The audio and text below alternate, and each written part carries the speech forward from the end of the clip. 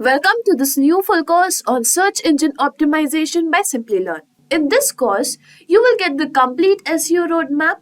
Moving ahead, we will understand how to become SEO expert. Starting with the SEO concepts, we will first dive deep into the definition of SEO, how SEO works, on-page SEO, off-page SEO, and on-page off-page techniques. This course also provides a detailed guide for keyword research for Google and YouTube. We will also see how to rank number 1 on YouTube, how to rank number 1 on Google. We will wrap up this course by putting a light on SEO jobs in the industry and SEO interview questions. So, if you are looking to grab a successful career in digital marketing and learn search engine optimization, Simplilearn has got you covered with a wide range of top-notch digital marketing courses. These courses make you skilled in SEO, content marketing, PPC, social media marketing, and much more with hands-on experience in the tools like Google Analytics, Keyword Planner, SEMrush, and there is a huge list on the board. However, 1 year of experience is preferred to enroll in these courses. Find the course link in the description box. Before we begin, consider subscribing to Simplilearn and hit the bell icon to never miss any updates from us.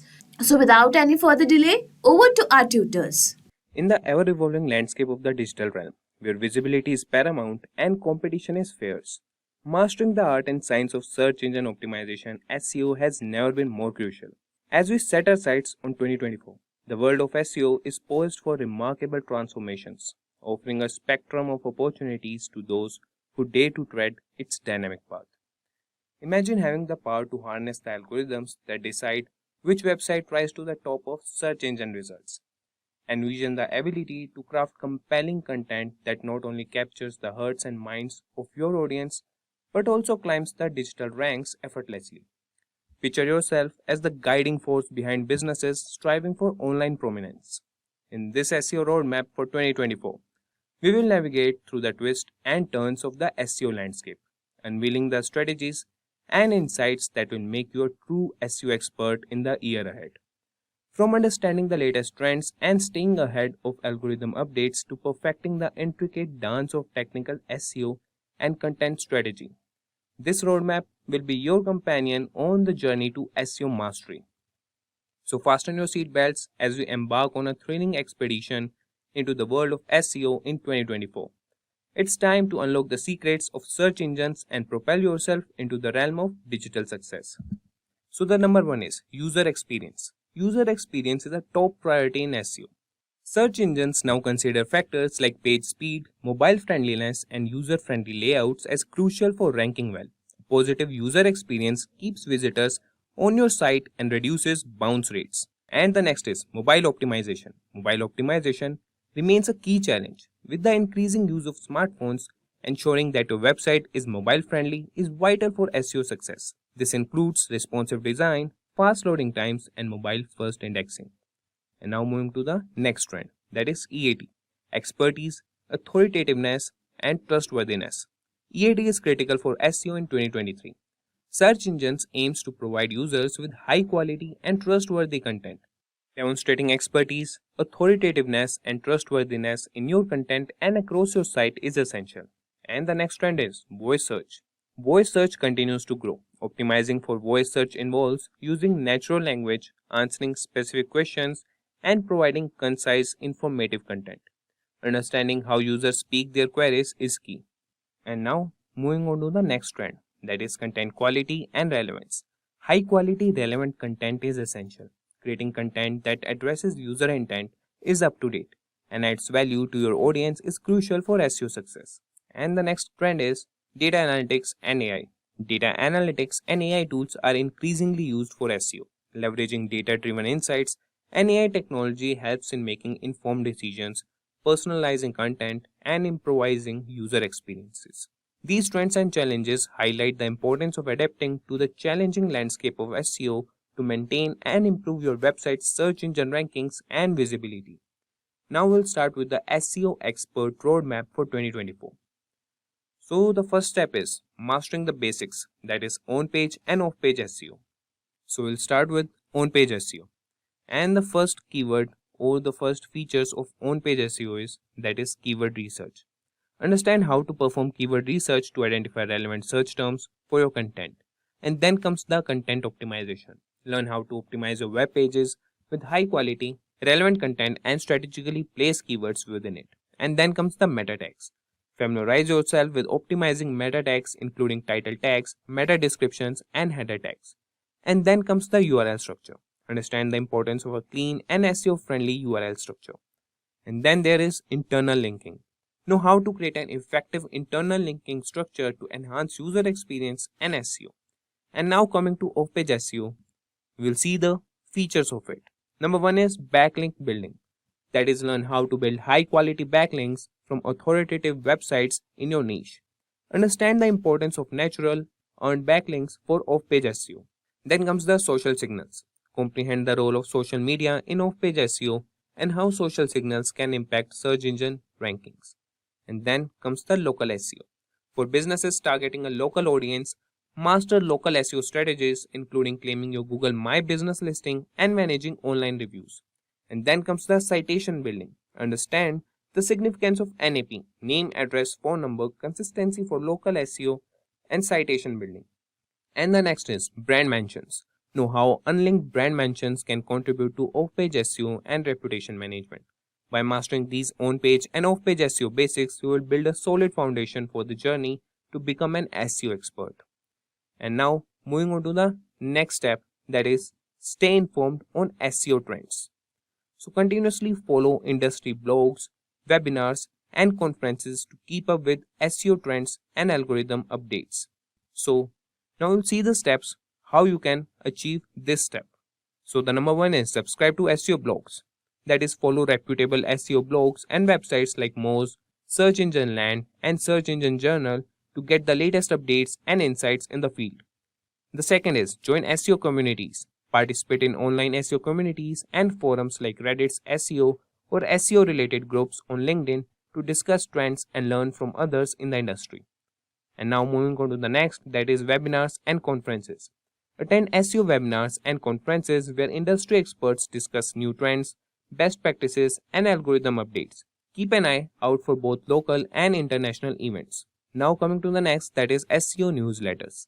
Subscribe to SEO newsletters that provide regular updates on industry news and trends. These newsletters often curate valuable information. Now coming to the next, that is podcast. Listen to SEO podcasts where experts share their knowledge and insights. Podcasts are a convenient way to stay informed on the go. So this was all about the second step, that is stay informed on SEO trends. Now moving on to the next step, that is technical SEO proficiency. So now we'll see the steps how we can master in this technical SEO proficiency. And the number one is site speed optimization. Ensure your website loads quickly to improve user experience and search engine rankings. Compress images, minify CSS and JavaScript, and leverage browser caching. And the next is mobile friendliness. Optimize your site for mobile users as Google prioritizes mobile first indexing. Use responsive design, test mobile usability, and create mobile friendly content. And the next is schema markup. Implement schema markup to provide search engines with structured data about your content. This can enhance rich snippets in search results and improve click-through rates. And the next is crawlability and indexability. Ensure that search engines can easily crawl and index your websites. Use a sitemap, robots.txt, and canonical tags to guide search engines effectively. And the next is structured data. Implement structured data to help search engines understand the content on your site better. Now moving to the next step, that is step 4, that is content strategy. And now we'll see the features or the steps to learn content strategy. Number 1 is keyword research and targeting. Start with comprehensive keyword research to identify relevant keywords and phrases that your audience is searching for. The next is quality and relevance.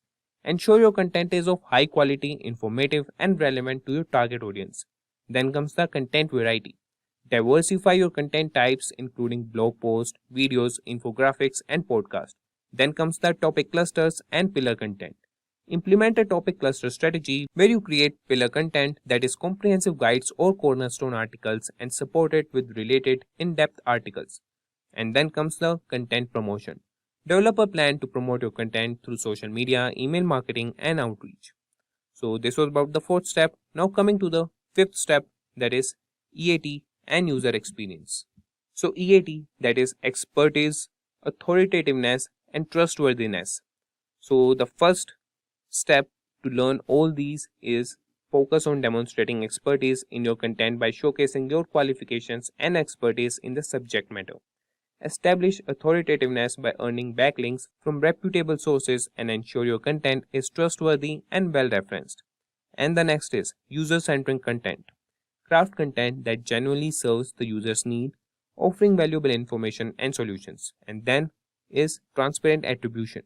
Clearly attribute authors and their credentials for the content, reinforcing trust and authority.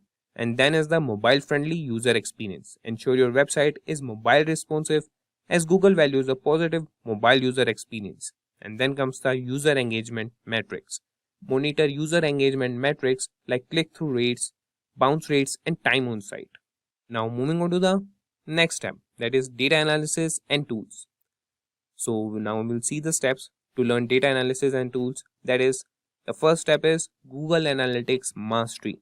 Learn how to set up and effectively use Google Analytics to track website performance, user behavior, and conversion metrics. Then comes the Google Search Console proficiency. That is, understand the insights and tools available in Google Search Console to monitor website visibility in search results, identify issues, and optimize content. And then comes the keyword research tools.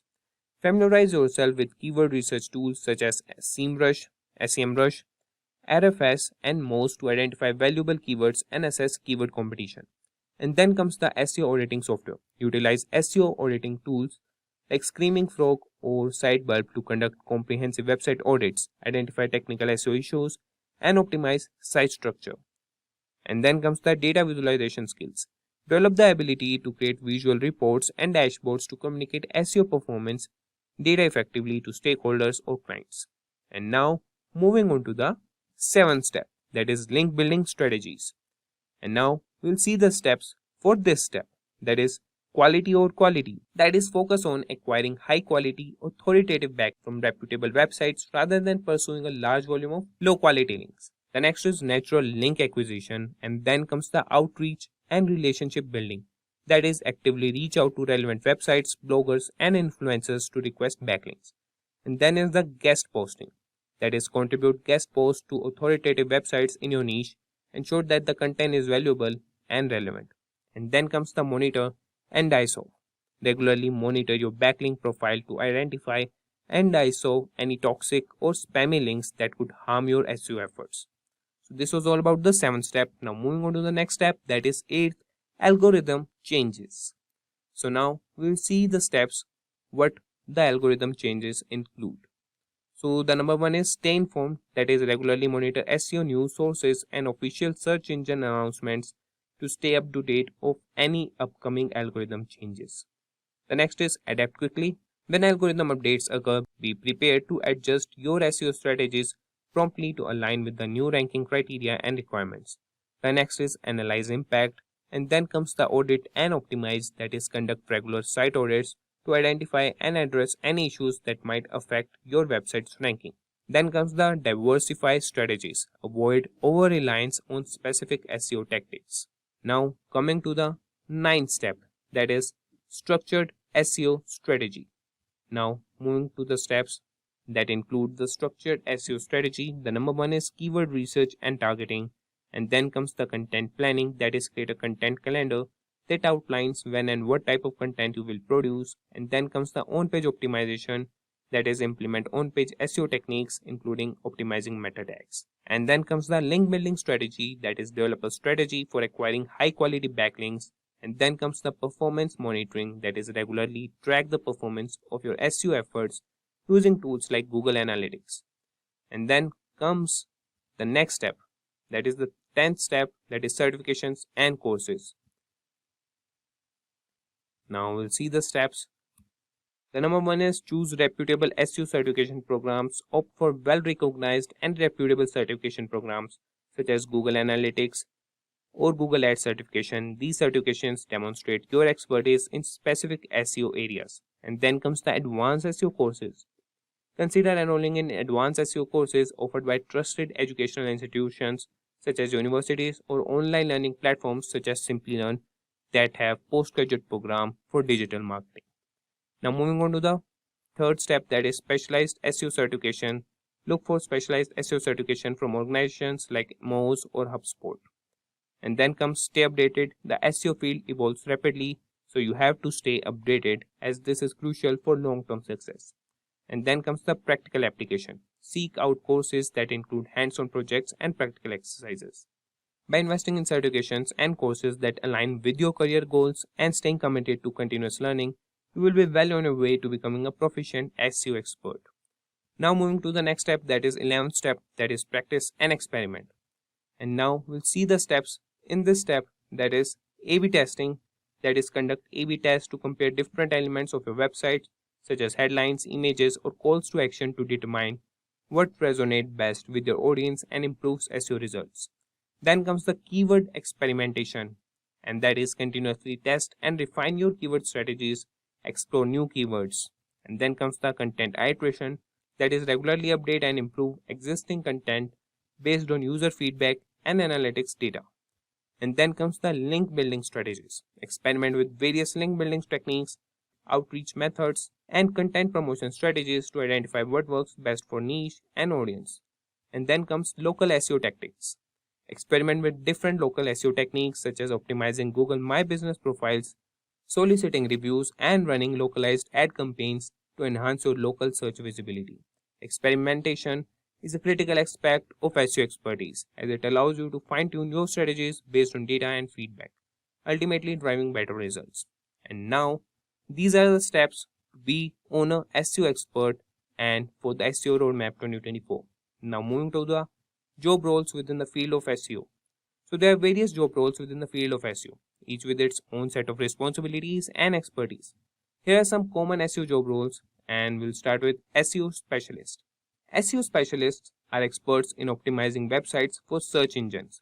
They focus on on-page and off-page SEO optimization, keyword research, and implementing SEO best practices.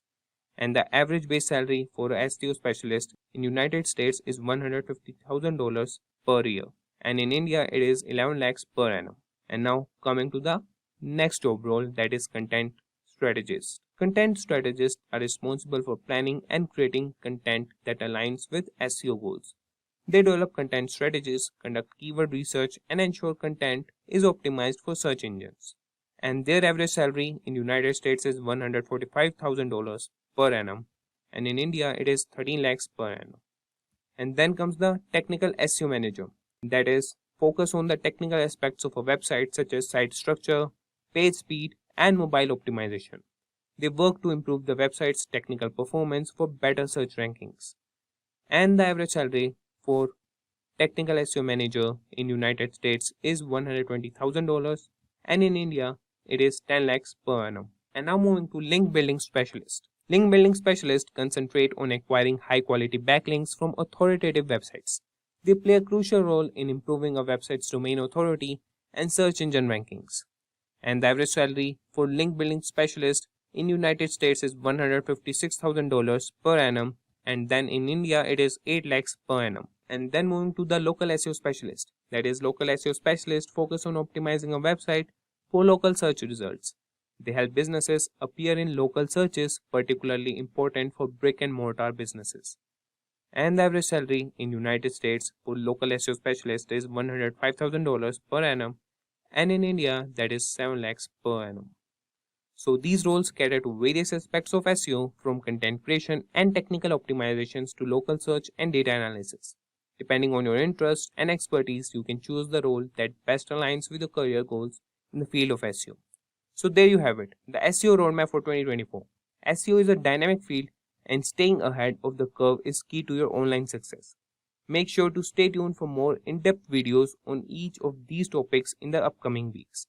SEO and growth of businesses are going hand in hand these days. Anyone looking for good growth in their business tries to grab the attention of the audiences with the similar interest on the web, for which SEO plays an important role. SEO techniques are equally impactful for a Google website or an Instagram post. More your content reaches the right audience, the more likely you are to get the leads and make business out of it. Because of this, SEO experts are in high demand. In this video on how to become an SEO expert, we will share the best tips to become an SEO expert in a very short period of time. But before we begin, consider subscribing to our channel and hit the bell icon to never miss any updates from Simplilearn. So here is a question for you. When was SEO first used? Option 1 in 1980s, option 2 in 1970s, option 3 in 1990s, and option 4 in 2010s. Let us know your answer in the comment section below. And if your answer is correct, you will get a heart from Simplilearn. So without any further ado, let's start by understanding what market holds for professional SEO experts. Nowadays, it is very common to start a business by having a website. With the increase of website, there is always a need of organic growth, and there the SEO comes into picture. It is important to have an SEO expert to have a well SEO optimized website. Market is flourished with a ton of SEO jobs. From SEO executive to SEO manager, all the SEO job roles have high demand. The salary for various SEO roles is estimated to reach as high as $100,000.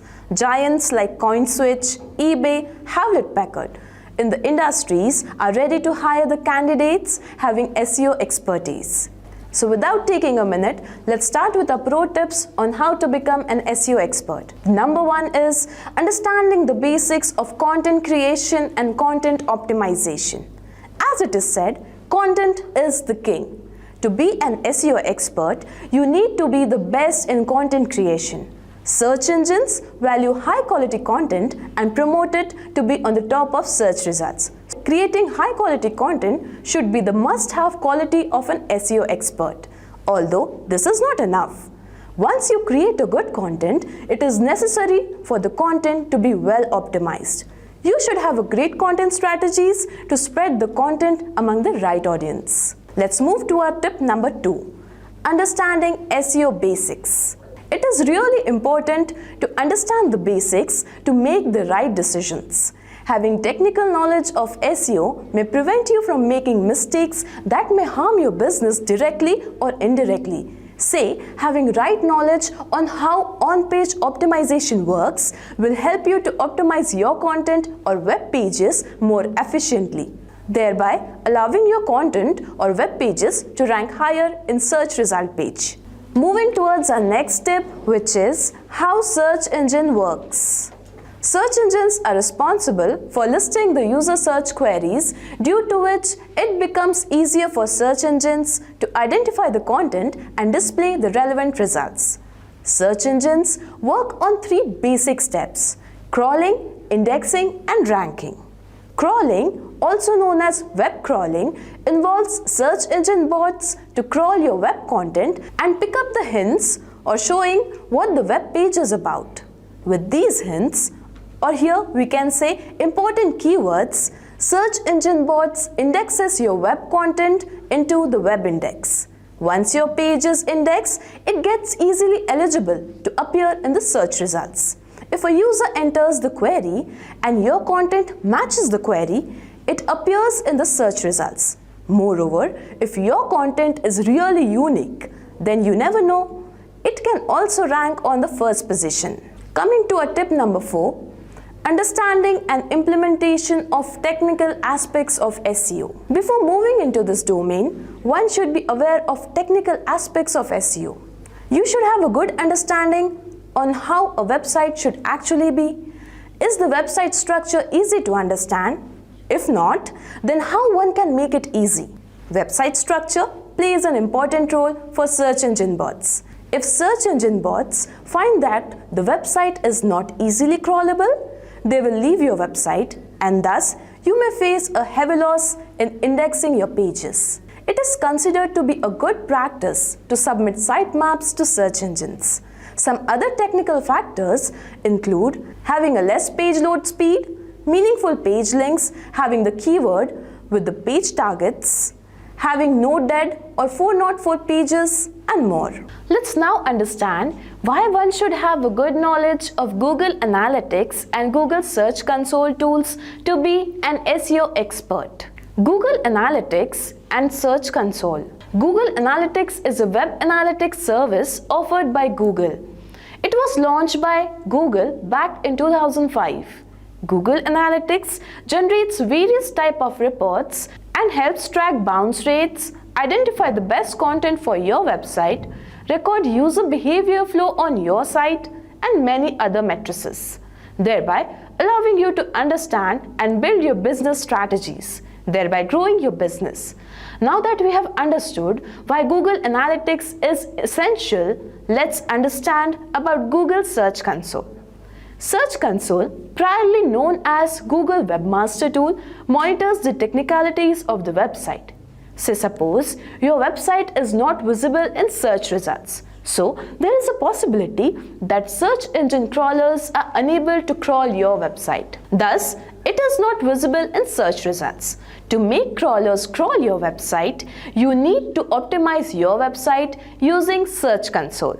Some other technical aspects which makes Search Console more important includes fixing indexing problems, sending the updated content or pages for re-indexing, generating page error reports, generating alerts if there are any indexing or other issues, gets the list of sites linking to your website, keep a track of mobile usability, AMP pages, and more. Some other tools helpful in SEO are Screaming Frog, which works similar to Search Engine Bot. SEMrush is used for competitor analysis, Ahrefs is used for backlink report generation, and more. So, let us know in the comment section below, out of the above tools, which one you are using for optimizing your content. So, moving ahead with our next pro tip, which is link building. Link building helps in getting traffic as well as trust in the eyes of search engines. Getting backlink is one of the important ranking factors. Thus, getting more and more backlinks helps the search engines to understand that the quality of your content is high, and so other websites are linking to your page, which also helps in getting more traffic and high rankings. Having great link building strategies will boost your career as an SEO expert. If you are not aware of backlink building strategies, watch videos on how to build backlink by Simplilearn. You can find the link in the description box below. Moving to the tip number 7, follow other SEO experts for their strategies and stay connected with SEO Forum for recent updates and discussions. Search engines are continuously changing. So it is possible that the things that are working now won't be working for your web pages the next day. Thus, it is important to stay updated with what's new with search engines. Following experts under the same domain helps in growth of skills. So the question arises, how or where can you find these experts? Well, look for the SEO communities of Google. You can join various SEO forums on LinkedIn, groups on Facebook, and other Q&A and social media platforms. This not only helps in growth of skills, but it also keeps you updated with the industry. Now speaking about another pro tip for being an excellent SEO professional, which is joining courses to improve SEO skills. There is a lot of content developing each day on SEO, and so are the courses. If you fail to understand the SEO techniques or any other SEO related topics by the research, there are lots of free and paid courses available across the web. Certifications in any domain is always a plus point for the career. SEO techniques may not be that fruitful at the very first time. All you need to do is have patience, observe what works for your content and what doesn't. Learn from your observations, find new ways to put the improved strategies on the table so that you get the best out of your SEO practices. What is search engine optimization? The practice of getting traffic organically through the search results with the help of search engine is called search engine optimization. Although being one of the most important components of digital marketing, SEO has had some myths floating around it. SEO increases the popularity of your brand, product, or services among the audience, thereby increasing the chances of conversion of lead to customer. traffic obtained organically is more consistent. Once you are aware of SEO strategies and start gaining visibility in search results, your site will gain constant traffic that will keep increasing with time. With SEO, one can reach a large audience to promote products and services. Businesses can acquire audiences from both the national and international levels. SEO builds trust among the audience. For instance, if your web page is available on Google search results, the audience finds it worthy of trust because of its online presence. Your competitors are doing it, then you should also do it. This could be a serious note. If your competitors are doing this to rank high and gain visibility, you must also do it or remain back in the race. Let's understand it with the help of an analogy. Susan started a business of handmade toys.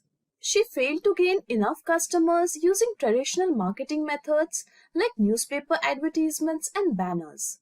So, she thought of putting the business online, thereby creating a website. The website was completely optimized for search engines and was soon visible on the search result pages. The website started acquiring the traffic, which ultimately became her customers. The sales were boosted to an unexpected level, and the revenue has increased exponentially. A good decision brought huge success to Susan's business. Susan was thrilled with joy when a thought struck across her mind. How were search engines able to find her website?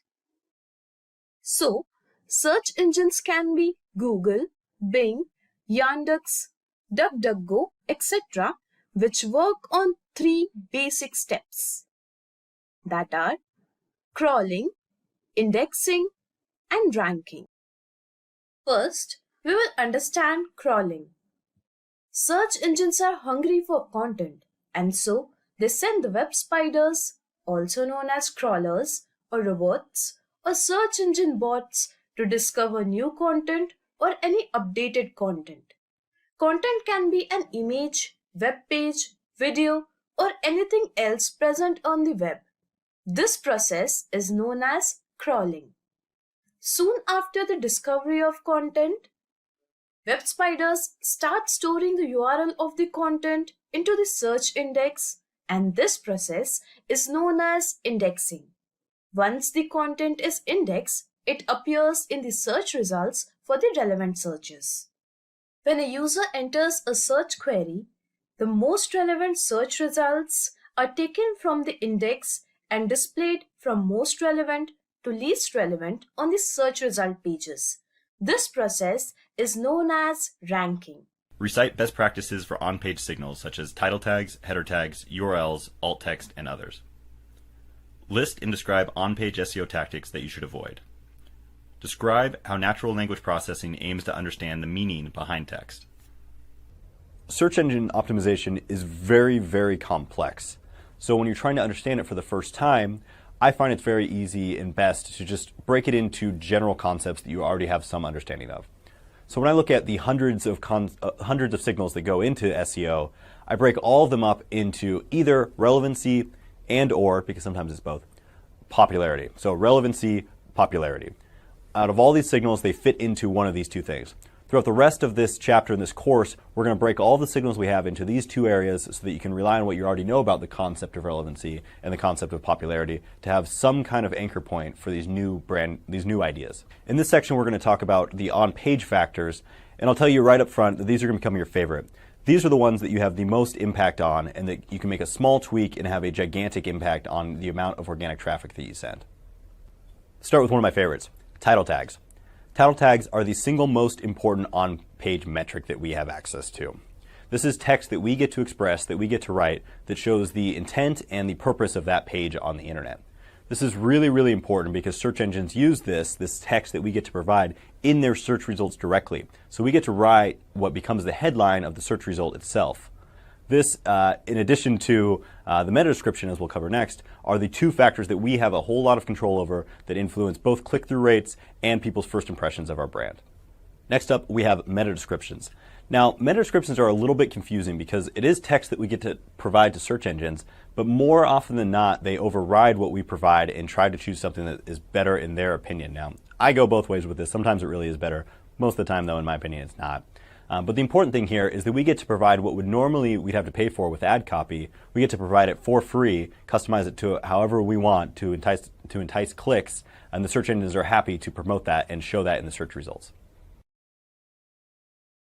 All right, now we're getting to the good nerdy stuff, the header tags.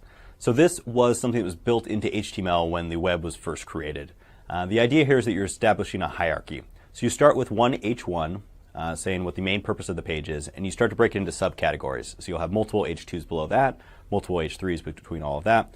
Now, H1s used to be a very important and primary SEO metric that we got to use, but because it got abused, it now has less of an importance than it used to. So it shows what information is less or more important than other information on the page, but it is no longer the strongest indicator of what is the most important page on that. And right now that's still title tags. Next up we have URLs, Uniform Resource Locators. Now these are the addresses of web documents online. Just like you have a street address for your house, on the internet we have URLs for any given document anywhere. It could be PDFs, it could be images, it could be text, it could be your homepage. All of these have URLs. These are extremely important for SEO for a variety of reasons. The most important though is your keyword usage. You want to make sure that the words that you're trying to rank for are included in your URLs. The second part of this ties in directly to the first, is you want to keep these short. So it's not okay to just put a whole lot of words you want to rank for in your URL. You need to remember that humans are the things that use the internet. They share URLs, they try to say them over the phone, they do all these different things where it becomes extremely important to keep these short and succinct so that people can easily share them and can type them in their browser without any issues. Now that we've talked about the importance of URLs, let's talk about URL structure. Let's dive in a little bit here. We'll start with domain names. So you've probably heard of this concept before. In the example with the URL I have here, example.com would be the domain name. So this is the first thing that people see with your online business. This is what's going to be in all your advertisements. It's going to be in all your marketing efforts. It's this name right here. I like to think of it in terms of an offline world. So if you're walking around, buildings typically look like something. So a barbershop almost always looks like a barbershop. A fast food restaurant almost always looks like a fast food restaurant. That same idea is going to apply to domain names. If you have a very spammy looking domain name or one that's hard to spell or one that's confusing, people are going to make an initial impression off of that. So make sure that you have something there that's going to make a great first impression, be something that's easy to spell. That one, especially in this new tech craziness that we live in, people do a terrible job of that. But it's something that's easy to spell and something that's easy to pronounce and easy to share. So how is this important to SEO? Well, keywords are why it's important to SEO. This comes up all the time. It's important to have keywords in your domain name as long as you're not taking it too far. Now, this is one of the things I go back and forth with people all the time. How do you know if you've gone too far? I don't know. I mean, if it looks like you bought the domain name simply because it has the keywords in it that you needed, then you've probably gone too far. But is that the best way of measuring it? Can I take out my calculator and actually calculate that? No, you're just going to have to use your gut. You're going to have to look at it from a human perspective. So do not go overboard. Keep it as short as possible. Make sure it's something that you can easily share, something you're going to be able to put on your business cards and be proud of, not something that you bought because you're doing it purely for SEO reasons and you think you're going to succeed. Okay, so that is the domain name. Now what about everything after that? So in this case, it would be this blog post that I wrote. Well, that is called subdirectories. And you can actually have, in theory, unlimited subdirectories. But from an SEO perspective, you do not want to do that. And it's for all the reasons we've talked about before. If you have lots of subdirectories, it's going to be confusing, it's going to be hard to share, it's going to cause lots of problems in older browsers. So your best practice here is to keep as few subdirectories as possible. This will be good for both robots and for human beings. With the subdirectories as well as the files that come after them, you want to make sure you include your keywords. So again, this is one of those weird things where there's not a quantified metric for it, but don't put the keywords in there too many times, but put them in there just as many times as you think is absolutely necessary. So generally this is once or maybe twice if it's already in the domain name. Okay, that's all the information I have right now on URLs. Feel free to Google this subject if you want to know more about it, because trust me, there's a whole lot of technical knowledge that goes in this, but if you're at this point, you already understand all the most important parts of it. As you likely realize, computers cannot see images the same way that humans can. They do not have eyes and they do not have the complex brains that we use to get meaning out of pictures, out of pixels. So because of that, we've had to come up with some other way of expressing the meaning behind images. Luckily, the creators of the internet were forward thinking and they provided us with a factor called image alt text. Alt text is the alternative text that is shown when an image can't load. This is done on purpose so that people who are blind are able to extract meaning from something when they can't see it. This worked out really well for search engines because, well, they're effectively blind, and so that they can also use that information put into the image alt text to understand the meaning behind images. Internal links. So we have an entire section on links, but what I want to cover at this point is just internal links. An internal link is a link that points from your website back to a different section of your own website. It is not pointing elsewhere, and it's not coming from elsewhere. It's from your website back to your own website. This is important from a relevancy perspective. You'll see internal links in your main navigation when you'll have one that likely says home, one that might say contact us, or one that says about.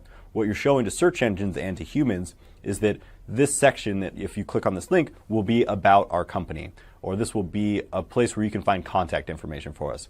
These links are not votes like external links, but they are relevancy metrics that are extremely helpful. When a search engine crawls and processes your website, it doesn't simply look for the instances of keywords. It's a lot more complex than that. It's using a technology called NLP, Natural Language Processing.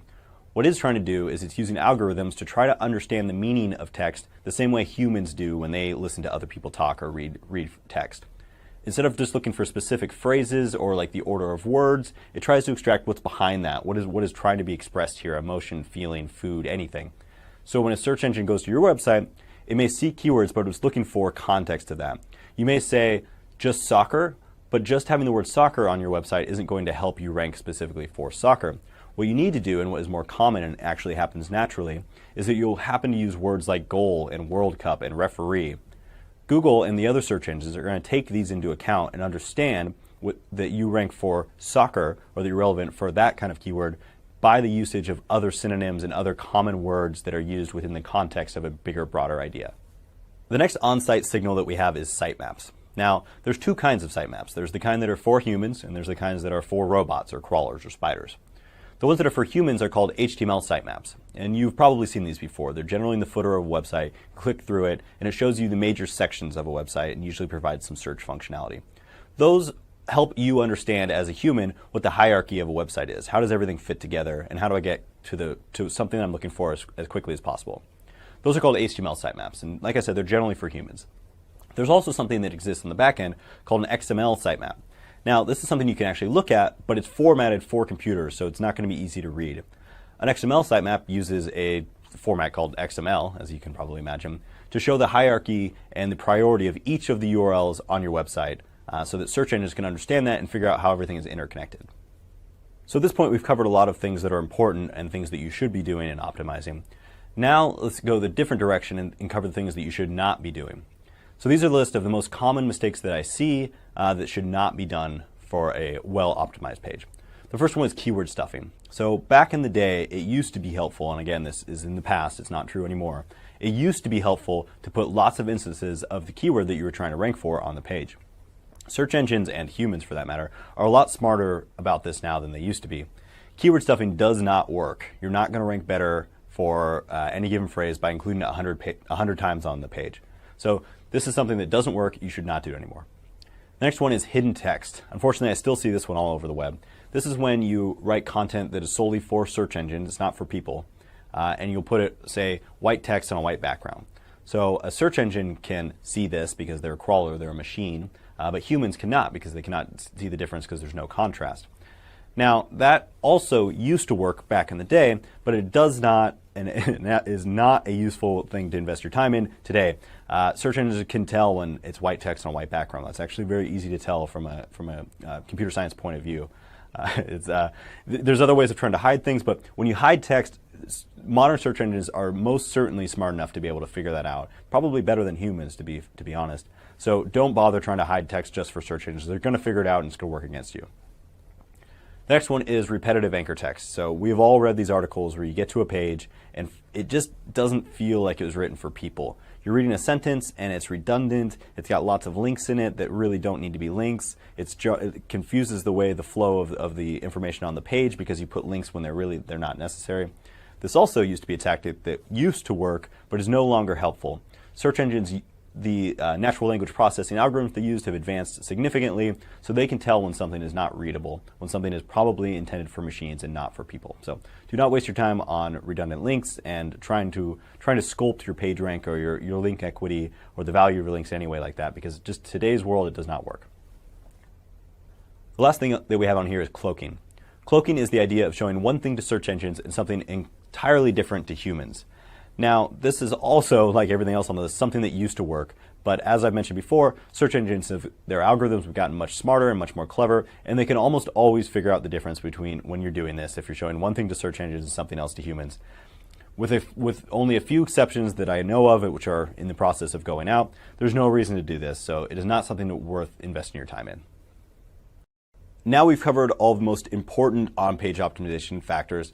Let's take a look at what the theoretical perfectly optimized page would look like on the internet. Now, there's a big asterisk here in that, well, no page would be perfectly optimized because the internet's dynamic and fluid and things change all the time.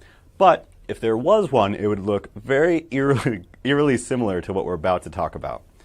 Let's start with the basics. You need to have a title tag. The title tag needs to have optimized keywords in it, preferably closer to the beginning of it, and it needs to be clear and enticing for users to click. Remember, this is what we're going to actually see in search results for most of the time for your for the search result itself, is you're going to have this text here. So a clear and optimized title tag. The next thing is an enticing meta description. Now remember, meta descriptions are not used for ranking purposes, but they are tremendously important for click-throughs. This is your chance to write copy that's going to entice people to click through your result rather than the other ones that are going to be on the search result page. After that, we have a short optimized URL. So the important thing here is that it needs to be short, so it's easily shareable, so it's easy to understand from a search engine perspective, but it also needs to contain the keywords that you're trying to rank for. So keep it there, keep it in plain English, use the phrases people are actually using to get to your site, but keep it as concise as humanly possible. Now let's talk about the page itself. What does this actually look like? How are things structured? Well, the first thing you want to do is you're going to want to make sure that it is structured in the same way that people expect to see websites, meaning there's a title at the top if it's appropriate, there's some kind of navigational elements around the site, there are pictures to make this worthy of me to spend the 5 minutes of my internet time grazing and looking at your content, and you need to have text that is well written. And this all is very hard to quantify, but it's things that you're going to need to just take a look at and work with your team for. Things that are interesting, there's an attitude with the page that it has some kind of opinion, it's expressing information, it's giving me the answers to whatever question I may have. You need to make sure this content, at the end of the day, is written for humans. This is something that I would share with my best friend because I think this is the single best source on the internet for whatever my information need is at that moment. After that, it needs to be bot accessible. So I actually see this problem all the time with some of the major news publications in the world. They'll have a really outstanding article, or they'll have a really beautiful photo gallery, but they've done it in a way where the search engines can't see it, which means that on the internet it's almost useless, which is a shame. It's sad when this happens. What you need to do is you need to make sure that you have the world's best content, which is hard enough, but you also have to make it accessible to search engines. So this is certainly very doable. Just avoid technologies like Flash and say Silverlight and use more of these open standards like HTML5. That'll get you all the way there. The next one is social. It needs to be social, it needs to be shareable. So I had mentioned when I'm trying to create content, that the bar that I tried to rise to is that it is shareable for my best friend. Well, you need to facilitate that sharing. You need to have some kind of way for them to actually share it. So this could be as simple as adding the social sharing buttons, or it could be something as easy as enticing them and giving them a call to action at the end of the article to share it with their friends or share it with people who are important to them. Sharing on the internet is extremely important, not just for ethical reasons, but for marketing reasons, for bottom line reasons. So make sure that you're facilitating that. The last one, and it is certainly not the least important one, is multi-device ready. So I don't care if you use adaptive design, I don't care if you use responsive design, just make sure that this content that you've spent so much time crafting is going to work and is going to be consumable easily on my tablet and on my phone and on my gigantic TV and all these other devices, so that when it comes time, when you finally earned that person coming to your website to consume your really wonderful content, that they're able to see it on whatever device it may be holding. So this is a general overview of what a perfectly optimized website would look like. Now, remember, this is going to shift depending on context, but make sure if you cover all of these bases so that the signals that we've all talked about make sense and you have a real lasting impact with this.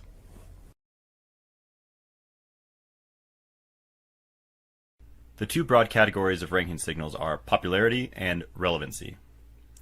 Of the on-page factors, title tags are the most important individual field. Header tags are important, but less so than they were in the past. URL is important and should be semantic. Alt text is important for search engine as well as for blind humans.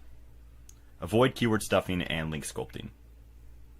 You should always avoid keyword stuffing, hidden text, repetitive anchor text, and cloaking. Natural language processing is a technology that aims to understand the intent and semantic structure behind text written by humans. Keywords are the ideas or topics that clearly describe what your content is about. Say, for example, here the title of the slide is "What is keyword research?" So, this is the keyword which suggests that this slide contains the content about keyword research. So, basically, keyword research is a process of identifying keywords or popular search terms that people tend to search for. When you identify relevant keywords, all you need to do is include these keywords smartly into your content. And this will help your content to get higher rankings in search results. Now the question arises, why does keyword research has so much of importance in search engine optimization? Let's understand this. Keyword research plays a major role in driving traffic organically to your website or your content.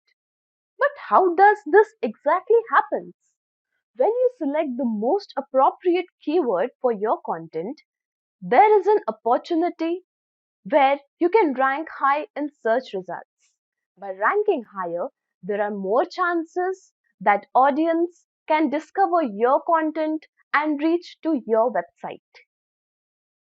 Thus, you get more and more consistent traffic growth for your website, thereby indirectly promoting your products and services. Now that you are aware of how keyword research holds importance, let's now see some essential types of keywords, that is, long tail keywords and short tail keywords. So, first we will start with long tail keywords. Long tail keywords are the keywords that are mostly used to get more specific results. Long tail keywords include keywords with 3 or more words. For example, shoes for a black dress. Now coming to short tail keywords. Short tail keywords are the general keywords or more specifically general search terms. Short tail keywords include 1 or 2 words in the keyword. For example, shoes. Now let's see the difference between both the long tail and short tail keywords by demonstrating. Let's go to google.com. So now we are here to check the difference between long tail keywords and short tail keywords. So first, we will check for the short tail keyword. Now suppose I am looking for the shoes that should go perfectly with my beautiful black dress. So here I add shoes and see how the results are appearing. Okay, if you see the recommendations, here we get shoes for men, shoes for women, shoes images, shoes size chart, shoes for rainy season, etc. etc. And if I enter here only shoes, what are the results? Here I get number of results from the shopping websites with very number of shoes, with number of brands and somewhere locations of the shops. But none of the result is relevant to what I am expecting, that is the shoes for my black dress. Okay, so now I'll just change my search query. I'll add a long tail keyword here and I will search here more specifically for what I wanted. So here I'll add shoes for black dress. Okay, so here I am getting number of ideas, the image ideas in the search result, that what kind of shoes are going to go best with my black dress. And here I'm getting several combinations which I can wear with my black dress. So 12 best color shoes. Here again I'm getting, if you observe clearly, then all these results are completely aligned to what exactly I am looking for. Okay.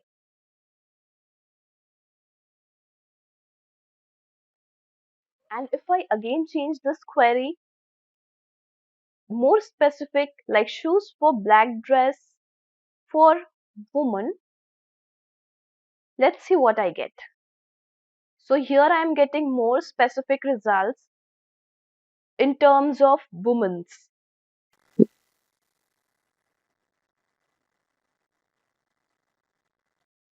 We will definitely understand how to use long tail keywords or short tail keywords during our research in the upcoming part of this video.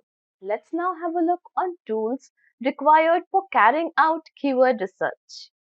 Here I have got a small list of tools that you will need to perform effective keyword research.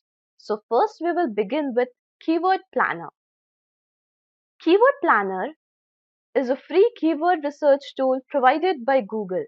Some of the important features of Keyword Planner includes discovery of new keywords, estimate monthly searches for a keyword, get the average cost of ads for the keyword you are looking for, and help to organize keywords.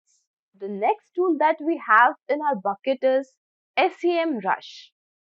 Some important features of SEMrush includes helps to get competitor keywords data, it helps to get competitor backlinks data, finds competitors' top performing content, helps in getting competitors' campaign data, etc. Let me bring it to your notice that SEMrush is one of the best platforms that fulfill all your SEO needs. So do visit to semrush.com. You can find the link in the description box below. Next tool that we have in our bucket is Ahrefs. The free keyword generator tool by Ahrefs helps to discover keyword ideas, helps in identifying the search volume estimations, identify easy keywords for which you can possibly rank for, helps you to get a list of long tail keywords. And however, it is not limited to Google searches only. Yes, you heard it right. You can get keyword ideas for Google, Bing, YouTube, Yahoo, etc. Now let's check another tool, which is Google Trends. Google Trend will come into action during your keyword research when you're looking for the top search queries by users, that is, the most trending queries. Moreover, you can check these details of search queries for your country, for any other country, or even worldwide. Not only this, but you can also choose a type of search for this query like web search, image search, YouTube search, etc. The next tool that we have is Answer the Public tool. Answer the Public tool has free as well as paid versions. This tool can prove a magic wand for your business as it suggests the questions that are asked by people in your industry. This can help you to understand and create strategies for the content that the users are searching across the internet. And the last tool in our today's list is keywordtool.io. Let's get started with keyword research. So basically what we want to do is center our keywords, just like our website. We want to center our keywords around, or our content around, good keywords. So the videos on YouTube are no different than the web pages on our website. So if we have somebody who states YouTube is the world's second most well-known engine, well, it is, because it's right behind Google. It's not a search engine per se, it's a video platform, but if it was a search engine, it'd probably be second right behind Google. So YouTube is pretty popular. Majority of people use YouTube search every day to watch videos on a number of different topics. So they can find these videos in Google, but because YouTube's so powerful and so popular, people go directly right into YouTube for their searches. And so the whole idea behind YouTube being the second most well-known search engine is centered around keywords. So if you have the right keywords for your video, then the chances of you ranking higher increases on YouTube. So we're going to share with you a few easy ways to do keyword research. This is the most important step in getting your videos to rank on YouTube. Just like for those of you who watched any of the SEO videos we produced at Simplilearn, you know that keyword research is so essential to getting your web pages to rank on Google. So first thing is search suggest. So YouTube has a feature called autocomplete. So if you've done any searches on Google, it's very similar. If you're typing something into YouTube search, then YouTube is going to suggest other related popular keywords. So let's take a look at that. If we go back to YouTube for a second, and I just type in machine learning, YouTube is going to populate on the autocomplete in the search bar some other popular keywords that we can potentially use. Or in this case, if I choose, machine learning tutorial, I'm going to see a video about machine learning tutorial. So here you can see Simplilearn's ranked #1 for machine learning tutorial, but there are other videos that show up in my search result. So we want to be able to use the search suggestion box in the search box field. So when we're typing in something, YouTube, just like on Google, is going to give us those suggestions. So if we're focusing a video on machine learning, then, we have some ideas of some other keywords that we could center around, because these are our popular keywords. These are keywords that people are using to search on YouTube. So that's one suggestion. Looking at competitors is another suggestion. So we could search for keywords used by our competitors in their video title and description. So let me talk a little bit about that. What you want to do is you want to go to that particular channel of your competitor. So when you go to your particular competitor's YouTube channel, you want to be able to click on the videos tab. When you click on the videos tab, then you're going to sort by most popular, and then what you could do is see a list of videos, and then when you look at a list of videos, you're going to choose a video, and then what you're going to do then is take a look at the keywords used in the title and description. And then once you do that, you're going to have a list of keywords that you can use yourself for that video. So for example, let's go back to YouTube. So if I go to type in Simplilearn, here's their channel page just by clicking on Simplilearn. If I click on videos.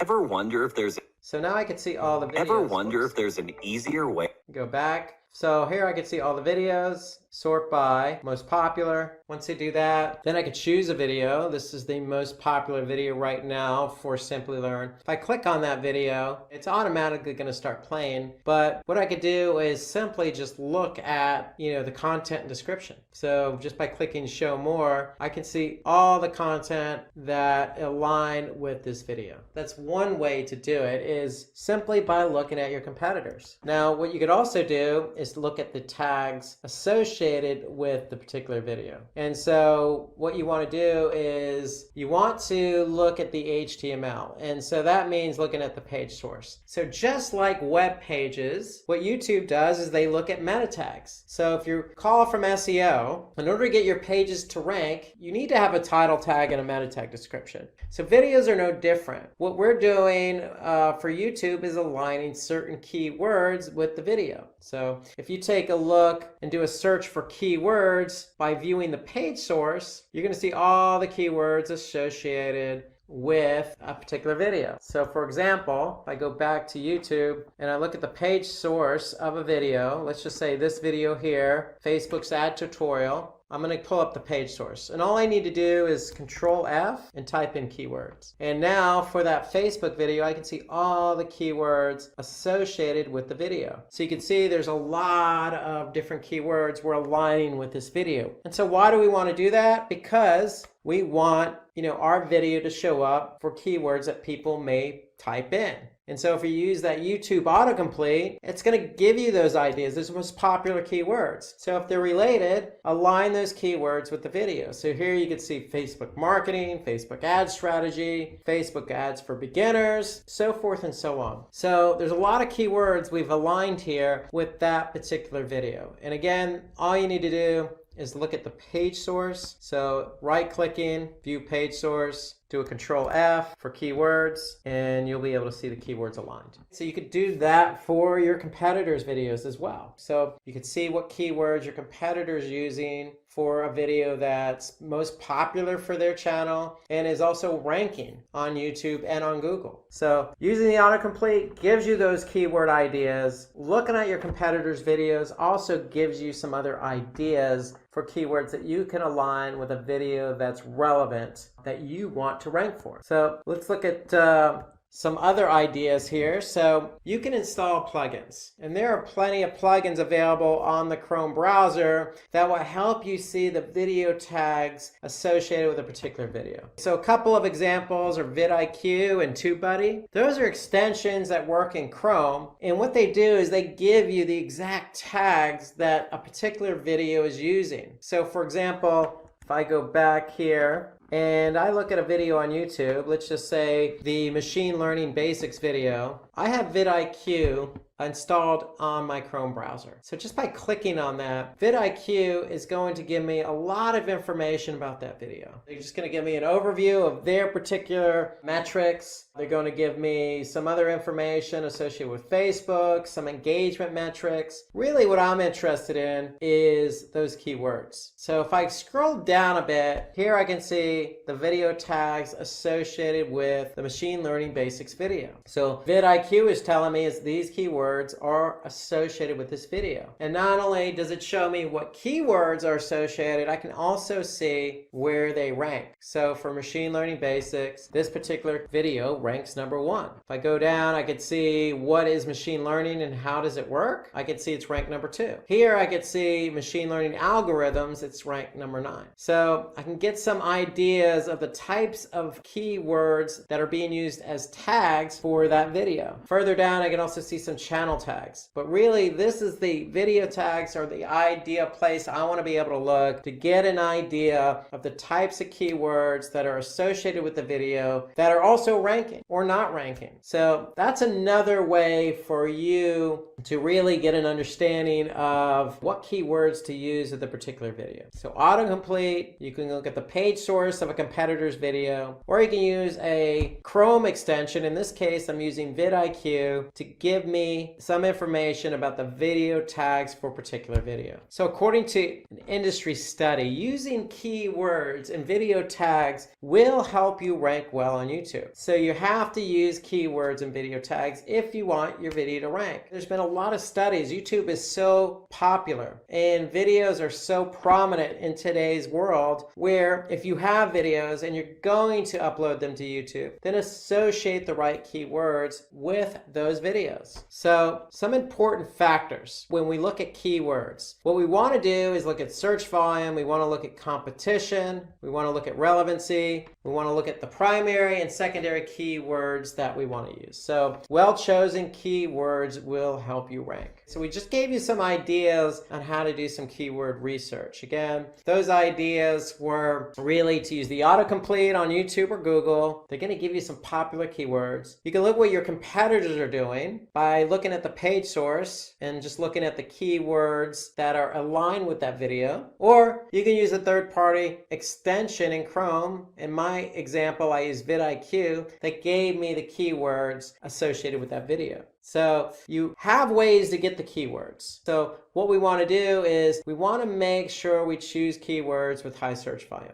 They're going to drive more traffic to your video. However, we want to balance it out with keywords that have low difficulty and are easier to rank for. So you don't want to choose something very broad that's just going to be very difficult to rank for. And of course, we always want to go with relevancy. So if we're talking about machine learning basics, then we want to choose keywords associated with that. And that's where that autocomplete comes in handy, because what Google's going to do and YouTube's going to do is give us keywords that are very closely related to the video that we're trying to optimize for. And so we have a number of different keywords at our disposal that are relevant that we can look to see if they have good volume and low competition. And so the whole idea is we want to choose a keyword that defines the nature of the content. And then what we want to do is support that with secondary keywords. So we want keywords that are highly relevant to the primary keyword. So that's the way to go about aligning your keywords. You want keywords that are high volume, low competition, are relevant, and you want to choose that one keyword that is really what the content's about, and then those secondary keywords that support the primary. So if you have a machine learning video, you could choose your primary keyword as, in this case, the machine learning basics video. So well-chosen keywords help you rank well on YouTube, just like the machine learning basics. So if I go back to our video, our machine learning basics video, if I just type in machine learning basics, I'll be able to pull it up. And so here it is. If I click on it, I'm going to go to YouTube. And so here I can see this keyword. We know humans learn from their past. Is well aligned because it's in the title, it's in the copy, and it's aligned as a keyword tagged with the video. So we know that that keyword has good volume, low competition, is relevant because that's what the video is about, the basics of machine learning. It's an introduction to machine learning. So instead of honing in on just introduction to machine learning, primary keyword is machine learning basics. And then we supported that video with those secondary keywords. What is machine learning? Because somebody who doesn't know what machine learning is probably going to type in that keyword. And then introduction to machine learning is a good secondary keyword because it's explaining the basics of what machine learning is all about. So primary keyword, machine learning basic, secondary keywords, what is machine learning, and introduction to machine learning. So that's the whole idea behind choosing keywords. You want that keyword that really is going to define the content and then support that with those secondary keywords. So remember, when you're performing your keyword research, choose keywords for your videos that Google shows on the video results page. So what I mean by that is your video can get more views if you rank on Google as well. So the whole idea is not necessarily to be found on YouTube, it's also to be found on Google. So if I go back to Google and I just type in data science for beginners and I type in videos, then you could see we're ranked #1. So even if you're not looking at the videos, clicking on the videos link on Google search, you can always just, when you do a search, what Google's going to do is also put in the videos here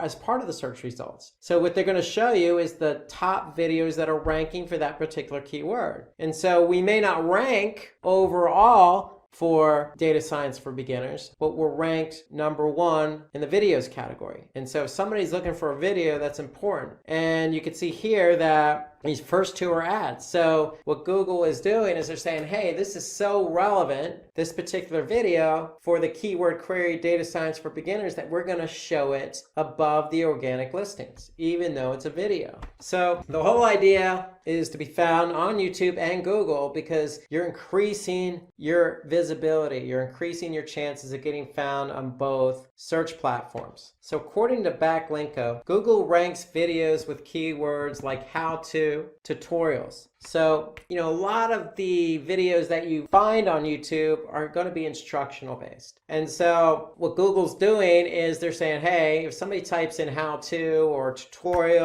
or an introduction to, anything that's going to signal to Google that it's instructional, it's going to help you rank. So when you search for machine learning tutorial or how to become a machine learning engineer, you're going to get results related to that. Because if you look at these examples, we have machine learning tutorial in our title, or how to become a machine learning engineer. So keep that in mind. If you're creating a video and it's educational in nature, use those key terms like how to and tutorials in the video title, because that will help you rank. So let's move over now to video title. So we want to use our target keyword in the title of the video. And again, we want to make sure if it's educational to include that keyword tutorial or how to. So for every video title, YouTube has a limit of 100 characters. So we really have to pick and choose really wisely. So if we look at the video that we were focusing on a couple of minutes ago, so machine learning basics, here we could see Under 100 characters, we have machine learning basics, what is machine learning, introduction to machine learning, and then the brand name. So that is the title of this particular video. So it takes into account the primary keyword, the secondary keywords, and the title. And it also includes that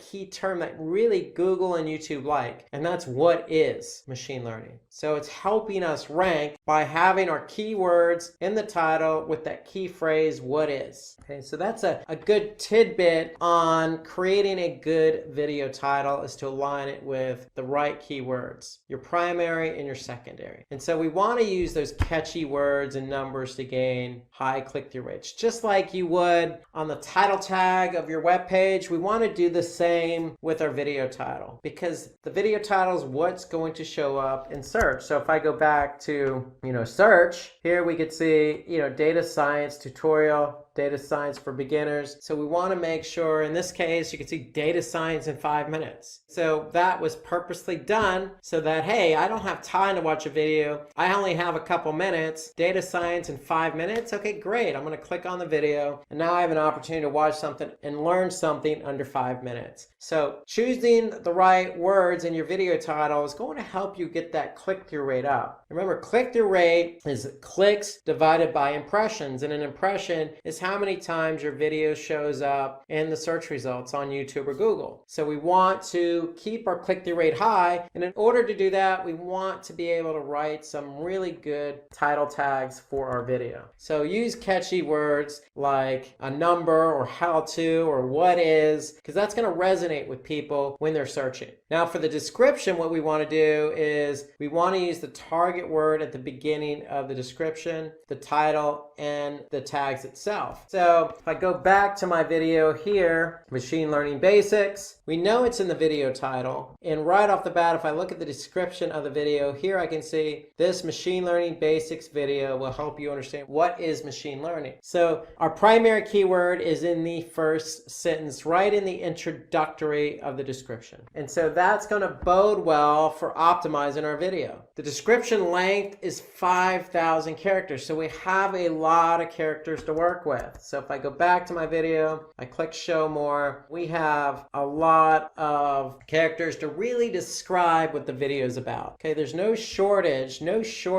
of including keywords into the content. So you have 5,000 characters. Go ahead and see if you can work in naturally your keywords. But one of the key tips here is just make sure that first sentence starts out with that keyword. That's a good tip. Of course, you always want to make it sound natural as possible. You don't want to stuff it with keywords. At the same time, work them in naturally. Work in your keywords naturally. And then include hashtags in your description to help the audience find your video easily. So if I go back here, we want to be able to include hashtags. So hashtags, it's like anything else you would use on social media. It just signals to the end user, hey, this is what the video is all about. And if I go ahead and type in that keyword, then our video has a better chance because it's aligned with that hashtag. And then there's target keywords and LSI keywords, latent semantic indexing keywords. We want to be able to use those keywords as target keywords with our video. So if you recall the example I gave a few minutes ago, we used the Facebook ads tutorial as our example. Here I could see all the target keywords associated with that particular video. So don't be afraid to use those LSI related keywords, meaning keywords that are related to the content. Use them as target keywords with the video. So between your LSI keywords, target keywords,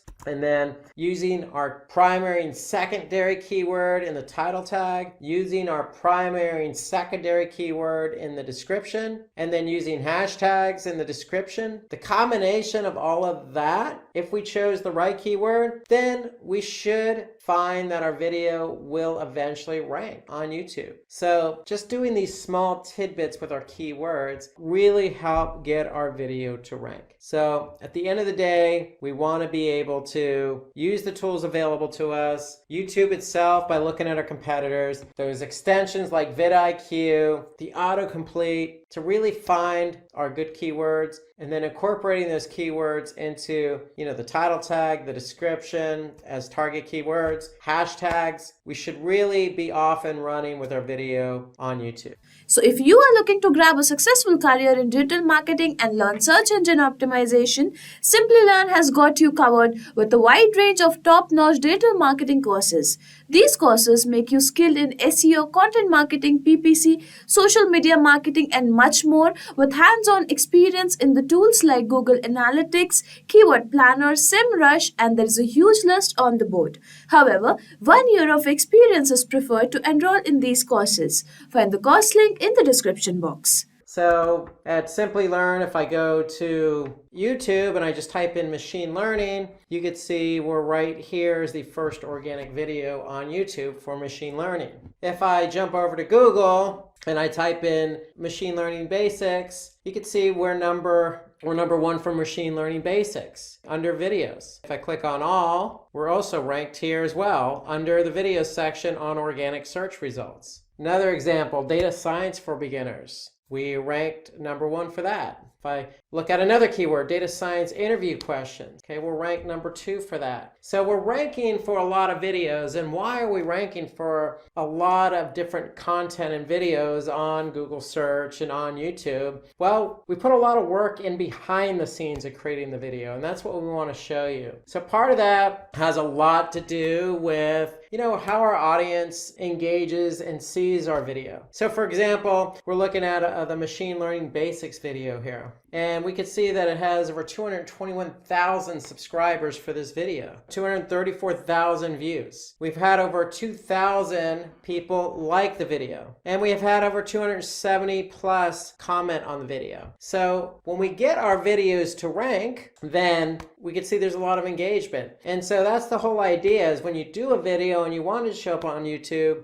you want people to enjoy it, you want people to share it, you want people to like it, you want people to comment on it. And that's part of the whole ecosystem of YouTube. It's, we're going to show you behind the scenes of what it takes to get your videos to rank. And then we're going to show you some of the metrics involved with some of these videos to help you stay ranking. So without further ado, let's go into how to get your videos to rank on YouTube. So we're going to talk about keyword research for YouTube. We're going to talk about some ways to create high quality videos. So the importance of user engagement, just as I showed you with the machine learning basics video, all the shares, all the commenting, all the views and subscriptions. Then we're going to get into how to promote your content. And then we're going to just review a little checklist for you and sum it all up. So let's get started with keyword research. So basically what we want to do is center our keywords, just like our website. We want to center our keywords around, or our content around, good keywords. So the videos on YouTube are no different than the web pages on our website. So if we have somebody who states YouTube is the world's second most well-known engine, well, it is, because it's right behind Google. It's not a search engine per se, it's a video platform, but if it was a search engine, it'd probably be second right behind Google. So YouTube is pretty popular. Majority of people use YouTube search every day to watch videos on a number of different topics. So they can find these videos in Google, but because YouTube's so powerful and so popular, people go directly right into YouTube for their searches. And so the whole idea behind YouTube being the second most well-known search engine is centered around keywords. So if you have the right keywords for your video, then the chances of you ranking higher increases on YouTube. So we're going to share with you a few easy ways to do keyword research. This is the most important step in getting your videos to rank on YouTube. Just like for those of you who watched any of the SEO videos we produced at Simplilearn, you know that keyword research is so essential to getting your web pages to rank on Google. Well, it's no different. Keyword research and choosing the right keywords is just as important for your videos as it is for your web pages. So we're going to go into a few things to do here to find the right keywords. So we have the search suggestion. You can look at your competitors. We have different tools we can use, some other factors factors involved in Google itself. So let's start talking about some of these ways to really hone in and do some good research on your keywords to align them with your videos. So first thing is search suggest. So YouTube has a feature called autocomplete. So if you've done any searches on Google, it's very similar. If you're typing something into YouTube search, then YouTube is going to suggest other related popular keywords. So let's take a look at that. If we go back to YouTube for a second, and I just type in machine learning, YouTube is going to populate on the autocomplete in the search bar some other popular keywords that we can potentially use. Or in this case, if I choose, machine learning tutorial, I'm going to see a video about machine learning tutorial. So here you can see Simplilearn's ranked #1 for machine learning tutorial, but there are other videos that show up in my search result. So we want to be able to use the search suggestion box in the search box field. So when we're typing in something, YouTube, just like on Google, is going to give us those suggestions. So if we're focusing a video on machine learning, then we have some ideas of some other keywords that we could center around, because these are our popular keywords. These are keywords that people are using to search on YouTube. So that's one suggestion. Looking at competitors is another suggestion. So we could search for keywords used by our competitors in their video title and description. So let me talk a little bit about that. What you want to do is you want to go to that particular channel of your competitor. So when you go to your particular competitor's YouTube channel, you want to be able to click on the videos tab. When you click on the videos tab, then you're going to sort by most popular, and then what you could do is see a list of videos, and then when you look at a list of videos, you're going to choose a video, and then what you're going to do then is take a look at the keywords used in the title and description.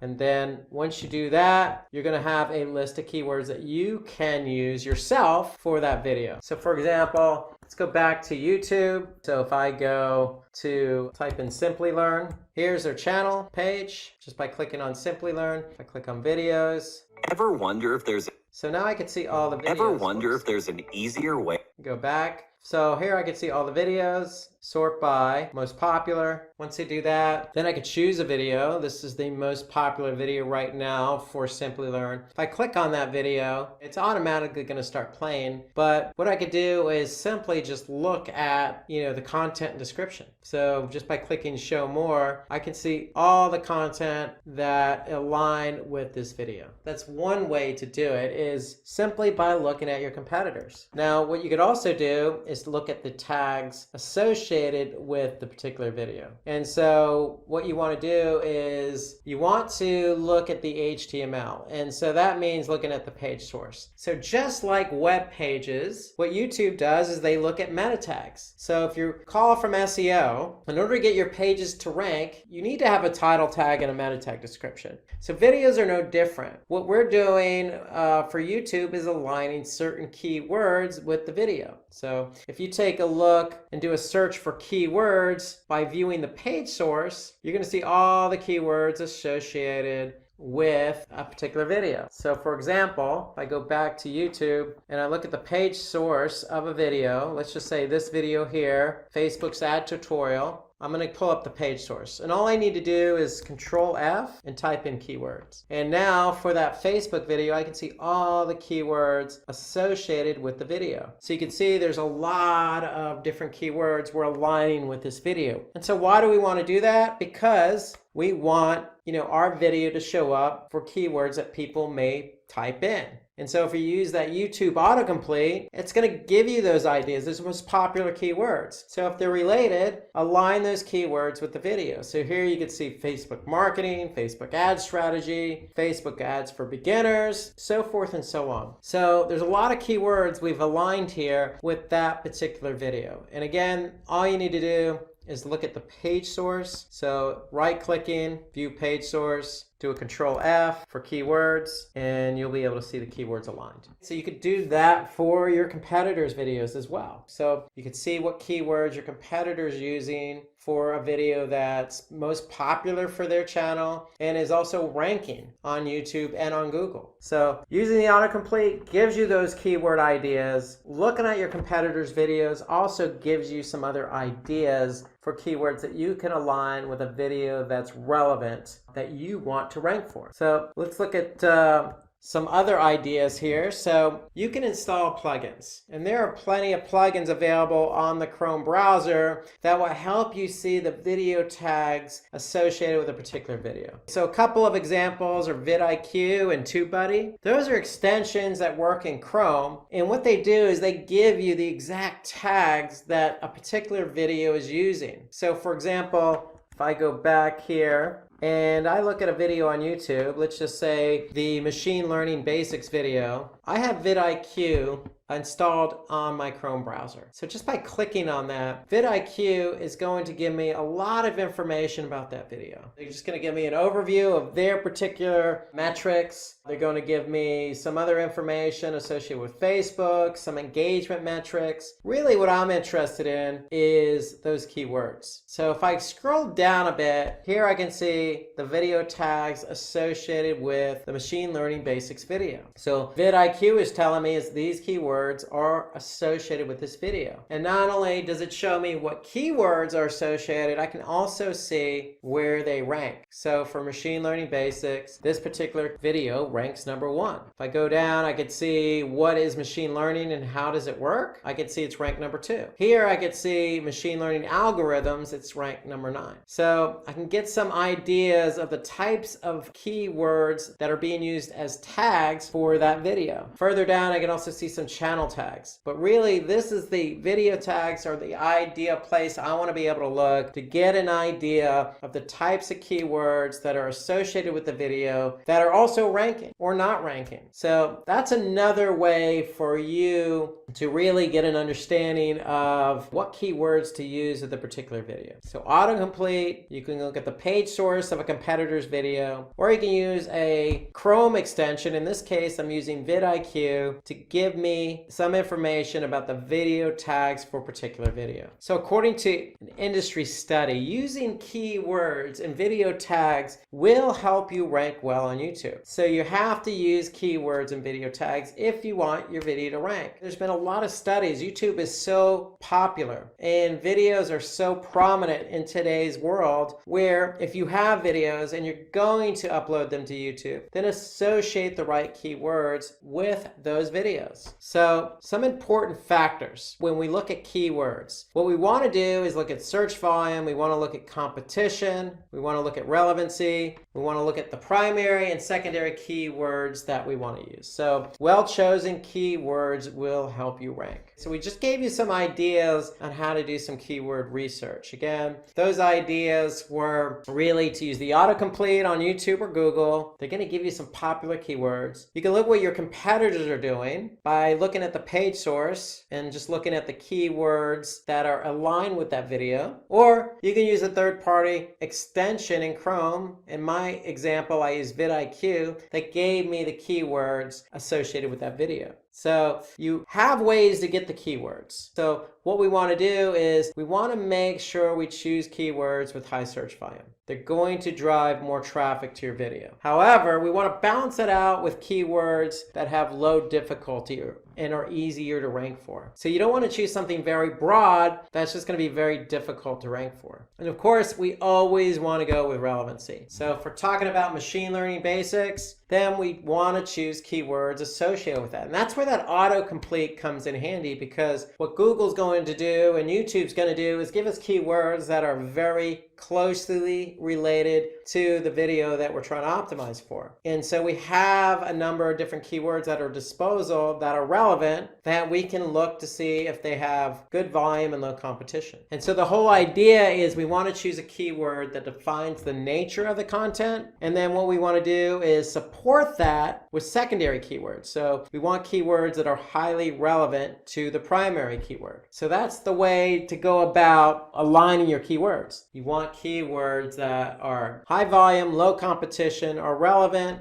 and you want to choose that one keyword that is really what the content's about, and then those secondary keywords that support the primary. So if you have a machine learning video, you could choose your primary keyword as, in this case, the machine learning basics video. So well-chosen keywords help you rank well on YouTube, just like the machine learning basics. So if I go back to our video, our machine learning basics video, if I just type in machine learning basics, I'll be able to pull it up. And so here it is. If I click on it, I'm going to go to YouTube. And so here I can see this keyword. We know humans learn from their past. Is well aligned because it's in the title, it's in the copy, and it's aligned as a keyword tagged with the video. So we know that that keyword has good volume, low competition, is relevant because that's what the video is about, the basics of machine learning. It's an introduction to machine learning. So instead of honing in on just introduction to machine learning, primary keyword is machine learning basics. And then we supported that video with those secondary keywords. What is machine learning? Because somebody who doesn't know what machine learning is probably going to type in that keyword. And then introduction to machine learning is a good secondary keyword because it's explaining the basics of what machine learning is all about. So primary keyword, machine learning basic, secondary keywords, what is machine learning, and introduction to machine learning. So that's the whole idea behind choosing keywords. You want that keyword that really is going to define the content and then support that with those secondary keywords. So remember, when you're performing your keyword research, choose keywords for your videos that Google shows on the video results page. So what I mean by that is your video can get more views if you rank on Google as well.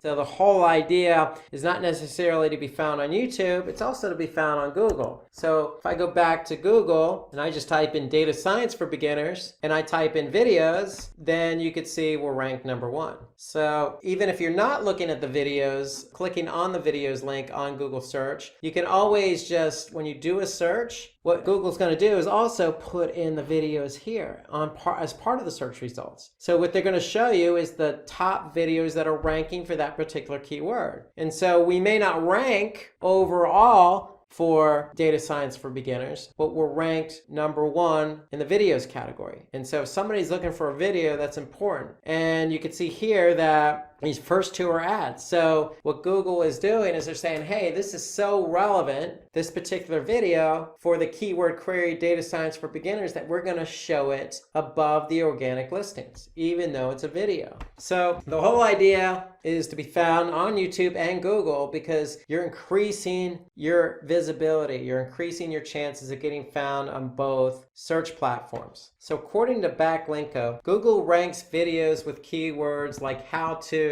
tutorials. So, a lot of the videos that you find on YouTube are going to be instructional based. And so what Google's doing is they're saying, hey, if somebody types in how to or tutorial or an introduction to, anything that's going to signal to Google that it's instructional, it's going to help you rank. So when you search for machine learning tutorial or how to become a machine learning engineer, you're going to get results related to that. Because if you look at these examples, we have machine learning tutorial in our title, or how to become a machine learning engineer. So keep that in mind. If you're creating a video and it's educational in nature, use those key terms like how to and tutorials in the video title, because that will help you rank. So let's move over now to video title. So we want to use our target keyword in the title of the video. And again, we want to make sure if it's educational to include that keyword tutorial or how to. So for every video title, YouTube has a limit of 100 characters. So we really have to pick and choose really wisely. So if we look at the video that we were focusing on a couple of minutes ago, so machine learning basics, here we could see under 100 characters, we have machine learning basics, what is machine learning, introduction to machine learning, and then the brand name. So that is the title of this particular video. So it takes into account the primary keyword, the secondary keywords in the title, and it also includes that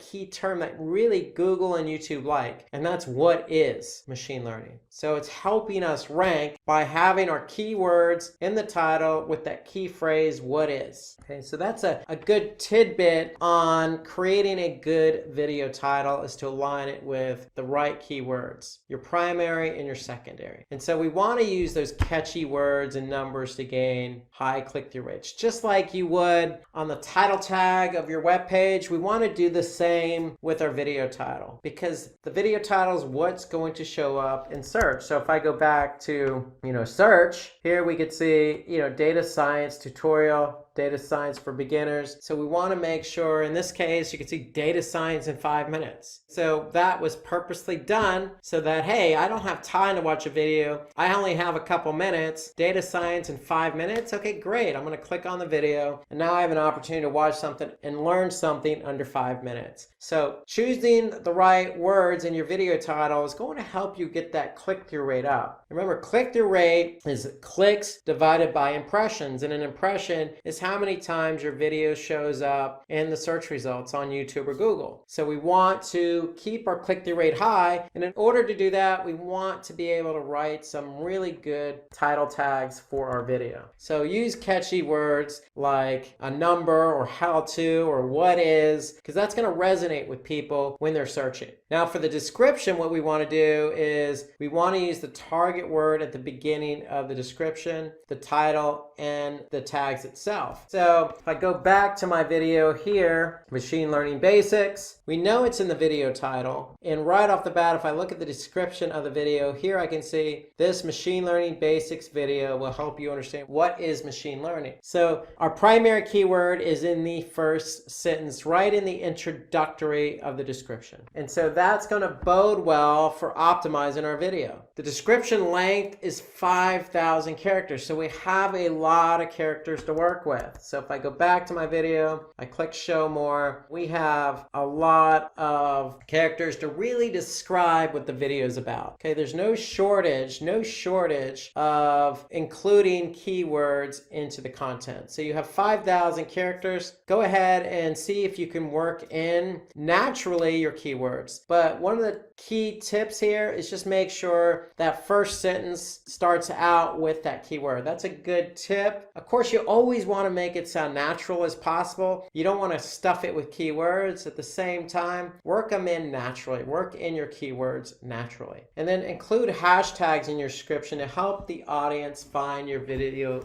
easily. So if I go back here, we want to be able to include hashtags. So hashtags, it's like anything else you would use on social media. It just signals to the end user, hey, this is what the video is all about. And if I go ahead and type in that keyword, then our video has a better chance because it's aligned with that hashtag. And then there's target keywords and LSI keywords, latent semantic indexing keywords. We want to be able to use those keywords as target keywords with our video. So if you recall the example I gave a few minutes ago, we used the Facebook ads tutorial as our example. Here I could see all the target keywords associated with that particular video. So don't be afraid to use those LSI related keywords, meaning keywords that are related to the content. Use them as target keywords with the video. So between your LSI keywords, target keywords, and then using our primary and secondary keyword in the title tag, using our primary and secondary keyword in the description, and then using hashtags in the description, the combination of all of that, if we chose the right keyword, then we should find that our video will eventually rank on YouTube. So just doing these small tidbits with our keywords really help get our video to rank. So at the end of the day, we want to be able to use the tools available to us, YouTube itself by looking at our competitors, those extensions like vidIQ, the autocomplete, to really find our good keywords,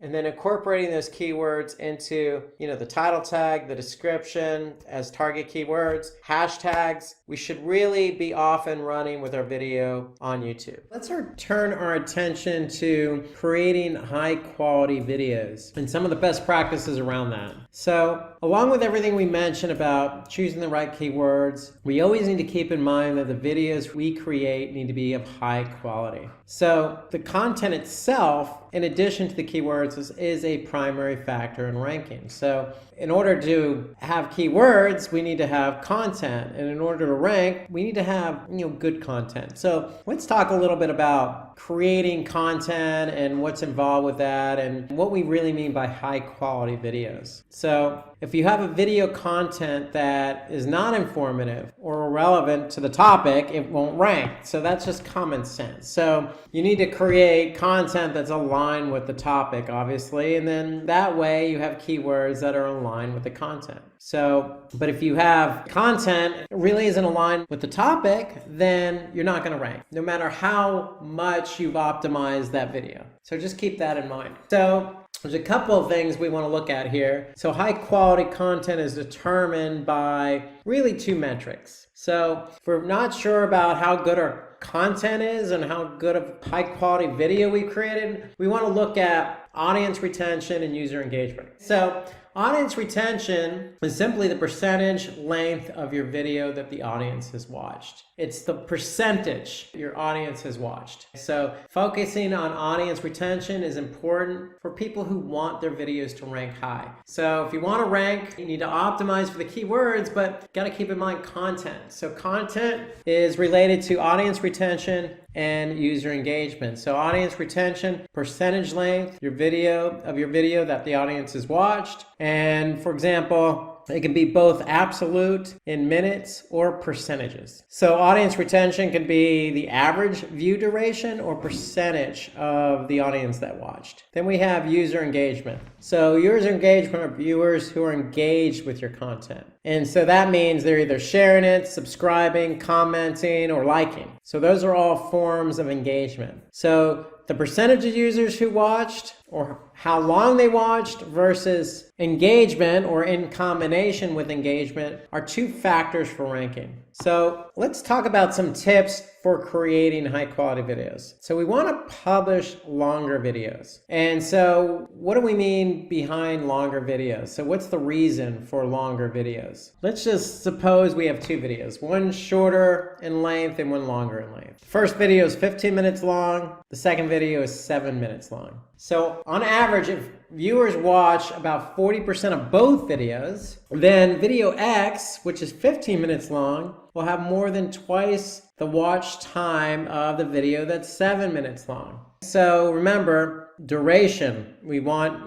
people to watch our videos longer. So if the video is longer in length, if it's 40%, then it's going to have a longer audience engagement, audience retention. So that's one of the reasons, from a metric standpoint. So even when viewers watch, both videos, the time is going to differ. So we want to take into account longer videos for primarily that reason, is because, it gives an end user an opportunity to watch the video longer, and then it's going to help us rank our videos longer. So when we talk about watch time, so if one video has higher watch time than the other, watch time is just the number of views times the average view duration. So another tip is we want to plan our video script. So we want to keep the content organized. My recommendation is, create an outline first. And once you create an outline of how the video is going to flow, then start populating with content. And so to me, that's how you can keep the flow organized, okay, is really with an outline, starting out with an outline. Videos are no different than, say, a presentation. If you've done a PowerPoint presentation, you always want to start out doing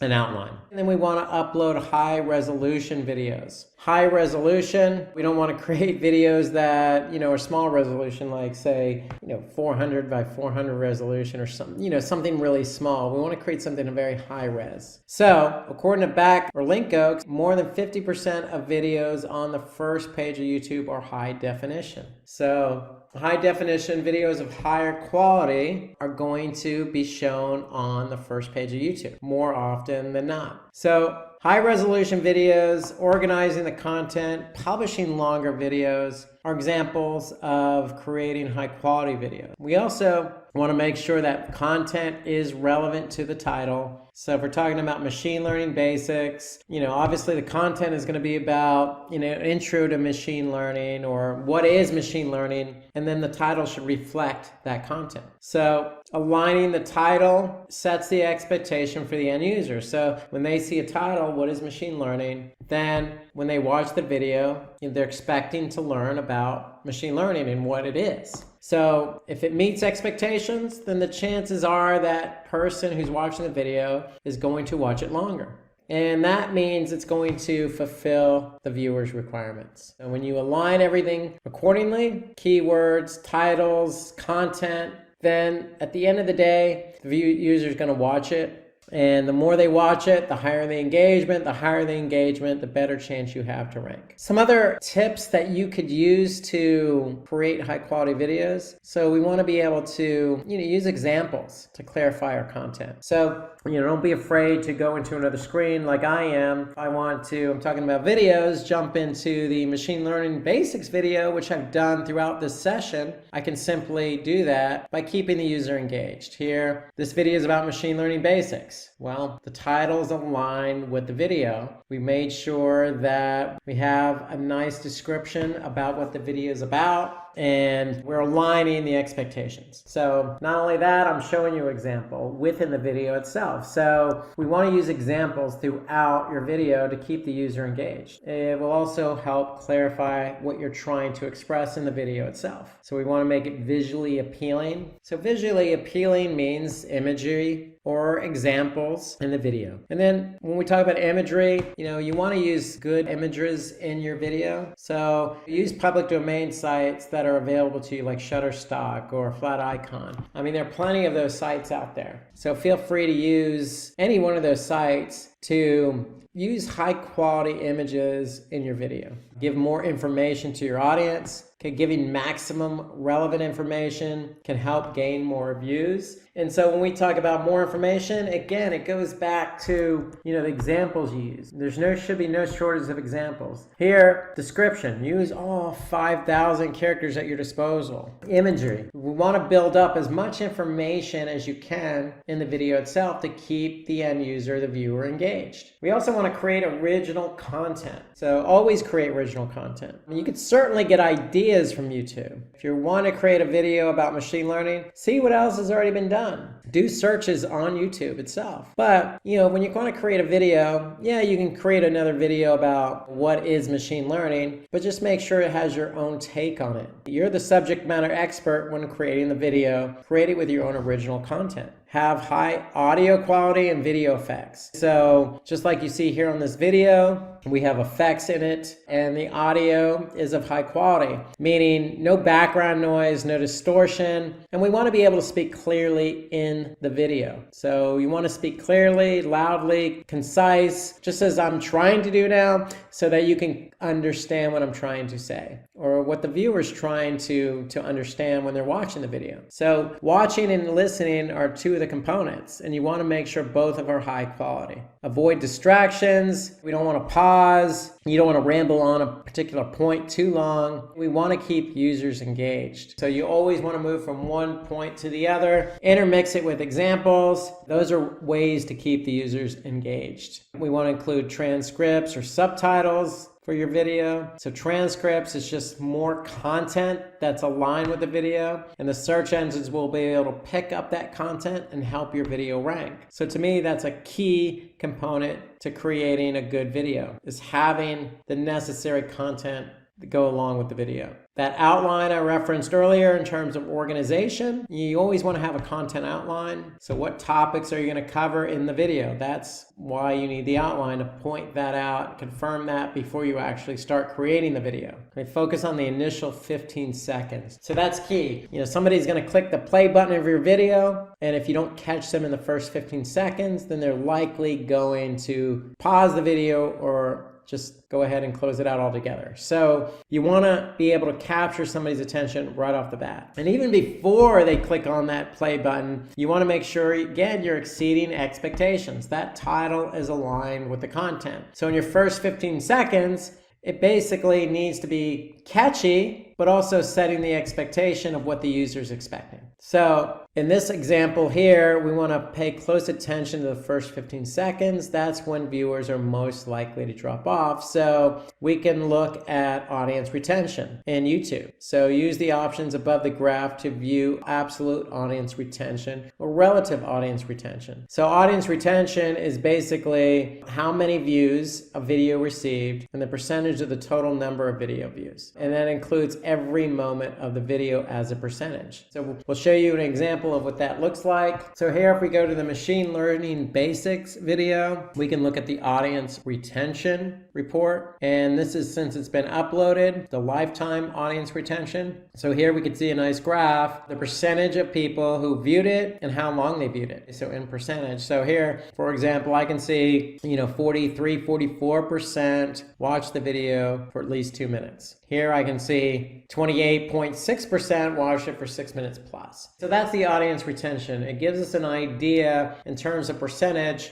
how many people or percentage of people watch the video at what length. So that's audience retention. So we want to keep that number high at the very initial stage of the video. And we want to keep it high throughout. And that's why you always want to create high quality content, using those examples, using imagery, making it organized content, not pausing, going from one point to the other. Those are all best practices to keep the viewer engaged. And then we want to add resources from well-known sites. So throughout this video, we've used Backlinko. There are other sources we've used. So if you have a source, go ahead and put it in your video to add credibility. And then we want to use cards to your video. So this cards is basically a feature that recommends relevant videos to your audience. So in addition to machine learning basics, there could be other videos about machine learning that we can recommend, or YouTube can recommend to the audience. To set up end screens, you want to make sure that with end screens, you can use relevant videos to your audience towards the end of your video. So you can recommend relevant videos towards the end of your video. You can also create playlists. So this is a feature that keeps your audience engaged with relevant content by auto playing the next video.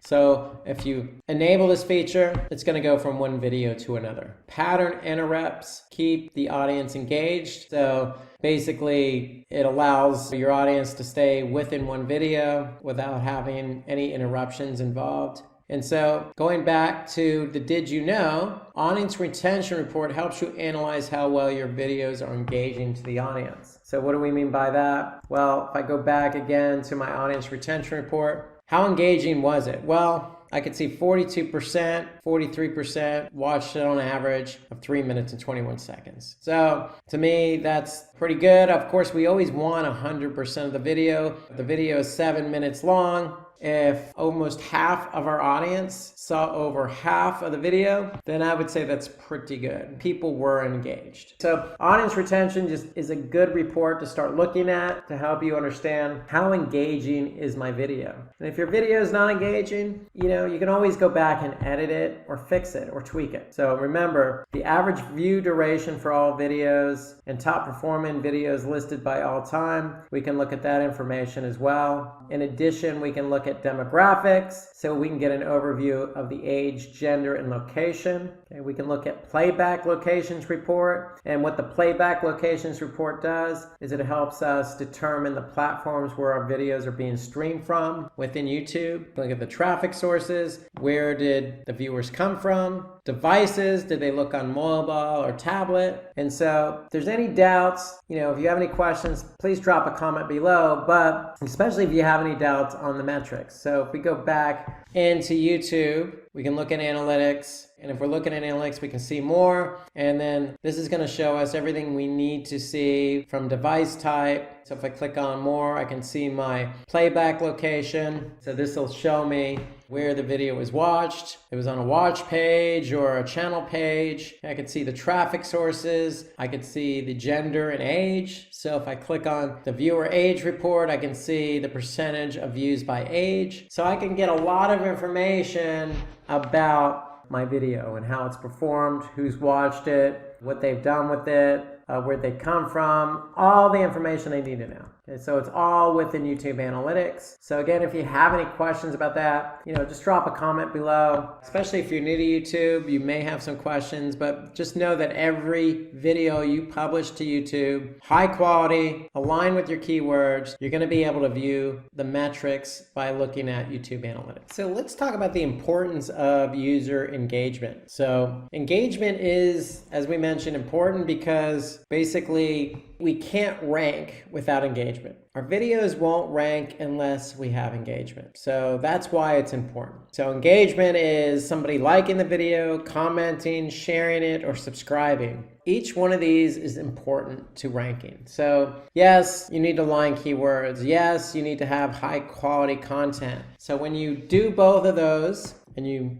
upload your video, then it's up to the viewer. And so the hard work that you put out for the video is hopefully going to pay dividends with engagement. So you want people to do one of these four. Okay, so let's talk about what that means. So how do I get engagement? So we already talked about creating engaging content. So there are a lot of tips to creating engaging content. And so according to WordStream, if your content is entertaining, then over 3/4 of the users are going to share it. So that's part of keeping users engaged, is keeping it entertaining, is part of getting a high quality video. So remember, on that high quality video, when we say entertaining, the audio portion has a lot to do with it. Examples has a lot to do with it. Quality of the video itself has a lot to do with it. So there's a lot of components. So all those components on a high quality video are going to lead to engagement. So parts of what you could do in your videos is conduct a quiz. So meaning the quiz itself is a way to keep people engaged in your video. So that'll also help you get some more comments. So according to Backlinko, video comments help in ranking your video higher. So just as I mentioned in the last segment about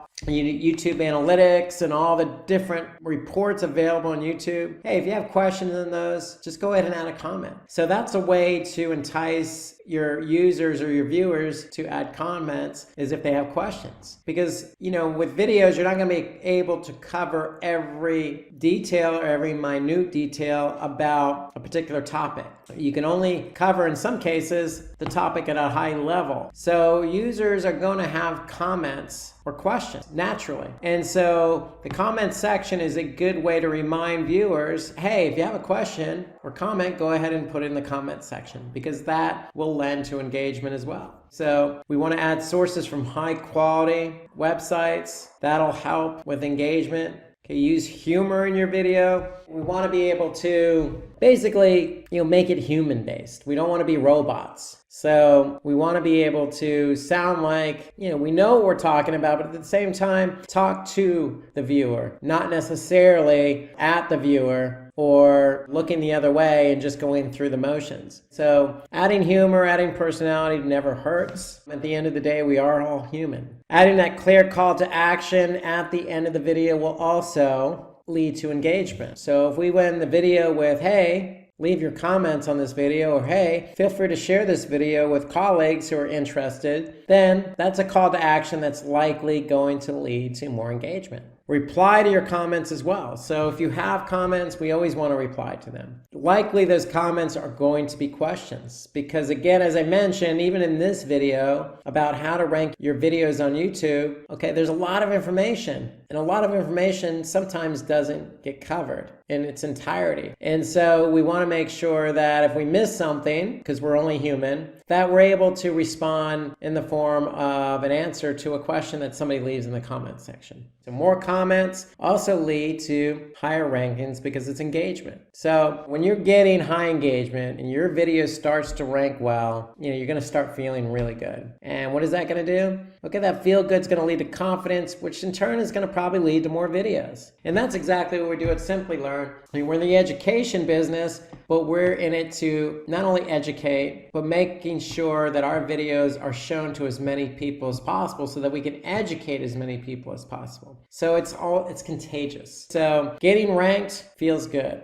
And then once you get ranked, then you probably have good engagement. Okay, let's talk about how to promote your content. So once you've done all the hard work, getting your video done, high quality content, optimized with keywords, and then publish to YouTube, we want to let everybody in the world know about it, right? So we want to promote it. We've done all the work. We want to promote it now. So is it necessary to promote it? I would say yes, because once your video is published, you want to reach out. You want to reach out to your audience, not necessarily on YouTube, but on different platforms. So if you're active on Facebook or Twitter, that's an opportunity for you to post or tweet something about the new video. So when we say different platforms, I am talking about, social media platforms. So it depends on what you're active on. So if you're active on Facebook, go ahead and post something. If you're active on Twitter, go ahead and tweet something. It could be, on LinkedIn group. If you're part of a LinkedIn group about, machine learning, then go ahead and post something to that group to promote the video. So that's going to help drive traffic to the video and then help with engagement. So we want to engage with our audience on those social media sites. So it really depends on what you're active on. So if you have a large following on Twitter, then go ahead and share that YouTube video link on Twitter with the tweet that's going to drive traffic from Twitter to YouTube. Remember, you're going to be able to see audience engagement or retention by getting people to watch the video. So you're going to be able to see right away by promoting the video and driving traffic to the video how engaging it is. And remember, the more people you have watch the video, the more engaging it becomes, the better it's going to rank. So it's an ecosystem, and promoting your content is part of that ecosystem.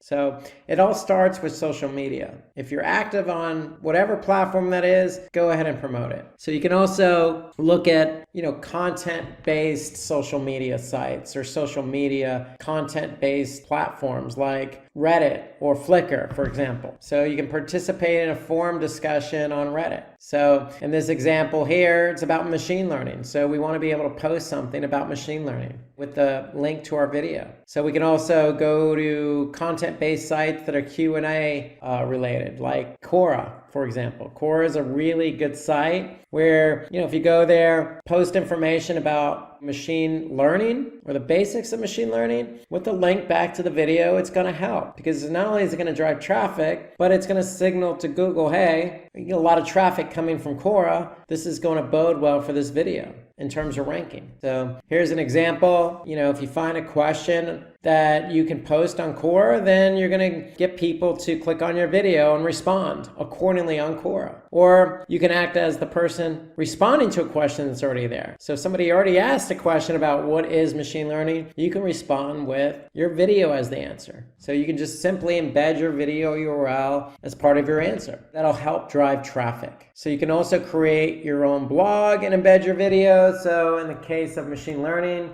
here we have an example. Machine learning, what is it and why it matters? So this goes nicely with the video. So here you can see the person, the author of this blog, went ahead and embedded the relevant video in the blog post. So they play off one another nicely.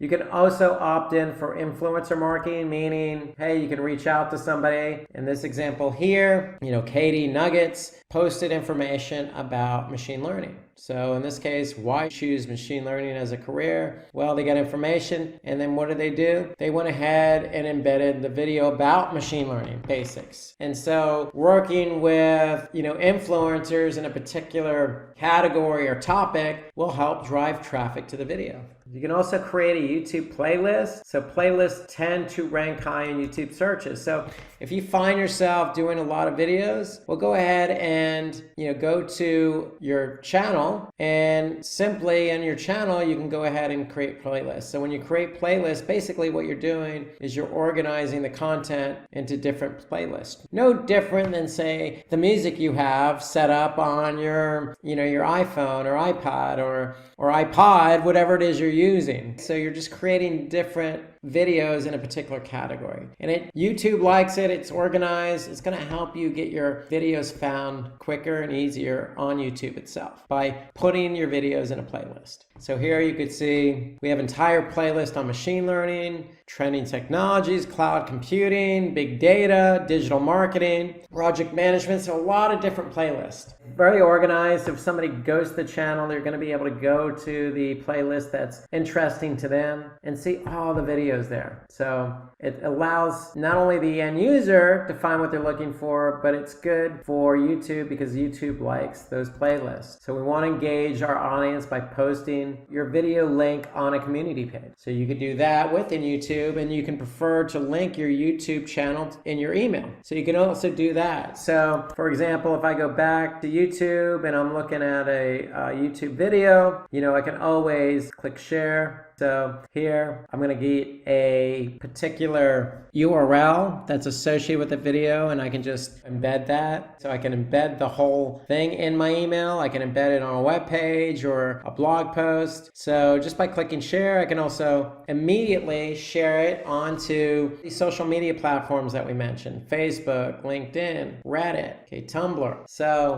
there's a lot of ways to embed the video, not just on a blog post or influencer blog post, but in our email and on social media as well. So here's an example of what we can do with a YouTube discussion. So we can also bookmark the video on a popular bookmarking site, like Stumbled Upon or Reddit, or, there's lots of other ones out there. So there's plenty of sites that you'll be able to go to and bookmark that content so that people can find it. And you can always opt for backlinks. So that means that, hey, if there's a blogger out there that blogs about machine learning, you can always, ask that blogger to create a link back to the video, and you could reciprocate, do the same thing. So that helps increase the authority of the video. So there's a lot of things you could do to promote your video. So let's do a quick review on everything we talked about in terms of ranking your video on YouTube. It all starts with the keywords. So we want to identify a list of keywords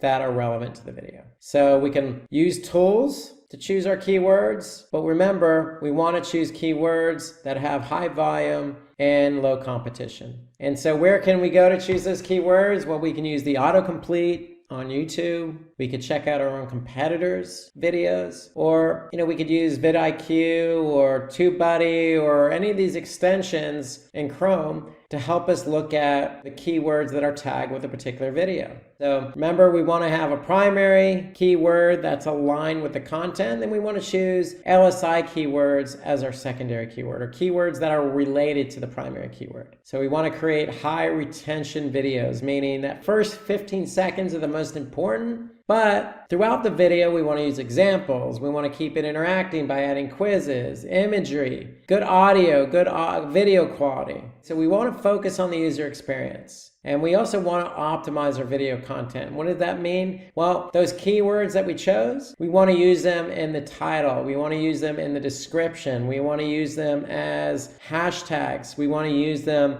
and tag them with the video themselves. So we can add keywords to our meta tag. Okay, we don't want to overdo it, but we want to add a handful of keywords that are associated with the video. So we want to be able to write eye-catchy video titles and descriptions. So remember, use some of those key phrases like a number or a question like, what is machine learning? So we want to use relevant meta tags for the videos, and we want to use popular YouTube tags. So we want to be able to tag our videos appropriately. So watch the length of your meta tags. So there are lengths involved. Remember, keywords at the beginning of the title, target keywords in the title, description, and tags. We want to use interesting thumbnails to increase our click-through rate. Ensure that thumbnails are relevant, meaning when I say thumbnails, I mean the actual title tag itself or the meta description. We want to use high-res videos. We want to create, videos with good high audio quality. Don't be afraid to put in video effects like some animation. Don't be afraid to use examples. And then, obviously look at the draft of the video before you publish it. So does your video follow an outline? Is it organized? So these are all the things to take into account. And there's plenty more you can do. You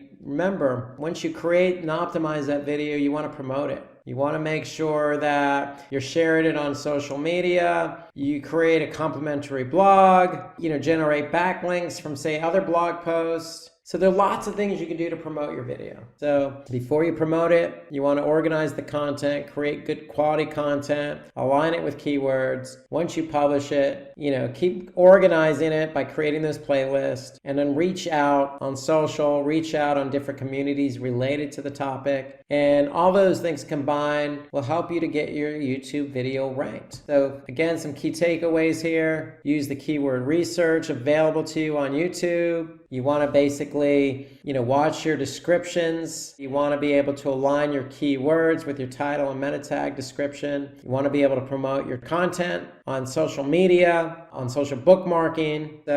And I can't stress enough, create high quality video. First 15 seconds are important, but you're going to know if you have good quality video because every video has analytics associated with it. So we want to keep in mind the engagement. So just by looking at the video itself. So here I can see this blockchain in 7 minutes. It was just posted just yesterday, the 27th. So basically already 42 likes, 33 comments, 378 views. So these are all engagement related metrics. So you'll be able to just look at the front of any video and see how well it's performing from an engagement standpoint. So the better the engagement, the better of a chance you have to rank. In the section on page optimization, we talked about factors that centered on relevancy.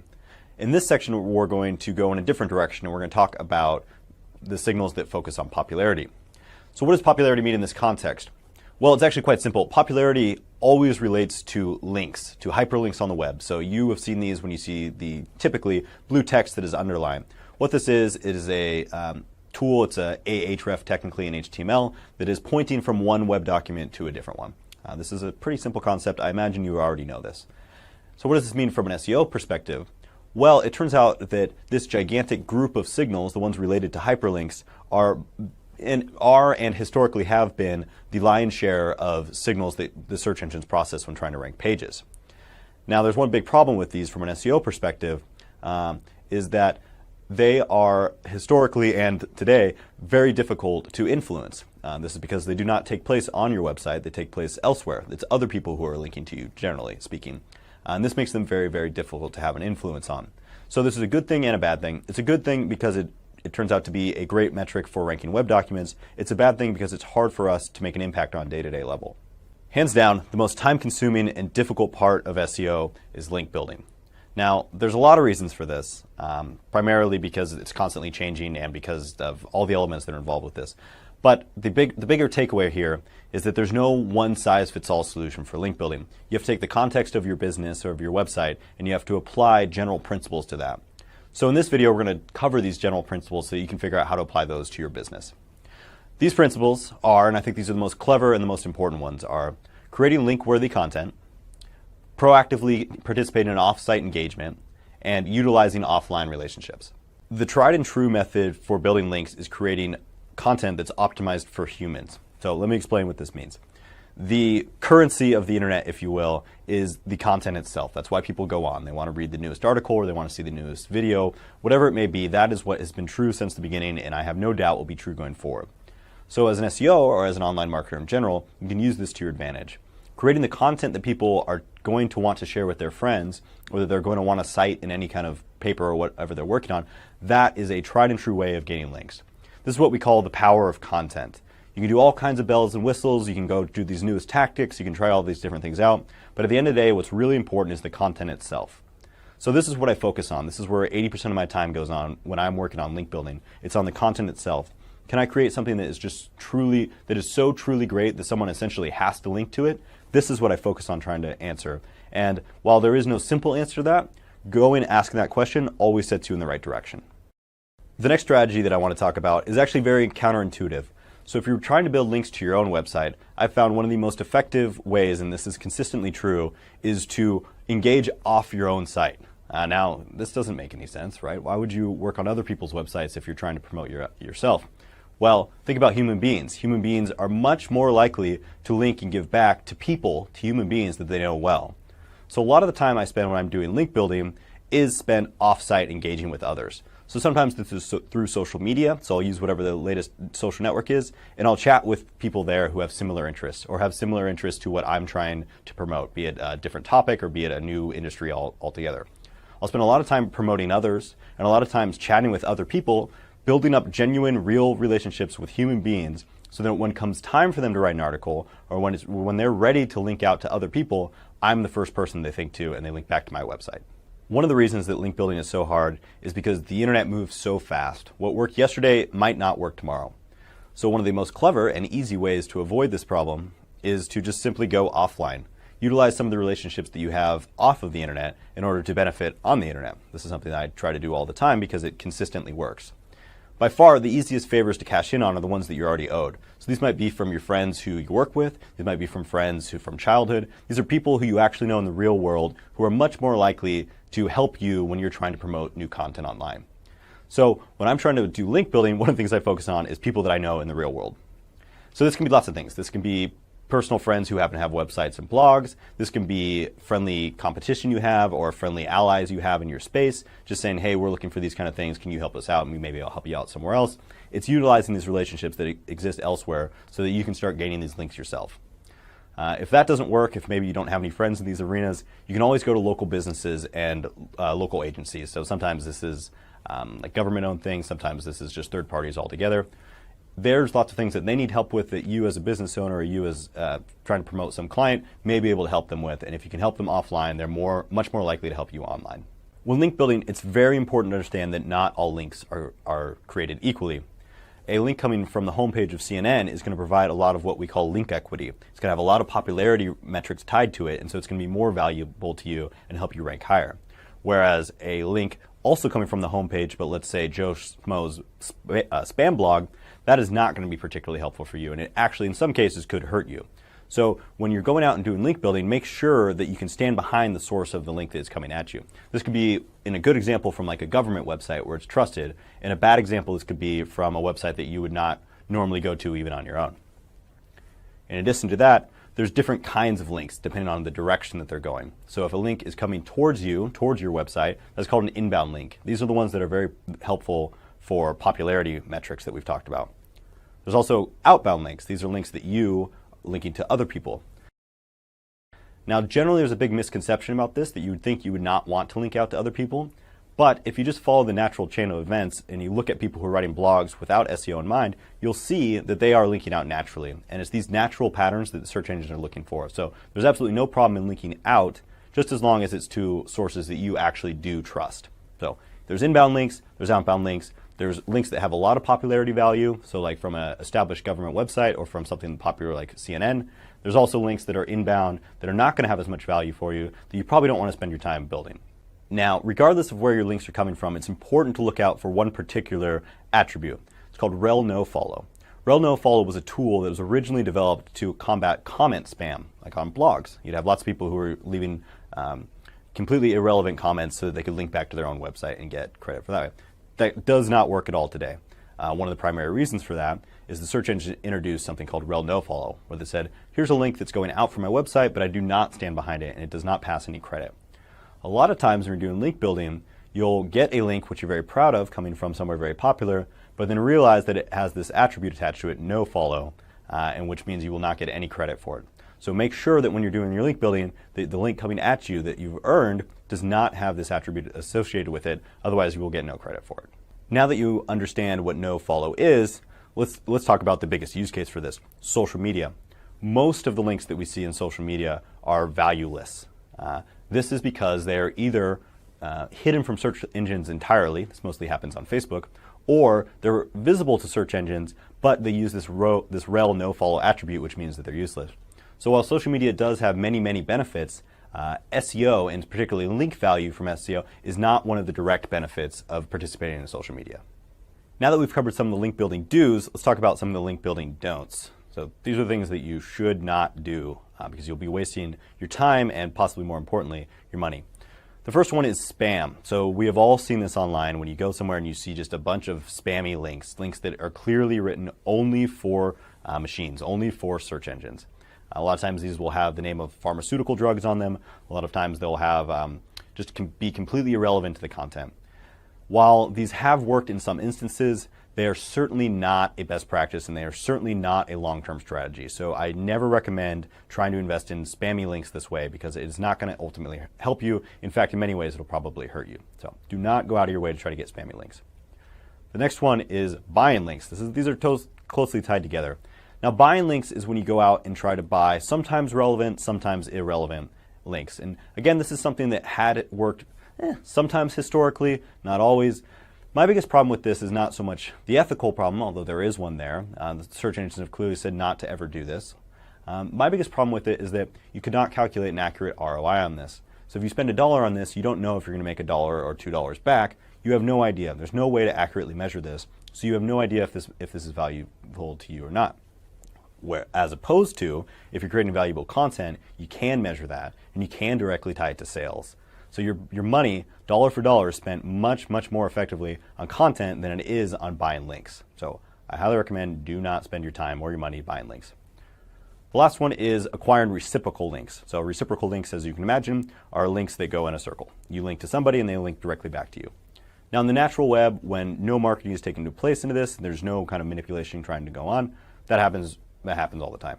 So don't go out of your way and be afraid of this happening. So one news site will very regularly link to another news article and that article might link back to them somewhere else. That happens. So don't stress about this too much. But don't go out of your way to try to build all of your links in a reciprocal way. Or overthinking this by trying to link to somebody else who links to a third party, that third party links to you. Don't waste your time. This is just not a factor that you should worry about. Reciprocal links are not generally as good as one-way links, but it happens so often that it is not worthy of your time or any kind of investment trying to avoid this. So if you are looking to grab a successful career in digital marketing and learn search engine optimization, Simplilearn has got you covered with a wide range of top-notch digital marketing courses. These courses make you skilled in SEO, content marketing, PPC, social media marketing, and much more with hands-on experience in the tools like Google Analytics, Keyword Planner, SEMrush, and there's a huge list on the board. However, 1 year of experience is preferred to enroll in these courses. Find the course link in the description box. The concept of linking is foundational to good rankings and understanding the internet at large. It starts with the premise that good content will be cited by others, recommending it to other people. How we cite and recommend information online is by linking to it. We link to information that we find valuable. Based on that, the search engines assess content by how websites link to one another. So we are going to cover the definition and purpose of links and the different functions that links serve. We'll also look at how links mirror human judgment. We'll look at how search engines evaluate links by mirroring human judgment and how that affects what's called block level analysis, and how where the location of different links and how they are used will greatly affect their relevance. We're going to look at how visitors from different link sources will behave differently based on where they came from, and also how you can measure the effectiveness of links. And finally, we're going to look at both good and bad linking practices. Now, links serve a number of purposes. From a functional standpoint, they usually are our primary means of navigation online. We click on links, we go to different pages, and from those pages we find links to other pages. Links are also a method of citing other content. When we quote somebody, when we use information that we have found somewhere else, we cite that information to give credit to the original author. Typically, online, we do that with a link, so that if someone wants to see the original source document, it's available to them. That also helps to provide credibility to you, credibility to the author of the original source, as well as assigning importance to the knowledge that came from that original source and the authority of the original source. Links also provide us with a clear structure of how our websites are built, how the pages relate to one another, and how organized the information can be. So let's break down the functional part of a link. This is important if you're going to be developing anchor text and linking to understand the structure. The Ahref equals is the start of the link tag. What you are doing is developing the reference of where the document is contained. That's the href. Reference is what it is short for. What comes next within the quotes is the location of the document. Now, this can be a full URL, or you may just be linking to a document that's on the main root level of your server. This is the full location where you can access the document. And so you're putting the name of the document, the extension, so that it will be linked. The next part is what I have in caps. You'll notice off to the left, I have something in all blue text and underlined, which most people will recognize as a link.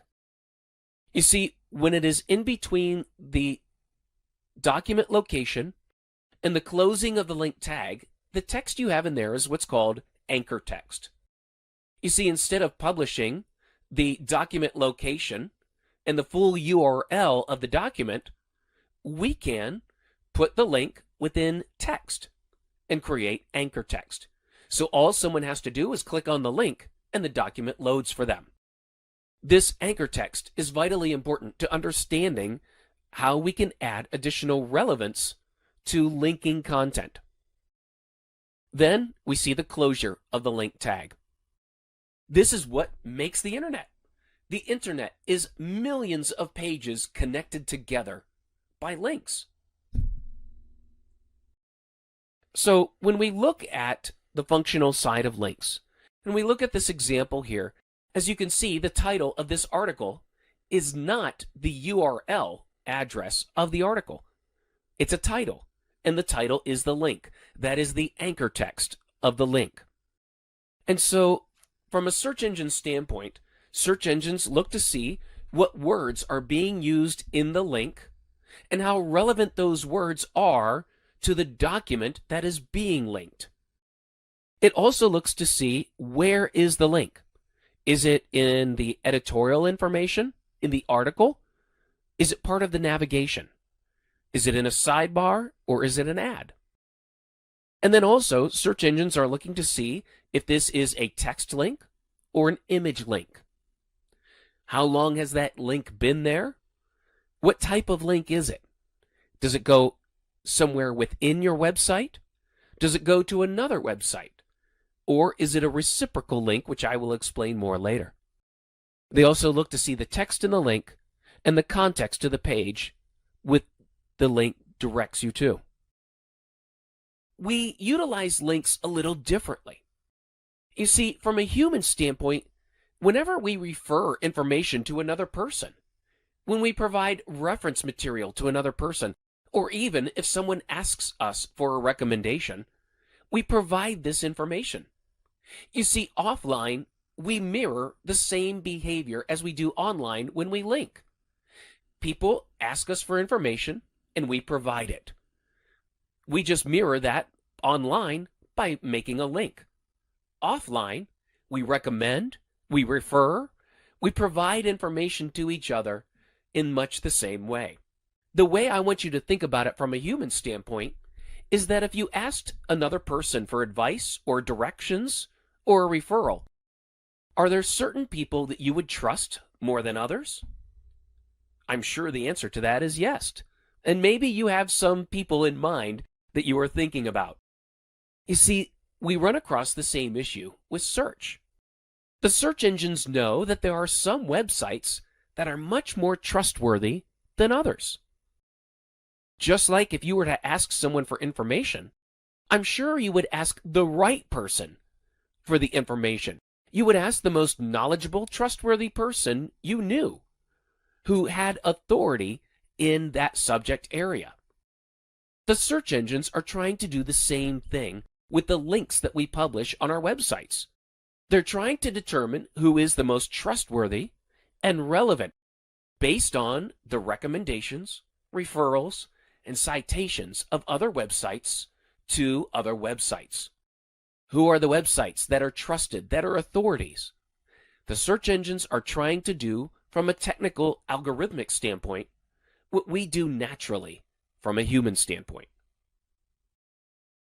Now, from the human side, as I had said before, we need to think of links as information that we receive from other people. Word of mouth advice, information, directions, recommendations.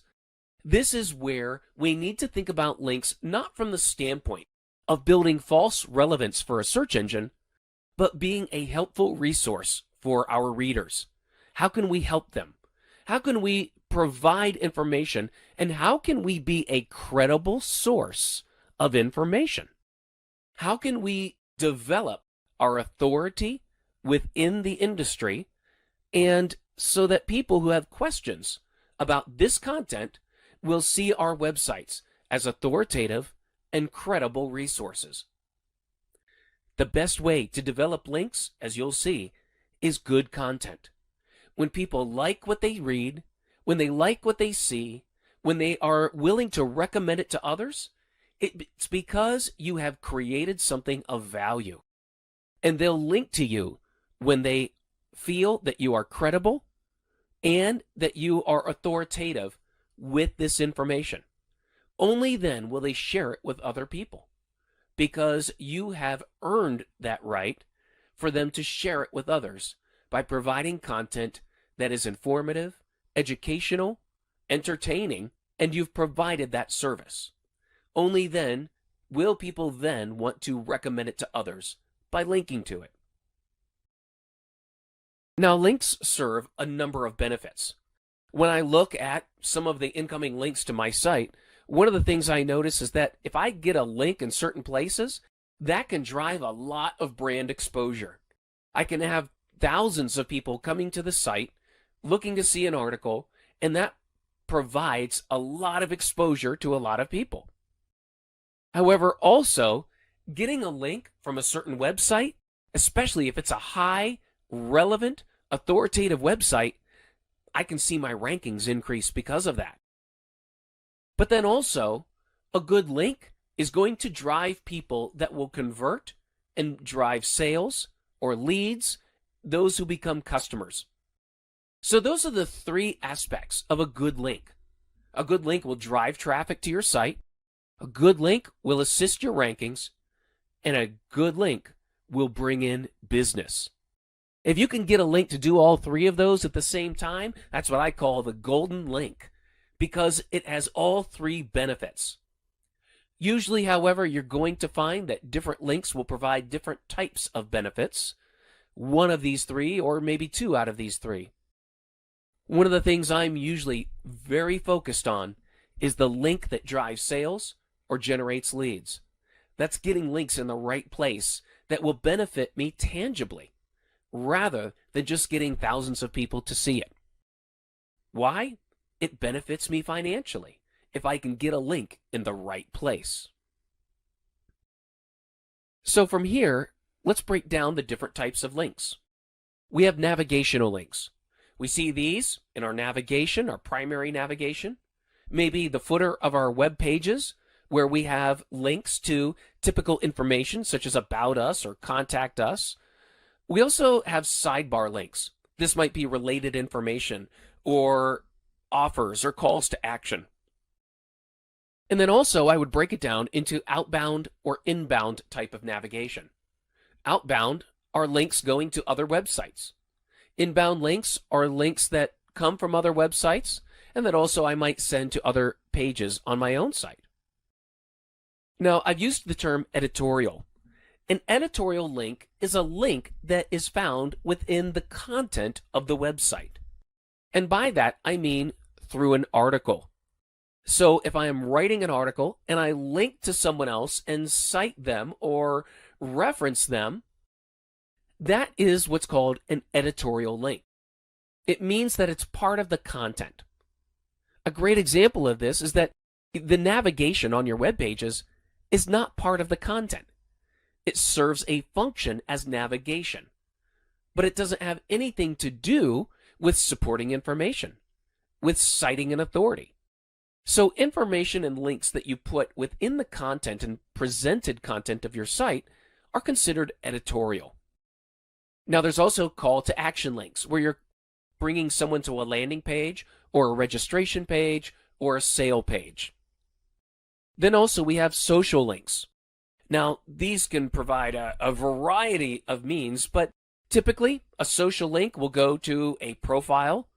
Maybe it's a username that takes you somewhere else, or a comment, or maybe just an image or something that goes to a social site or that you have placed on your own site as well. Either way, it's all contained within that social network. Even though the links are going on and off your site, they tend to be controlled in that social environment. Now, I've used the term reciprocal link. Now, this is something very specific. A reciprocal link is one where you would go to somebody else and you would make a trade, such as, if you link to me, I'll link to you. And maybe you put those links on the home page, or maybe you create a page just for that link. You see, sometimes it just doesn't make sense. And so the search engines will see that you've linked to each other, but if there's no contextual relevance, most likely you won't get any benefit, because you've agreed to link to each other for the primary purpose of boosting rankings. Now, this is not to say that two websites can't link to each other, because there is some relevance. We'll look at some examples of that later on in this module. Also then, we have advertising links.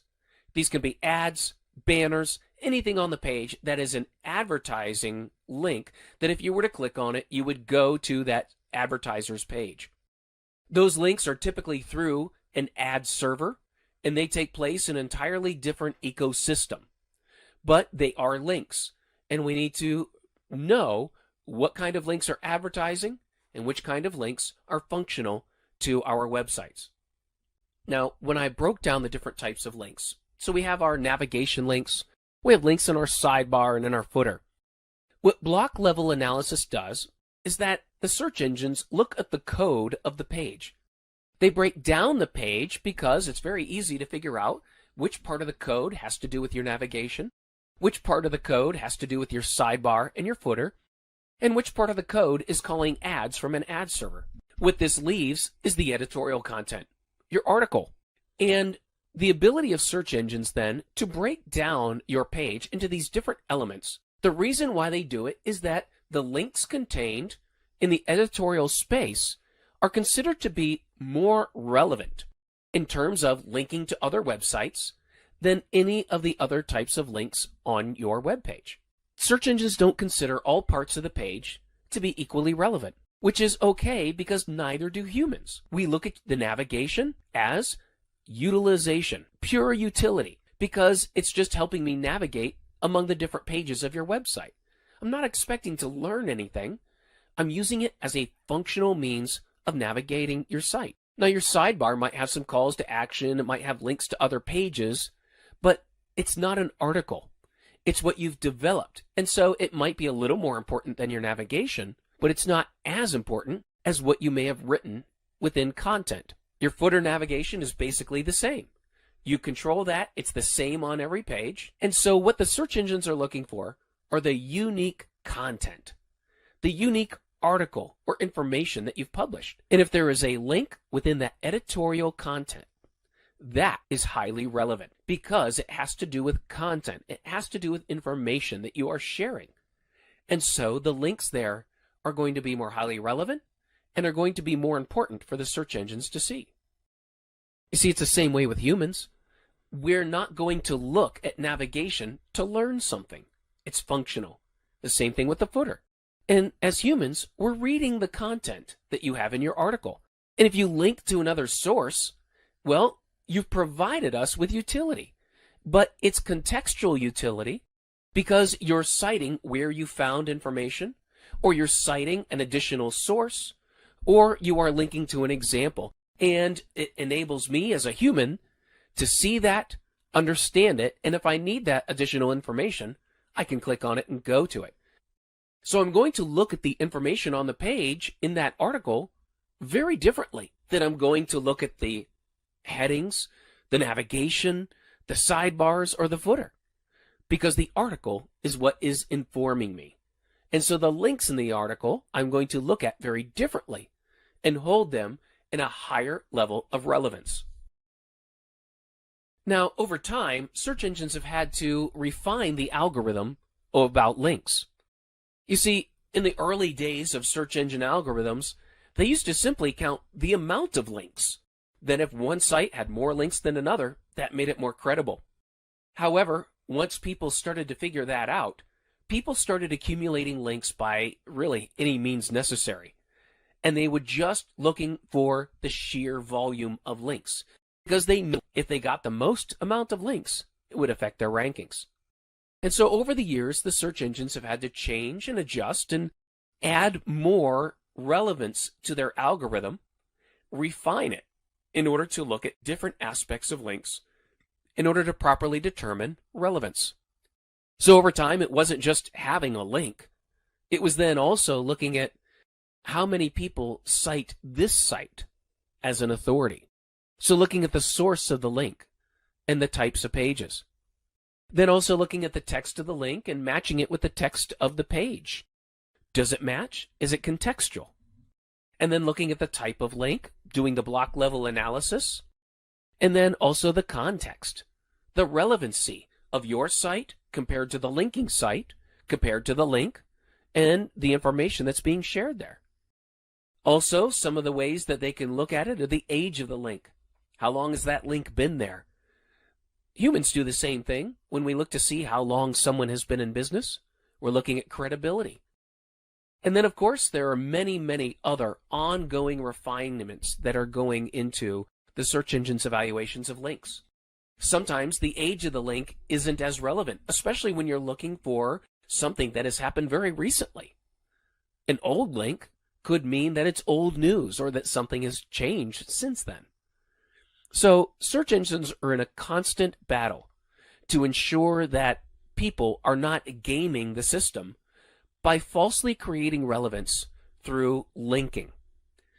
The link relevancy and the algorithm is all about trying to determine who is the most relevant and credible within this area.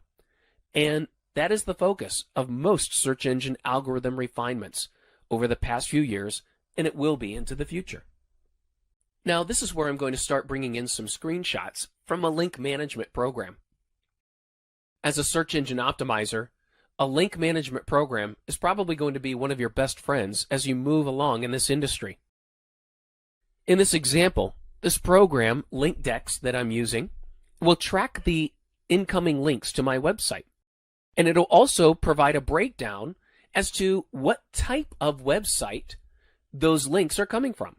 So I can see how many links I have from blogs, how many links I have from news sites, how many links from wikis, how many links from directories, forums, social media, public relations sites, articles, or additional resources. Then I can also add my competitors, and I can compare where I stand in terms of the amount of links from each source and where my competitors stand. In this way, I can be sure that we all have a similar link profile. You see, if my linking profile looks vastly different than all my competitors, the search engines are going to see that as well and know that something might be different with me, good or bad, and that's going to raise a red flag. So I want to look at the linking profile because every industry and almost every business's linking profile is going to be a little different. But especially among industries, we see that linking profiles, that is, the amount of links from different sources, is going to be slightly different for every different type of industry or business. So this helps me understand where my links are coming from, which is vitally important because from a business standpoint, one thing that I've tracked consistently in analytics is that people will act differently, and also I can predict which source is going to send me the best customers. You see, just because someone comes from a link doesn't mean they're going to buy or become a customer or really become a lead. Many times, they're going to come, look at your information, and leave. And based on how they come to your site, whether it's through a blog, a directory, a forum, or a news site, has a lot to do with how they view your website. And it's all about the context. You see, this is what I've learned over the years, is that people will behave differently based on how they find the website. What I found is that people from blogs, news sites, and articles, they tend to stay longer, do more, and have a higher chance of conversion, of becoming a customer or a lead. The main reason is because blogs and articles, they have a lot of context. It's an article. Someone has taken the time to write some information out and then link to my site, which means there is a highly contextual reason for someone to click that link. Also, what it means is that there's a lot less competition for that link when my link is in that article. Compare that with social news or any type of social site. You see, when you're on a social site and you're looking at your social stream of information, there's a lot of different people competing for your attention, a lot of different things. And it's not just in one subject area. It's usually from multiple subject areas. And so the context is very low because there's a lot of different types of information and the competition for your attention is very high. Because of that, people from social sites or applications tend to visit more often, but they only tend to view one page and leave immediately because they're looking to see what was interesting and then they move on to the next subject. That's the difference between how people react based on where they come from. And so when I'm measuring links, I'm looking to see which links do I have, what's the source, and then how do those sources behave differently from one another, and why. You see, if I find that I'm getting links from sources that people are staying longer, doing more, and converting at a higher rate, then I'm going to continue to focus on building links in those areas because it directly affects how I monetize my website. So here's a strategy in building links. One of the things I'm looking at is the source of links. Like I said, if I can find a link source that's providing visitors that will stay, look at my content, engage with the content, and eventually convert at a higher rate than other sources of content or visitors, then I'm going to focus on that source. And so I'm going to look at some high authority websites, whether they're industry publications, news sites, education sites. Those are what are considered high authority. Blogs, articles, news sites. That's what I'm looking to do. I want to find the most authoritative website. And sometimes it happens naturally. If people that work at those websites or manage those sites, if they find you and they like your content, they'll link to it.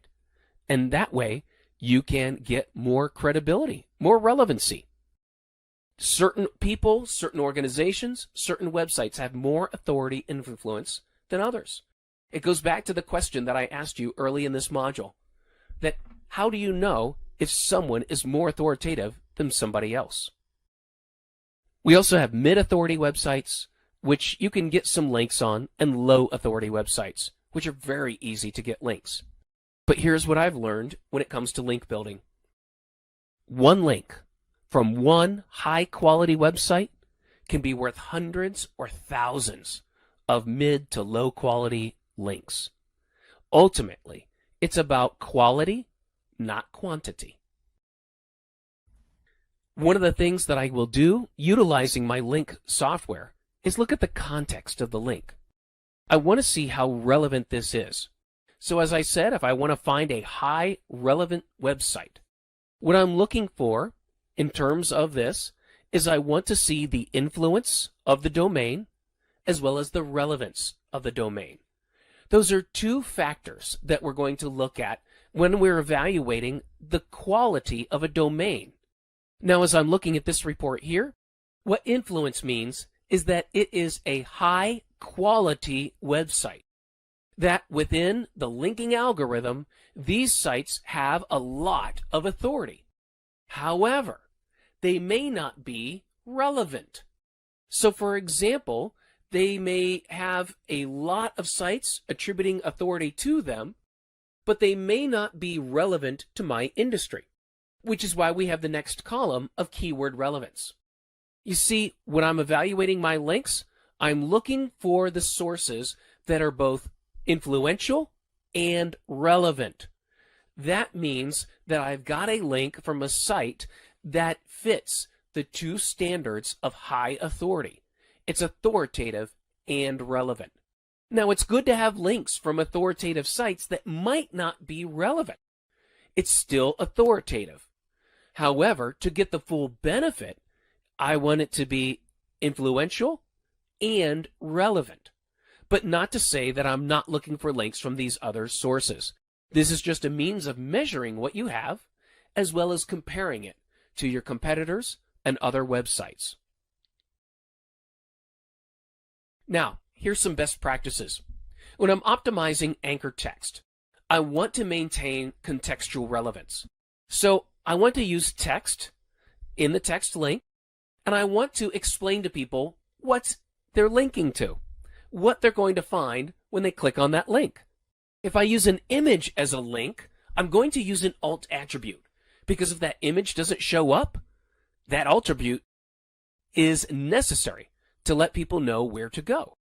But also, I do get a little tiny bit of benefit by using that alt attribute within the image link. I also want to look at the relevance of the source page that I'm linking to and make sure contextually the link text, and the content of the page is contextually relevant to the destination page. I also want to be sure that I don't overuse the keywords, that I don't make multiple links to the same destination, that I don't use the same anchor text over and over. I can be downgraded or even penalized by the search engine algorithm if that is found on my pages. So as an example, instead of using click here for a how-to article, I might use the exact phrase of how to fix whatever it is and use that as the link to the page that has the content. That's a simple way of looking at anchor text. Am I directing someone to additional information? If I am, then how can I present it to them so they know exactly what they're going to find and link it appropriately? I look at it as developing the next step for your readers. Where do you want them to go? What do you want them to do? What resources do you have available to them? How can you structure them so that they're easily understood and you're explaining the final destination? Like I said, if you overuse anchor text, you can be downgraded or penalized by the search engines. So what I will tell you to do is, number one, avoid overstuffing anchor content. That means needlessly repeating keywords in the anchor text. Don't do that. Avoid being redundant, meaning don't have 4 or 5 or 6 links with the same anchor text going to the same page. That's a clear way of letting search engines know that you're going overboard. Don't just randomly place links throughout your text just to get the link. Ask yourself, are you really helping the reader find the information they need? And do it once. And then also avoid extremely overly promotional words within the link text, such as best, expert, cheap, number one, those types of things. So a couple examples. We can say for travel advice, click here, but I would say, here is my travel advice and link travel advice. Rewrite it. Be creative. If it were easy, everyone would be doing it. But this is where you can write things in a better way to get the attention of the reader and position it as a resource. Also, utilizing your URL as the link, or as the anchor text as well for the link in order to get that click. As I've got it here, I would not recommend that you use that. I would recommend that you avoid that. Also, the third line, to check out the best website for iPhones and iPhone accessories. Utilizing overly promotional words is one of those ways that you can easily get caught by the search engines. Now, for future considerations when it comes to links, realize that the majority of algorithm changes are link-based evaluation refinements, because people are constantly attempting to fool the search engines and develop a false link profile. You should work to create high-quality links with high-quality content. I wouldn't chase after poor or low-quality links.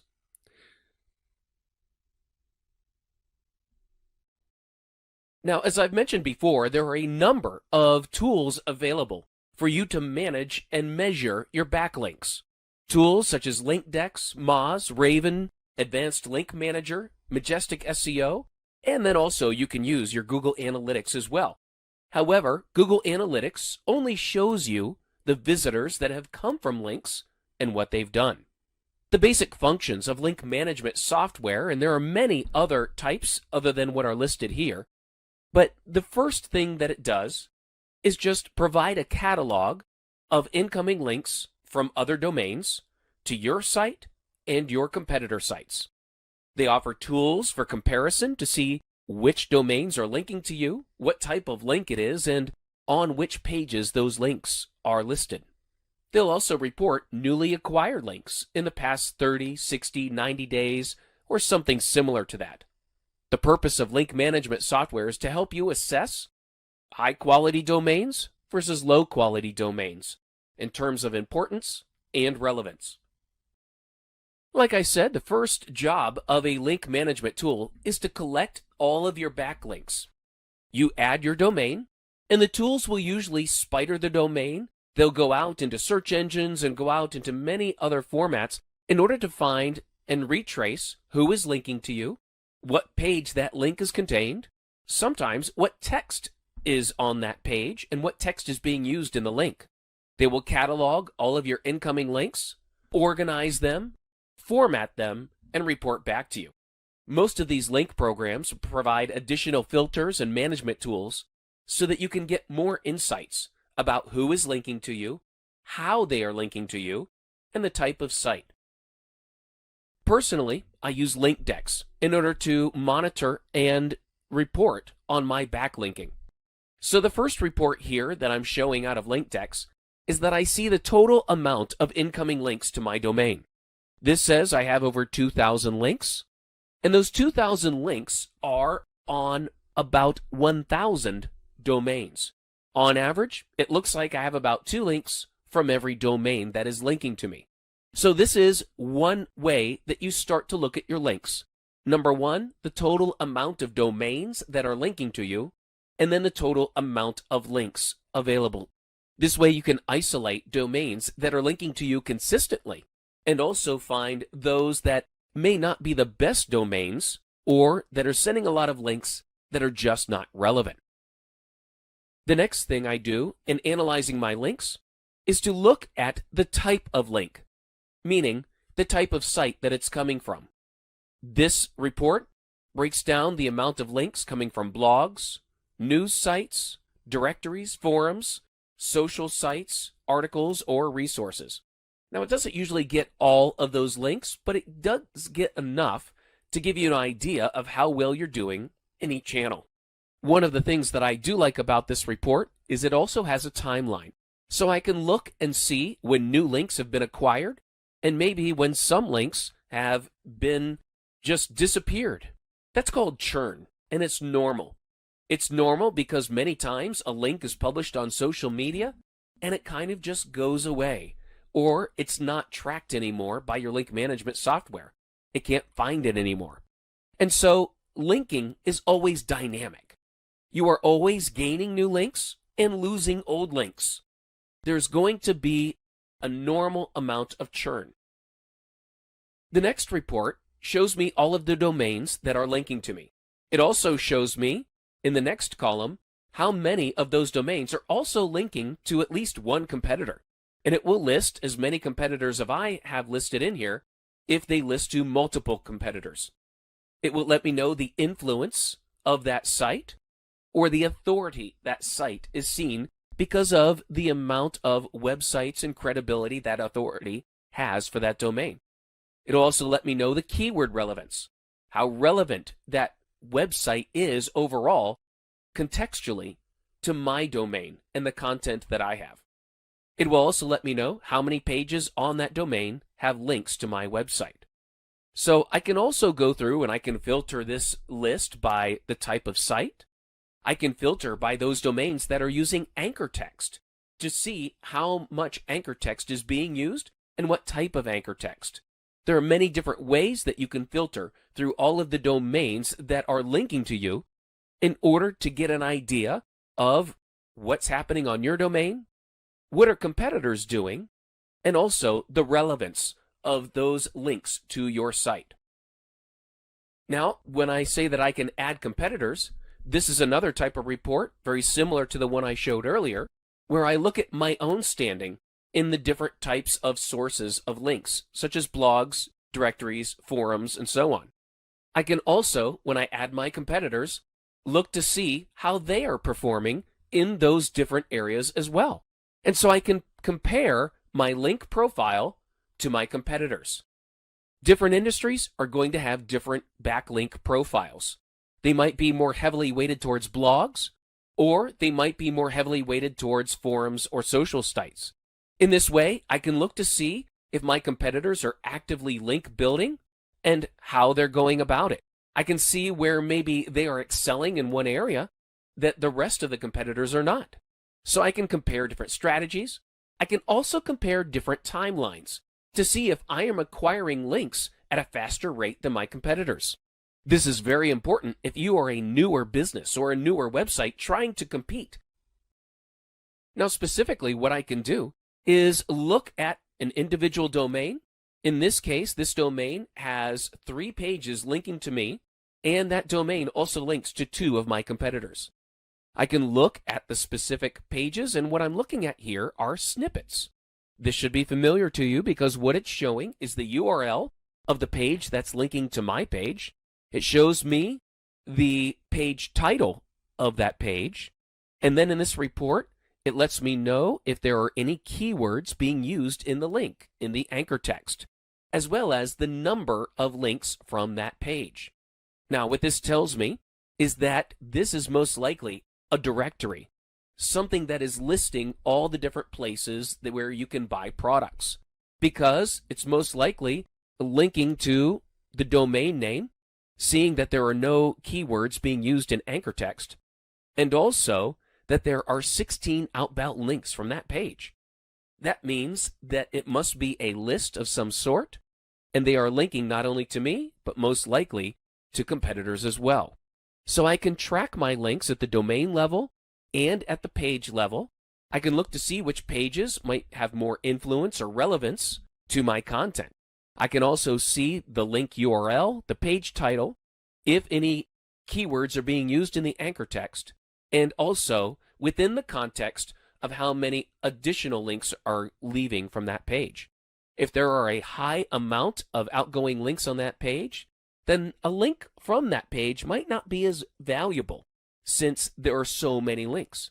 The less links there are coming out from that page, the more it will benefit my site because I'm getting more benefit from less links.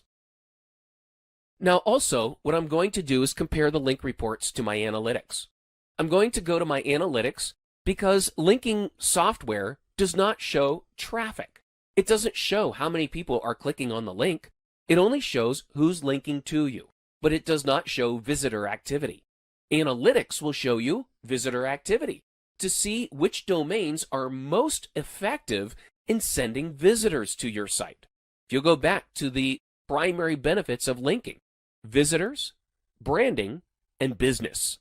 Analytics show me visitors and business. It shows me which domains are sending me visitors and which of those visitors are becoming customers. So what I can do is go to Google Analytics, look at all the domains that are referring traffic to my site. I can also click on the domain and see the destination page that they are linking to. I can see how many visitors are coming, either monthly or annually, how often they're coming back, whether they're new users or repeat users, how long they stay, how many pages they view, and how many conversions as a result of those visits. This is a great way to get a 360-degree view of your linking. Because not only do you want links that will help you rank better, you also want links that will send business and customers to you as well.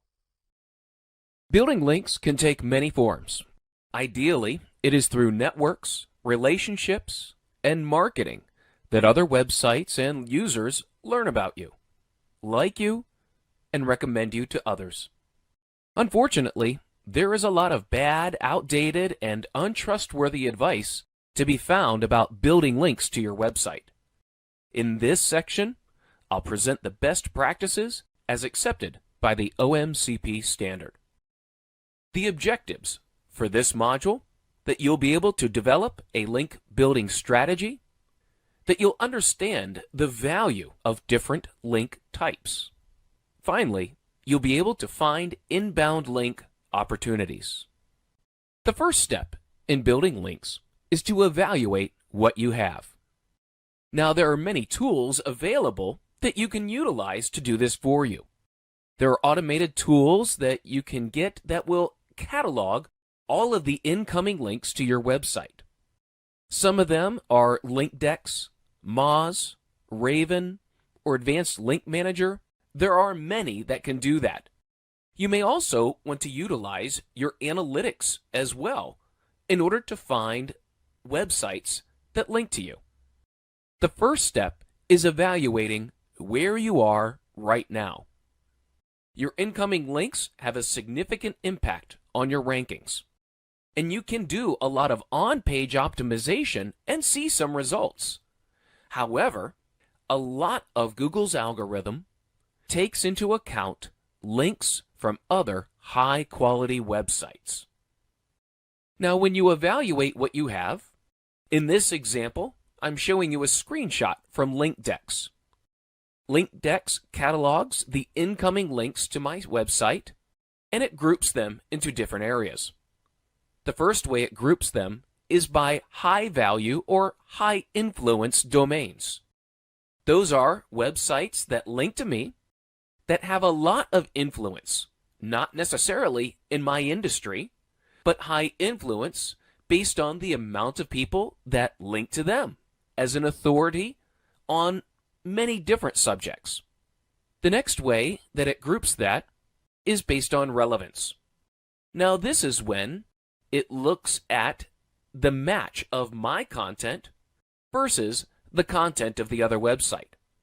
In the first example, we can see the National Library of Medicine. It is a high-influence website because it is a government website with a lot of information that is cited frequently. Because of the amount of other websites linking to that site, it has a high amount of influence. Now, based on the website that I am measuring, there is a lot of keyword relevance, meaning that that National Library of Medicine site with the government has a lot of content that's very similar to my site. A lot of the same keywords are being used. So, not only is this website of high influence, it also has a lot of relevance. And that's key when evaluating my backlinks. I want to look at which websites are also referring traffic.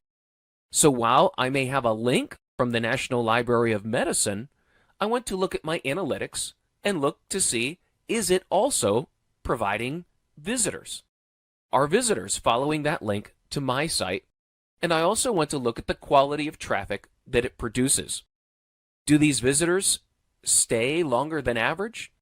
Do they convert more than average? I want to look at the quality of traffic based on the source. Next, I want to look at the incoming links from those other websites. Number one, I want to make sure that the incoming link from the other site is both accurate and relevant, meaning the text that is used in the link, is it accurate to the content that will appear on the page when the visitor clicks that link? Is the content relevant? This is especially relevant if I have updated my website, changed the content, or moved things around. I want to be sure that that incoming link sends visitors to the appropriate page and the appropriate information. I also want to ensure that that link is worded correctly, that it uses the right words, that is sending visitors and setting expectations of the content that they will see. I may need to contact the website manager or owner and maybe ask for a better link text or a more accurate page destination. Now, this requires some interaction with the owner or manager of another website, and you always want to be respectful of their time and not demanding that they make any changes. In some cases, the organization may be so big you may never find the right person in order to optimize the text or the destination of that link. You always want to look for accuracy in cases where your company or website name is utilized in the link, but also if there is any contact information such as address, phone number, a description of your business, and any content. Make sure it's accurate and it all points to the right place. Another way to look for links is to simply go to a search engine and start doing searches. Search for your company, your business, your company name, and look for websites that may mention you but do not have a live link to your website. Many times your company will be mentioned or cited, but there will not be a live link. You can only find these through doing searches and seeing which websites mention you without linking to you. Now, this could be an opportunity to get an easy link, especially if you can find some contact information and finding the right person that could add a link to your company information. Again, you'll need to be polite, ask for their help, and it will help it if you can develop the link along with the link text and send that over, giving them just a quick and easy edit to be able to add the information. So make it as easy as possible. As an example, I've provided a sample request format. Again, you want to be polite, you want to be inviting and respectful of their time and their management. Sometimes, like I said, you may find the right person that can help you. However, the larger the company, the more difficult it will be to make this happen. This just requires your patience and, again, being polite and not expecting the company to do what you are asking. Many times, this is just a formality, and sometimes companies will act on it. So be sure to approach this with the right expectations. The next thing I want to look at are business listings. These are the easy ways to establish links and ensure that links are where they should be, and also opportunities. Look for business directories, especially if your company has a local presence. You can utilize Chamber of Commerce lists, association lists, or local listings. If they are on websites, see if they offer links that can go to your website rather than just the list of businesses that are in the area. Even on a larger level, you can look for associations, directories, or listings where you can add your business or double check if your business is there, and always ensure that your business name, address, phone number, and URL are correct, complete, and consistent with other listings. The next level will require some active marketing, and that's where you search for opportunities.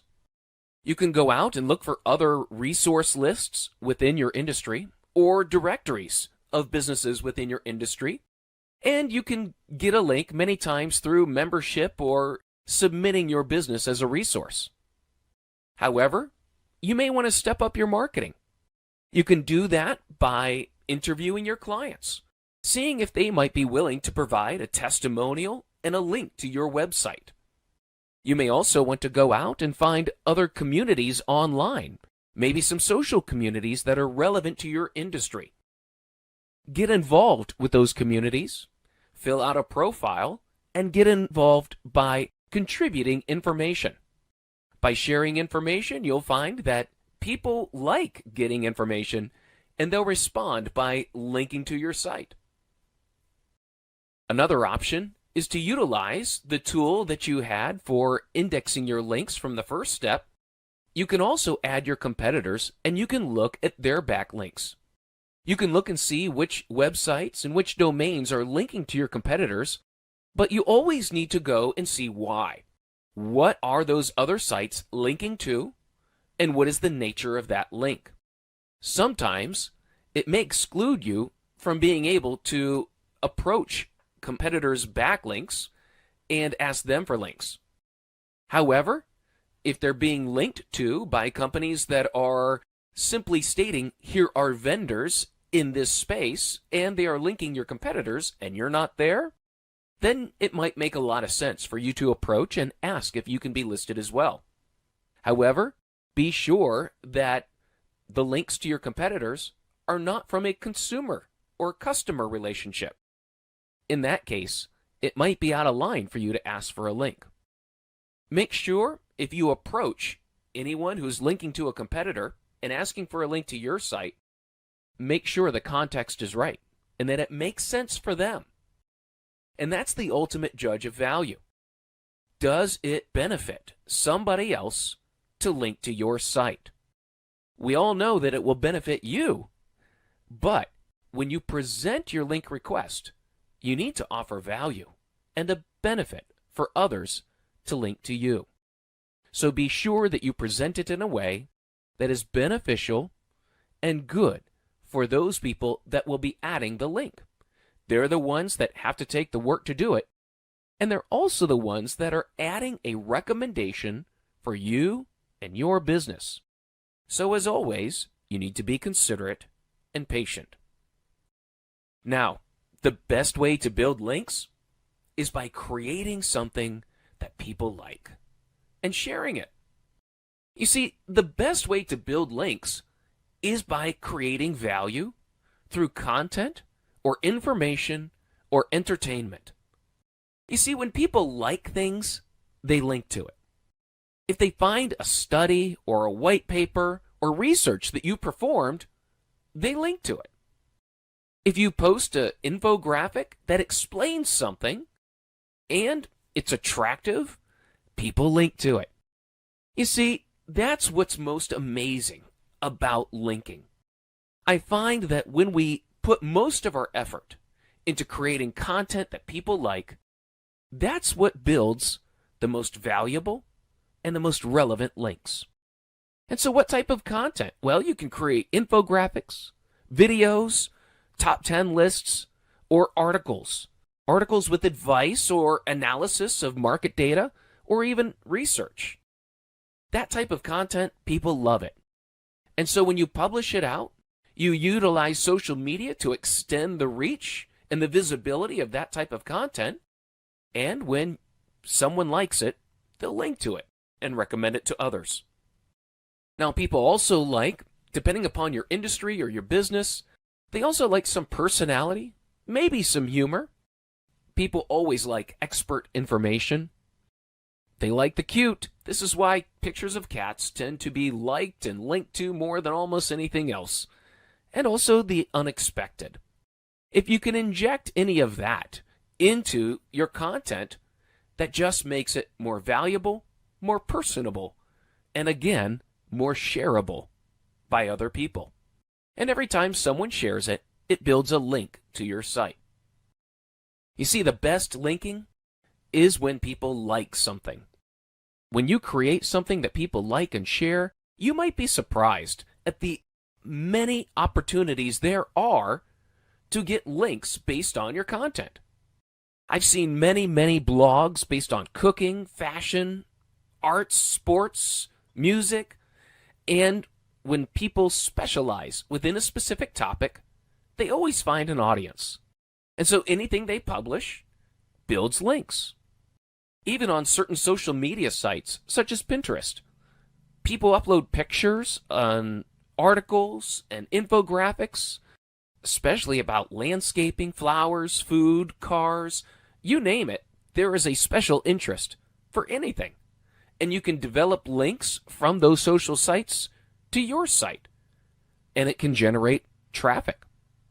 Even with a blog, developing articles that talk about upcoming events, new music, sports, whatever it is, when you create content that people like, it takes the longest amount of time to build content for building links. When you develop your own content, that's the biggest investment you'll make in time and research and writing and presentation. However, the result is that when you develop that content, you will receive the best and highest quality links, and the most valuable links are going to be to that content. As I mentioned before, one high quality link can be worth more than hundreds or thousands of low quality links. So my best advice is to create content that people like, that they link to, and that will be high value links that you'll generate to your site. Optimizing technical elements of a website such that search engines can easily crawl and index the web pages is known as technical SEO. Some technical optimizations include reducing the page loading speed of a web page to a minimum, submitting sitemaps to search engines, have organized website structure as it informs search engines about the essential pages of the website, adding redirections for the deleted URLs or temporarily moving URLs, identify duplicate content and replace it with unique content. Hello everyone, welcome to this new video by Simplilearn. Have you ever wondered what will happen if the pages of your website are not visible in the search engines? Definitely, this can be the most scary thought you ever had. But due to lack of technical knowledge, this is happening in the real world with the newbies in the SEO industry. Well, for these beginners, this video is the opportunity and the solution to your problems. To get your pages search and appear in Google search results, it is important that these pages are indexed in Google. And to get the web pages index, Google Search Console or Search Console is the one-stop solution. Google Search Console, formerly known as Google Webmaster Tool, is a web service provided by Google developers. Google Search Console is mainly responsible for optimizing a website for its visibility, indexing website, detecting crawl errors, etc. After understanding what is Google Search Console, now we need to focus on why Search Console is an important part of search engine optimization. A website's technicalities are directly or indirectly related to Search Console. Consider you have created a website for your business. But from past few weeks, your website is not visible in search result pages.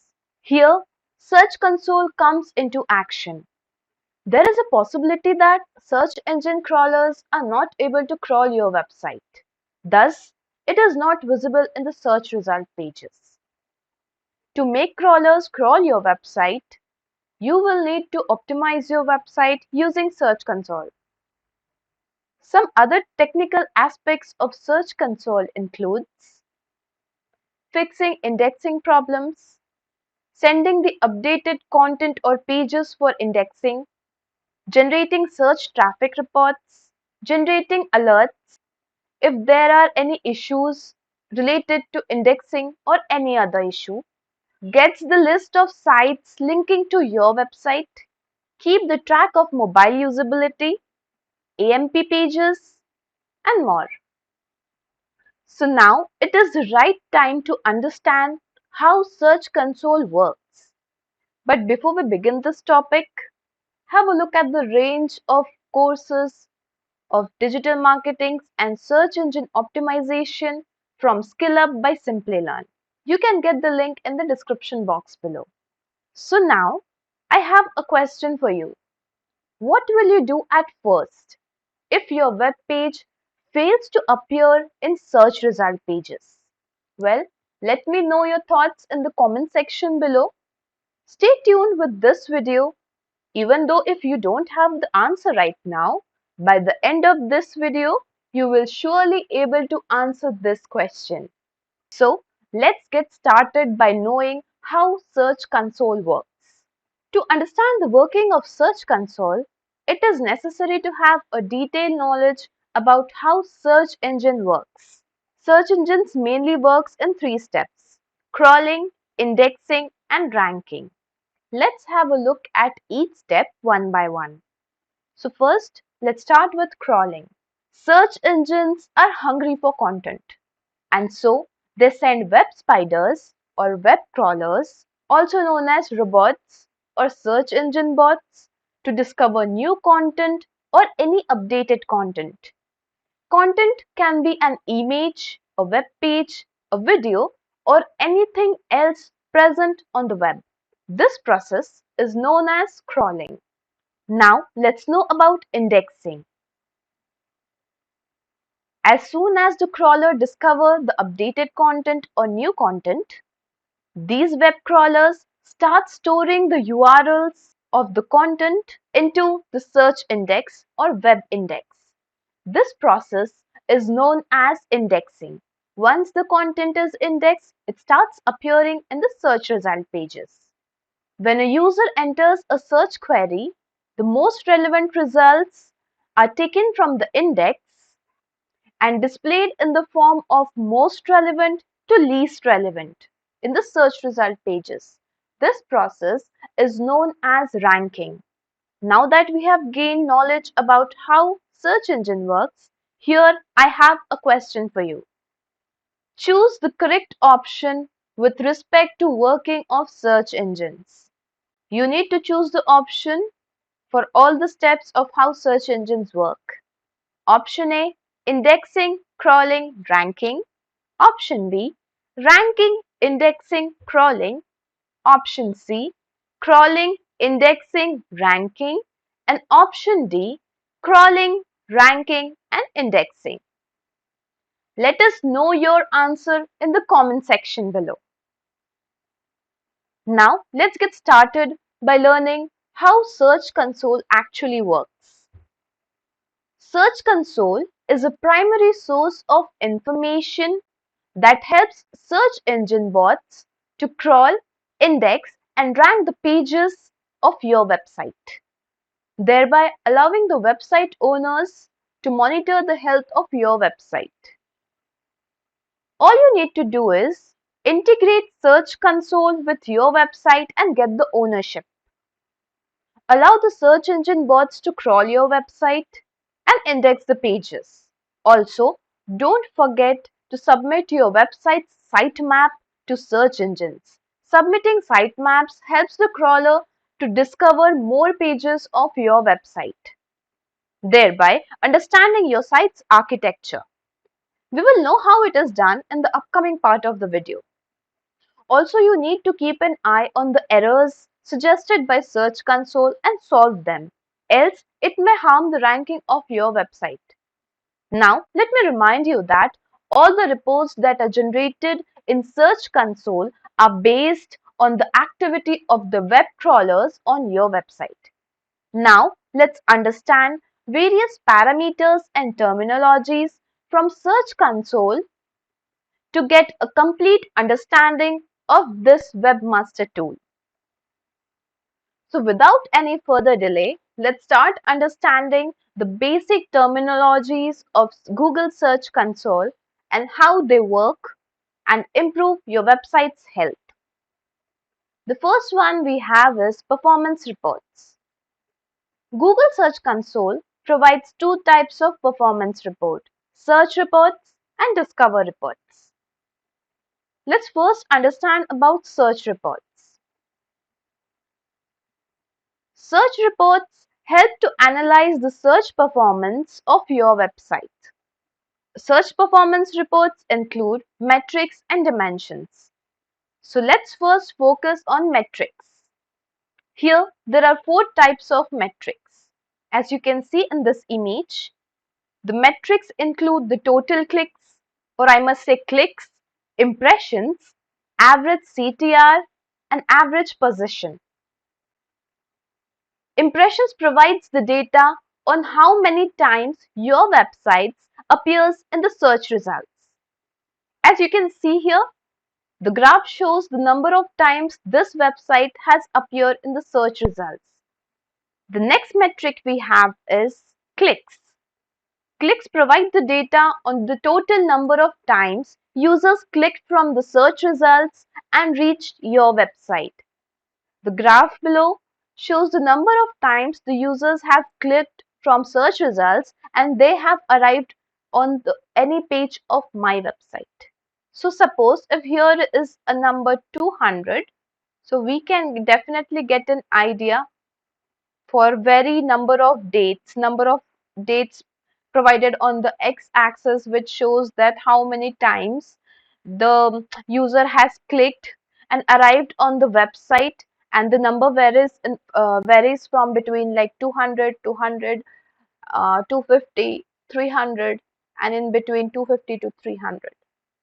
And the next metric we have is average CTR. Average CTR, or click-through rate, is the percentage of impressions that results in clicks.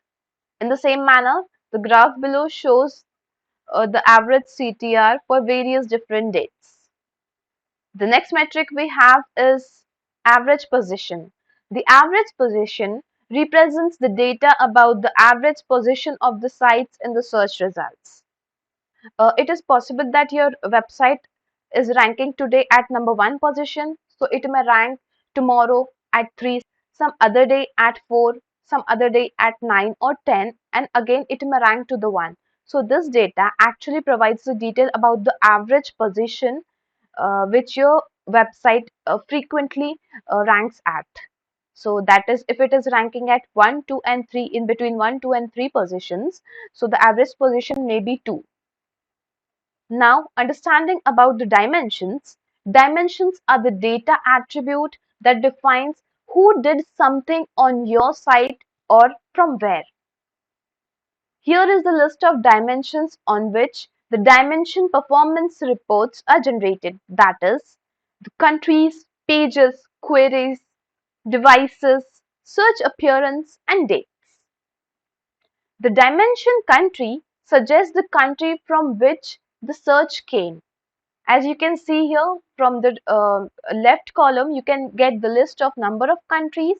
From the right side, you can get the idea about the clicks, impressions, CTR, and position. That is all the metrics related to that query from which the search came from, or from that location, or whatever the activity has happened from that location.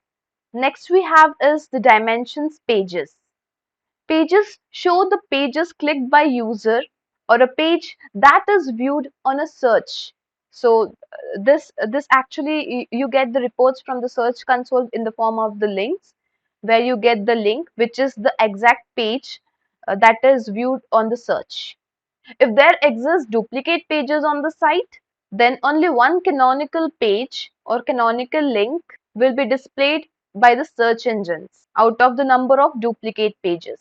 So basically, canonical links are those links like if there are, suppose there is a one original page and there are 2-3 duplicate page of the same page.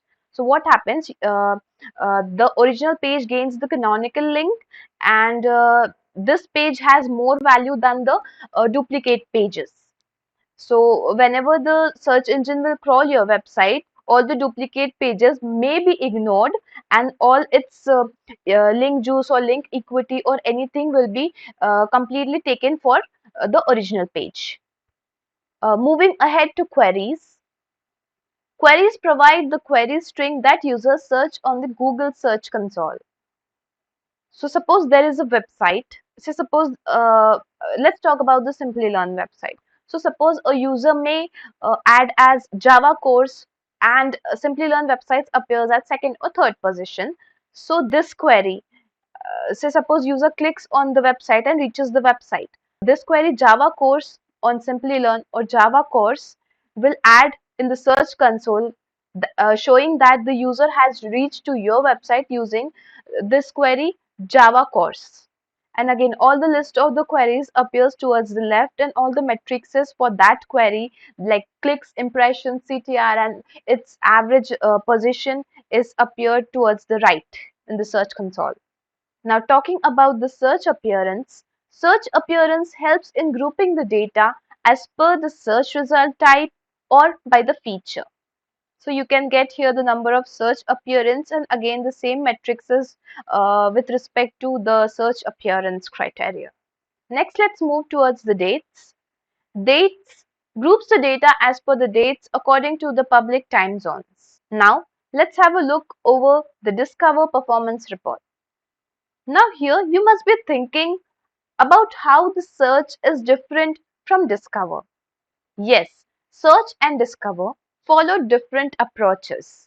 Users enter a query to find a required information with search, whereas Discover shows the content based on what result will be best matched for your query as per the Google's automated system.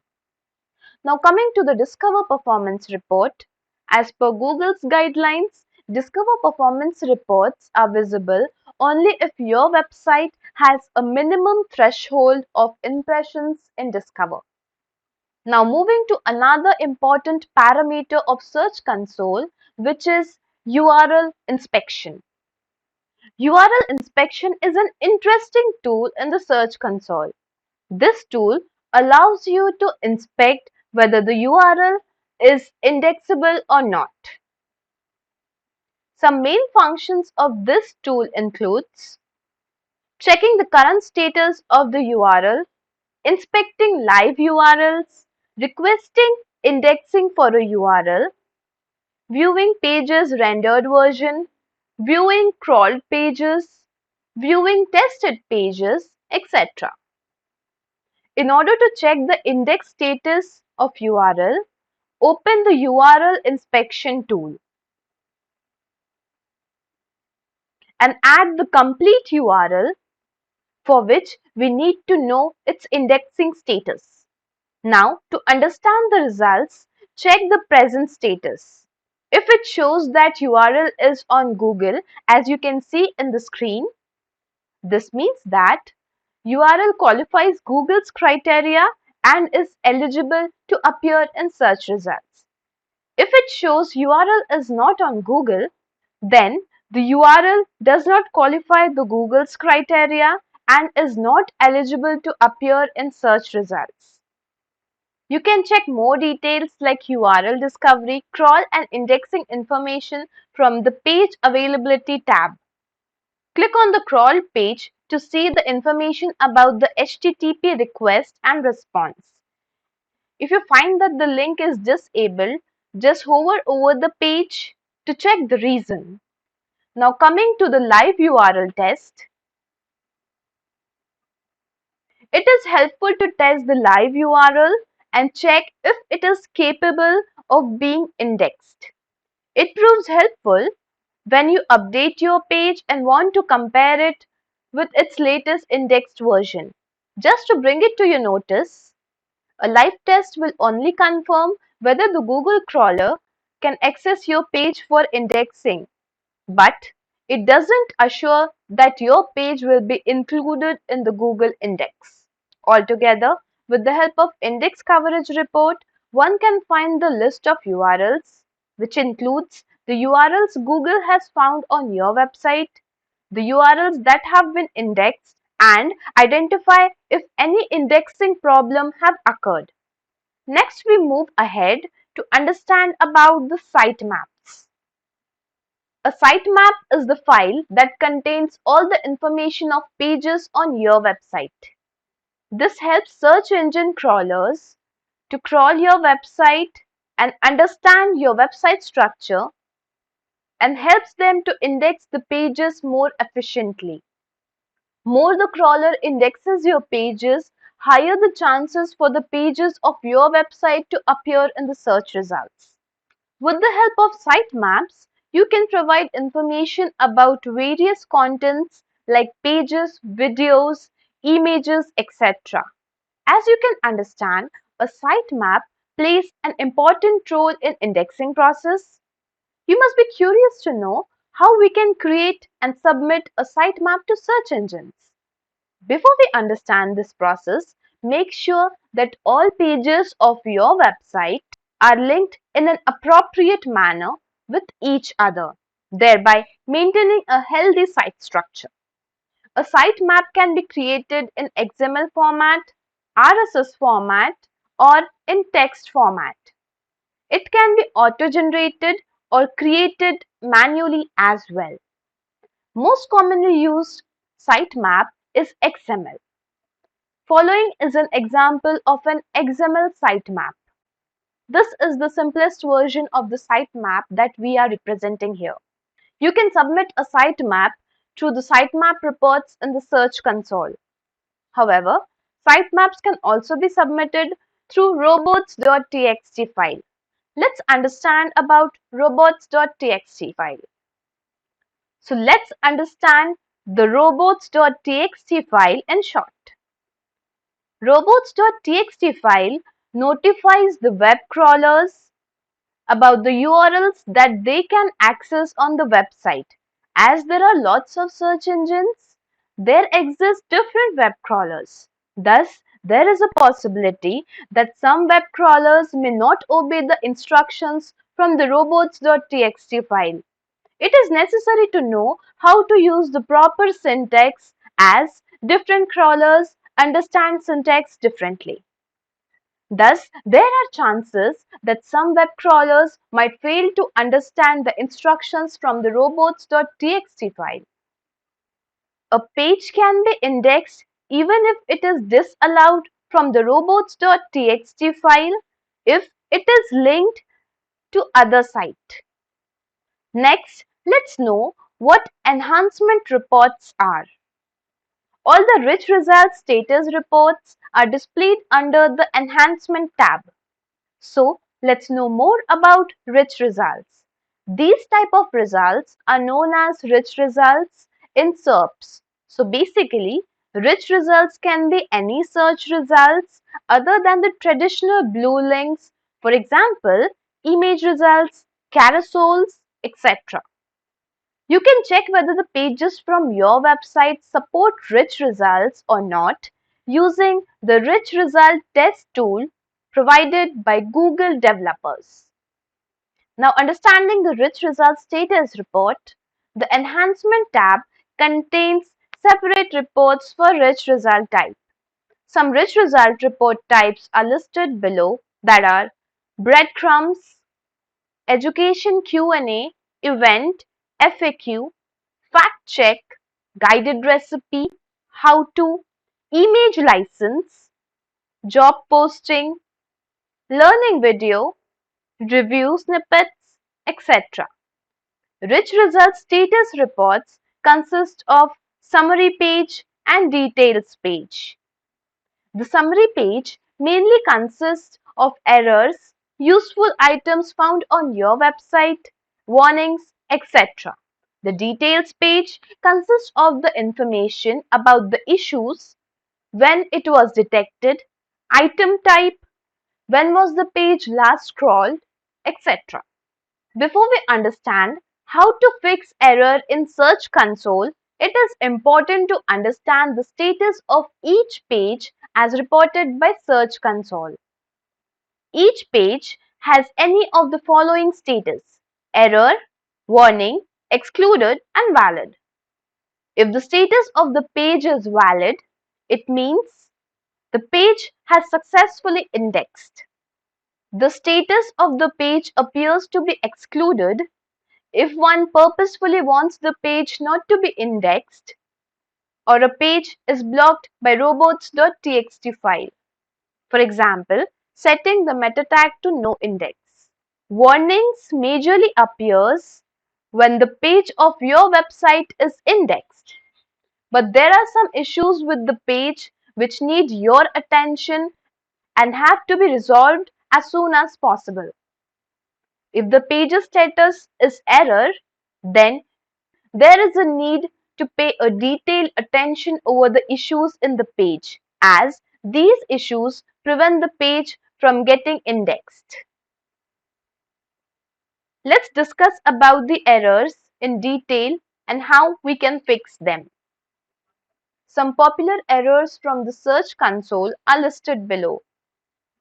That is, the redirect error, server error, submitted URLs blocked by robots.txt, URL marked as no index, submitted URL is a soft 404, 404 or page not found error.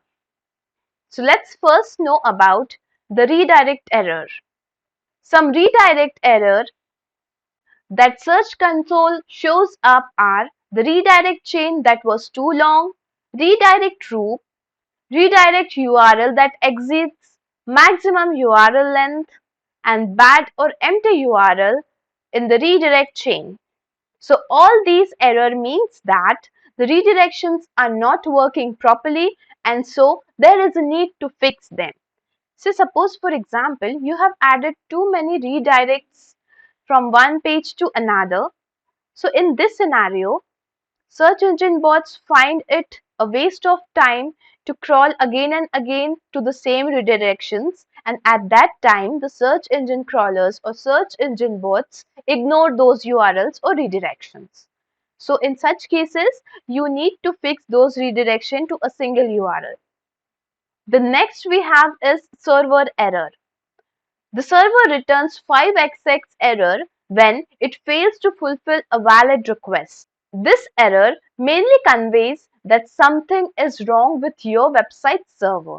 All you need to do is reach out to your hosting services and inform them about the issue and make sure it gets resolved as soon as possible. The next one we have is submitted URL blocked by robots.txt.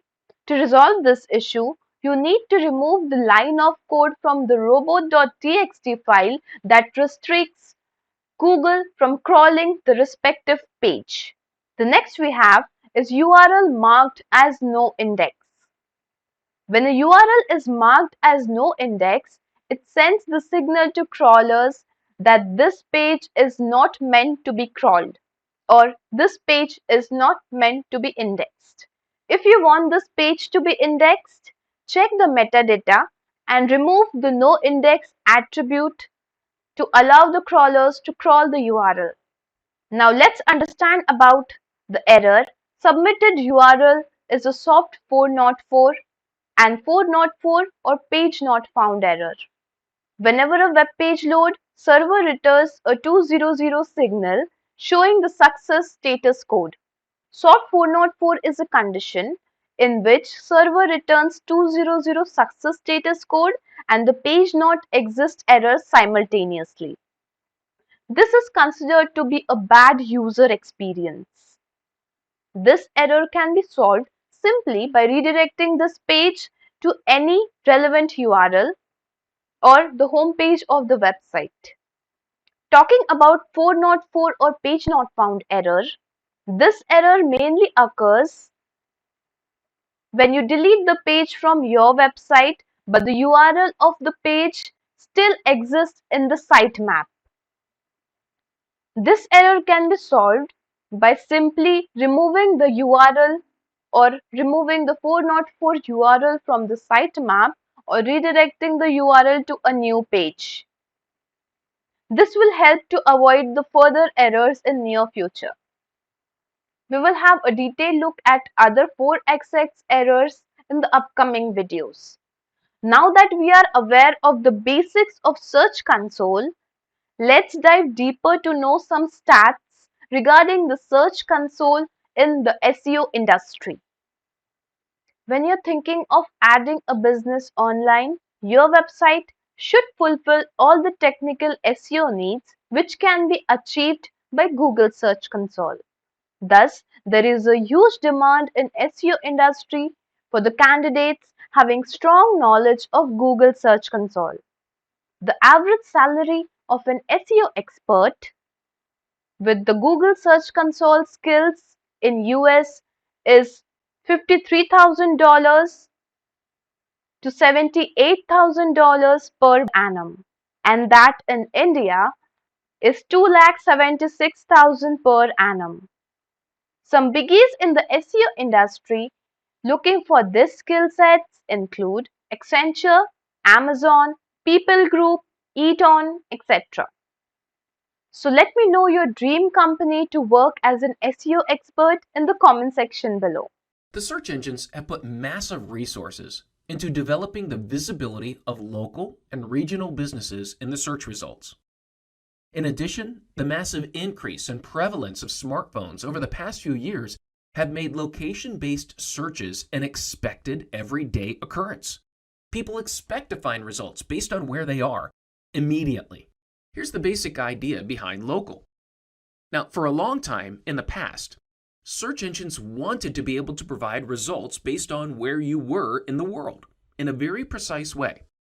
They were able to use this somewhat by using the IP address, and they could approximate where you were, but it wasn't always that accurate. What they really wanted to know is where you exactly were, within feet or meters. Now, this technology has evolved considerably and in a very short amount of time, using location technology like GPS and Wi-Fi. In addition, the prevalence of searching on smartphones accounts for more than 60% of searches every day. These factors now enable search engines to know your location and provide incredibly accurate and thorough options for your search. So what's at the core of this? Well, it's the acronym NAP. It stands for name, address, and phone number. This is the most critical factor for any business, not just in local SEO. But for local, it is critically important. All you need to do is on your website specify one name for your business, one address, and one phone number. And then when you put that into different directories like Yelp or Yellow Pages or whatever you may be using, you need to make sure that you have exactly, letter for letter, the same name and the same address and the same phone number. Unfortunately, this gets convoluted. Because the search engine spiders index and classify information, business information can be classified separately, all because of the slightest variation in business name or address, making it look like a separate business. Now, a human would easily be able to identify the difference and classify the variations as a single business. Search engines can't do that yet. Start on your own website. Specify one name for your business, one address format, and one phone number, and then use that same identical name and format when you set up your accounts at different websites and directories like Yelp or Yellow Pages. You need to make sure you have exactly, letter for letter, the same name, the same address, and the same phone number. Unfortunately, this can be difficult. There are a lot of different formats for phone numbers, certainly for addresses and even for names. Any inconsistency will cause problems. Again, a human might be able to figure this out easily, but using the examples, a search engine would consider this two separate businesses at the same address. Or, because the address format is different, it may even be considered two different businesses at two different addresses. Do you see how that works? So, search engines do not usually know that they're the same business, and this causes all kinds of problems. So let's pretend that your address is 123 Happy Street, Suite 3. There's a lot of different ways you could write this. You could spell out suite. You could use just the abbreviation for it. And there's actually two abbreviations for suite. You could also use unit instead of suite. But suite numbers and abbreviations are where people lose their consistency. Even with road, street, parkway, or avenue, you need to pick just one version. Spell it and format it exactly the same and use it consistently. Then find all the instances of different variations you have online and go fix them. The last part of this is directories. So directories, for a while now, has been a bit of a bad word. It used to be a great way of doing SEO until it got abused. In fact, it got abused and overused And abuse was that people would charge a lot of money so that you could be listed in a directory. And now in modern days, directories are not like they used to be, and they're not that useful. Getting links that way and doing link building through directories is not going to be greatly helpful. However, the big exception to this is with local SEO. There are important IYPs, Internet Yellow Pages. There are also things like Yelp or Urban Spoon, where people go and submit their local businesses. Real human beings pick up their phone and they go to the Yelp app and look for businesses. And because real human beings are using these, unlike the directories of the past, this means that you want to have your business there. So in some ways, directories, at least in the local space, have returned. A great example of this are local or even national business associations. Chambers of commerce, business associations, industry associations, and other directories can be good places. Now, after all that, let's move on to some other local signals. So the first most important signal is this acronym again, NAP, name, address, and phone number. The key here is that consistency. The next thing is keywords and titles. This is extremely convenient because it's something you should be doing for SEO anyway. This is particular for title tags, which is something we've covered in the other videos. The next one is domain authority. So if you have an important domain, an important business, Google is going to use this as a signal when they're doing a traditional local search. So when someone's on their mobile and they're looking for a good restaurant, if you are an important restaurant in the city, you're going to be more popular in both local search and traditional search. That's domain authority. The next one is inbound link signals. This again might sound familiar. The things that help you for traditional SEO do the same for local. The first one is anchor text. So this is one of the most important. If you're a great restaurant, hopefully you're going to have lots of bloggers, lots of magazines, and local online entities that are writing about you and linking to you. They're naturally going to use your name and the name of your business in the review about you. These are the kinds of things that Google is looking for, because these are what is effective online. The last one is reviews and citations.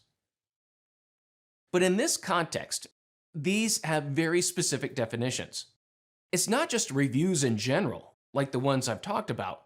It's reviews on specific local directories or business listings, and it's both the quality of them. Are you getting 5 stars? And the quantity of them. Do you have 100 reviews?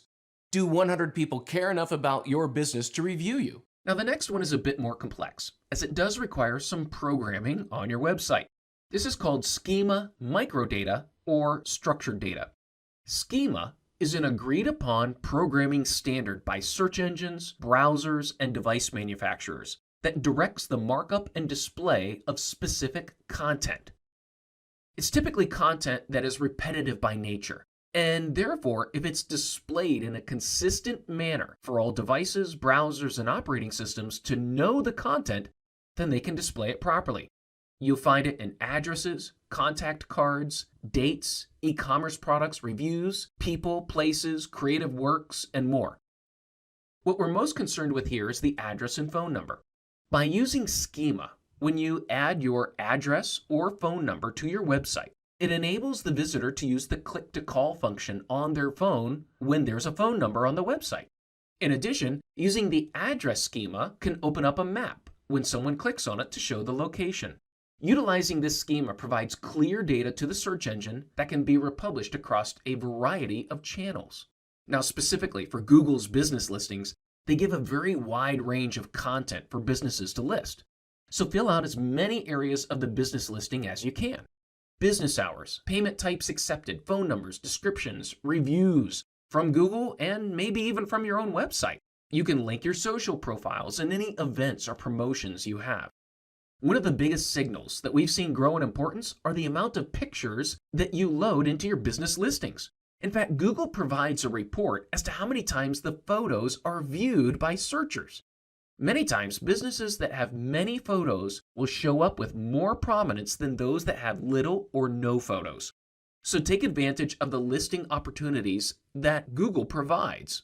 Finally, the same behavioral signals that are used in search are also used in the local search results. And this is because the search engines, especially Google, can see how searchers interact with your local listing because it is in their system. The behavioral signals start with how many people search for your business. This is directly related to your local visibility and loyalty. So don't forget about your local offline marketing. Next, they measure how long someone views your listing. They count how many times the phone number is clicked for someone to call, or when someone clicks to find directions. In addition, there's a button there for directions to be sent to a searcher's phone if they're using a PC or laptop. All of these engagement factors and buttons on a business listing are counted as engagement and task completion, which increases the behavioral signals for your business. As people save the listing, check in, or even visit, these all send important behavioral signals of popularity and loyalty, which contributes to your business's visibility in local search. So thank you for joining, and let's get started. Before I tell you how to bring traffic to your website, let me tell you why this is so important. Okay, why do we want to bring users to our website? I mean, it has to be on equal ground as web development and design. Is somebody who goes to your site and then does something when they get to your site. So you have users, and when those users get to your site, they're generating page views and traffic, and you want to turn that traffic into engagement. Okay, so each page's traffic is configured independently of all their pages. So when somebody goes to your website, they look at a page, that's a page view. And certain pages on your website, you want to turn that page view into a conversion. Okay, whether that be, looking at a video or purchasing something. So think of these pages on your website as salespeople. They're trying to convert visitors who come to your website. But first, we need to get the visitors to your website. So when you get visitors to your website, again, you can generate sales, which means revenue, or you can increase brand awareness, or you can earn revenue through sponsored posts and advertisements. So if you have, for example, a lot of content on your website, you can turn that into revenue by hosting ads on your website. So when somebody clicks on that ad, you're going to earn a percentage of that click, okay, or what that click is worth. So having a website means a lot of good things for you, but first you got to get the traffic there. And so what we're going to do is we're going to tell you how to drive traffic to your website. So there's lots of different ways in which you can bring traffic to your website. Well, the first is paid advertising. So paying to advertise your products, services with ads is one of the easiest ways to drive traffic to your website. So some of the options available are search ads, social media ads, or display ads. So search ads are ads that are displayed in the search engine results. So when a user types in a keyword query, you want your ad to show up based on that keyword query. Okay, so an example is digital marketing course. Somebody types in digital marketing course, and Simplilearn is the first ad that shows up. How do we know it's an ad? Because you can see the word ad next to the domain. So when somebody clicks on that link, Simplilearn is going to pay Google. So that's how search advertising works. Okay, the next is social. So social media marketing involves increasing traffic or engagement or brand awareness, so lots of different strategies. But instead of doing this on search, you're doing it on a social media platform. Okay, so for example, you can advertise on any particular platform. And the way you advertise could be with an image, it could be with a video.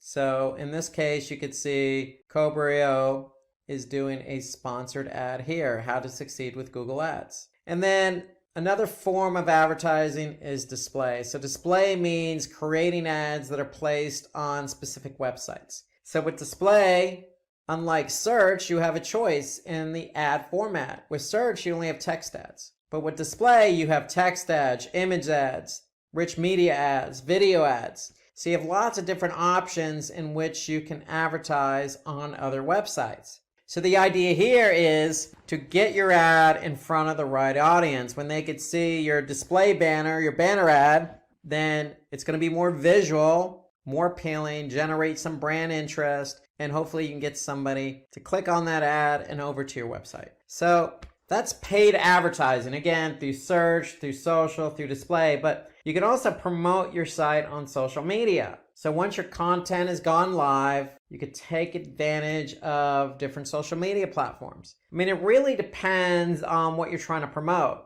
because what you're trying to promote needs to align with the appropriate social media platform. So Facebook is best suited for industries like food and beverages and news and media, and if you're selling a product. So you fall under one of those categories, and Facebook could be the right platform for you. If you're involved in, again, beauty or food and beverage or e-commerce, then you can also leverage Instagram, which is part of Facebook's ecosystem. So if you advertise on Facebook, you can also advertise on Instagram or Instagram. So it doesn't have to be and Facebook and Instagram. It could be Facebook or Instagram. You also have LinkedIn as a platform. LinkedIn is great for B2B. So if you're trying to promote industry news or tips and best practices or job postings, then LinkedIn is the place for you. It's a B2B platform. It's great for targeting specific industries, targeting specific job levels or job descriptions. Okay, so LinkedIn is great if you're into B2B, focusing on the business side of it. So you also have YouTube. Now, YouTube is part of Google's ecosystem. YouTube is a video platform. Okay, so it's great if you're trying to promote gaming or entertainment, or if you're a vlogger. Okay, so YouTube's a great way to promote your site by getting your product out there in the form of a video. Okay, then you have Twitter. Twitter, to me, encompasses a lot of different industries: beauty and fitness, news and media, entertainment. Okay, you have limited number of characters, but a lot of people are active on Twitter. And it's a great way to generate some awareness and get some clicks over to your website. So these are just some of the most popular social media platforms. Of course, there are plenty more out there. The third way in which you can drive traffic to your site is guest blogging. So most of you already know what blogging is all about. Well, if you're blogging for your own site, you can jump on somebody else's site and blog on their behalf. So having the opportunity to guest post on another website can be very helpful, because one, that other blog could have lots of traffic and have a well-known brand. So if you're blogging on another blog, it's going to build your brand awareness and potentially increase traffic to your blog or website. So it exposes to you to targeted traffic. So if you're going to guest blog on a site that's very relevant to your business or industry. That way you're targeting the right audience. Okay, you can expand your personal network. So getting yourself out there, getting your brand out there in front of a different audience. And then obviously for SERPs, because it generates a backlink. So SERPs, search engine ranking pages, means that, hey, if you want to rank organically, you're going to have to generate some backlinks. So guest blogging is a way to generate some backlinks to your site. And in effect, that's going to help you get your pages ranked higher, because Google is going to recognize the relationship from one blog to your blog and build up your relevancy. So some other benefits here to guest blogging is you can grow your social media following, because you can then promote that on social media, that you're guest blogging. Okay, again, you can improve your online authority, okay, because when you're guest blogging and you have recognition on that guest blog, if it's a popular blog, then that's going to help your domain and page authority for SEO.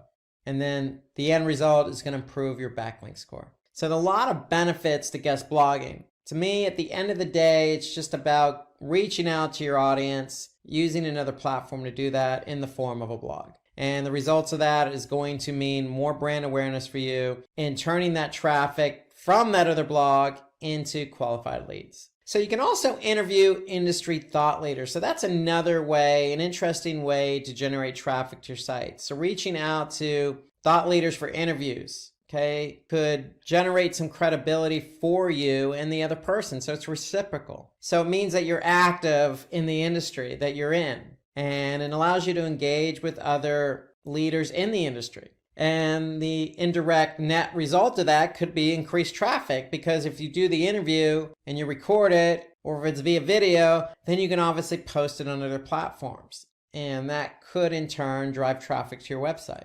Obviously, just like guest blogging, it's going to increase your reach. So getting yourself out there. If nobody knows who your brand is and they know who the thought leaders are and they see you interviewing the thought leaders, then that's going to put you in front of these people. And so it's going to increase your reach. Another way to drive traffic to your website is just to make sure your website's responsive. And what do we mean by responsive? Well, we mean, does it work on multiple devices? Specifically mobile. So depending on the device, your website hides, shows, shrinks, enlarges, or moves content so that it conforms to the browser that person's looking at on for your website. So if somebody's looking on mobile at your website, you want to make sure that your website adjusts accordingly. So you want to be able to, test to make sure it's responsive. And so is content arranged based on importance? Okay, does it work across different browsers on different devices? And do the images, text, and everything else align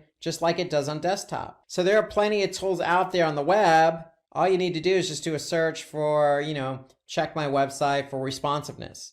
So you can use plenty of tools to check to see if your website is responsive towards multiple devices. Why is that important? Because if somebody goes to your website via mobile and your site doesn't align properly, or the content's all stretched out and somebody has to maneuver their browser just to see your website, then chances are they're not going to come back. Chances are they're not going to convert. Okay, so you want to be able to revise your device browser combinations. You want to make sure that everything works accordingly. You want to be able to test those fonts, make sure they look good. And then you also want to make sure that people can navigate. So if they're on mobile, are they going to navigate just as easy as they can on desktop? And if you have any pop-ups, you want to probably make sure they're removed. So that way when somebody's looking at your website, they're not getting interfered with on mobile. And then of course you want to make sure that these pages load. Okay, so they load just as quick on desktop as they should on mobile, and vice versa. So they should not take a long time to load. So moving on from responsiveness on mobile to building a brand community. So brand community refers to a group of people who identify your brand and use your brand as a platform to exchange ideas and contribute content. Some advantages of having a brand community are promoting brand evangelism and loyalty. It can be a source of feedback, loyalty, and ideas. So build a community, build a brand community who, identify with you. Okay, so continue to, treat these people as loyal customers. Okay, maybe give them a promotion to use specifically just for them that they can use on your website, or talk directly to them because you know that they're followers, they're repeat customers, they purchase from you multiple times. So talk to them differently as well. You know who these people are. And that's what building a brand's all about. It's about identifying your brand with other people, okay? And identify people who identify with your brand, and messaging and talking to them as if they're part of your own community, your own family. So you can use user-generated content that provides future marketing strategies. So the feedback you get from your own community could be in turn used to promote or used in future marketing strategies, i.e. advertising, i.e. post on social.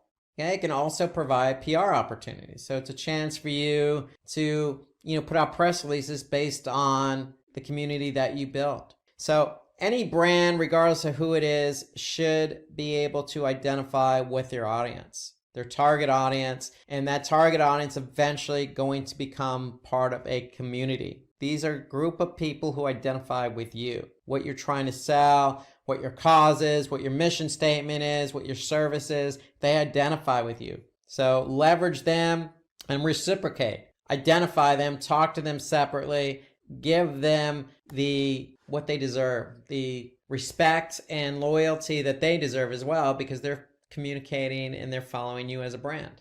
So the next thing you could do to drive traffic is be active in the comment section. So engage in relevant and thought-provoking conversations on other blogs and sites. It doesn't necessarily have to be another blog per se. It could be other sites like Reddit or Quora or Medium. Sites that have a lot of content that are broken out by industry, that allow you to engage in conversation, that allow you to either upvote or share or respond. Okay, so be active, because when you're active, people are going to see that, hey, you're a leader in the industry. You know what you're talking about. You have some brand equity. You have some thought and some knowledge on the specific topic and subject. So it just puts you in a better light when you can respond and be active on these different platforms. Okay, let's turn our attention to search engine optimization, also known as SEO or organic search. So in order to drive traffic to your site,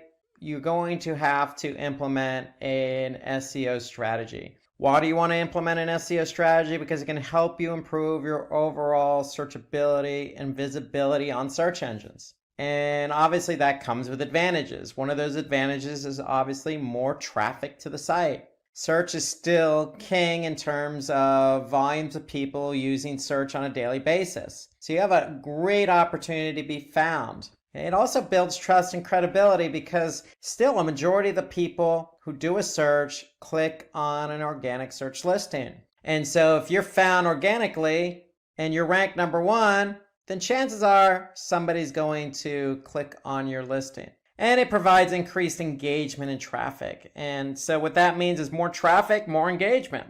And engagement is something you define. It could be, again, a download of a document, or the clicking on the play button of a video, or submitting a form, or signing up for a newsletter, or calling. These are all forms of engagement. So the amount of traffic you drive from organic search to your website is only going to improve engagement. Okay, so you can also provide an improved user experience. And what do we mean by that? Well, if you're getting lots of traffic from organic search, you have a really good opportunity to do A/B testing. And when you do A/B testing, you can improve user experience, meaning you're showing one variation against the other from people coming from organic search. And so this is helpful in that, you know, if you're running an A/B test, the variation has a chance to improve or outperform the original. And if it outperforms the original, you're improving user experience. And then it helps target quality traffic. So SEO, to me, or all search,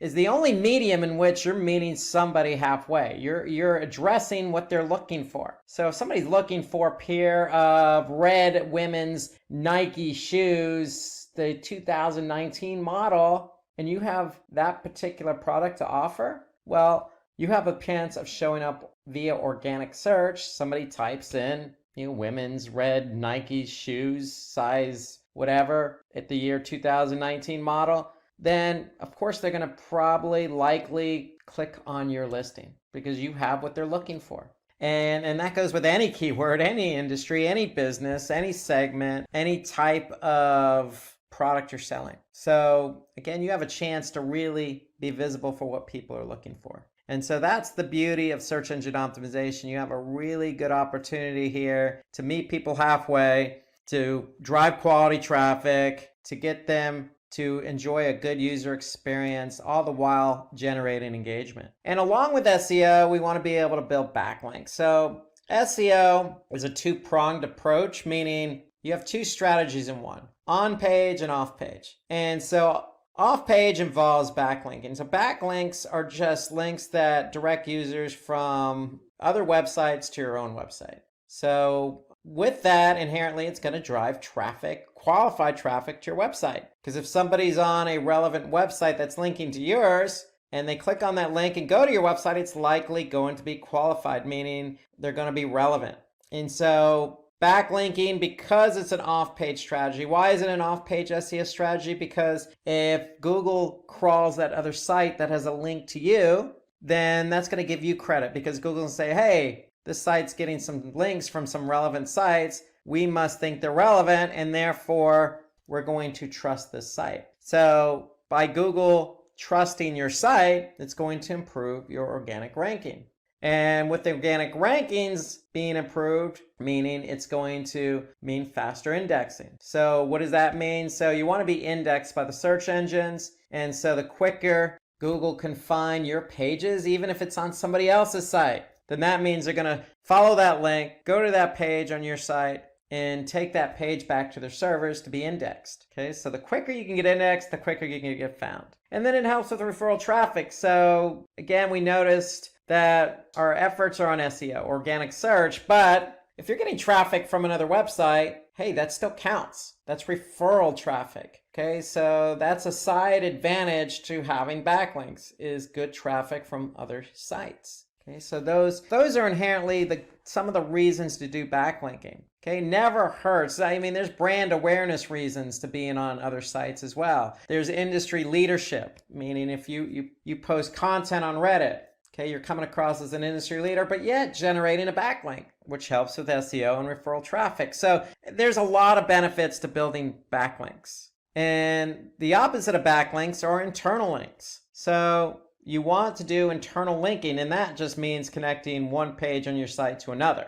And why is that beneficial? Because it can help direct visitors to other pages they wouldn't normally otherwise find via your navigation. So if you're active on a blog, don't be afraid to include multiple internal links. You want to move people through your site. You want the flow of traffic to go from one page to another to another. And so when you do internal linking, just like with backlinks, it's going to improve the indexing of your website. Google's going to follow those links and index those pages. And Google does give credit from an SEO perspective, from an internal linking perspective. So if one page is linked to another and that page has really good relevance in the eyes of Google, then the other page is probably going to benefit from that. The other reason you want to do internal linking, again, you want to move people from your one page of your site to the other. And when you do that, it's going to reduce bounce rates. So bounce rate is simply the rate at which people land on a page and then leave.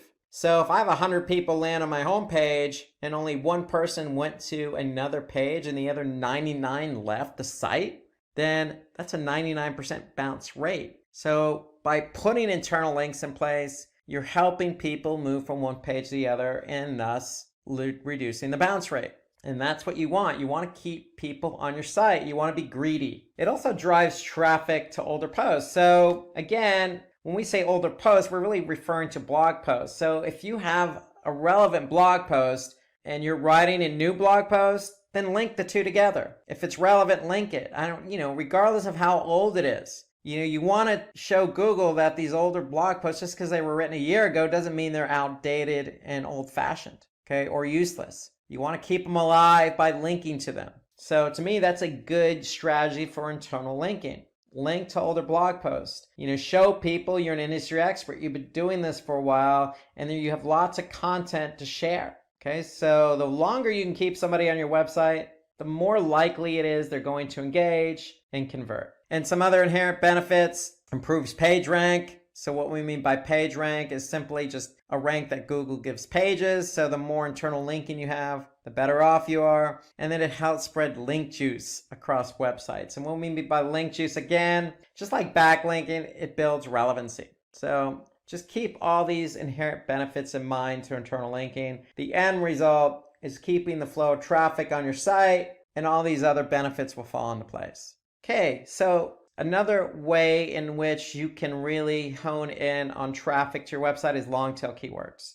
And long tail keywords to me are more than just one or two keyword phrases. Okay, so they're usually 3 or longer keywords in a phrase. Okay, so long tail keywords really nowadays account for most web searches. People really take the time to even pose questions as a search query. It's unlikely somebody's going to go into search and just type in the word shoes. They might type in red shoes, but that's unlikely. What they're probably going to type in is, red Nike running shoes 2019 or some variation of that. Okay, that's a long tail keyword. And some of the advantages of using long tail keywords to be found for are less competition. So if you're using broad keywords like red shoes, then who doesn't want to be found for red shoes? Well, you don't want to be found for red shoes because it's too broad. You don't know what type of shoes somebody's looking for. You just know they're looking for red shoes. It could be running shoes. It could be work shoes. It could be,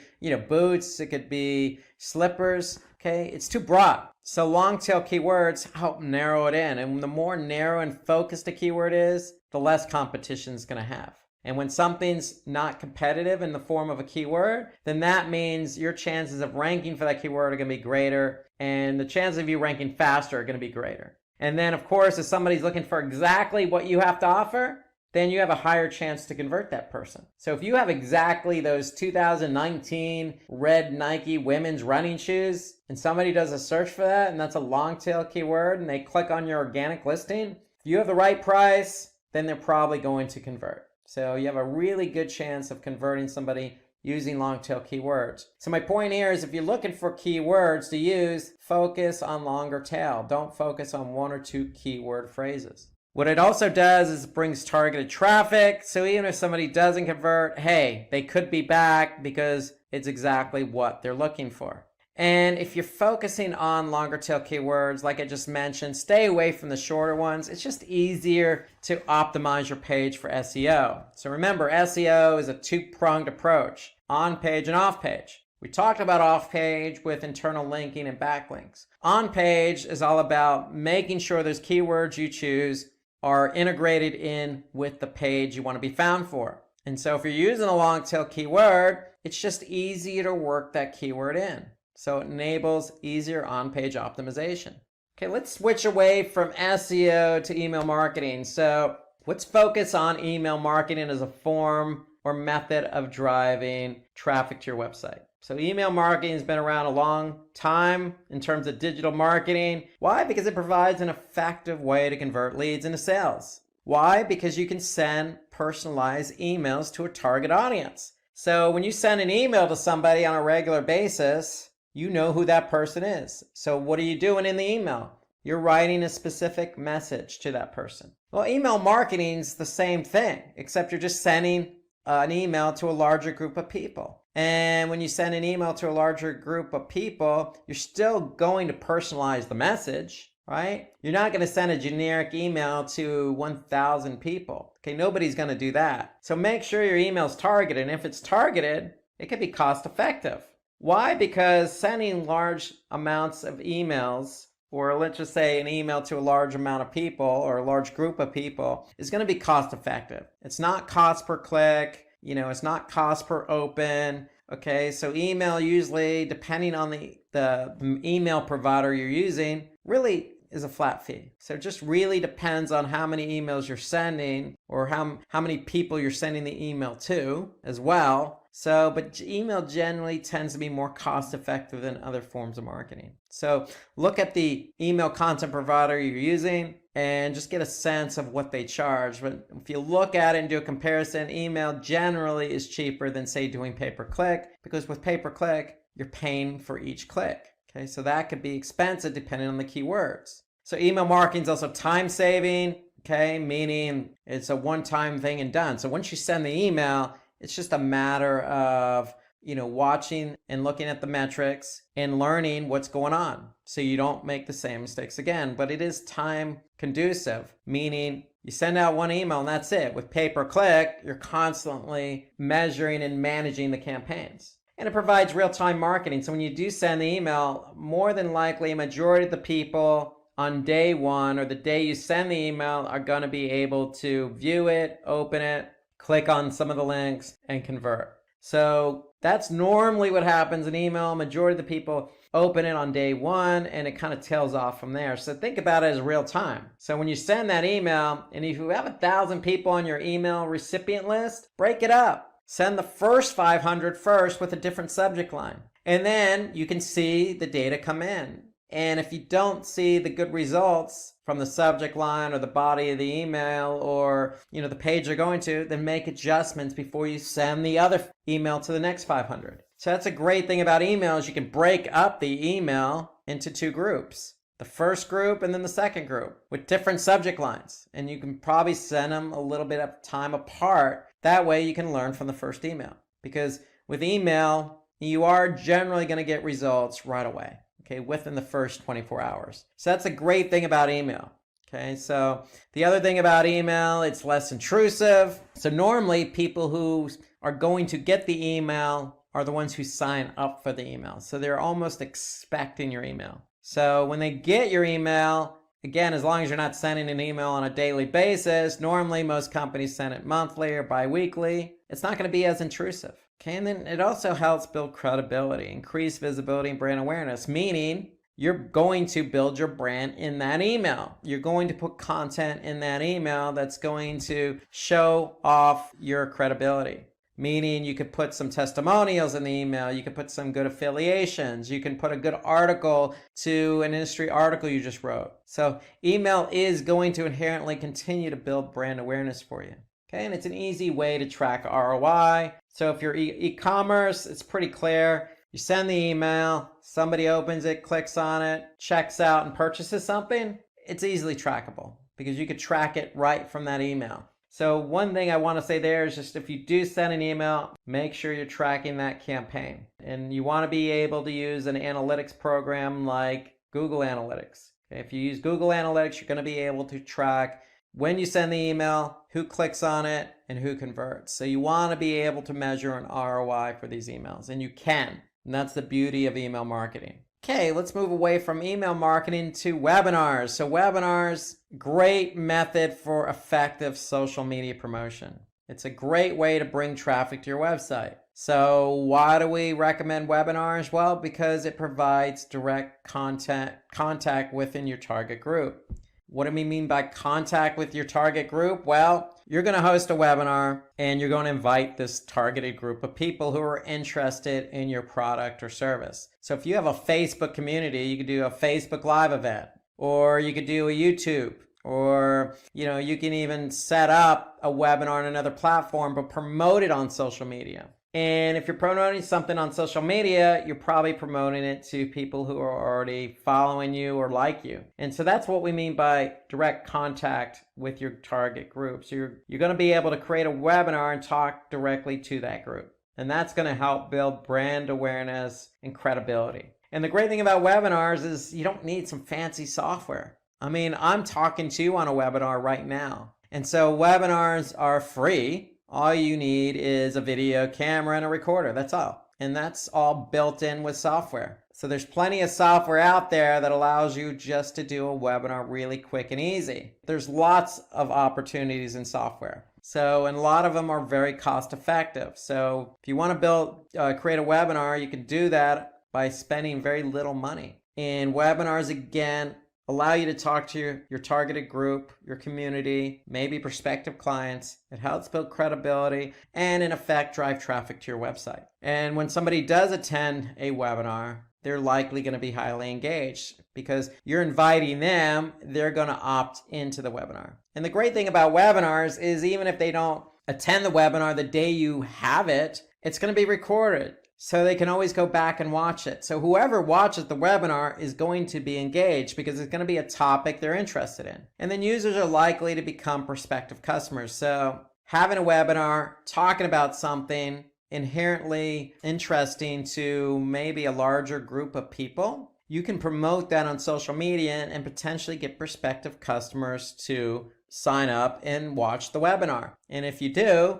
they're going to be engaged and then take the next step. Oh, I like what this person has to say. They seem to be credible. I like their personality. I like their brand. I like their product. I'm going to go check out their website. Okay, so webinars allow you to kind of pull in more people as well as just your community because you can promote the webinar and you can promote it in advance and you can leverage social media for that. Okay, so something related to webinars is incorporating video content. So videos have been proven to be a really good way to attract new visitors. And it makes your website very engaging when you have videos on your website as well. So if you create video, you have an opportunity to post it on various video platforms like YouTube or Vimeo. Okay, there's plenty of video platforms out there, or just embedded in a blog post, or embedded in a Facebook post, or a tweet.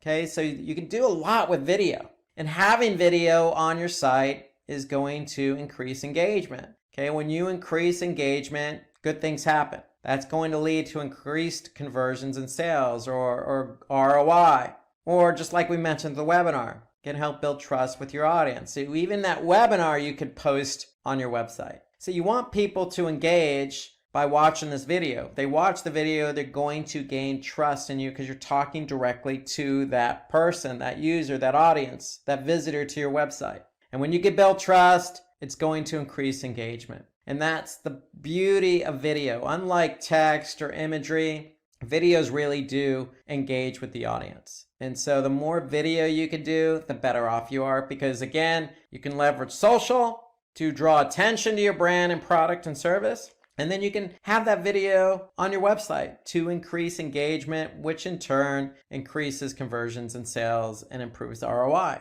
So always think video. There's plenty of video software out there that you can leverage. And the great thing about video too is, hey, most people are using mobile phones these days, smartphones. And so video works just as well on mobile as it does on desktop. So keep that in mind. Video is going to be engaging regardless of what device somebody uses. And then of course, if they're watching the video on Facebook or YouTube, then chances are they're going to share that particular video, which is going to bode well for your brand and traffic. Okay, so video, if somebody likes a video, it's very easy to share video, especially from a mobile phone. So YouTube just makes it so easy to share or like or subscribe to a channel. It becomes that much easier. Things can go viral, and chances of them going viral with video are going to be greater. Okay, so other ways to drive traffic to your website is submit your content to content aggregators. So what's a content aggregator? Well, a content aggregator is like Reddit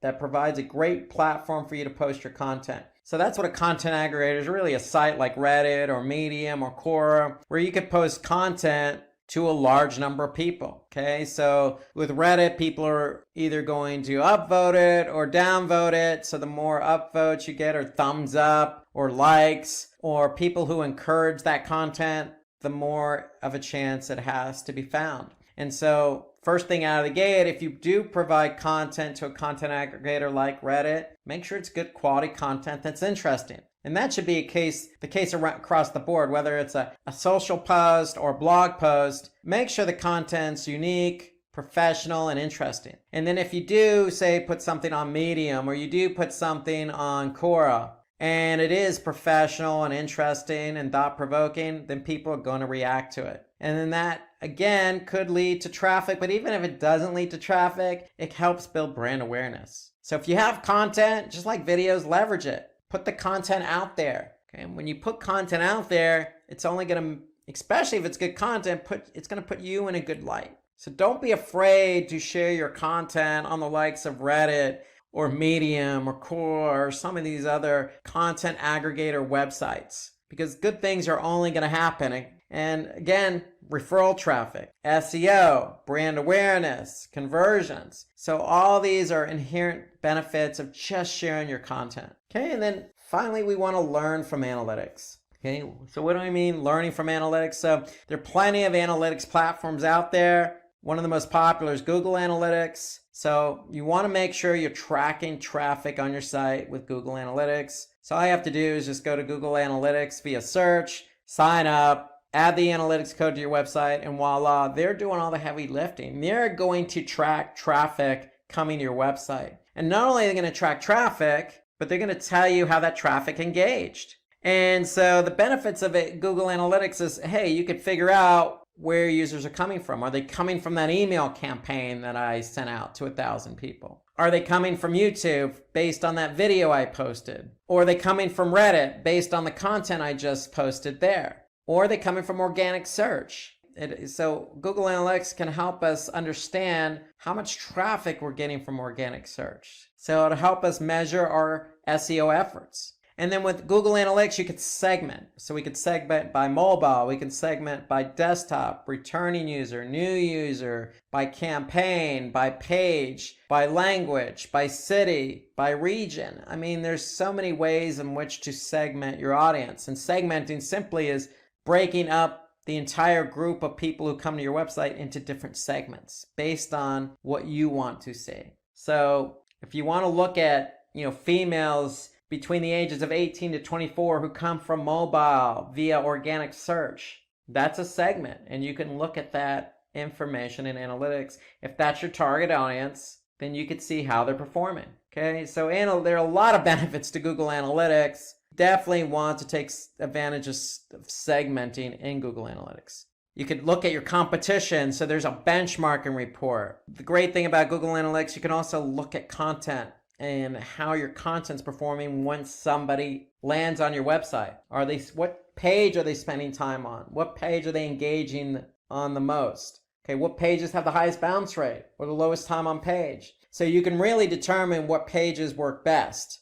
And then, of course, the end result in analyzing all this data is you want to be able to fine-tune your website. So take advantage of the data that Google Analytics or any other analytics platform is giving you by learning. Once you learn what's going on with your website, you can make adjustments to your website to improve user experience.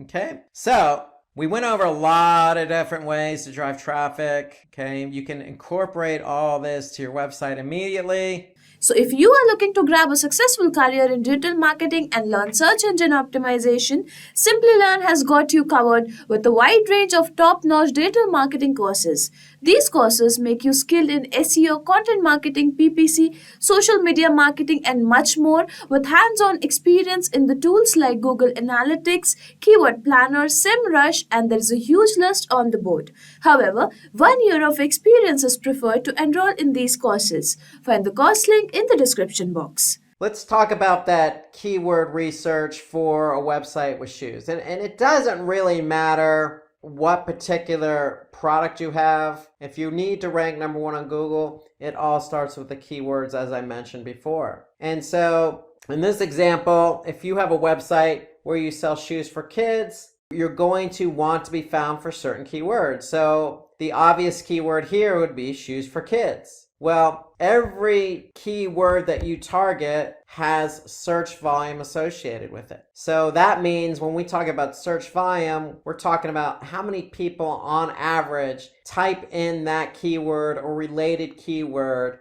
on google.com or Google search. And there's always an average number of searches associated with every keyword, and we call that search volume. How much search volume? So obviously if we're going to target a keyword, we want to have as much volume as possible. However, there's always going to be competition for those keywords, meaning there's always going to be other websites who want to rank number 1 on Google for the same keywords. And we call that competition or difficulty. So for every keyword, you're going to have volume and you're going to have competition or difficulty. And the difficulty ranges as well, depending on the tool you use. And we'll get into that in a minute, but search volume is how much on average people are typing in that keyword or close variants of that keyword. And the difficulty is measured in terms of how many other websites are trying to rank for the same keyword. And so ideally, when it comes to keyword research, we want to find that nice balance. We want high volume and we want low competition. But at the same time, we want to focus on keywords that are highly relevant to our business. So if we're selling shoes for kids and shoes for kids is highly relevant, has high volume and low competition, then that's a keyword we want to target. So we always want to focus in on those 3 areas. So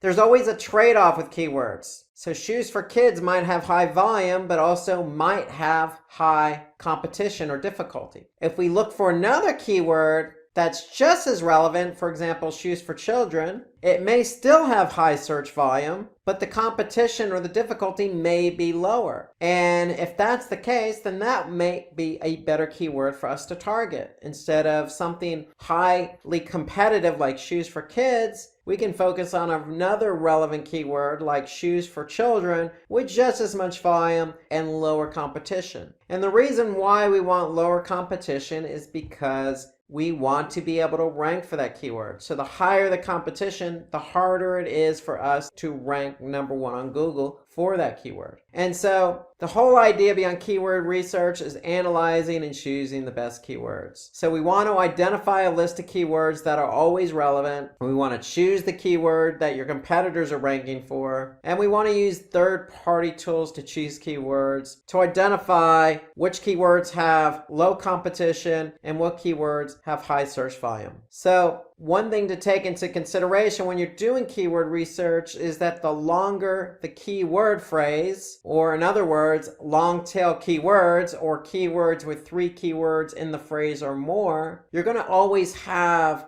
less competition. But there's always a trade-off. With long tail keywords, meaning the longer the keyword phrase, there's going to be less volume, but the trade-off is less competition. And so what we want to do is we want to brainstorm some ideas and find those relevant keywords. So let's look at an example here. So if we go to Google Ads, so Google Ads has a tool called Keyword Planner. And let's just say I have a website where I'm selling dried figs. And if I'm selling dried figs, I want people to buy these dried figs. However, in order to attract them, I want to be able to show them that, hey, we have a bunch of recipes. And if I show you a bunch of recipes where you can use dried figs, maybe you'll buy these dried figs to use in these recipes. And so we're going to look for keywords related to bread recipes, because if we can optimize for our recipes page for bread, then that will attract an audience who wants to make bread and use dried figs with those bread recipes. So that's the example I'm going to give here. And so if I look at the keyword planner in Google Ads, if I just type in bread recipes, what Google is going to do is they're going to give me an average monthly search volume. So I can see the average monthly search volume here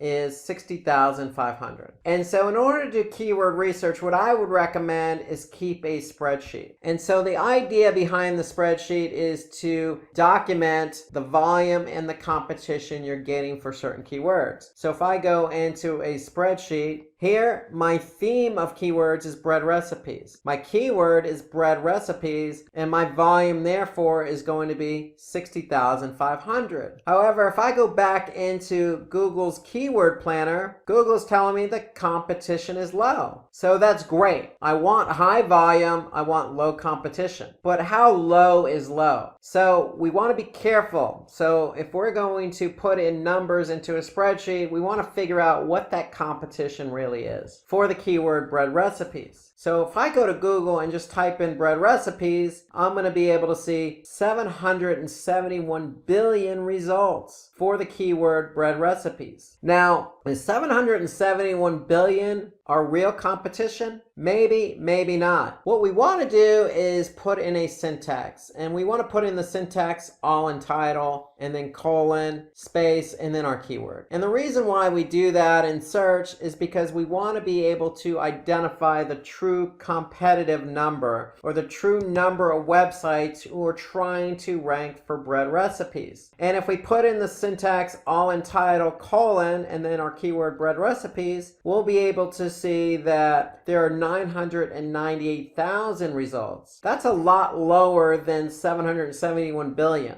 So that means that 998,000 sites or listings have the keyword bread recipes in the title tag. And the title tag is what shows up in the search engine results. And so if I look down and scroll down here, I can see bread recipes are in every one of these title tags. So title tag is an important element to rank #1 on Google, and we'll talk about that in a few minutes. But if we understand that there are 998,000 results with bread recipes in the title tag, then this tells us that those are the websites who are trying to rank #1 on Google for that keyword, and therefore those are the websites we need to jump over in order for our website to rank #1 on Google. And so therefore I'm going to put in 998,000 in my spreadsheet as the competitive number. And so now I could see for the keyword bread recipes, I have 60,500, and if my competition is 998,000, then my KEI, or keyword effectiveness index, or in other words, the ratio of volume to competition, is 6%. So that's nothing more than volume divided by competition. So that tells me that my KEI, or my ratio between volume and competition, is 6%. So remember, we want more volume than we want competition. So anytime you do a keyword research, you're going to find a number of different relevant keywords. So if I go back into Google's keyword planner, If I typed in bread recipes, you could see that Google is going to give me a number of different keywords related to bread recipes. Let's just say I have another keyword that I want to think about optimizing for, being ranked on Google for, and that's banana bread recipe. Very similar keyword as bread recipes, except it's a little longer tail. Now, if I type in banana bread recipe in Google's keyword planner, now I can see the average monthly search volume has actually gone up. It's 368,000. I can also see the competition is low. So those are good signs. So now I can see 368,000. I'm going to go ahead and put that in my spreadsheet. Now I'm going to go into Google. I'm going to put in my syntax all in title. I'm going to put in banana bread recipe. I'm going to hit enter. And now I can see I have 233,000 results with the keyword banana bread recipe in the title tag. So if I look at the title tags, I can see banana bread recipe, banana bread recipe, banana bread recipe on all the listings in the Google search results. So that tells me I have 233,000 results that I have to jump over in order to rank number 1 on Google. So I'm going to put 233,000 in my spreadsheet. Now I can see my KEI, or my volume to competition ratio, is 158%. And so to me, that's a lot better number to work with, or in other words, that's a lot better keyword because it's just as relevant and it has a higher ratio of volume to competition. So therefore, banana bread recipe is going to be a better keyword to optimize for in order to rank number 1 on Google. So that's the whole idea behind keyword research. You want to brainstorm ideas. There are plenty of tools out there. So the tool I recommend is Google Ads Keyword Planner. Google's going to give you how much search volume. They're going to tell you the competition, but then you're going to go into Google search. You're going to use the syntax all in title to get a more accurate read on the actual competitive number. And so to find out how keywords that your competitors are ranking for, you can use those keyword tools that I mentioned. Another tool that I use is Moz. So Moz, if you go to moz.com, they have a tool called Keyword Explorer. So if we just type in the keyword, for example, bread recipes, it's going to be able to tell us how much volume and the difficulty. So you can use other tools at your disposal. Figure out the volume and the difficulty. There are plenty of tools out there. But the one thing I would just make sure is you use everything at your disposal. So you can use social media to find the most shared article for a particular topic or keyword, like bread recipes. You could check other platforms that have a lot of shared content, like Reddit and Quora, where you can ask people about certain topics using keywords to figure out how much competition or volume there might be. You could stay up to date on industry news to get an idea of what types of keywords are trending. But when it comes to keywords and keyword research, remember, for every web page, we want to be able to pick 2 keywords. We want a primary and secondary keyword.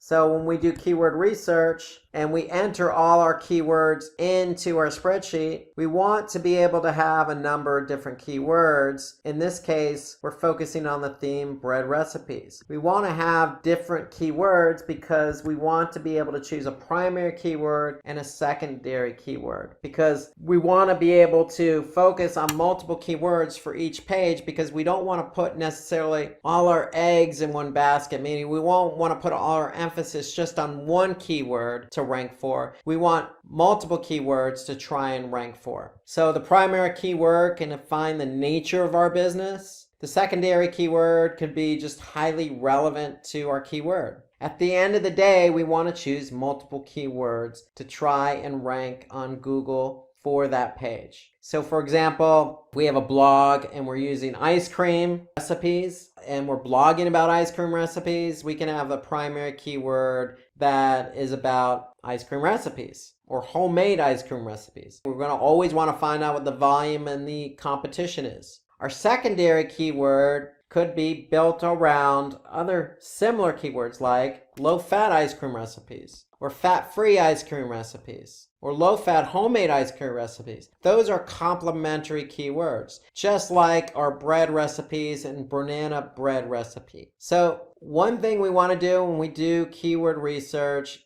is we want to be able to target one keyword per content when you can target many. We want to be able to target multiple keywords, not necessarily target one keyword. And so we want to be able to cluster keywords. So we don't want to target just one, we want to target multiple keywords per page. And when we talk about clustering, if we go back to our keyword research, what we're doing is we're clustering a bunch of keywords under the theme bread recipes. And so by looking at the volume, looking at the competition, looking at the KEI, we can choose different keywords for our page. And that's what we mean by clustering. We want to cluster keywords into a content theme. So why target only one keyword per content when we can target many? Because we don't want to put all our eggs in one basket. We don't want to target just one keyword. We want to target many. And so that means clustering your keywords into a theme and choosing multiple keywords for that particular page. And when we do that, we have a better opportunity to rank high on Google search.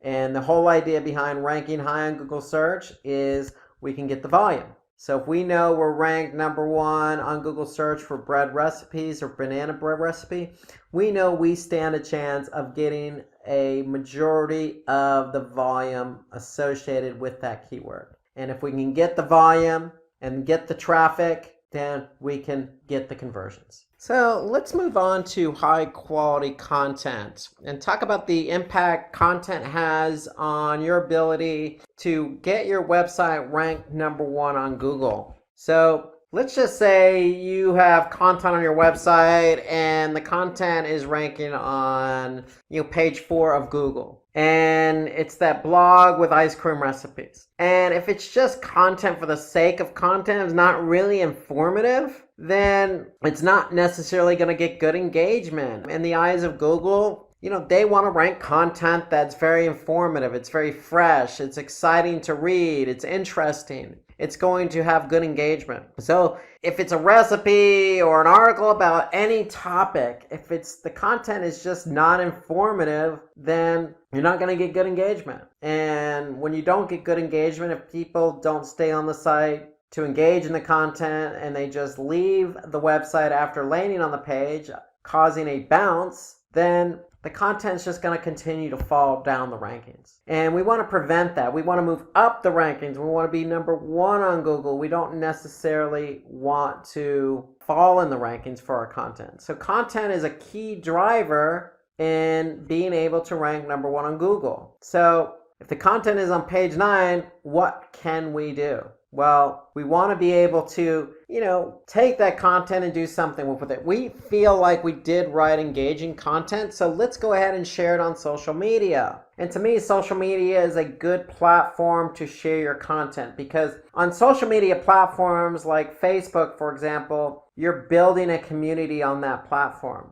That community is already interested in your content. So if you're sharing an ice cream recipe, especially in the summertime, and you're engaging with your community on that platform, then the likelihood of that community on that platform is going to increase engagement. Increased engagement will send social signals to the search engine that says, hey, this content is good quality. Likewise for any other platform. Most social media platforms have engagement metrics. And those engagement metrics pass signals. Is it good? Is it not good? Do we like this content? Are we giving it a thumbs up? Are we going to want to follow it? Are we going to want to share it? And so if you share content that you feel is engaging on social platforms, then it's going to be engaging and it's likely going to cause an increase in engagement. For example, a decrease in bounces. And once you share that quality content, then the likelihood of it moving up the rankings, even as far as number 1 on Google, is going to be greater. So you always want to start out writing good quality content. So let's talk about good quality content because Google does take content seriously. They do take into account what other people think of that content. So high quality content is an important factor. So how to create good content? That's always the question. So let's talk about some best practices here. Remember, in the last segment, we talked about keyword research. So we want to perform good keyword research. Why? Because we want to choose keywords. Remember, we're choosing multiple keywords per page. One keyword could be related to our brand. One keyword could be related to the content, but another keyword could be related to a user's intent, like recipes. If you recall the example we used with bread recipes, maybe somebody's looking to type in a keyword that says, how do I make, a bread? Or how do I make a specific type of bread? Or how do I make banana bread? Or what's the best recipe for banana bread?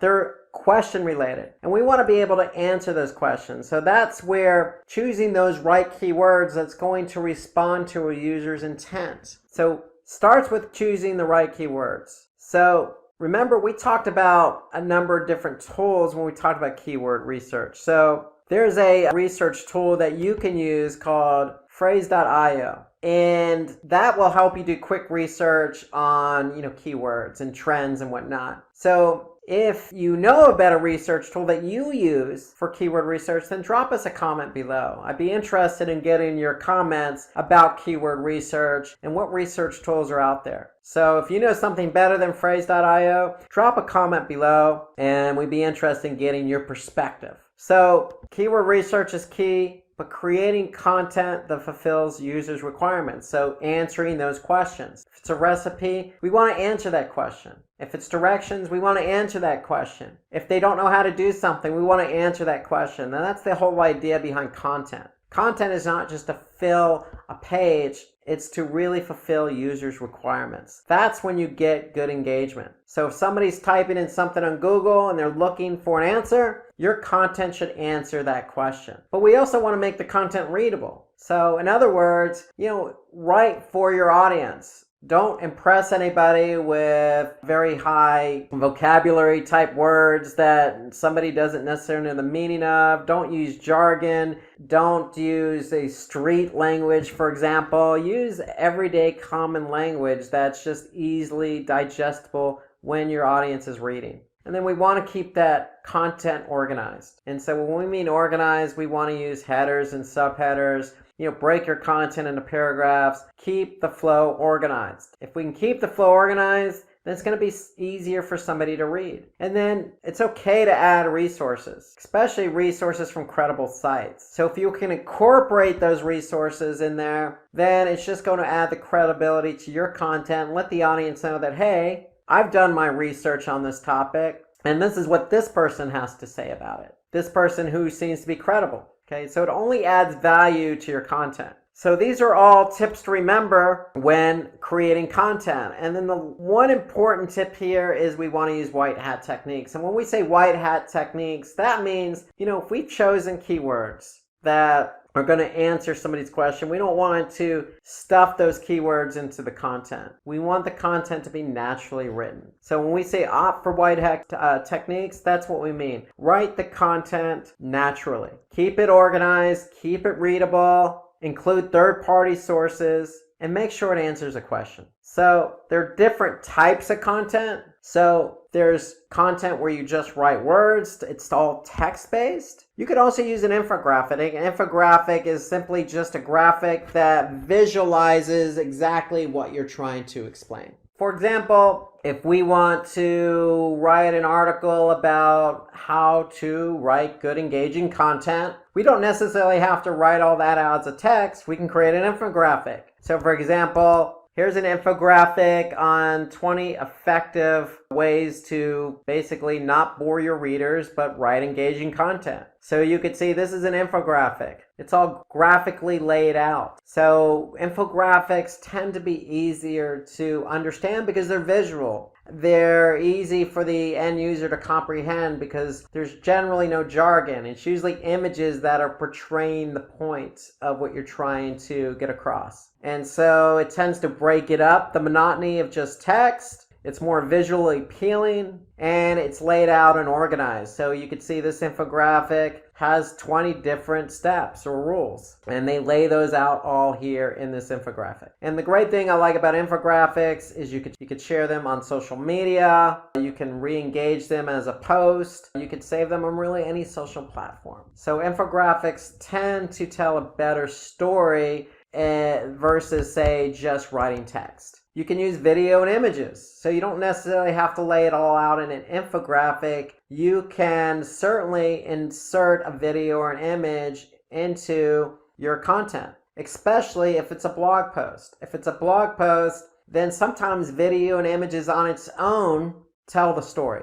You don't necessarily need text to go ahead and tell your story. A video or an image, as they say, tells 1,000 words. And so images and videos are great to use in a blog post. So using different forms of content, you always want to review your content. When a user dwells on your webpage for a longer time, Google will tend to think, okay, this person's engaged, so we're going to rank that favorably. So if you're using infographics, videos, and images, then the chances of somebody being more engaged are going to increase versus just text that's not well organized and written out in a way that somebody doesn't necessarily understand. So be creative in the types of content you use. So longer engaging content tends to bode well with search engines. So this is according to HubSpot. So the more word count you use, the more words you use, the chances of you ranking higher are going to be better. Just take into account best practices. You want to maybe break up the content with an image, organize it, make it engaging, use headers. So it's not necessarily just words, it's the words and how those words are written, how they're structured, the types of keywords you're using, how you're engaging with your audience. There's a lot of factors, again, those best practices we just went over. But the key is, if you have longer, more engaging content, then it's going to bode better for you on search engines. So a couple of steps to create high quality content. So you want to begin with a comprehensive introduction. So always introduce your content. Remember, the content should be relevant to the keywords. So if you're choosing keywords in your keyword research, think about answering that question. If somebody's typing in bread recipes, maybe they're looking for banana bread recipes. How to make the best banana bread, or how to make banana bread using dried figs. We want to be able to align our content with that keyword naturally.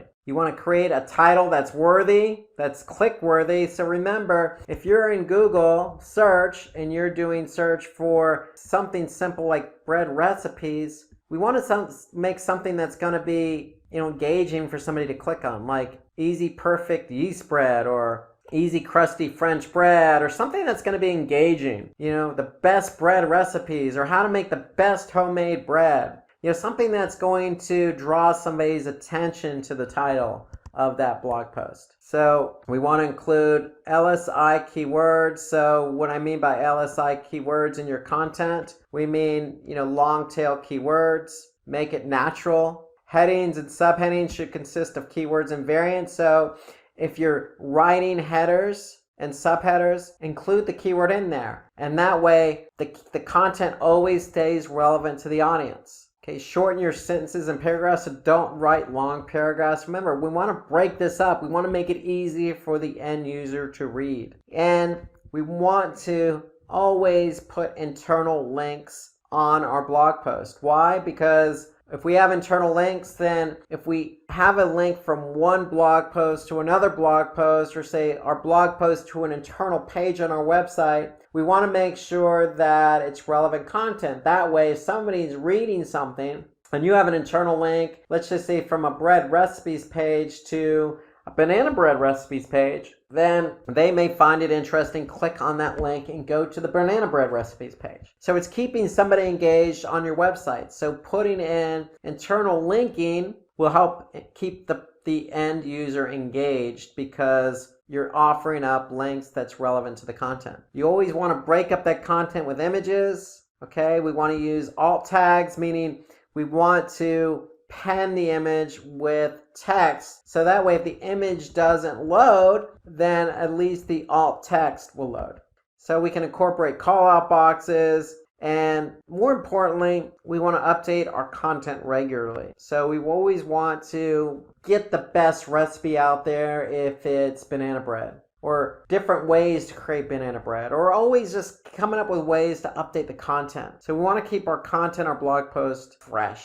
And then we want to include a CTA, call to action. If we include a call to action, then that's going to keep somebody engaged and have them act on your content. So these are steps to creating high quality content. And so let's look at an example here. And this is a 3-month-old post on BuzzFeed. And it's 21 pictures that restore your faith in humanity. So it has a lot of likes, a lot of tweets, and that means it's engaged. People are engaged when reading that. And so if we go and look at it as an example, we could see it on BuzzFeed here, 21 pictures that will restore your faith in humanity. So this was written back in 2012. Again, a lot of engagement. But if we look at it, we can see immediately that it's taking into account third-party sources. It's got some content, it's got images, it's being broken up by images. We could see there's call to actions on there in the form of social, so people can go ahead and share it if they like it. Okay. It includes videos, it includes images, third-party sources. So it's a good post because, listen, it's engaging content. It's probably answering somebody's question about humanity. And we could see clearly that, look, there's a lot of different examples here from a lot of different sources, and we could take action on this content. So not just video, not just images, but text as well. And so it's very engaging, answers questions, takes into account the different types of content available. So this is a good post in that regard. So content's updated regularly, it's engaging, and it includes sources from high authority websites. Some do's and don'ts on the content. So take into account the best practices I mentioned about creating high quality content. Okay. Answer those questions that the end user wants to hear, because that likely is going to be their search. And so you want to be able to respond to the end user. That's part of creating high quality content. Different types of content, i.e. in the form of infographics or videos or text or images. You can add images from public domain sites. You can be relatable and use examples to clarify points, just like the BuzzFeed article. Simplify complex words. Don't use sophisticated language. Talk to your audience as if they were standing right in front of you. And use bullet points to exemplify your examples, your points. So some do's, the don'ts. Obviously, don't lift content. We don't want to lift content from another website. So that's plagiarism. So we want to have our own unique content. We also don't want to take images from other websites. And so if you do happen to find an image that works for your post and it's on somebody else's website, ideally that's not a good situation. But if you do happen to do that, then always give credit to the website. Okay, so if you took it from xyz.com, credit xyz.com for the image. And even put a link back. But ideally, you don't want to take images from other websites. Just as much as you don't want to take copy, you don't want to take images. Use your own imagery and content. But if you don't have imagery, then you can always go to stock photography. There are plenty of websites out there where you can sign up for a subscription, like Adobe Stock Images as an example. You can sign up for an account, and in some cases you can sign up for a free account and use stock imagery. Okay, don't give less information to your audience. Give your audience what they deserve, which is the information they're looking for. They're looking for the best banana bread recipes. Give them the best banana bread recipes. Incorporate your own images. Break it up with titles. Give them a good quality piece of content that they're going to be able to engage with. And so if you put long paragraphs in your content, then it's going to be less engaging. So try to avoid those long paragraphs. Remember, shorten up the paragraphs, keep the language simple, add in images, answer those questions, use third-party credible sources, but write it in your own words, and you should be on your way to creating good quality content. Okay, so now that we've talked about high quality content in order to get your pages ranked high on Google search, let's turn our attention to optimizing on-page elements and discuss some website level factors that are both going to help you rank high on Google search. So let's just do an overview of what we're talking about when we talk about on-page elements and website level factors. So optimizing on-page elements include a number of different things, but primarily we're going to focus in on meta tags, also known as meta description tags, header tags, also known as title tags, and URLs. So those are just some of the on-page elements we want to be able to optimize using relevant keywords in order to rank high on Google search. We also want to take a look at some website factors that will affect our ranking on Google search. They include website architecture, having a secure website, having a sitemap, and taking a look at page speed. So all of those are some of the website factors we need to take into account in order to rank high on Google search. So title tag and meta description together are considered meta tags. So both play an important role in ranking high on Google. So we want to be able to write unique title and descriptions for each page on our website.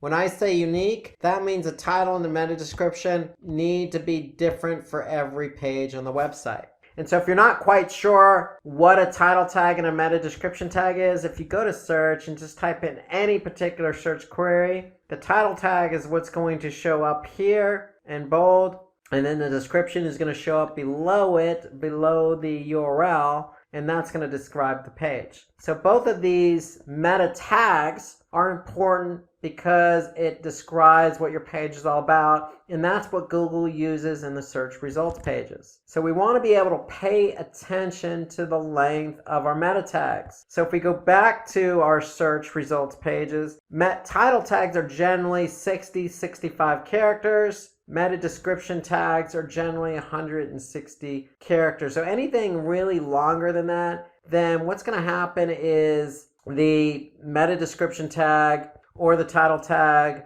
will get truncated. And so if we look here, for example, we can see all of the title tags here fit the 65 character limit. But if you run over the character count on meta description, then Google is going to truncate the copy. So you want to stay within your parameters in order to avoid getting your content truncated. And so the other thing when we're writing title meta description tags, we want to minimize keyword repetition. So if we're optimizing for keyword, we don't want to necessarily just plug that keyword into the title tag and meta description multiple times. We want to make sure our title tags and meta descriptions are naturally written. So if somebody's typing for banana bread recipe with dried figs, we want to have a nice title tag and a description that is going to get somebody to respond based on their need. And so we definitely want to avoid keyword repetition, but we want to be able to use that keyword in the title tag. Because if you remember from the earlier segment, when we did the all-in title syntax to find out exactly how many competitors were using that particular keyword, well, we obviously want to use that keyword in the title tag because, again, the title tag is an important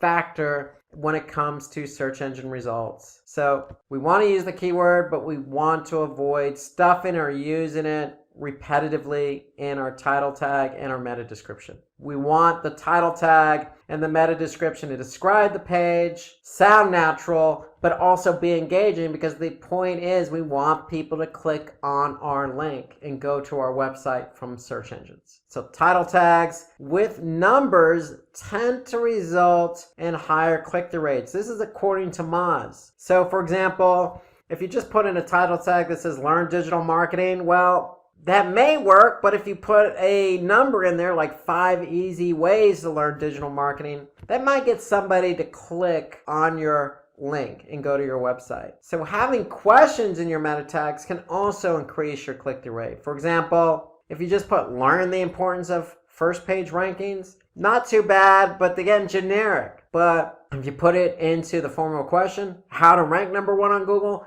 it's more action oriented. It's going to get somebody to resonate with the question that they have. And that may be their query, how to rank number 1 on Google. And so these techniques will help you get higher click-through rates. And so according to Backlinko, title tag with a keyword can improve site ranking. So remember, we want to include that keyword in the title tag. Even though we only have 65 characters, we want to include that keyword, but we want to avoid stuffing the keyword in there. We want to, again, make the title tag action-oriented, maybe with a number, maybe as a question, with the keyword in there once, naturally. Not easy to do, but that's the beauty of SEO. If you can follow these best practices and write a good title tag, then the chances of you improving in your search results are going to be greater. So having only one H1 tag in your post is going to be good.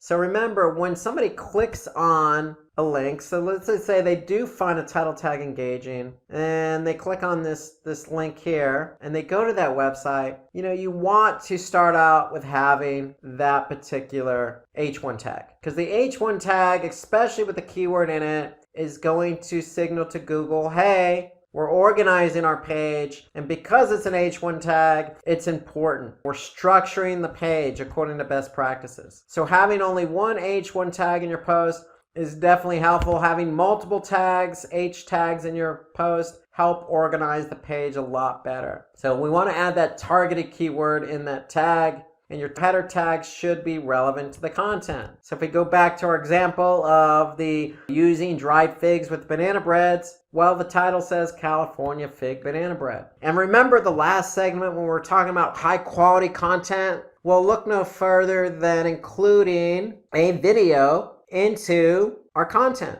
So not only will this video help keep the engagement high, but it breaks up the monotony of the page. And it's from a third-party source, so it adds credibility to the page. So adding a video based on the last segment of high-quality content definitely helps with ranking high on Google search. So following hierarchical structure, that means putting those H tags in there. H2 tags help break up the content. And we want to avoid repetition of H1 tags on your different web pages of your site, meaning don't just put the same H1 tag with the same keyword in it and keeping it blasé. We want to make those H1 tags exciting to read, but also used appropriately to break up the content. So remember, all white hat techniques. We want to avoid hidden tags. We want to avoid stuffing keywords.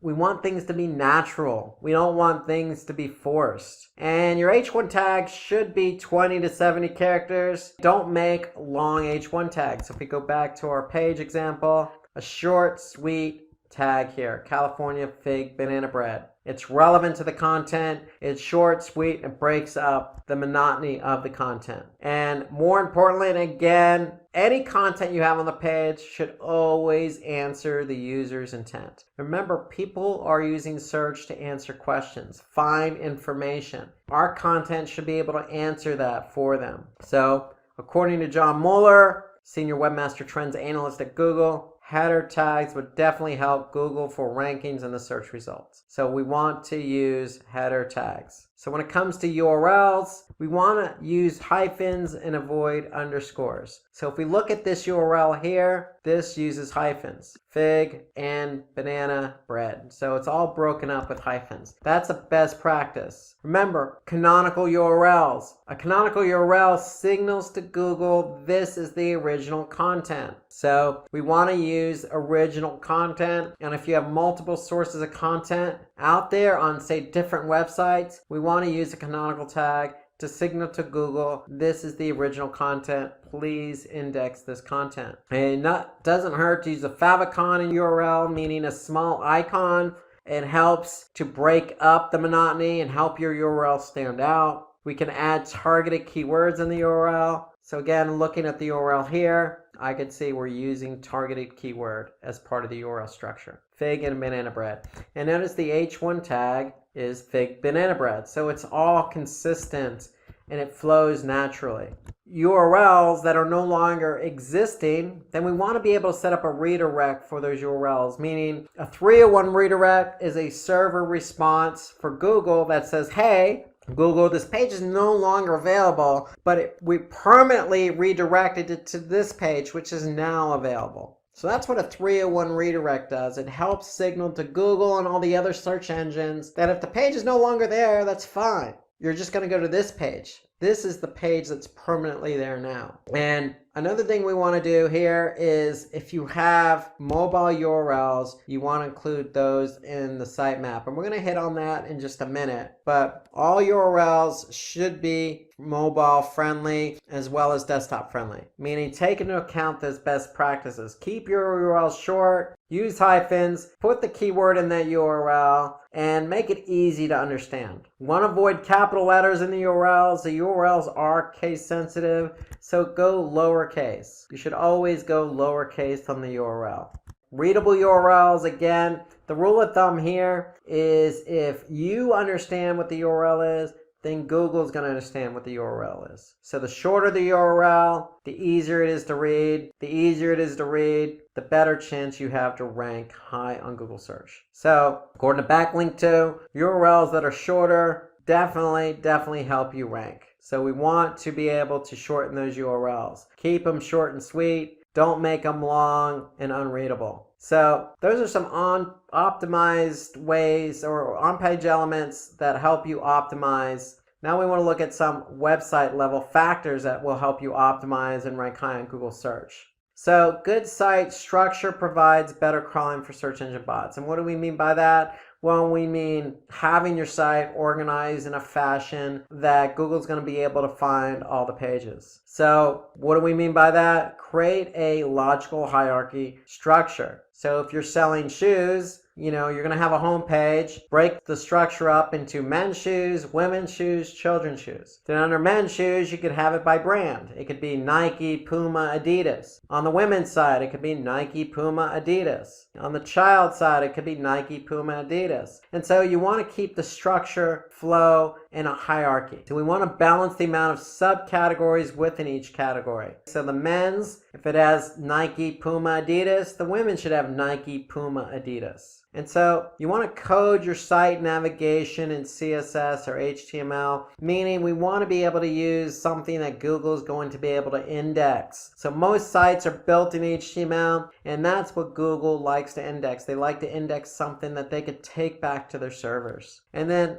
more importantly, build a comprehensive structure for internal linking. So internal links mean that if you're on a site, you should have natural links pointing to other pages on your website. So to keep the flow going. And we don't want to have unnatural inbound links. You always want to have natural internal links to keep the flow of the user going from one page to the other. So here I could see, as an example, all the ingredients in this recipe. Well, this has an internal link to another page on our site. And this happens to link to a page where somebody can buy the ingredient. So it's a natural internal link. So John Doherty of Credo has claimed that one of the biggest changes that he can make in fixing the Credo website is architecture. So for example, in Credo, John Doherty has increased the organic sessions by 74% and pages per session by 41%, just by changing the site architecture. So you'd be surprised by changing the site architecture what that will do to engagement. And so let's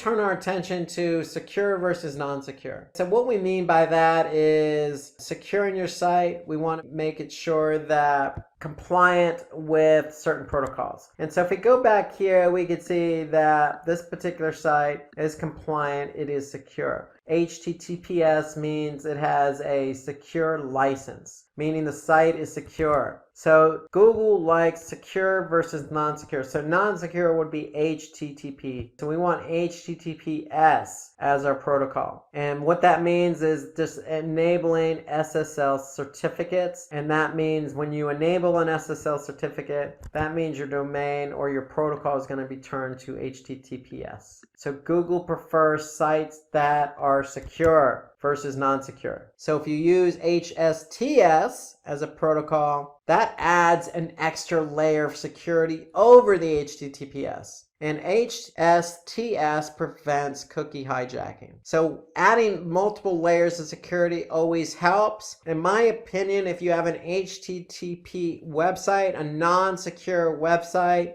you should look into buying an SSL certificate, getting your sites flipped over to HTTPS, because what's going to happen is your URL structure is going to change. When your URL structure changes, Google's going to recognize that because they're going to index your site. And when they index your site, they're going to see those secure URLs. And that's going to work favorably in your favor and help you rank higher on Google search. So websites using secure or HTTPS have a higher chance of ranking higher. So HTTPS is a ranking signal because Google indexes those pages. So let's also talk about sitemaps. So sitemap is one of the most important ways to improve your website ranking. Why? Well, because sitemaps are a way to organize all your URLs into one file. So we're basically going to prioritize all our web pages in a sitemap. So if you go to any particular website and you type in sitemap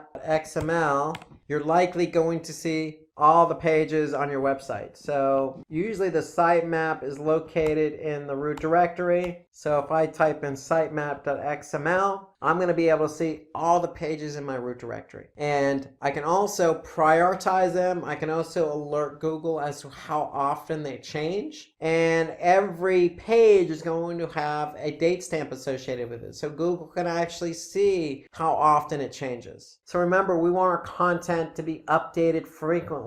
So if content's not updated frequently or it's not fresh, then Google's going to see that date stamp, that last modification date. So we want to be able to make sure our content's updated frequently. We want to let Google know that we changed it frequently. And we want to be able to prioritize our pages, let Google know, hey, these pages are important to us. So all that can be set up in a sitemap. We want to be able to add canonical versions of URLs in the sitemap. So we want to be able to add all our original URLs in our sitemap. And so we always want to build dynamic URL sitemaps for larger websites. And what I mean by dynamic URLs, that means that if I look at this sitemap and we're always adding content, let's just say in the form of a blog, well, guess what? We want those pages to be added to the sitemap as they're published. So as we add pages to the blog or to the site, then they should automatically be added to the sitemap. And so in effect, what's going to happen is we're going to be able to see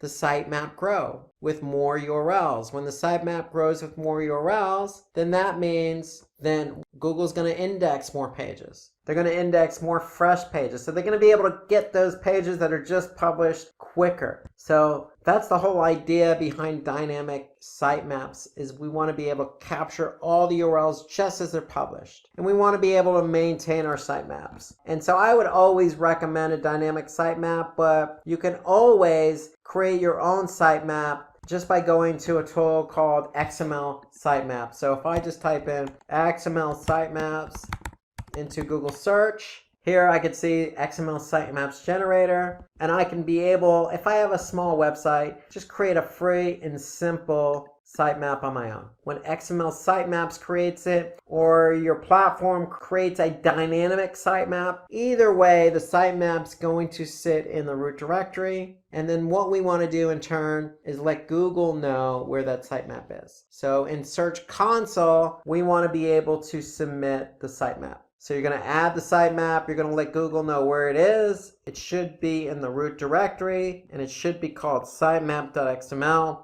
And when you do that, Google's going to be able to take those URLs and index them. So we could see we submitted 528 URLs, Google indexed 521. So one thing about URLs here is when we create a sitemap, we're putting all our URLs in there. We do not add no index URLs in your sitemap. And what that means is that any URL we don't want Google to index, we're just going to exclude from the sitemap. Okay, so we want Google to take all the URLs we want indexed and put them in the sitemap. So according to Edgy, using sitemaps for SEO can increase your website's visibility and help you get indexed. Why? Because what you're in effect doing is taking all your your URLs that you want indexed. You're telling Google how often they're modified. You're telling Google which ones are important, and you're submitting that to Google. And so Google's going to be able to take all these URLs quicker, index them quicker, and when they're indexed quicker, you can get ranked quicker. And when you get ranked quicker, you can get traffic quicker. So that's the whole idea behind sitemaps. So let's turn our attention to page speed now. So one of the last factors for our website, besides architecture, making it secure, and adding sitemaps, is we want to take a look at how quick our pages load.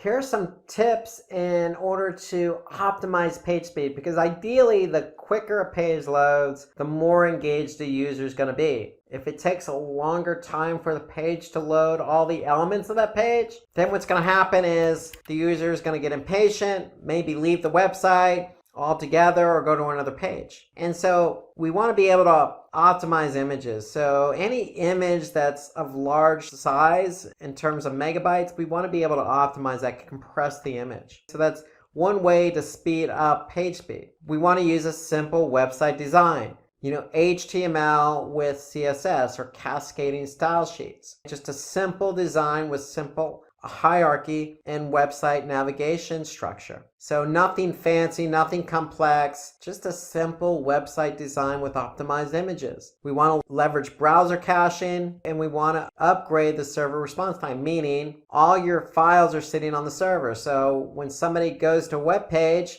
the server is serving up all of those files, the images, the text, etc. And so we want the server to respond as quick as possible. So when it comes to page speed, we can look at the factors affecting page speed in Google Analytics. So if I go to Google Analytics and I go under behavior and I go under site speed and I go to overview, I'm going to be able to see what my average load time is for my site. And ideally, we want our pages to load as quick as possible. So that means anything under 4 seconds. Anything 4 seconds or higher, and it's likely the end user is going to leave the page. There's a correlation between page load time and bounce rate. And so what Google actually does is give you speed suggestions. So if we do have a page that loads slow, we can just go to speed suggestions in Google Analytics. And we go to speed suggestions, then Google's going to be able to tell us, hey, this particular page load fast, this particular page load slow, and if it loaded slow, why is it loading slow? So here we could see the home page, as an example, is loading on average of 7 seconds. Well, if we look here, they're going to give us some suggestions. So if I click on this page speed suggestions, it's going to load a report and a tool called Page Speed Insights. And basically what it's then going to do after it's done running is it's going to tell me all the ways in which I can optimize my pages. Not only for desktop, but also for mobile. So here I can see for desktop or for mobile, I can look at some ways in which I can optimize it to increase page speed. For example, sizing my images properly, server response time, reducing my server response time,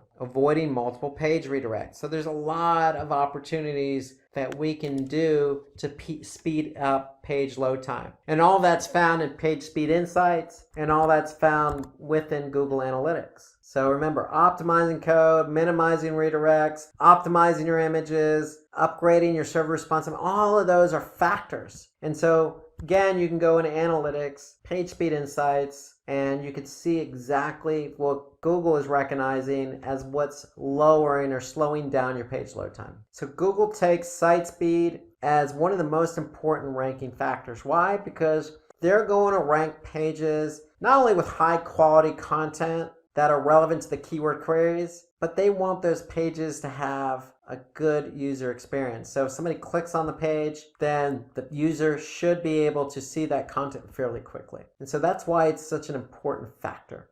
So the quicker your pages load, the chances of you ranking higher are going to be better. So according to Web Performance Today, Walmart, as an example, experienced a decline in conversions. So what they did was looked at their page speed. And when they looked at their page speed, you'd be surprised what that did. Just increasing it from 1 to 4 seconds or decreasing it basically increased conversion. So there's always going to be a correlation between how quick a page loads and how engaged the user is. Because if the user is engaged, they're going to stay on the site. And if they stay on the site, then their chances of converting are going to be higher. So just even 1 to 2 seconds increase in page load time will make a world of difference in terms of engagement and conversions. Let's turn our attention to off-site engagement. So previously we talked about on-page elements and website factors that affect our rankings for search results, but we also need to turn our attention away from our website, meaning what we do on our website, and turn our attention what we can do for our website off our website and onto other websites. So that's off-site engagement.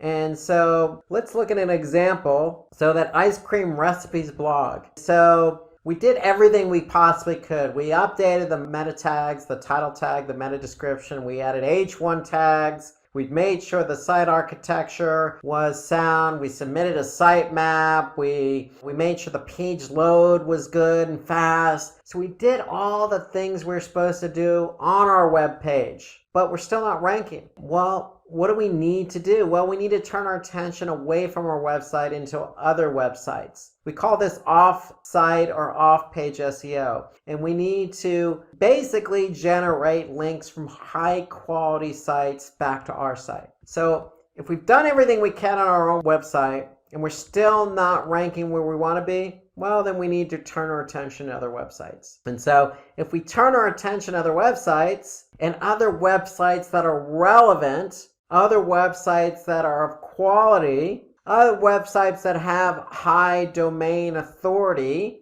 then we're going to see an increase in rankings. So it's just a matter of getting quality links from quality websites that are relevant. That's what's going to move the needle on search after we've taken care of all the on-page elements. So more backlinks from high domain authority results in higher rankings. SEO is a combination between what we do on our website, meaning optimizing the page and making sure our website has good site architecture and follows the best practices in terms of sitemaps and page load. Then we need to turn our attention to the backlinking to improve our domain authority. So according to Backlinko analysis, off-site engagement is one of the most important elements for ranking #1 in Google. So you can't just focus your attention on updating the title tag and making sure the pages load fast. You have to turn your attention as well to getting backlinks from high-quality sites. That's off-site engagement. And so gaining links, backlinks from multiple domains is vital. It's vital because they bring referring traffic to your site. They bring credibility to your site. But more importantly, Google's going to recognize the relationship between these sites and your website. And if these sites that have backlinks or links pointing to your site, and if they're of high quality, then we call that passing link juice. So it's going to bring quality to you in terms of organic search. So if we look at an example, if I do a search for banana bread recipe, there are 241 billion results for banana bread recipe. Why did this particular page from Simply Recipes rank #1? Well, we can turn our attention to Moz, and Moz has a report called Link Explorer. And so Moz's Link Explorer report helps us identify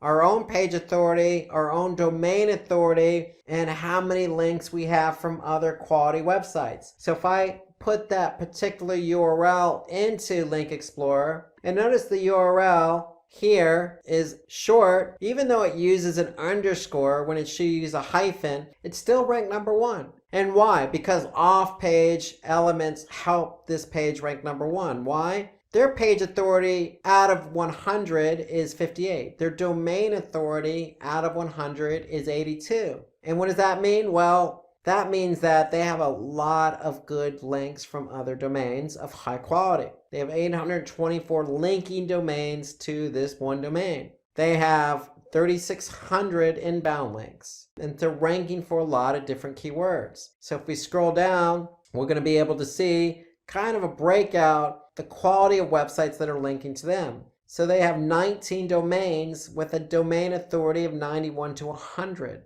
linking to them. They have 15 domains between the range of 81 and 90. So what does that tell me? Between 15 and 19, that's 34 particular domains that are very high quality linking to them. And so we could see the breakout of the linking domains. We could see the top file links to the site, and we could see the page authority. So the Link Explorer report gives us an overview of what pages are linking to ours. And it also gives us an idea of what our own page authority and domain authority are. Because domain authority and page authority both need to be high in order for us to rank on Google search.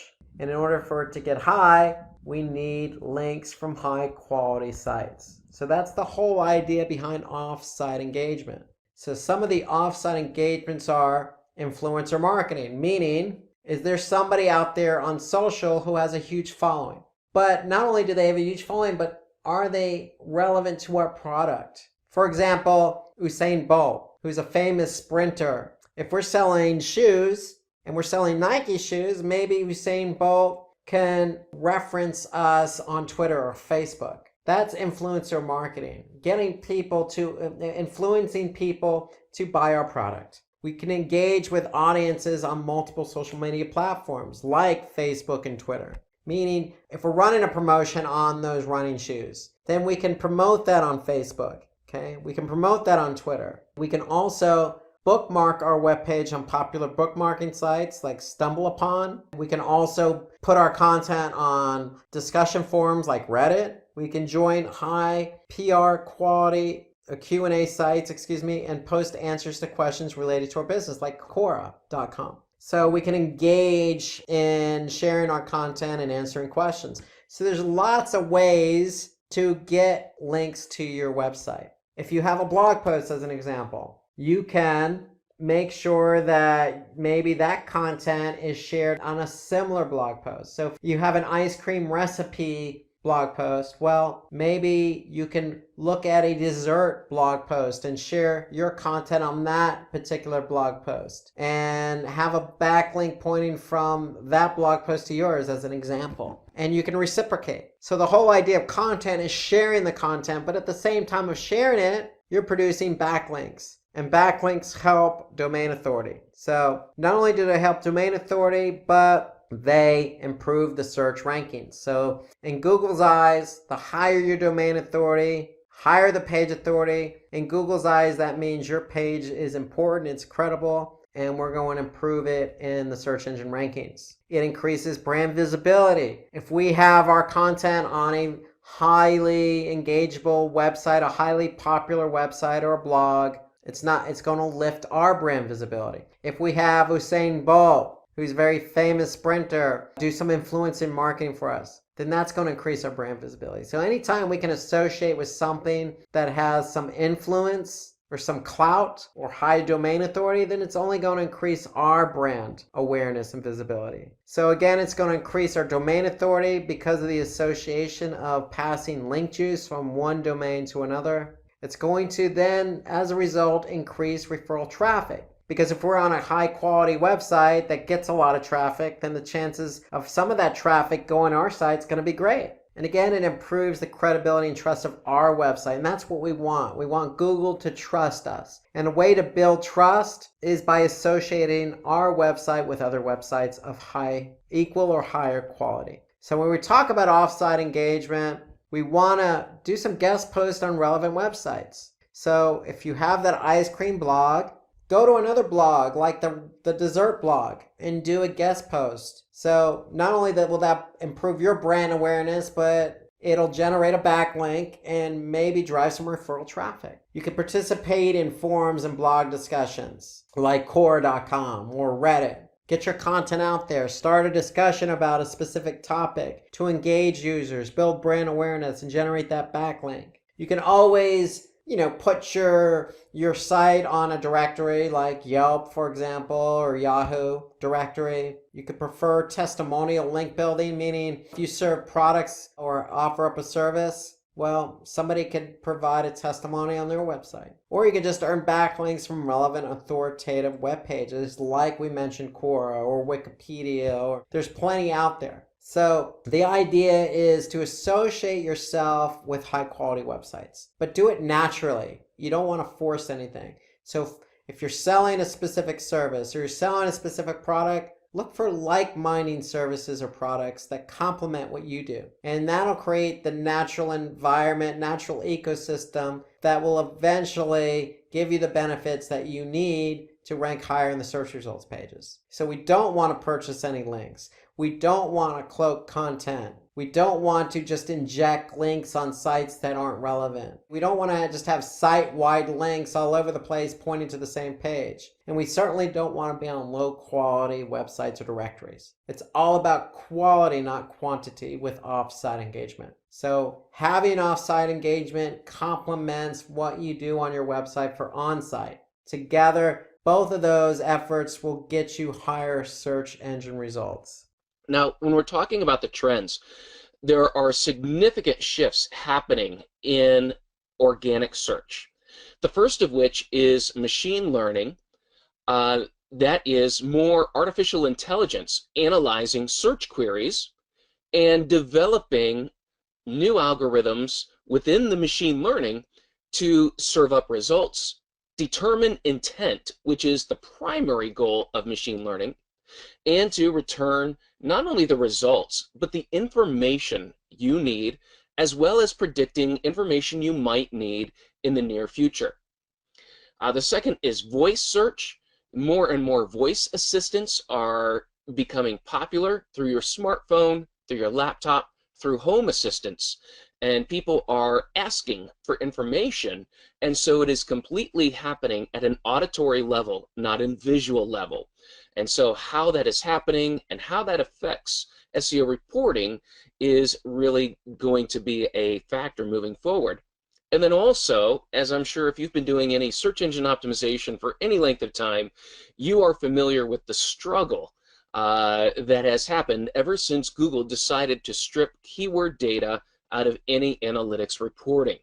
That took away really the #1 way that you were able to measure the effectiveness of gaining keywords in the search engines. Now, to hit each one of these, just to explain them a little bit more so that you know exactly what's happening and what it looks like as it affects your current level of SEO work as well as reporting. As an example of machine learning, if you go into Google AdWords right now and you were to set up a campaign looking at maybe like auto body or auto work or something like that, if you typed in a few keywords into Google, what's happening is Google is only reporting one phrase that might cover 2 or 3 or 4 phrases based on, for example, auto body being, is it 1 word or is it 2 words? Google here is providing it as 2 words. So even if I type in auto body as a single word, this is where the machine learning is coming in, realizing that these are the same queries. And so rather than treat them as individual queries, what is happening is through machine learning is they are trying to figure out what is the intent of the search and then grouping the intent into single categories or single searches, and then all the variations would be included in that. Now, if I do keyword research at a third party, such as Word Tracker or something like that, now what I'm going to find are multiple different ways that people search. They're going to put in locations, they're going to put in details, they're going to, use 1 word, 2 words. And so in a third-party keyword research format, we're going to see a lot more variations because those are tracking what people are actually typing in. What Google is doing from the machine learning standpoint is condensing everything and trying to group it into, as I said, similar forms of intent. Now, what's happening here? It means that phrases or words that are plurals, acronyms, typical variants, such as words that may mean the same thing, but then they're different words, so they're going to group them together. And then also, as you saw there, words with spaces or without spaces, conjunction words, as well as hyphens and apostrophes. A lot of these are going to fall out of what you're able to bid on, also in the paid search side, and it will all go into a particular group of words under a primary heading.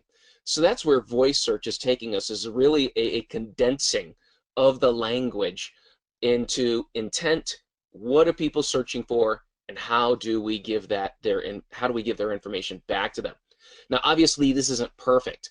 I've worked with a number of clients where they may offer a service, and because of that service, Google is trying to then associate them with another service, and it's not relevant. And so because of that machine learning, sometimes what we're seeing is a difficulty in trying to get unique businesses, new ideas, or something that just isn't a part of that overall big picture. They're trying to force it into neat little boxes, but as we know, business is not full of neat little boxes. It's messy, it's fuzzy, it's all kinds of different types of businesses, suppliers, industries that are going to have some level of uniqueness about them.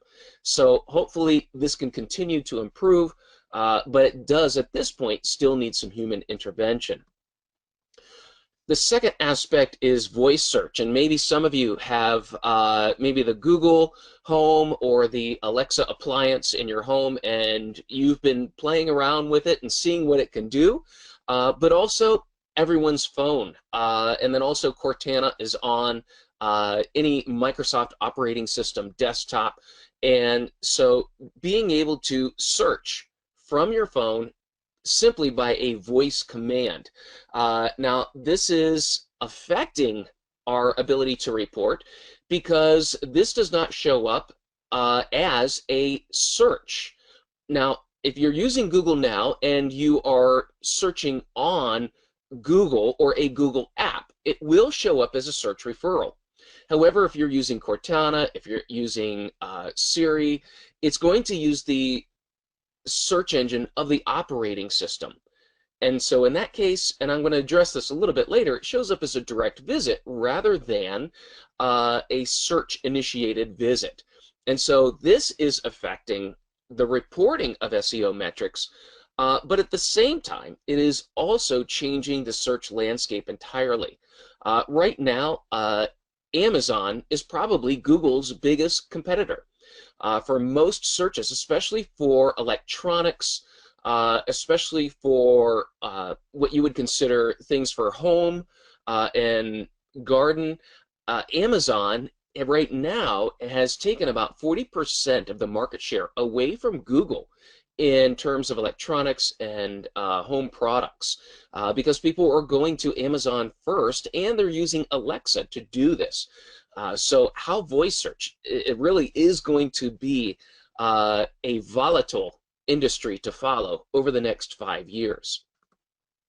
And then, as I mentioned before, probably the biggest frustration of anyone doing search engine optimization or wanting to measure the effectiveness of optimization or where they stand in the marketplace is the keyword not provided.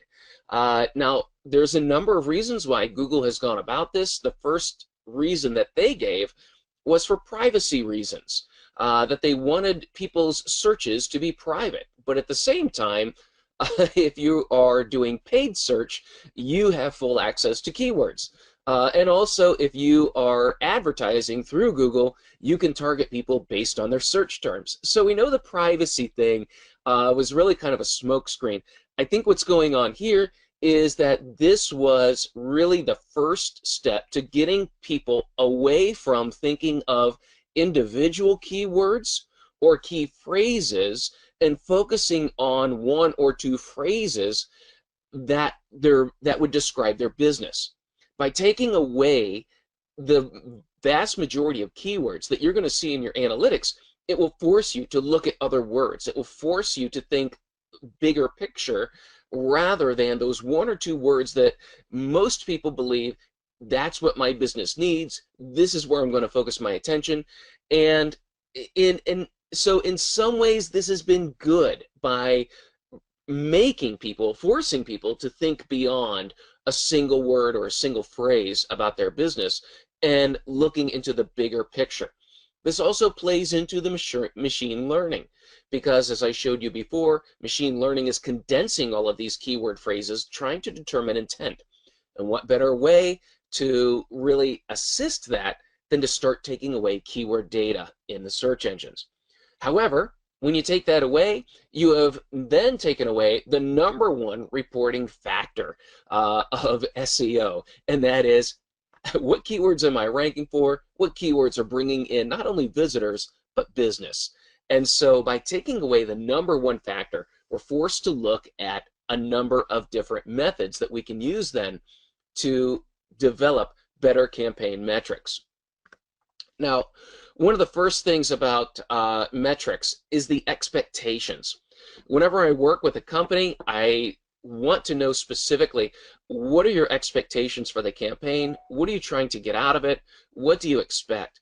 I'll never forget, I was consulting with an agency about how they are developing their SEO campaigns and how they were reporting them to their clients. And I went with them to one of their client meetings.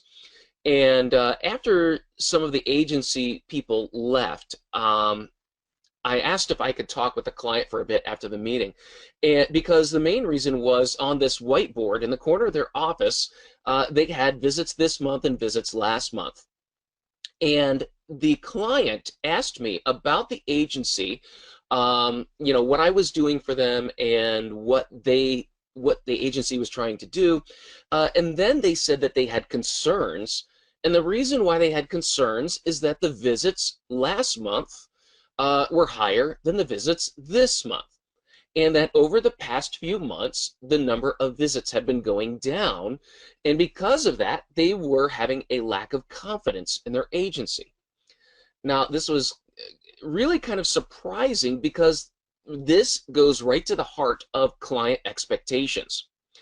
Now, what I had asked that client then after that, towards the end of the conversation is, how is your business? How are leads? How are your key performance indicators? How are the conversions on the site? Basically asking them, how's business? And the response to that was, well, business is great. Business has been improving over the past few months. However, the primary metrics they were looking at was visits rather than the business-oriented metrics. And so this is where establishing expectations of what campaign metrics we're going to follow and what those campaign metrics mean to a business.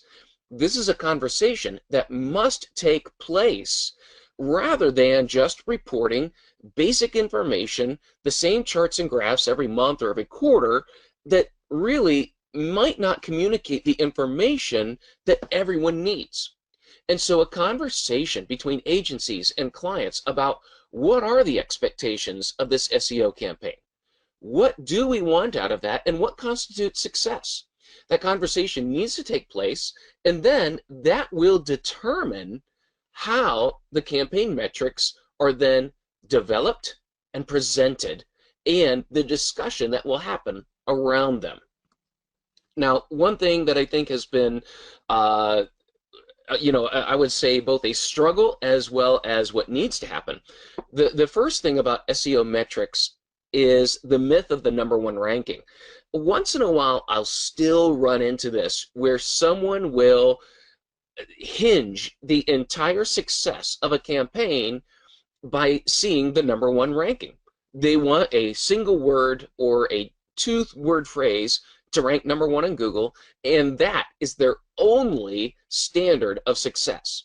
Unfortunately, anymore, I will not even work with that kind of a client because it's an unrealistic expectation, and it also shows a complete ignorance of how search works and the power of what it can bring to your business. That this is much bigger than a #1 ranking, and if that's all you want, then give me a budget and we'll pay for it. But I would say for the most part, we've moved beyond a #1 ranking.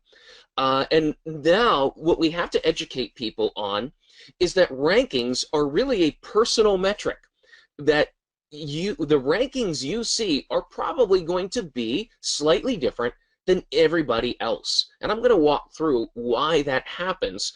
And so you can help educate people within your own organization of why ranking is a personal metric now rather than a universal metric. And then, of course, as I had mentioned before, it's all the expectations. Campaign metrics need to focus on the business objectives, not just on the external factors of rankings and somewhat in visibility. We want to look at the visibility of a company, but ultimately what we need to look at is how is your search campaign delivering on your business objectives, because that's the point of it all, is what are we trying to accomplish and how is it being accomplished. See, it's when I see charts like this that still make me a little queasy and still make me roll my eyes. This was done about 2 years ago, asking people, what are you measuring? And unfortunately, there hasn't been much change since this initial survey, that the vast majority of people are measuring the number of visits to the website. And then they're measuring social sharing, time on site, and less than half are still measuring SEO rankings. Now that still boggles my mind, because that's what I'm going to walk through here, is why we can't measure SEO rankings. It is a completely undependable metric. And so what really surprises me, shocks me, is that 35% of people are measuring subscriber growth and 27%. A little more than a fourth of businesses surveyed here are measuring sales leads. This is what is so shocking and surprising, especially when we come to campaign metrics and expectations of a client, and that is, what are the business objectives? What is it that you want to grow? Because the last column here, sales leads, is what makes business grow. That is a direct contributor to revenue. And subscriber growth, well, that builds my list, and marketing to my list is a direct contributor to revenue. And so, as I said, this is just so mind-boggling, because the two things that directly contribute, that have a direct impact on revenue, are the least measured in this survey. The four things that have an indirect impact, meaning that you can have, as I mentioned before, an incredible number of website visits, but absolutely no revenue coming in as a result of that. These are all key performance indicators: visits, sharing, time on site. Those are key performance indicators. They're not business objectives. And so part of the expectations of developing campaign metrics is understanding the difference between a key performance indicator and a business objective, because it's easy to get sidetracked, especially with search metrics, especially with these types of things of, visits, time on site, page views, rankings, but they're all indirect, which is why they are under the key performance indicator grouping, whereas we want to look at the business objectives of subscribers, sales leads, downloads, getting information into people's hands, engaging with them, and moving along the customer journey. When we can develop metrics that focus on the experience of a prospect or a customer, then and tie that to our SEO performance, now we're developing how our campaign will directly impact the business and the customer. Now, I want to just go off to the side for a little bit here and talk about rankings. And this is the whole concept of rankings are personal, not universal. Now, you'll notice on this is a rankings report from 2008 and compared to 2006. I had to go back really far to find this screenshot. And this is of, if you were doing a search for the keyword latest news, this would show you who ranked #1 and the change in the rankings over the past 2 years. And it also, we're looking at it in Google and MSN. For some of you, this may look really familiar. because what this did is you put in the domains that you are tracking, the keywords, and you would get a report about who ranks where for what keyword. Now, this is back in the day, and even around 2008, we were still seeing we were starting to see fluctuations in rankings based on where you are searching from, as well as some history coming in, but we weren't seeing it to the extent that we see it today. You see, now today, your rankings that you see are largely based on your search history. It's based on past searches.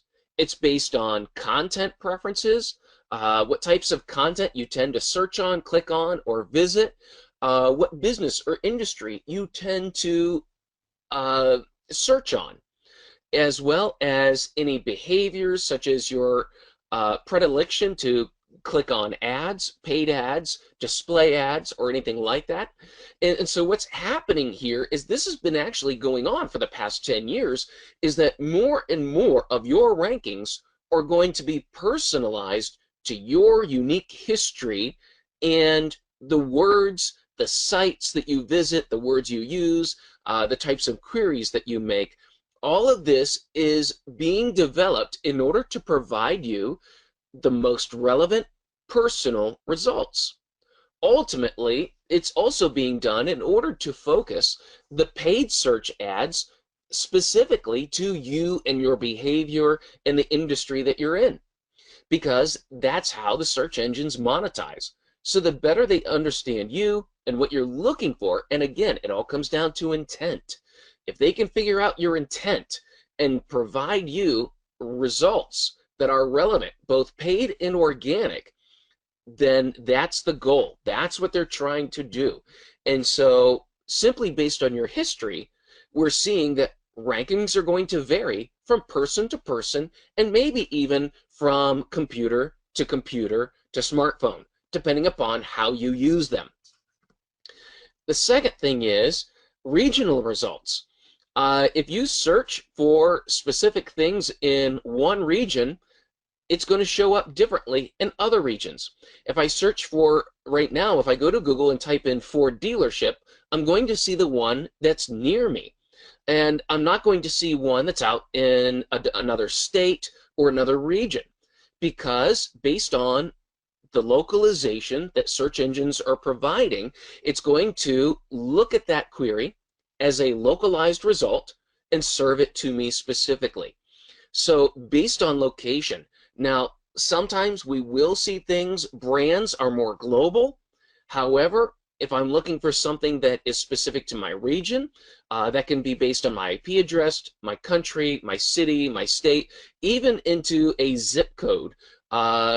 Local results, targeted results can be limited to a small area to only show to people who are within that area or searching in that area. And so more and more based on localization, we're seeing that affect the results. And that has been highly impactful, especially over the past 2 to 3 years, as local search has just gotten miles better in all of the search engines, and it's only going to increase as well. But then also based on the different types of media, based on language, based on the type of search, the intent of search, or what words you might use, as well as here we have the machine learning come in. What you'll notice here is simply if I do a search for something in Spanish as compared to English, I get different results. I get a completely different results page. There's more videos on the Spanish results from the Spanish search than the English. Also, the makeup of the page is completely different. So the words you use, how you structure the query, the language, those are all going to affect the type of results that you see. And then also, what you can see here is that the organic results, we're seeing videos taking over results, how-tos, actual, multiple things happening in the search engine results page. And so it's no longer just a list of 10 links and running a ranking report to see where you rank. because what's happening here is we're seeing multiple videos being served prior to even seeing any what you would call a traditional link or traditional website snippet here showing up in the search engine results page. So as you can see, all of these things are just completely transforming a individual's rankings. And so if you are to measure rankings, what you're measuring is unreality. You're measuring something that doesn't exist, and as I like to say, it's extinct before it's even run, because no person will ever see a ranking report. They will see that reflected in their results. It's going to be personalized and unique. Something also to throw into the mix, that even based on your device, you are going to see different results. Primary reason is because if you're using a smartphone, it knows your location, and so you're going to have location results mixed in. Also, based on contracts with different search providers, with different licensing from Google, licensing from YouTube, the results will be different based on the phone you use, based on the provider that you have, and based on simply just being mobile as opposed to desktop. So results are different based on the device. So hopefully, if anyone was hoping to run a simple ranking report as an SEO campaign metric, just this little sidelight here has shown it's really a non-starter anymore. The traditional ranking report is extinct, and we have to move beyond that. So how do we move beyond that? Because there's also, now that I just shared the difficulties of a traditional ranking report, we also have a couple other obstacles thrown at us that are specifically both from a search engine standpoint and from a user standpoint. The first obstacle that we're running into is from a search engine standpoint. And this is what Google is doing. If I do a search for top car reviews in 2017, at the very top of the results, I get a snippet of information pulled from Consumer Reports. Now, what's happening here, and you may have seen this as well, if you type a question or something like that, that Google is not only displaying websites, but they're displaying the answers. And they're pulling the content from these websites. Now, when they do that, that does not show up as a visit, and it doesn't show up as a ranking to Consumer Reports. Consumer Reports has no method of tracking this visibility, and it's incredible visibility. So at one point, Google is providing information to the searcher, but the owner of this result is having its content displayed by Google without any knowledge that it's happening, unless someone has gotten in order to see that. So this is a significant amount of visibility that right now goes unreported, because there's no way to integrate this into any metric calculation other than a visual inspection to see what's happening with this. We're going to see more and more of this. Google is presenting more and more answers through the search engine results page rather than just the website. The main reason is Google has seen the more they do this, the more they deliver the answer in the search engine results page, rather than having people click through to go to a website, they find that people are more likely to come back and use Google again. And what's happening here is that Google essentially is eliminating the click-through. They're trying to keep people on the search engine results page as long as possible. Think about some of the searches you've done recently. If you search for weather information, if you search for flight information, if you search for sports scores on Google, those types of things, you're going to get your answer in the search results page. You don't even have to click anywhere else to get the information. It's right there. This is going to not only grow under Google, but this is really the big question mark as to what is the whole purpose of Google and what are they doing and how does it benefit me as a website being in these results when I can't track this and when Google is trying to keep people on their site, on their property as long as possible. This is the big question mark moving forward for SEO metrics. The other side of this is from a consumer standpoint, and this is what we call dark search. Dark search are searches that originate from a non-traditional search engine. For example, if you do a search from your computer, for example, Cortana, or if you do a search from your operating system in Apple, you can do a search almost on the desktop through the Spotlight search, and it will bring up search results. If you go through that, it's using basically the search engine capability built into the operating system, but it doesn't get reported as a search engine referral. Instead, what's happening is it's sending you to that site as a direct traffic. So anything that's from an operating system, a search that comes through an app. Now, if you're using the Google app, this is kind of a gray area, but it does happen. So you basically have to install the Google search app or use something in the browser. But if you're in an app with a search function, and that app is not a search engine app, it will show up as direct traffic. Your voice-based searches, that's using the operating system. Now you can use a voice-based search in the Google search app, and that will show up as a search referral. I know this might get a little confusing, but this also is, this is sort of the dark search of what's going on. And then also, Amazon, like I said, is stealing a lot of business away from Google, but there's no way to really know what your Amazon ranking is for a specific product or query. So in that way, you're kind of losing some of whatever Amazon is taking. We're also losing some of that data. So those are some of the obstacles that we're running into in terms of getting a big picture of campaign metrics. So like I said, we need to start with the business goal. When we start developing campaign metrics, this is where the expectations need to be very, very clear. And I kind of like the acronym of CLEAR here, that we need to clearly state what is the business purpose? What are we trying to ultimately accomplish? And how will search help to accomplish that? Based on that, we create a set of goals.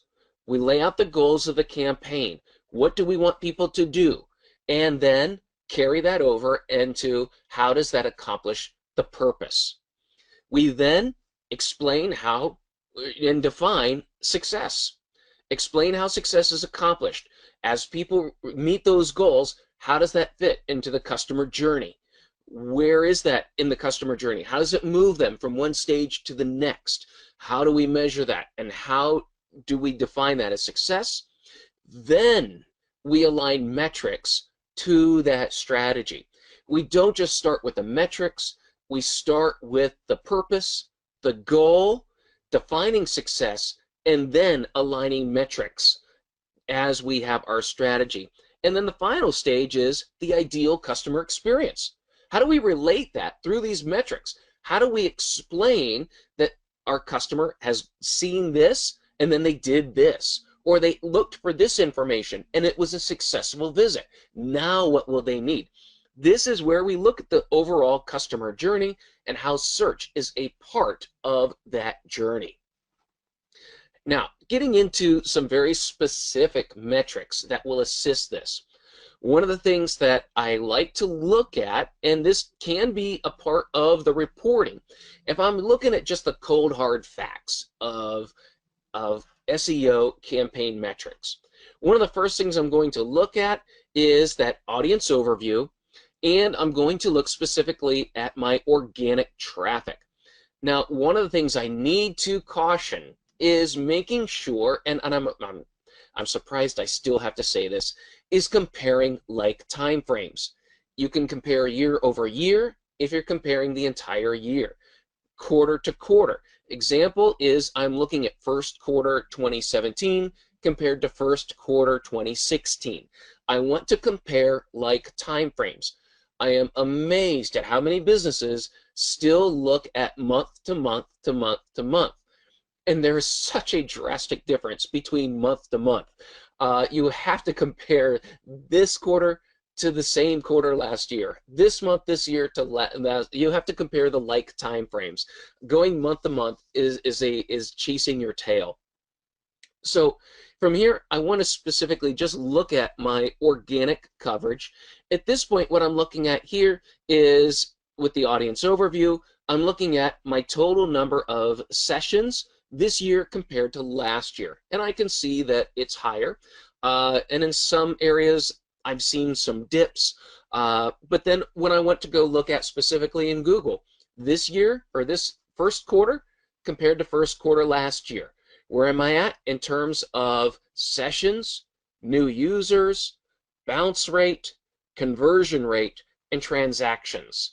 That's what's going to help me as far as getting the first step in my SEO metrics. The next is looking at total organic visits. This is everything that comes through search. Now, again, this is part of the conversation. This is everything we can track because there are things that are completely outside of this. This might be a good time to say this. I was talking to an analytics provider a couple of years ago, and in comparing different analytics systems. And I asked them, what makes your analytics more accurate than your competitors? It was very interesting because this is the lead engineer, and he sort of shushed me. This was on the trade show floor. And he says, in analytics, we don't talk about accuracy. He says, what I like to say is that our analytics are less inaccurate than our competitors. And that is really the case when it comes to analytics. If you've ever compared analytics from two different systems and looking at the same metrics, they never agree. I'm always amazed at how many people try to make their Google Analytics line up with their Omniture Analytics, and it will never happen. Or they'll look at multiple different packages, or they'll tell me my agency is reporting these numbers, but these numbers are what I'm seeing, and they're using two different systems. That's because analytics, it's tracking what it can track, and what is unclear, an algorithm tries to organize it, or an algorithm tries to assign things that are unclear to different areas. So each analytics program kind of has its own methodology of organizing the information and interpreting it. Based on that, that's where you come up with the we're less inaccurate than our competitors. So when we're measuring organic coverage, we're measuring what we can based on this system. It may not agree with another system.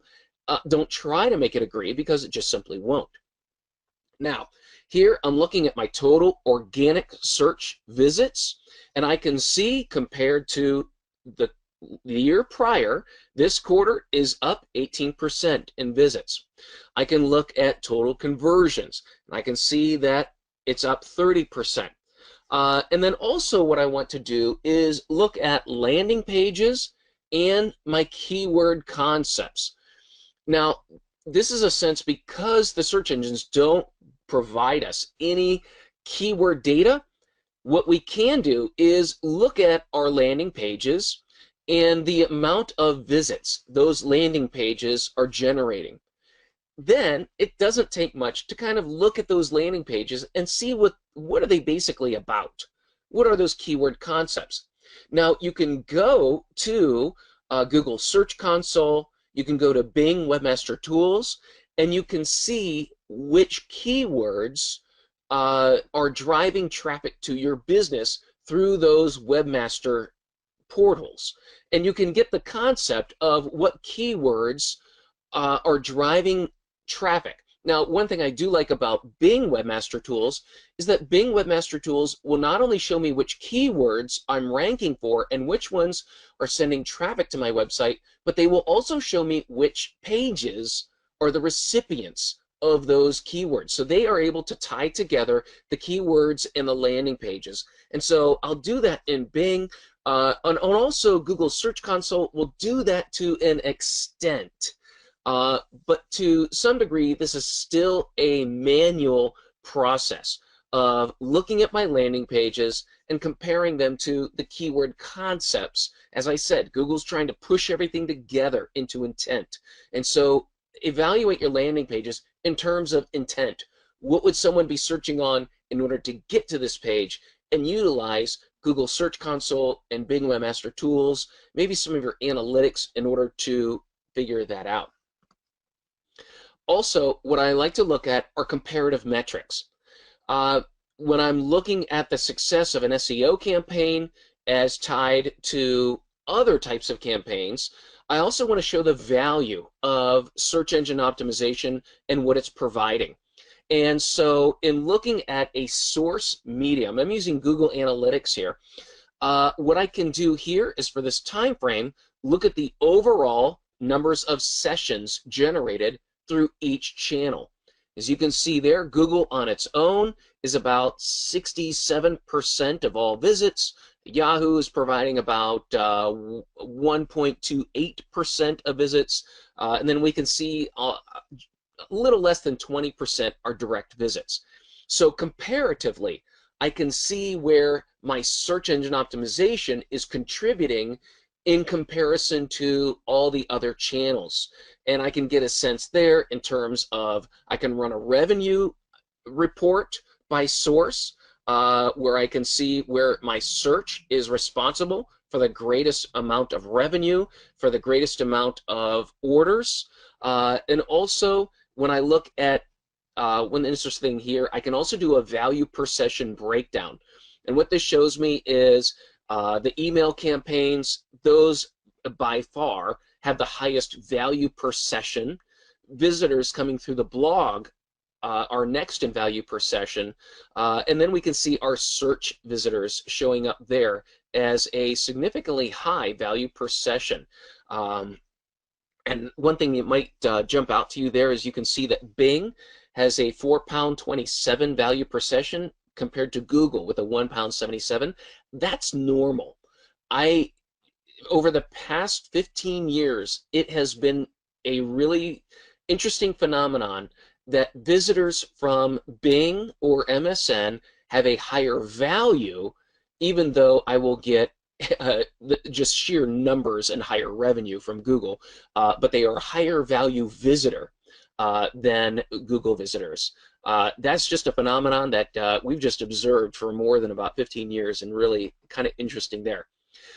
So from a metric standpoint, I like doing comparative metrics to see, here's how search compares to your other channels, here's what it's driving compared to your other channels in terms of visitors, in terms of engagement, in terms of revenue, and revenue per user. And again, I kind of mentioned this, associative metrics, using Google Search Console to see some of the keywords that Google is driving. Google My Business, I'm going to show that as we get into here before we wrap up. Bing Webmaster Tools, as I said, they will show you the keywords as well as the associated landing pages. Analytics, getting into analytics and looking at your organic traffic. I showed you a few reports there, but that is where people need to live in order to understand what's going on with their search traffic. And more, alongside analytics, I'm seeing a CRM integration with analytics really becoming a different standard, because within the CRM integration, I can then look at the entire customer journey. I can track the initial touch point of a consumer. I can then see how that spreads into different searches. So maybe they'll find me first from a paid ad, but then how does subsequent organic searches contribute to different touch points? And then maybe there is a retargeting touch point. And so I really like what I'm seeing with modern CRM systems in tracking more of the customer journey and how search is a part of it. And that really then gets to the point of looking at that customer journey, that ideal customer experience, and it immediately puts it in the context of the purpose of the campaign and the goals of the campaign focused around the user experience. When I'm talking with a client, laying out expectations, really my first question is what makes you money, because that's what we want to track. There's our purpose. We want to look at sales and leads. And so I want to look at these prioritized outcomes. This gets back to what is the purpose of the overall campaign. Then we need to look at what are performance goals. Now, not all of these goals carry the same amount of weight. What I mean by that are inquiries, support, people viewing videos, online chat, subscribes, downloads. Those are all a different level of engagement than a typical like or retweet or a pin. That's what I call, these are much more active if someone makes an inquiry. That's a lead. If they contact support. If they're viewing videos about new cars, that's a performance goal. That means I'm engaging somebody and I'm answering their questions. We can look at people subscribing and asking for more information, downloading brochures, downloading information. This is where we'll attach different value to different actions, because some actions will contribute much more in terms of value in the customer experience than others. And so we want to look at the performance goals and establish a level of value around them. And then explain clearly the difference between a performance goal and a performance indicator. Performance indicators: visibility, visits, time on site, pages viewed, bounce rate. These are all good performance indicators, but they are removed from a direct impact on the business goals. It's an indirect factor. In fact, they can even be misleading if that's what you're using, because you could see that business goals are excelling while these numbers might go down, or they might go up and business goals go down, because it's what are you doing with the information and how are you focusing your efforts.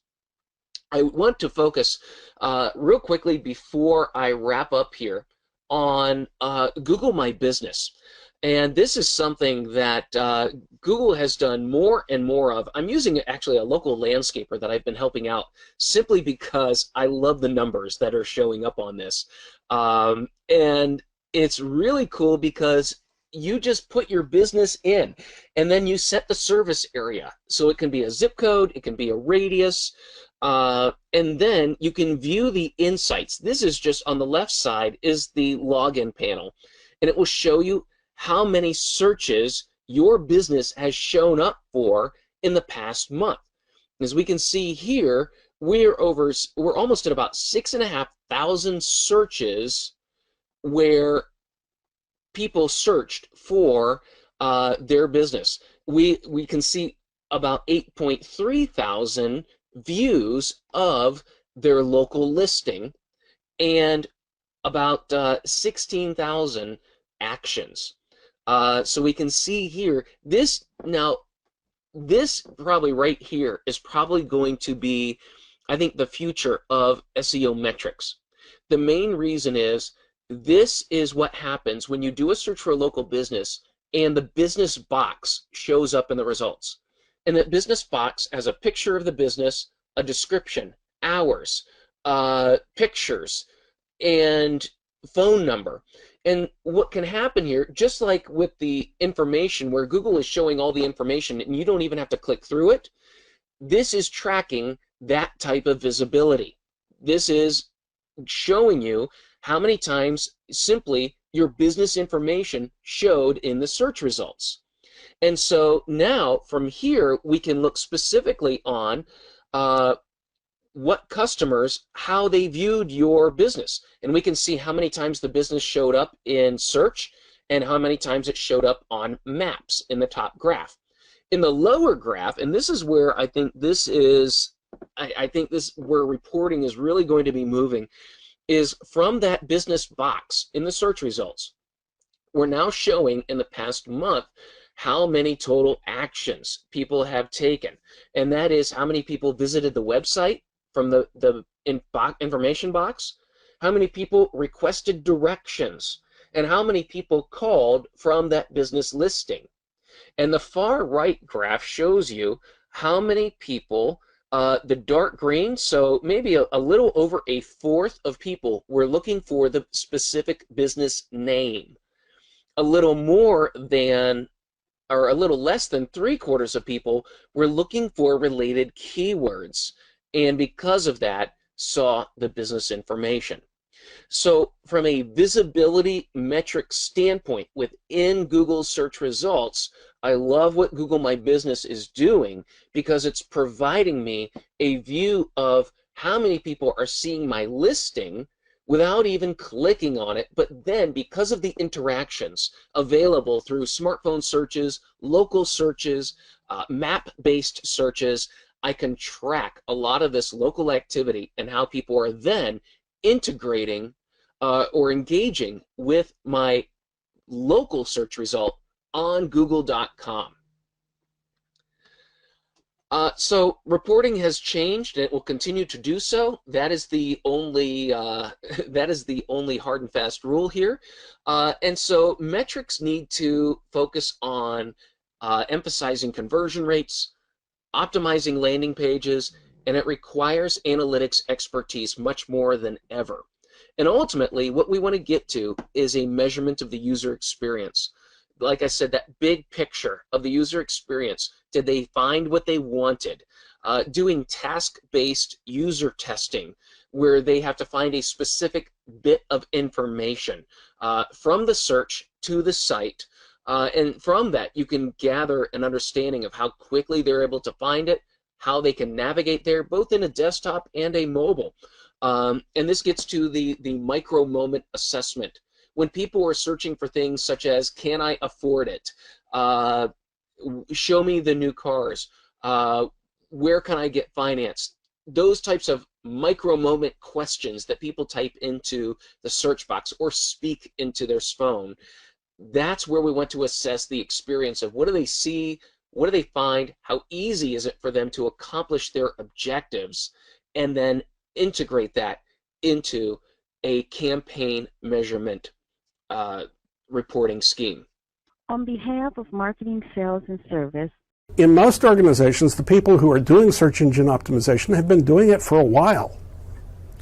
And I can tell you, because I've been doing it for a while, that in the old days, it was mostly technical with a little bit of content sprinkled in. So for argument's sake, let's say 80-20. 80% of what an SEO needed to learn how to do had to deal with your meta tags, your metadata, CMS systems, and blah, blah, blah, blah, blah, blah, blah. And, oh, by the way, yeah, you needed some content on the page. Well, here we are a long time past that. And if this, you look through this slide here, for example, this is the latest guidance from Google on the kind of content they want. And if you look through the list here, most of the items on it aren't technical. And frankly, most of it is content. And if you think about it, what this means is that the job description for SEO has changed dramatically, particularly beginning with the Panda update, but then including the Penguin update, and then Hummingbird. And pardon me, more and more and more, SEOs had better be interacting with the people who are creating quality content, engaging content, credible content, useful content. It's not enough just to put keywords in the right places anymore on pretty thin content. That won't get you where you want to go. So again, different paths, maybe the same direction, but the folks in content marketing and the folks in SEO frankly need each other, and they may or may not recognize it in your organization, but it's a starting point. This is a conversation you probably need to have. Content marketing is complex. It often overlaps with other elements of marketing. The most typical overlaps are with social media marketing and SEO, and there probably already are in your organization those kind of groups. The SEOs may be on one floor, and the social media marketing people may be in a different building, whatever. But the new success formula says we got to get all those folks to the same table. Now, we may have to do it virtually. We may have to use, webinars in order to hold those kind of meetings. Who knows? But the point is that, the world is shifting and organizational structures need to shift with it. And again, that's not something you can change tomorrow, but that is something that will evolve over time. And for what it's worth, it turns out that, let's just say, the people who are in SEO, they may or may not admit it at first, but they absolutely need to work with the people in content marketing. Why? Because basically after Panda and Penguin, the rules shifted. And it's less about your title tag. And it's mostly focused now on the quality of your content and whether that content is link worthy, which means it's really compelling content. It's remarkable content. That's content that's going to get people to link to it because, wow, that's, and that's not necessarily part of the skill set that was required to be a successful SEO 5 years ago or 10 years ago.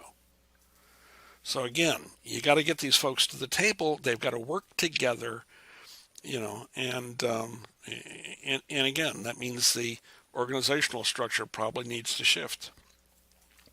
And the same is true with the social media marketing folks. They went out and their initial goals and objectives were, get lots of likes, get lots of fans. Get lots of views, get lots of Twitter followers. Why? Because that seemed to be the metric that the platform gave us. And so we used it to measure success. Well, it turns out none of those measures actually measure real success because they're focused on being successful on the platform. Boy, I have lots of fans. As opposed to being successful in business. Wow, that generated lots of leads and sales. So there is a real discrepancy between, let's just say, the center of gravity. Okay? It's not Facebook. You're not going to make a lot of money on Facebook. It's just not set up to do business. You got to get those folks that you've engaged in Facebook to your website where they can buy something. And that's a, radical shift for all the folks who are in social media marketing to say, wait, time out. But that's not what I was told a couple of years ago. And the answer is that's correct. What we've learned over time is that being engaging is useful if it's harnessed to a benefit. And I'll tell you, in most organizations, the social media marketing people are under a cloud, because they aren't delivering business benefit.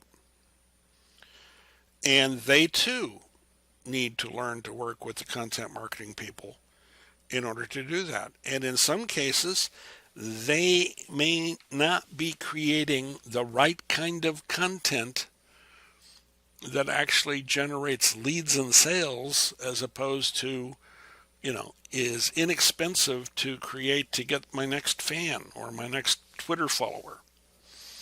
So the key metrics here are no longer how many likes or comments or shares did you get. That's nice. But how many sales leads did you generate? What percentage of those converted into sales? That's a radical change. But again, it helps when the social media marketing people are at the table with the content marketing people. So if you are looking to grab a successful career in digital marketing and learn search engine optimization, Simplilearn has got you covered with a wide range of top-notch digital marketing courses. These courses make you skilled in SEO, content marketing, PPC, social media marketing, and much more with hands-on experience in the tools like Google Analytics, Keyword Planner, SEMrush, and there is a huge list on the board. However, 1 year of experience is preferred to enroll in these courses. Find the course link in the description box. So let's talk about what we're going to cover today. And we're going to start out with how to set up a Google Analytics account. And so we're going to talk about everything that entails, including creating your Google Analytics account. We're going to talk about setting up a property in your account and what a property is. We're going to talk about setting up a reporting view in your property, and we're going to talk about installing the tracking code. So those are the series of steps we're going to go through today in terms of setting up a Google Analytics account. So let's get right to it. And so really the one prerequisite here when it comes to setting up a Google Analytics account is to have a Google login and ID. So when you actually go to Google Analytics, you need to be able to sign up or sign in. And so once you actually sign in, then you're going to go walk through a series of steps. But really, that's really all you need to get the account going is a Google ID and login. So if you have a Gmail account or an other email account that you use for other Google products, then you're good to go. That's all you need to do. So when you actually go to sign up for Google Analytics, you're going to be asked to set up a new account. And these are the series of steps you're going to walk through or go through to set up a new Google Analytics account. So you're going to choose an account name. And then you're going to choose a property name. Okay, so the account name can be anything you want it to be. The name of your company, your name, whatever you want to name it. The property name is really the website name. So what website are we talking about? So here I'm going to set up a fictitious website name for now. It's called Demo Simplilearn. So the URL for this website, Demo Simplilearn, is going to be demo.simplilearn.com. So that's the property. When we talk about properties in analytics, we're really talking about what websites we want to measure. And then you're going to be asked to choose an industry category. And so for Simplilearn, we're in jobs and education. But you have a number of different industries that you could choose from. It's as important. Go ahead and choose the most relevant industry that your particular business is associated with. Okay, and I'm going to talk about why that's important here in a minute. And then you're going to choose your time zone. And the time zone is also important because that's when the day starts in analytics and the day ends based on that time zone. So the data that Google Analytics collects starts and ends with that time zone. So very important to choose the time zone your business is located in. Okay, and then you have some additional options here. Okay, so you have some settings. And so the first setting is to allow Google products and services. So if you opt into this, then basically what Google's going to do is share some products and services with you via email. I would go ahead and opt into that. That's of course recommended by Google. It doesn't hurt to hear from Google on related products and services that may enhance your business. The second is benchmarking. So benchmarking to me is something you should opt into. So going back to that industry and category, we chose jobs and education. So by opting into benchmarking, basically what Google's going to do is share your data that it collects on your website, in this case demo.simplilearn.com. It's going to share that data anonymously with others in the industry, in this case jobs and education.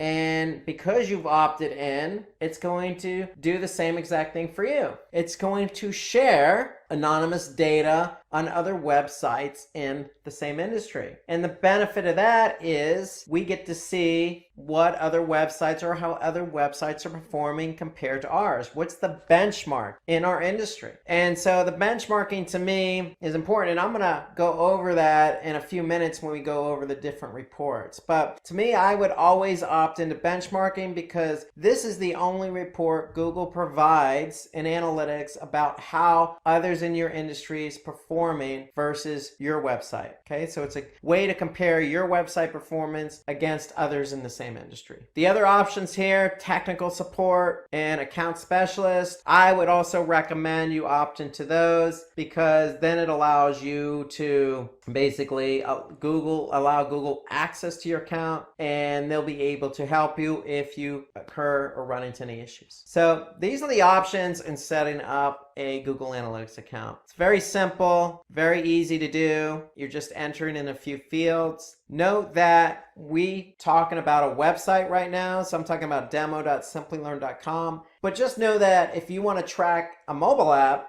Google Analytics will allow you to do that as well. You just choose the option mobile app. So we're tracking a website. We want to know how users behave when they get to my website. And that's what Google Analytics is going to allow us to measure and look at. We just need to do a couple more steps in the process. So once we fill out these fields here, we're going to click Get Tracking ID. Now, I'm going to accept the terms of service. I'm going to accept another terms of service in relation to data protection. I'm going to click accept. Once I accept, I'm going to be able to get some tracking code. The tracking ID is the ID associated with your account. And so this number is going to be associated with your account. So your account ID starts with UA, and it's going to be this number here. Now the -1 is the property you set up. So in this case, I set up demo.simplylearn.com. If I wanted to track multiple websites under that same account, then I can certainly set up multiple properties. Just know that every property I set up in that account is going to have a -1, -2, -3, -4,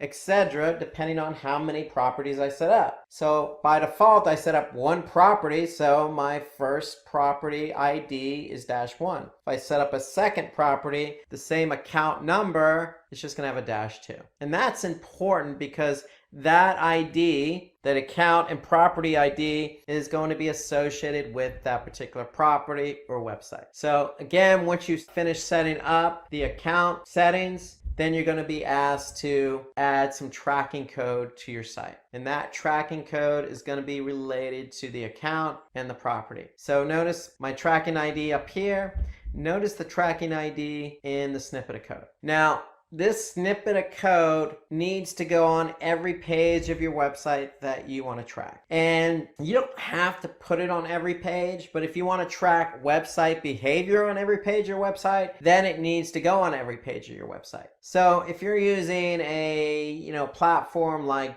Drupal or Joomla or even more popular platform like WordPress, adding the tracking code site-wide is as easy as maybe adding a Google Analytics plugin to WordPress, for example, and then just simply plugging in the ID. Now, there's an alternative to adding the Google Analytics tracking code to your site, and that's Google Tag Manager. So Google Tag Manager is the way I would recommend going. So if you're not familiar with Google Tag Manager, I would recommend watching the YouTube video we have on Google Tag Manager. You can just go to YouTube, type in Simply Learn Google Tag Manager, and this will give you a nice overview of what Google Tag Manager is and how it works. But basically, this is the way I would go, and I would recommend that in addition to having Google Analytics, you set up a Google Tag Manager account. And then that way you can put the tracking code in Google Tag Manager. So if I go to Google Tag Manager and I just go into an account on Tag Manager, I can just simply put in the Google Analytics ID right into Tag Manager. And so if I have it in Tag Manager, then Tag Manager is going to be the place that holds the code and fires page view when somebody comes to my website. So that way I don't have to add the tracking code to my website if I do it in Tag Manager. So that's the recommended method for me, is to add the Google Analytics ID associated with Tag Manager. If you can associate it with Tag Manager, then that's the easier route to go versus putting code on your website. Okay, so again, take a look at the video we have on YouTube for Google Tag Manager. That's the route I would go. Now, once you do get the tracking code on your website, whether that be through Google Tag Manager or through a plugin, or just simply adding the script to your site, to pages on your site, then what's going to happen is you're going to start collecting data. So that's ideally the way it works. You need to add this code to your website. Now, if you're not ready to do that and you simply want to basically understand how Google Analytics works, then I would recommend getting access to Google Analytics demo account. And so if you just type in and search Google Analytics demo account, basically what you're going to do, you're going to choose the first listing there, and you're going to go to demo account. So if you have a Google Analytics or Google login, then all you need to do is click on access demo account. And so what Google's going to do is put this demo account into your account. And so it's going to look something like this. So if I click on demo account here, it's going to add to my Google Analytics account. So I'm going to have then access to the demo account from Google in Google Analytics. So I would recommend going this route here if you're not familiar, you're not sure what you're getting yourself into. So think of the demo account as kind of a test drive. You're test driving Google Analytics before you even add any code to your website. So again, all you need is a Google account. And if you have a Google account and you add the demo account to your Google Analytics account, you're going to be able to see how analytics works. Okay. And so that's what I would also recommend. So if you're not ready to start adding code to your website, then what you can do is just simply add the demo account. And then once you add the demo account, you're free to peruse around Google Analytics to see the different types of reports it has to offer. Now, when you do actually set up a Google Analytics account, you're going to have some settings that you're going to want to pay attention to. So when you set up the account, you have the account name, and then you have a property. So under each property, you have, by default, you're going to have one view. And so here you can see this view here. So if we look at the account we set up a demo Simplilearn account. Property is demo Simplilearn. So that's associated with the website we're going to track. And then again, by default, under each property, you're going to have a view. And so by default, the name of the view is going to be called All Website Data. And so in that view is where all your analytics data is going to be stored. So you can see my screen here. There's a lot of different settings you have. You have settings under the account, you have settings under the property, and you have settings under the view. So we're going to talk more about these settings in future webinars for advanced Google Analytics users. But for now, know that there's a bunch of settings that you have that you can play around with when it comes to Google Analytics. Anything from adding users to your Google Analytics account, your Google Analytics property or view. You can actually set up goals, you can set up filters, you can set up segments, you can link up Google Ads, you can, set up remarketing lists. There's a lot you can do in terms of the settings as it relates to Google Analytics. So know those settings are there. They're located right down here in this little sprocket icon. That's the admin icon. So if you need to get to these settings at any time, you could simply just click on the sprocket or the admin icon, and then you'll be prompted to choose any one of these settings here that you want to edit or alter. So now let's take a look at some Google Analytics reports. So once you've actually set up your account, you have a number of different reports that you have available to you in Google Analytics. So we're going to take a look at customized reports. We're going to look at real-time, audience reports, acquisition, behavior, and conversion. So these are all the different reporting buckets, if you will, that you have available to you in Google Analytics. So if I'm an admin and I'm looking at the Google demo account, let's start out by looking at real-time. So if I click on the real-time report and I just click on overview, so basically what this is going to do is show me at this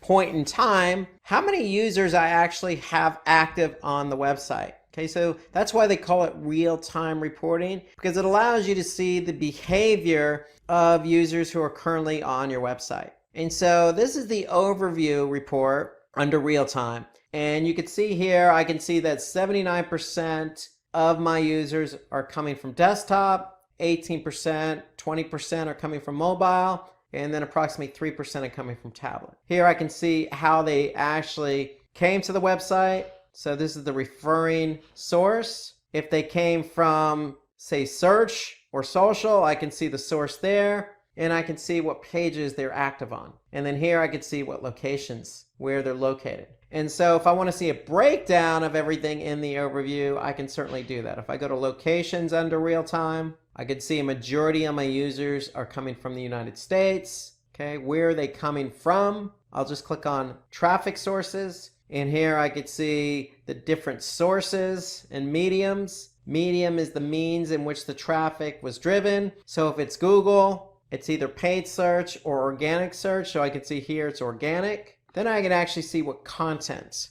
they're looking at on my website. So I could see currently I have 3 active users on the home page, 2 active users on the Google's Women's White Tea page, so forth and so on. Now, most importantly, if you have event tracking set up, so if you've taken a look at our Google Tag Manager webinar, you know that you could set up event tracking in Google Analytics to measure engagement on your website, whether that be a form submission or somebody clicking on the play button of a video. So if I click on events, I'll be able to see what events are firing. So here I can see we have event tracking set up, and I can see how many different events are firing on my website in real time. So here I can see e-commerce, somebody clicking on the quick view click, a couple of users clicking on add to cart, a couple of users clicking on the promotion click. And as these events are fired, you're going to be able to see them highlighted. So if something gets fired, it's going to get highlighted. And I could see that these are the current events that I have currently firing on the website. And that's what's currently fired now. If I want to look at the events that have happened in the last 30 minutes, I could just click on this link here, last 30 minutes, and it's going to give me an overview of the events that have happened over the past 30 minutes. Okay, so that's event tracking. And then more importantly, we can also look at what conversions are happening in real time just by clicking on conversions. And so now I could see I had 1 active user who entered the checkout. So that's goal number 4. So in analytics, you can have up to 20 goals. And so here I can see we have goal number 4 has already had 1 active user. And so if I look at the last 30 minutes, I can see I still have only 1 goal over the last 30 minutes, and that was somebody who entered the checkout. So that's real-time reporting. In summary, it just gives you an idea of what's currently happening on your website. And so for me, ideally, if I'm launching a campaign, or let's just say you do a new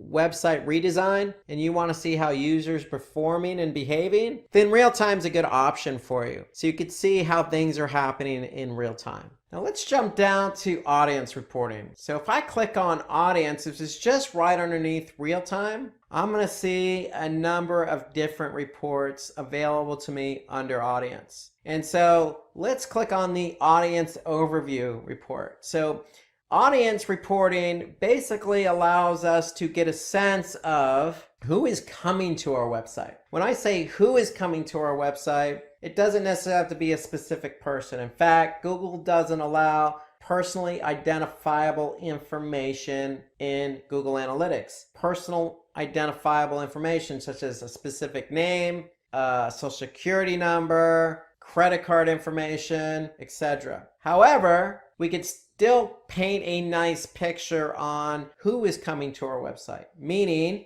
what country, city, or state did they come from, what language, what device did they get to our website from, how old were they, okay, were they male or female or other, what interests did they have, what browser did they use. So we can paint a nice picture based on all this information that Google Analytics is providing us under audience. So if I go to audience overview, here I can see I have all these different options available to me to get a basic understanding of who is coming to our website. So for example, I could see a majority of the people coming to our website speak English and are from the United States. Okay, in fact, that represents 61% of the users. And so Google Analytics does a great job of giving me an overall percentage. So if I have 100% of the users, I could see 61% of those users represented English-speaking users from the United States. 7% represented English-speaking users from Great Britain. And so when it comes to analytics, we have users, and users are broken down into two categories. They're either returning or they're new. So when you add the Google Analytics tracking script to your website, what's going to happen is if a user or when a user goes to your website, they're going to get cookied. And if it's the first time they've been to your website, what Google Analytics is going to do is store a cookie in the browser. So when that same user comes back another day in the same browser, Analytics is going to recognize that that cookie is in the browser. And so then Analytics is going to categorize that user as a returning user. Okay, so that's how Analytics is able to differentiate new versus returning. So if that user doesn't have a cookie in the browser, then Analytics is going to recognize that, store the cookie, and then count that user as a new user. And so when you're looking at Analytics, you're going to be able to see a breakdown of new versus returning. So here I can see over 3/4 of my traffic over the past week. Here I can see April 6th through April 12th, over 3/4 are new users to the website. Here I could see about 24% are returning users. Okay, so I can get a good breakdown of what type of users are coming. Am I driving new traffic? Am I driving traffic that's been to my website before? What language are they speaking? Okay, I can also paint a bigger picture. How old are they? What gender are they? Do they come from mobile? So let's take a look at some of these different reports under audience. And so if I skip down now to demographics, I can click on overview, and when that report loads, I can see now under demographics overview, I can see the breakout of age ranges. And so here I can see the majority of the traffic coming to my site again over the past week. Now, if I want to change this date range, I could simply do that. I can change the date range just by clicking on the date range and then maybe going, say, the last 30 days. And I can even compare it to the previous period or the previous year. I'm going to choose the last 30 days. I'm going to click apply. Now I'm looking at data over the last 30 days. And again, you can change the date range to any range you want. You can only go back as far as when you actually created the Google Analytics account. You can't go prior to that. So here I'm looking at the last 30 days and I can see almost 47% of my users were in their age range of 25 to 34. Now, when it comes to gender, I can see 66% represent males. So I can get a breakout of gender and age as well as interest. I can click on interest and look at the overview there and see what the interest is of the users who are coming to my site based on in-market segments or affinity. I can also choose language and location. So if I want to know exactly where my users are located when they're coming to my website, I can click on location. And here I can get a breakout. 43% of the users of the last 30 days were from the United States. More importantly, I can align my audience with goals. And we'll talk about goals here in a minute, but here I can see if I have an e-commerce website, I can see of those 43%, 0.29% of those converted or purchased something. And that equates to 94 transactions. So I can get a good sense of not only how many users are coming from a specific country, but are those users converting?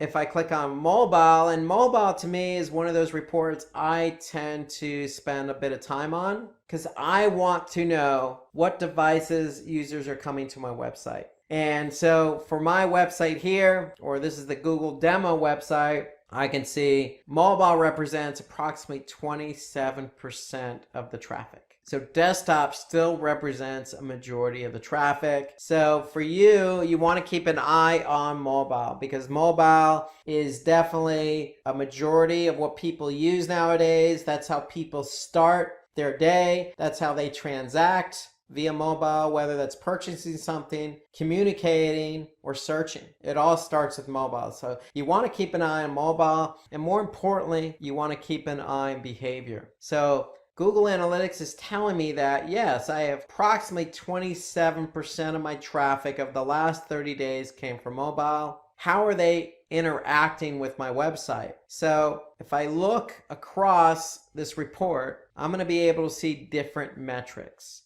So if I'm measuring specific metrics against my dimension, in this case, the dimension is what we're measuring, and in this example, we're measuring mobile, I can see that the bounce rate is approximately 48%. And bounce rate means that if a user, in this case for mobile, landed on a page, they left the site without going any further. So they consider it a bounce. If they don't go to another page, if they leave the site from the page they landed on and they don't go any further, that's considered a bounce. So a bounce rate is the percentage of people who come to the site and leave the site without going any further. So in this case, we have 48% bounce rate. That's almost half of our users who come from mobile leave the website from the page they landed on. So is that good? Is that bad? Well, it's open to interpretation. It's definitely subjective. But you want to keep the bounce rate as low as possible. You want to keep people on your site,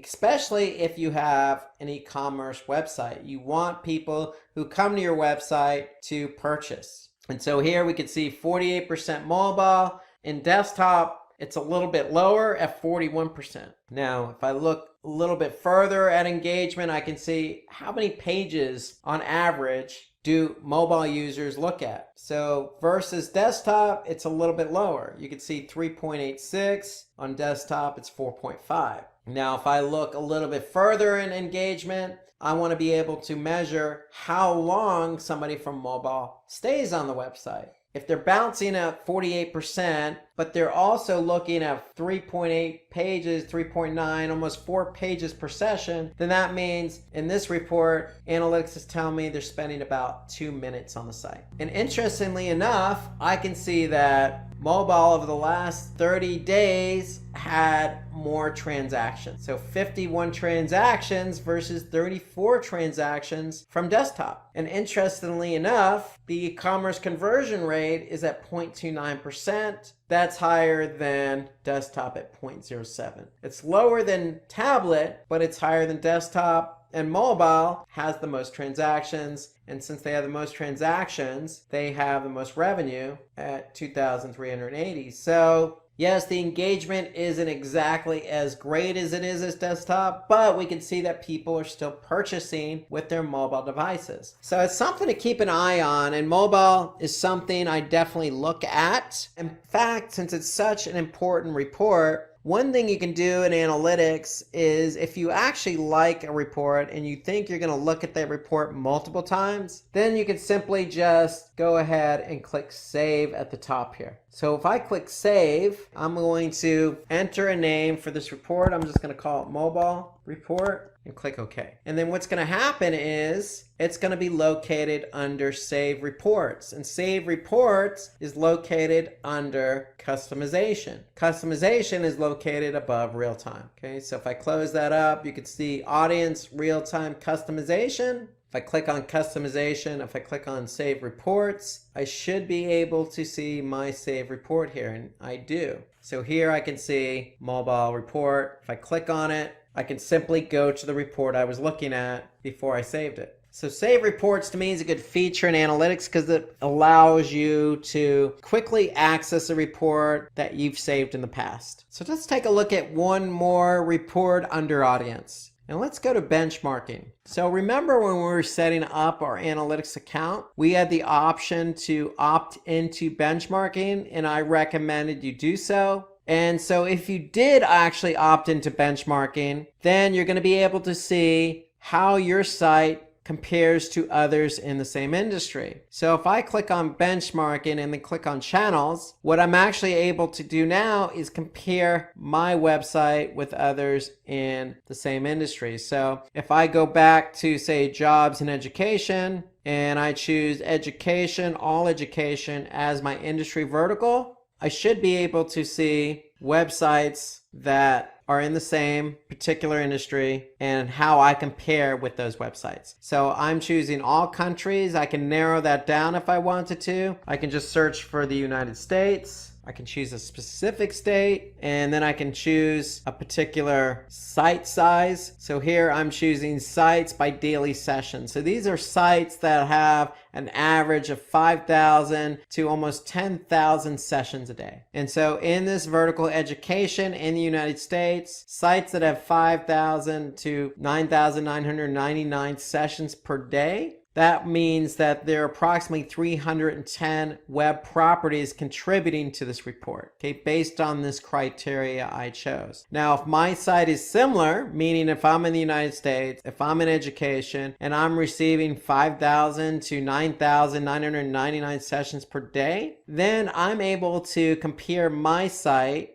against 310 other websites. Now, Google's sharing this data anonymously from the other websites, and they're doing the same with your website to those particular websites' benchmarking reports. Okay, so it's shared data anonymously in particular industries and verticals. And so now I'm looking at a channel report. So if I want to see how I compare to others in my industry, then I can go ahead and see by channel. For example, am I driving as much traffic as others in my industry? And you can see I'm not. In fact, I'm 77% worse in terms of the amount of traffic being driven from organic search. So anything in red is going to show as a negative result, a negative comparison, whereas something in green is a positive comparison. So if I look at engagement, I can see that I might not be driving as much traffic, but I can see that the pages per session are better than the site average or the industry average. I can see if I go over again, looking just at organic search, I can see the bounce rate is better than the industry average. So the channel report under benchmarking allows you to measure how you compare to others in your industry. And you could do so by looking at location and devices. So if you opted into benchmarking when you set up your account, then you'll be able to compare your website against others in your industry, in your country, region, and based on the size of your website in terms of how many visitors or sessions you're getting per day. So let's go from audience to acquisition. So if audience is who is coming to your website, acquisition allows us to see how the traffic was driven to your website. So how did these users get to our website? And so under acquisition, if we click on overview, we'll be able to see an overview of how users, whether they're returning or new, came to our website. And so what analytics does by default is they have a number of default channels. And when we say channels, we mean analytics is grouping different channels based on how users got to your website. Meaning, how did users get to our website? Did they come via organic search? Meaning, did they type something into Google and find you in the organic listing? Analytics also groups users based on whether they came to your site directly, meaning did they type in the URL directly into the browser, or did they bookmark your website and come back via the bookmark? So they're grouping users under direct. They also group users under referral, meaning did they come from another website? They group users by social. Did they come from a social media platform like Twitter or Facebook? If you're running paid search, meaning if you're running paid search on, say, Google, then do they come from paid search ads? Now, if you're running display ads on, say, Google's network, Google's display network, that's a default channel. So analytics will group users there. So if they don't recognize a channel, then they're going to group it as others. So by default, Google Analytics groups users on how they came to your website via these default channels. And so I could see how many users came to the site from each channel. Now, if I want to drill down on this report, I can click on all traffic. And then if I click on all traffic, I can go to channels. I can look specifically at the channels report. And so now I can see organic search, again, over the last 30 days, is the #1 channel driving traffic. And they represent approximately, again, you can see this number here in parentheses next to the raw number of users. I can see that number is about 56%. So 56% of my traffic over the last 30 days came from organic search. And so those are the number of users. Again, as a metric, you're also going to have sessions. And you'll see sessions a lot as a metric. So users are broken down between new and returning. So every time a new or returning user comes to the website, basically what they're doing is initiating a session. So you can have a user who can come back multiple times. Every time they come back to the website, it's a session. So session is simply the start of somebody coming to your website, and the session ends when they leave the website. And so just like we looked at with the audience reports when it came to mobile, we can also look at engagement by channel. So just like mobile, we looked at bounce rate, pages per session, average session duration. We can do the same thing here with our channel report. More importantly, in addition to behavior, we can see conversions. And since we're running an e-commerce platform, we could see what the conversion rate is by channel. So organic search did drive the most traffic, and they did have the most transactions over the last 30 days. And the conversion rate in this case is 0.17. Okay, so how Google determines the conversion rate? They basically take the number of transactions and divide that by sessions. So that means that over the last 30 days, organic search drove 38,123 sessions. And of those 38,123, 64 actually turned into a transaction, which equates to 0.17, which also equates to 3,000 in revenue. So I'm able to determine not only how users are getting to my website by looking at the channel report, I can actually see if they're engaging and if they are converting. And notice when you look at a report in analytics, you can look at it by channel. You'll also get a summary. So here I can see a summary or a total based on my date range. So I could see over the last 30 days, I've had 54,000 users, 49,000 of them were new. Okay, that meant that out of those 54,000 users, I had 70,000 sessions. I could see my average bounce rate was 43%. The pages per session were just over 4. And the average session duration, how long did somebody stay on my website on average? About 2 minutes and 55 seconds. The average conversion rate was 0.14, and I had a total of 97 transactions totaling $5,500. Okay, and that's all over the last 30 days. So any report you look at in analytics is going to have a summary. And note that any report you look at in analytics is going to allow you to save it. So if it's a report you think you're going to go back and look at a future date, then you simply just have to click on the save button. Conversely, if you don't want to save it, you can simply just export it. So you can export it as a PDF. If I click on PDF, it's going to allow me to export that as a PDF. Now you have other options available to you as well. You can do a Google Sheet. You can export it as an Excel, or you can export it as a comma delimited file. So here you can see I can save it as a PDF if I want to. And if I click OK, it's going to save to my desktop or a location of my choosing. And then I can go back and look at it in that format at a later time. So that's the export feature available to you in analytics. Again, if you could save it as well, or you can export it. Okay, some other reports under acquisition. If you're running Google Ads, note that you can connect Google Ads to analytics. And this is key because now I can see how many people are coming from Google Ads to my website and are they converting? Now this is important because with Google Ads, I'm actually paying for the click. So you can see here, I'm running a report based on campaign data. So I could see what campaigns are driving traffic, how much I'm paying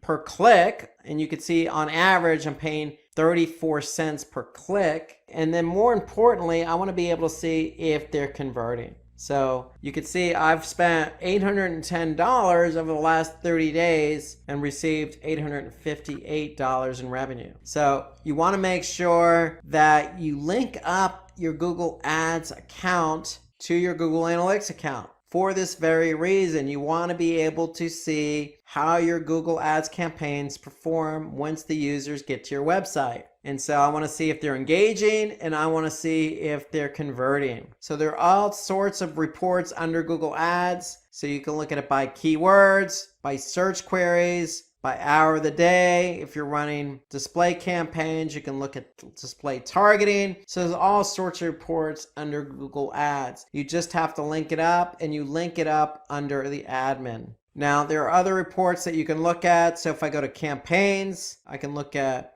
all campaigns. So if you're running all sorts of different types of campaigns, whether that be on Facebook, whether that be email, whether that be, other types of advertising, let's just say Twitter or Instagram, you're going to be able to see those campaigns here. And that's under all campaigns. And again, you'll be able to see the campaign name, and you'll be able to see metrics associated with those campaigns. And more importantly, you'll be able to see your e-commerce if you're running an e-commerce platform, or if you have goals set up. So you'll be able to look at how your campaigns are not only driving traffic, but two, are they converting? Let's go from acquisition reporting to behavior. So behavior reports are going to actually show you how users behaved once they got to your website. Once they landed on a page on your website, how did they behave? So when we looked at audience, we got a sense of who is coming. With acquisition, we get a sense of how the traffic got to our website. Did they come from organic, direct, social, etc.?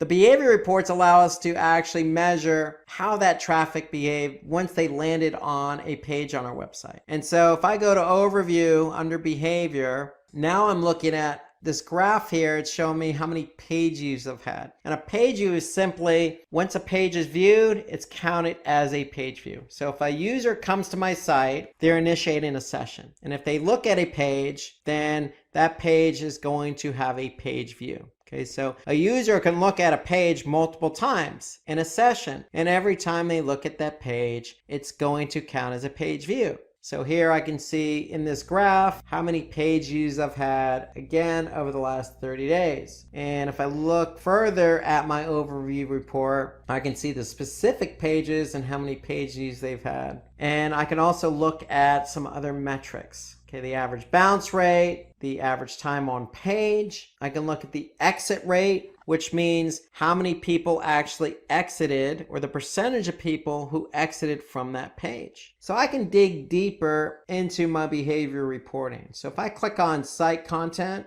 and I click on all pages, then I'm going to look at a report by page. This is my dimension. This is what I'm measuring, my page. And now I can see how many page views each page had over the last 30 days. Now note, you also have something called unique page views. So unique page views is equivalent to one per session. In other words, if a user came to my site and looked at the home page, then the home page is going to have one unique page view and one page view. Now, if the user in that same session looks at other pages, then every page that user looks at is going to have one unique page view. However, if the user goes back to the same page in the same session, then it's still going to be one unique page view. But in this case, the home page, if they look at the home page a second time, then the home page is going to have two page views. If they look at the home page 5 times in one session, then the home page is going to have 5 total page views and one unique page view.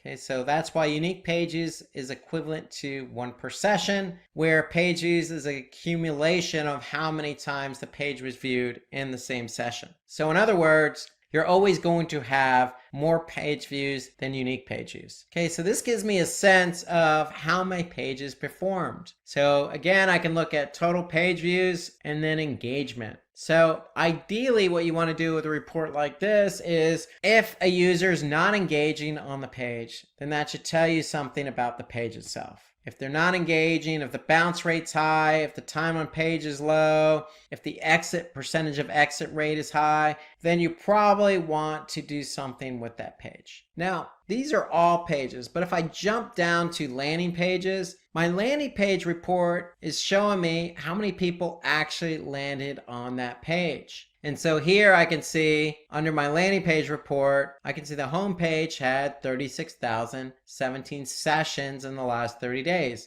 That's how many people landed on the home page. So here I can see 71% were new sessions, meaning that I had a lot of new users who landed on the homepage. In fact, 25,000 or 52% of the people who landed on the homepage were new. I could see the bounce rates about 42%, but of those who didn't bounce, they went on to look at about 4.5 pages per session and spent about 3 minutes on the site. And the one thing I like about the landing page report is I can also see whether that particular page, in this case the home page, did it help contribute to a goal or conversion. And in this case I can see of those 36,000 sessions I had 22 transactions totaling 1,200 in revenue, and that's an e-commerce conversion rate of 0.06%. So the homepage over the last 30 days contributed to 0.06% of the revenue. So this gives you an idea of when somebody lands on your website and they land on a page, is that page helping to move that person along? Meaning, are they not bouncing? And is that page helping to move people towards converting? And so that's what the landing page in effect allows us to measure, is the engagement. And in this case, we're measuring transactions. Okay, so analytics also gives us some other reports under behavior, including site speed. So site speed to me is an important report to look at, just like the mobile report. To me, site speed's important because what Google Analytics does is they take a sampling of pages. And in this case, you can see over the last 30 days, they sampled 2,835 page views. And of that sample, they came back and said the average page load time is about 4 seconds. Now, ideally, you want to keep it as quick as possible. I would say even under 3 seconds. Okay, now there are other factors involved with page load time. The browser you're using, the country that you're actually browsing that page from might not have the best infrastructure. You may not even be on the best internet network, meaning you're on a cell network or the Wi-Fi is not that great. Or you can be on a page that just has a lot of images or a lot of code that may slow it down. So there are other factors involved. And so what Google Analytics does is show you what those factors are. So here I can see by browser what the average load time is. If I want to look at country, I could see what country is contributing to the load time. Now, the great thing about the site speed report is if I go to speed suggestions, okay, what speed suggestions is going to do is it's going to show me the page load time by page. And then it's actually going to provide a link where I can actually click on to get suggestions on increasing the page load time. So for example, I can look at this particular page here, this Google redesign shop by brand / YouTube page, line number 5. If I look at line number 5, I can see the average load time of this page is 8 seconds, almost 9 seconds. Okay, that's an eternity to some people. Now, notice this link next to it. So Google's recommending 7 total suggestions. So if I click on 7 total, what it's actually going to do,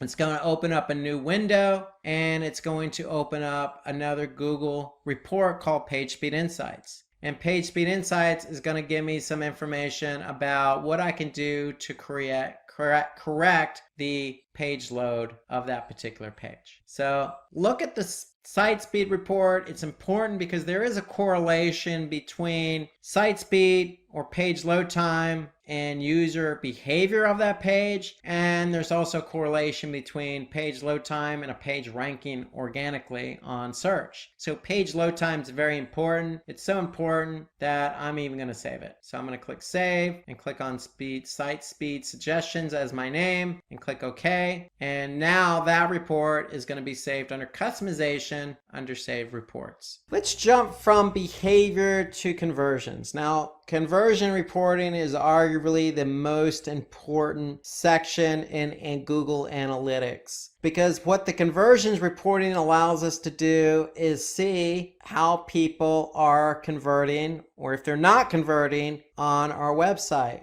And so in Google Analytics, we have the opportunity to set up goals. Now you have the opportunity to set up 20 goals in your Google Analytics view. And so To set up a goal, okay, so you're going to click on admin, and under the view, you're going to see goals. And so if you don't even have goals, the first step is to create goals. And so you have 4 different goal types in analytics. So you have pages per session. So how many pages per session is, so if your goal is set to say 3 or 2, if somebody actually looked at 2 or 3 pages per session, it's going to count as a goal. Okay, so if I look here, I can see I have pages per session set at 10. So that means that if a user came to the site, looked at more than 10 pages per session, then it's going to count as a goal. Another goal type is destination. So destination means that if somebody actually went to a specific page, then it's going to count as a goal. And in this case, I can see here that the goal is set to this particular page here. And so when somebody actually lands on that page, it's going to count as a goal. Now, there are 2 other goal types we can look at. One is duration. So just like pages per session, in our previous example, if somebody looked at 10 pages per session, it's going to count as a goal. With duration, it's based on time. So in this particular case, if you set up a duration goal,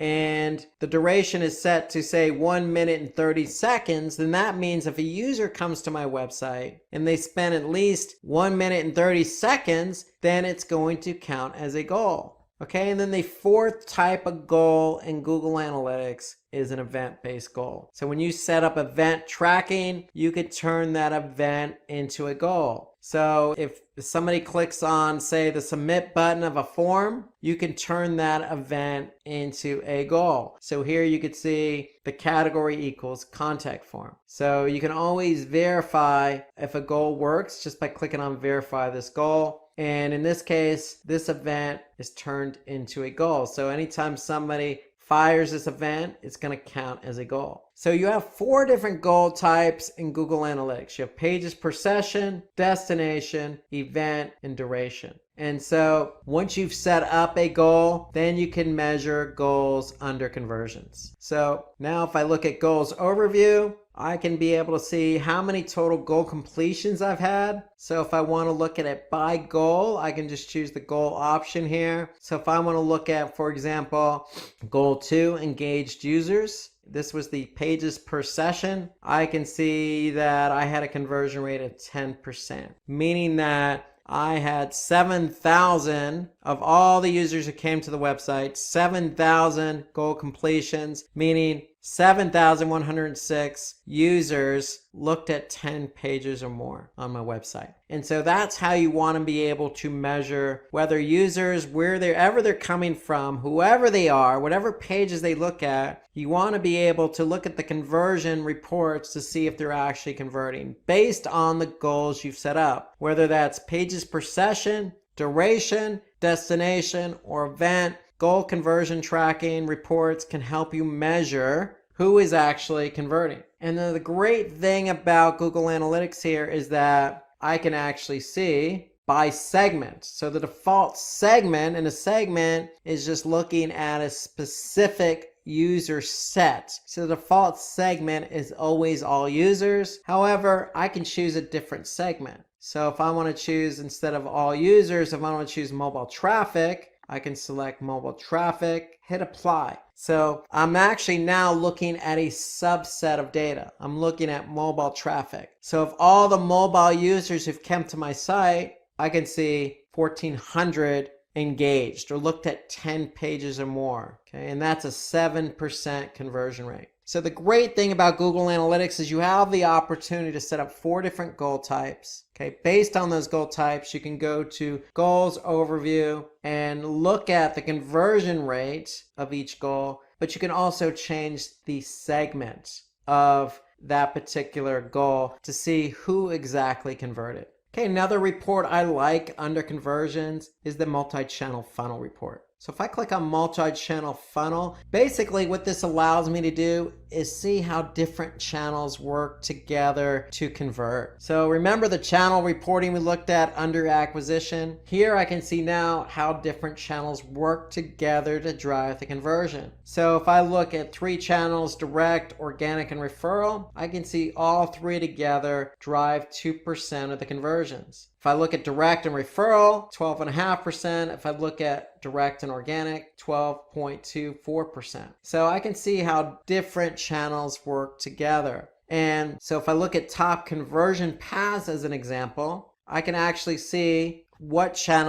how channels work together to drive the conversion. So in this example, I can see over the last 30 days that my top channel grouping was direct times 2, meaning that somebody came to the website directly, meaning they typed in the URL in the browser, or they bookmarked it and came to the site. Okay, they came the first time but didn't convert. But then they came back a second time via direct and then converted. So that combination is my top conversion combination of the last 30 days. My second best conversion grouping is organic search and direct, meaning that a user came to the website via organic search first, did not convert, and then came back via direct the second time and converted. So basically what analytics does is give credit to the last referral, meaning if you came to the website via referral or referring website and converted, then the referring website's gonna get the credit for the conversion. But analytics does a good job of showing you how different channels work together. So a channel may drive a lot of traffic like organic search, but that traffic may not convert the first time around for a number of different reasons, whether it could be brand recognition,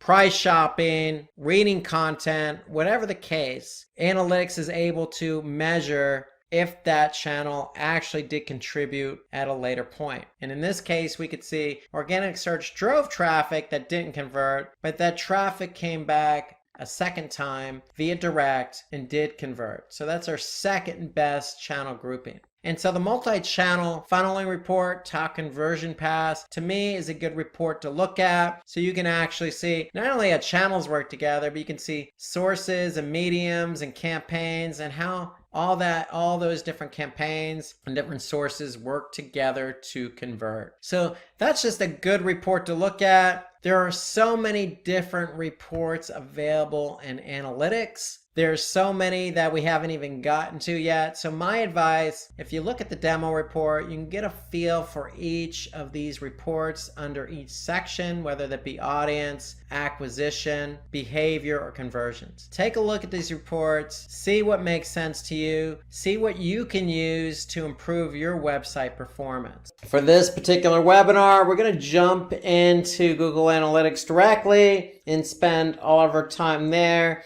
because it's about learning practical application. So goals are important. Goals, let me just say this, goals are in analytics something that should be aligned with your business. And we call goals that are aligned with your business KPIs or key performance indicators. So it's very important as a precursor that you know how to set up goals in Google Analytics, because if you're using Google Analytics, you want to measure everything against a goal. So without further ado, let's jump right into Google Analytics. So if I go to Google Analytics and I log in, okay, what I want to do is go down to admin, click on admin here, and admin will take you to basically a screen that looks like this, where you have a account column, you have your property column, and then you have your view column. Now, the view column is where you're going to go to set up goals. Okay, so every view in every property has up to 20 goals.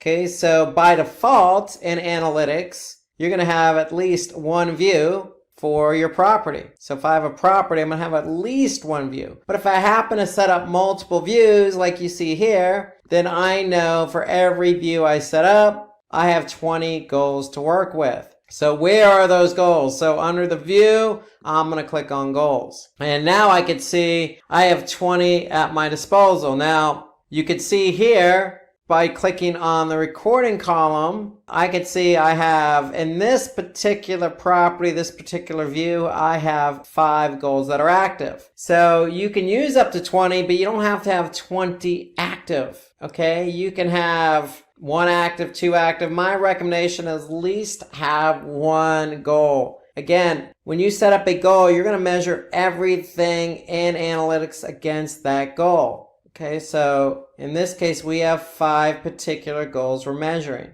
So we have 5 active out of 20 total. So if I don't no longer want to use a goal, I could simply just turn it off. If I want to continue using it, just turn it on. Okay, it's that simple. You could turn on and off goals. So here I already have 5 set up. So if you want to set up a new goal, the one thing you need to know in Google Analytics is in order to set up a new goal, okay, you need to have edit access, at least the view level, I would say at the property level. So you want to make sure whoever's in charge of Google Analytics for your organization, or if you're in charge, okay, you simply just want to go to user management, and user management, you want to make sure the email address you're using to log into Google Analytics has at least edit permissions. So you're going to need edit permissions to add new goals. So I have edit permissions. I'm going to go to goals and I want to set up a new goal. But before we jump in and set up a new goal, what is it that we want to achieve? That's really the question we want to ask ourselves. What is the goal of the website? Well, if it's somebody downloading something, okay, are you measuring that download via an event? Okay, are they filling out a form submission before they download? So if they submit that form submission, is that the goal? Or do you have an e-commerce site? Is somebody purchasing something? So these are things you want to ask yourself before you actually set up the goal. What is it that I'm trying to measure? Now, when you actually do go to set up a goal, you're going to click on the red CTA button that says new goal. So Analytics actually has some templates set up for you. Okay, you can see them here. Okay, if somebody's registering online or creating an account or reading review, downloading something, sharing something, you could choose all of these options here. What I normally do is choose custom. 99% of the time, I'm just going to choose custom. It doesn't really matter if you use the template or not. It's just a template is basically some free pre-filled configurations, but my recommendation is always just go with custom. You want total control over how to set up your goal. So we already have in mind what type of goal we want to set up. So for example, if somebody goes to fill out a form submission and they go to a thank you page after that, well, what's the URL of that thank you page? We want to be able to track how many people go to that page, because we know if somebody does type in or fill in a form submission and goes to that page, we know that they filled out the form. And so, for example, if I go to continue, I'm going to name my goal first. So I'm going to say thank you page as an example. Notice Analytics is assigning an ID. So notice this is goal ID 15. That means that that's the next available goal. There are 20 goals available in Analytics. And so what Analytics does is they group goals together. So 1 through 5, 6 through 10, 11 through 15, 16 through 20 into goal sets. So for example, goal 16 through 20 is part of goal set 4. And why does Google Analytics combine these goals into different goal sets? Well, because it's easier to measure and look at data by goal sets. So for example, if I jump into any report here, if I go to all traffic channels, and I want to measure how many goals by channel, I can look at it by goal set. So if I have goal set 1 selected, then I know any goal I have active in there between goal ID 1 through goal ID 5, I'm going to be able to see those goals in goal set 1. And now I'm going to be able to measure every goal I have active in goal set 1 against the channel. So if I choose goal set 2, whatever goals are active there, goal set 3, etc. Notice I don't have any goals 16 through 20 active that are in goal set 4. Therefore, I don't have that option available to me. So back to admin, the bottom left, navigation, again, goals. Okay, we want to measure somebody going to the thank you page. We have edit access. We're going to choose custom as our goal setup. We're going to type in a goal name. I'm just going to say thank you. Okay, this is goal 15. Now, this is the important part. Google Analytics has 4 different goal types: destination, duration, pages per session, or screens per session. So screens per session is related to mobile because Google Analytics measures mobile app activity. And then you have an event. So we're going to cover all 4 of these, but for the sake of this simple example, I'm going to choose destination. Why? Because if somebody goes to that thank you page, we're going to go ahead and put in the thank you page as the goal URL. So for example, destination is my choice. I'm going to click continue. Now, this is where I'm going to put the URL. So if my URL is just simply thankyou.html, I can just go ahead and put thankyou.html. Or if it's just thank you, then I can just do thank you. Depends on the website, depends on the URI structure. So whatever that URL is, that's what you're going to put in. And when you're done, you can verify it. So what Google Analytics does is actually will verify over the last 7 days if anybody's actually gone to that particular page. So if we click verify, we can see 0% conversion rate. So that tells us that if this is the correct URL, then we've had 0% people go to that page. This is just an example. However, if you didn't see a conversion, then you might want to make sure you check the URL here that you put in. And if you do see a conversion rate, then you know it's working. So Google Analytics actually has options. So we're saying thank you is equal to, so the destination URL is equal to thank you or thankyou.html or thankyou.asp or whatever that thank you page is. Okay, you do have options. So if you have a long URL, you could say begins with, and you could say begins with, say, thank you. So this is the logic. We're going to say, hey, if anybody goes to a URL that begins with thank you, then count it as a goal. Or you could say equals to. So if anybody goes to a URL that equals to thank you, then count it as a goal. You have one more option here, regular expressions. So Google Analytics understands the language of regular expressions. So regular expressions are just special characters used to communicate with Google Analytics in order to hone in on exactly what you're trying to track. So we can always say, starts with or ends with. So we can, use characters like the $, ends with or begins with. So we can always do that. So you can use regular expressions as well if you're familiar with regular expressions. If you're not, then you don't have to use them, but there are special characters that you can insert in that are used as regular expression. So if you're not familiar with regular expression, don't choose that option. You could choose the other option of equals to or begins with. Now note that on all 3 of these options, I didn't put the domain. So if my domain is ama-foundation.org/ and then thank you, I don't need to put the domain because Analytics already knows what domain we're tracking. So you don't have to put in the domain here when you're entering in this case, the goal URL. So you can omit the domain. So when you put in that URL, you know that you have 3 options to work with, and then you always want to verify that goal URL. You always want to verify it because if you see 0% conversion, and in this case over the last 7 days, then that should tell you something. Either your goal is not set up correctly or you just don't have any conversion. Either way, you want to double check that. Now, when it comes to the destination URL goal, you do have an option here for funnel. So if I turn on funnel, then that means I have the ability to track how people went through my funnel. So if I have a cart and I want to be able to track how many people go in and out of the cart, then I have the option of adding specific pages as part of the cart. So we could say, step 1, which is basically cart. We could say step 2 is billing information. That could be /billing. We could say step 3 is shipping information /shipping. And then step 4 could be,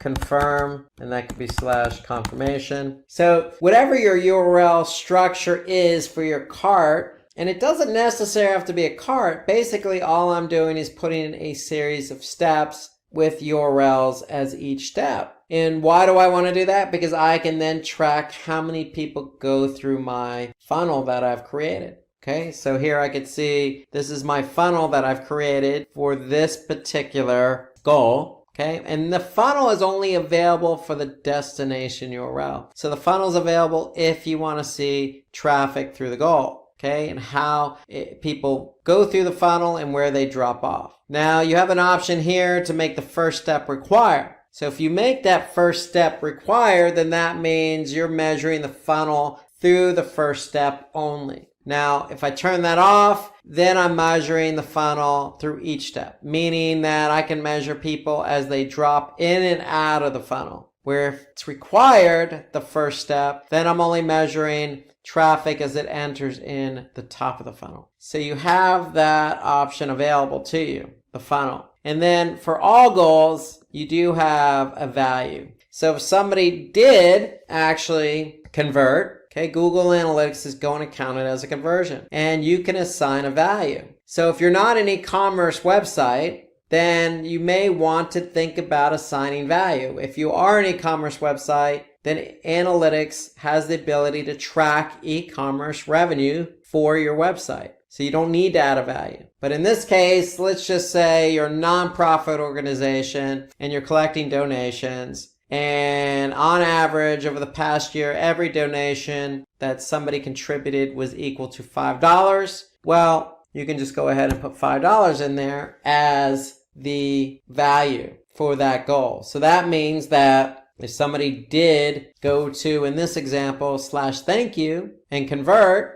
Analytics is going to count it as a goal and then assign $5 value alongside that goal. So if you're non-e-commerce, if you're, say, a nonprofit like this organization, or you're B2B and you want to track some value, then you have that option there. So with the destination URL goal, you have the option of adding a funnel. With all goal types, you have the option of adding a value. All goal types, and we're going to go through the rest of them, you have the option of verifying that goal. So that's the structure of setting up a goal. Destination URL is just one goal type. We're going to talk about the other 3 goal types, because in Google Analytics, there are 4 goal types. Again, destination is one of them. With destination, as you do have the option with all goal types, is you have to be able to choose your logic here. So we're going to cover that with the other 3, but just know when you set up a destination URL goal, you have the option of adding a funnel. Now, when you actually do set up a funnel, what's going to happen is Analytics is going to measure traffic as it goes through the funnel. So where do you look for that funnel information? Well, you want to get out of admin. You want to go to the left side navigation. You want to click on conversions, then goals, then funnel visualization. So based on the funnel you set up, you're going to be able to see traffic as it goes through the funnel. So notice on this particular funnel, we don't have the first step required. Why? Because I could see traffic as it goes in and out of each step of the funnel. So let's go through this funnel and see how people react. So here I can see the first step is the store front page. So over this particular period of time, I had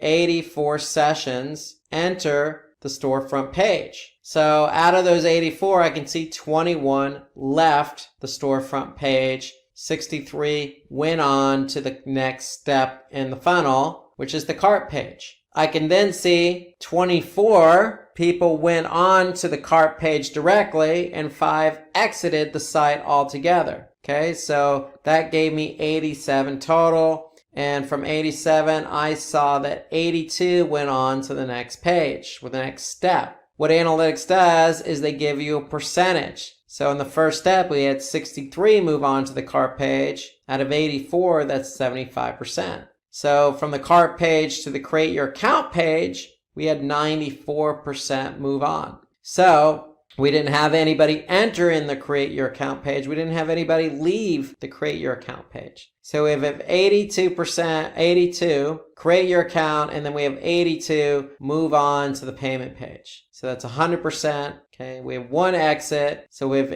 81 that proceeded to be on the payment page, which was purchase. So 81 of 82 is 98%. And we started with 84. So that gave us, plus the 24 that we accumulated along the way, so that gave us a 75% funnel conversion rate. So 75% of the people who entered in the funnel went on to purchase. Okay, so don't be confused with the overall e-commerce conversion rate. So 75% is the funnel conversion rate. The overall conversion rate for this particular goal is 18.45% over this particular period of time. Why? Because that takes into account all sessions that have gone to the website. So 18% of all traffic went on to convert, but those that did go into the funnel, 75% converted. So that's a look at the funnel. So if you set up a funnel, that's what it's going to look like. You have the option to measure everything from step 1 and beyond, or measure as traffic goes in and out of the funnel. So the purpose of this is we're going to be able to see where traffic drops off, how effective our funnel is, what pages we need to address in that funnel. Okay, so that's the whole point of the funnel, and the funnel is available with the destination URL goal. So if I go back to admin, if I go back to goals under the view, I can actually see what that funnel looks like. So here we chose regular expression. So this is what the URL is. Okay, you can see our funnel in each of the steps we have set up. Notice we're using regular expressions here. And then if we verify this goal, we could see over the past 7 days, 19% conversion rate. So that tells me something's working in this particular, with this particular goal, because we do have a conversion rate. Okay, so that's the destination URL goals. Let's now talk about the other 3 types of goals. So the next goal type we're going to talk about is pages per session. So if you're not sure what type of goal to set up for your website, at the very least, you should try and set up either duration related goal or pages per session related goal. So let's talk about the pages per session. So basically what this goal is going to allow us to measure is, for example, if we set the goal to 3 pages per session, then we're going to be able to measure if how many people went to the site and looked at 3 pages per session. So let's take a look at that goal. So if I open up the goal, here I can see 3 pages per session is what we're naming it. So basically what we're asking analytics to do is anything greater than 2 pages, which would be 3 and beyond, count as a goal. So if anybody comes to the site, looks at more than 2 pages, 3 pages or more, then it's going to count as a goal. And so here we can verify it. So if we verify it over the last 7 days, we could see a 4.12% conversion rate. And that tells me that 4% of my traffic over the last 7 days looked at least 3 pages or more. So you're probably asking yourself, well, what number should I put in for the actual variable? So in this case, we see 2. Well, what you want to do is you want to look at, on average, let's just say year to date, you want to make sure you have statistical significance. So you want to look at a period of time. So if you go to analytics, go to audience, okay, and then if you go to overview, and if I change my date range to year to date, I could see on average right now, I have 1.21 pages per session. So that's on average. So we don't want to make our goal 1 page. We don't want to make our goal 2 pages. We want to make it 3. So we want to be able to basically measure at a higher rate. Okay, why do we want to measure at a higher rate? Because if 1.21 is the average, then 2 pages per session really isn't moving the needle. So what we really want to do is get people to stay on the site longer, look at pages more, during their session. So look at more pages. And so we want to be able to see what segment of the audience is looking at more pages, what channels driving traffic that's looking at more pages, what pages are contributing to more pages per session. So the whole idea is you want to hone in on what your goal is and see what's working and then see what's not working so you can make adjustments. The whole idea behind Google Analytics is to improve website performance.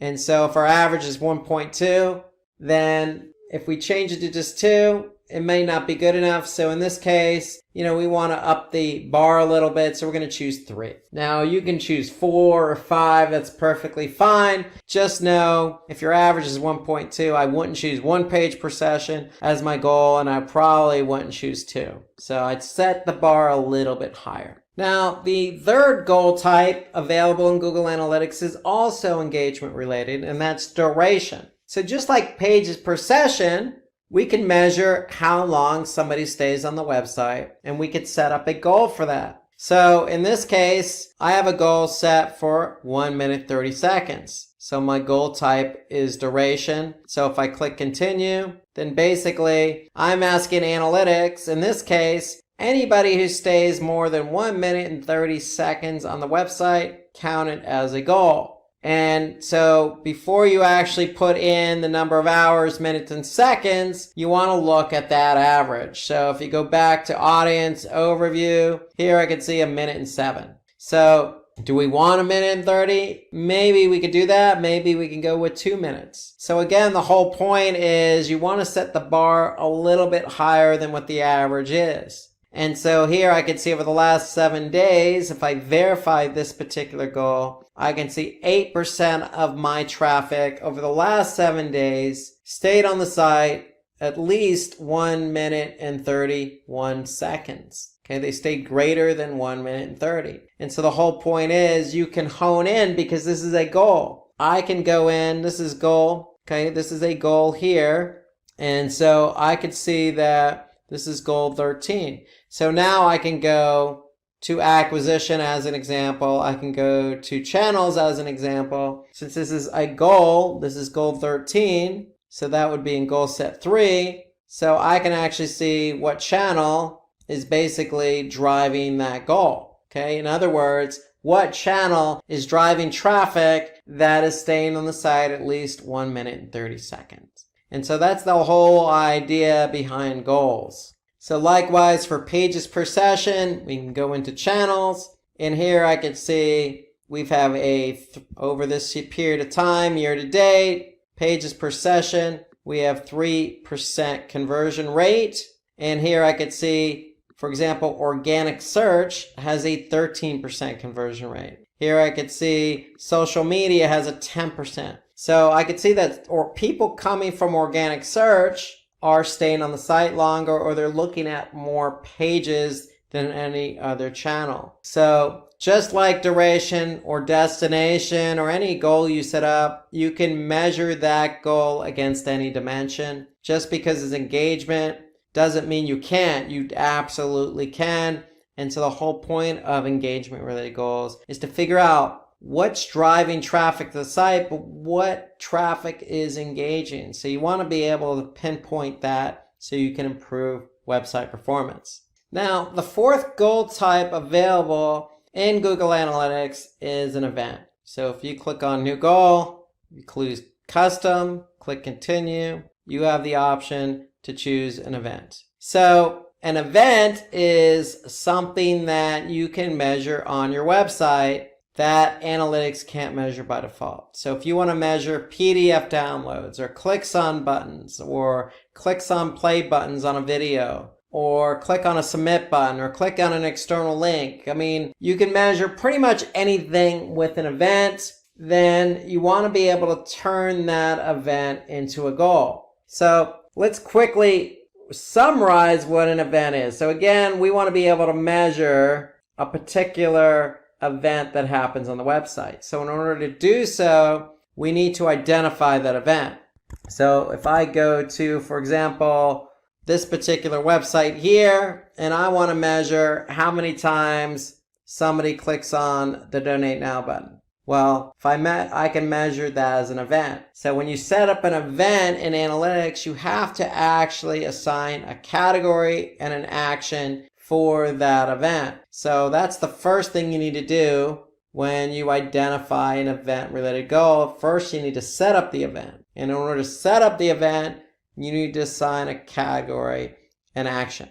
Okay, so once you identify what you want to track as an event on your website, you're actually going to go in a tag manager or have your webmaster go in a tag manager and set up a tag. And in that tag, they're going to assign that particular category and action. And so here you can see we have this set up. Our category is named Donate Now, and our action is Click. And that's what we want to do. We want to measure how many people click on that Donate Now button. So anytime somebody does that, then the category Donate Now is going to appear in analytics with the action Click. So when you actually do set up an event, you can go into analytics and you can test that event. So if I go to the website and I click Donate Now, okay, the reason why I have this as an event is because I'm taking to a third-party website to handle the donations. So here I can go into analytics and now I can see a category is being fired for header donate with the action Click. So that's my category and that's my action. So that category and action is what is firing after somebody clicks on the Donate Now button. So if I want to turn this event into a goal, I can easily do that. Now that I've set up the event, now that I've identified the category and action, I want to go back to admin and set up the event with these parameters in place. So it just turns out we already have the goal set up. So let's go through how this goal was set up. So first, we chose custom, we chose event, we gave it a name. So as a best practice, when you actually set up a goal as an event, or turn an event into a goal, I would add the prefix event : to it. And then that way, when you're identifying goals and you're reporting, you know it's an event. So I'm going to click continue.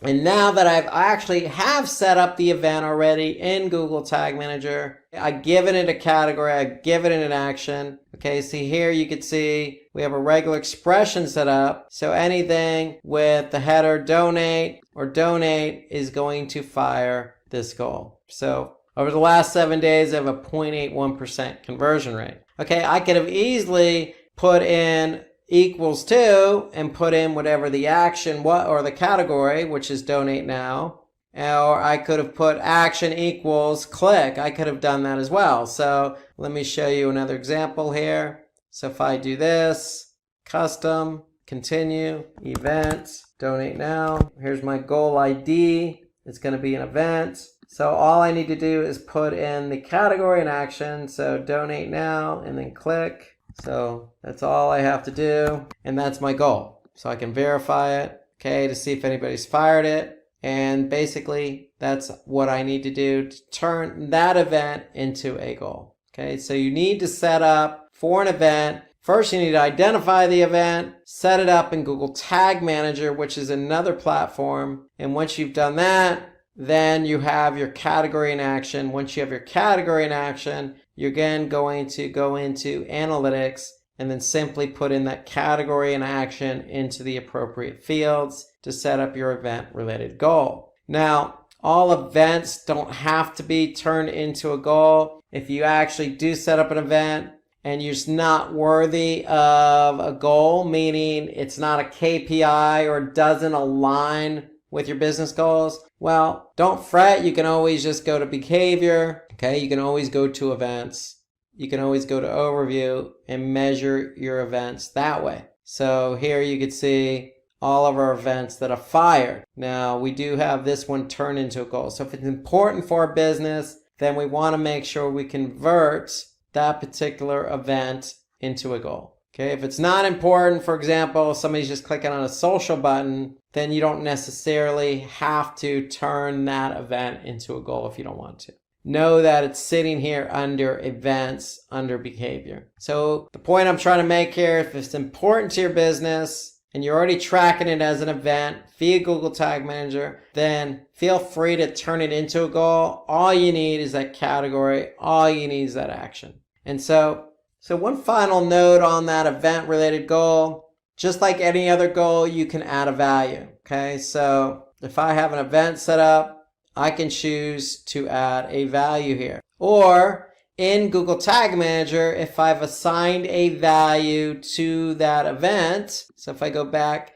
to the actual event in Google Tag Manager, you can see I have a value set up for $1. Then I could just go into analytics and say, you know what? I already have the value added. So go ahead and use the value added in Google Tag Manager. Okay, so I'm going to choose yes. Now if I choose no, I have the option to add the value here, just like I would with any other goal. So just keep that in mind. You can add a value to any goal type. With an event related goal, you can add the value right into the tag in Google Tag Manager, just as I've done here. So remember, when you actually set up your goals, whether it's a destination, pages per session, duration, or an event, you can just go ahead and choose that goal set that it's in and measure any dimension against that particular goal. So here I can see e-newsletter signups by channel. I can go into another goal set. Here I can see contact form submissions. Okay, I can see what particular channels driving contact form submissions. Okay, so just know that you can align a goal against any dimension. So if you have e-commerce, you don't have to set up for goal for that. That's separate. But if you want to take a look at your goals in analytics on its own, you can just go to Conversions Goals Overview. Here, I can actually get a good sense of how my goals are performing over a period of time. So again, if I choose, for example, year to date, now I can see based on the goals I've set up, how many total goal completions, value, which takes into account the value we've added into these goals, okay, the total conversion rate. And here I can see it broken down by the goal I actually have set up. And I can see it by page, or I could see it by source and medium. So I could see Google Organic is driving the most goal completions, then Google CPC, Direct, and then I could see some others in here as well, contributing to goals. Now, I do want to point your attention to another report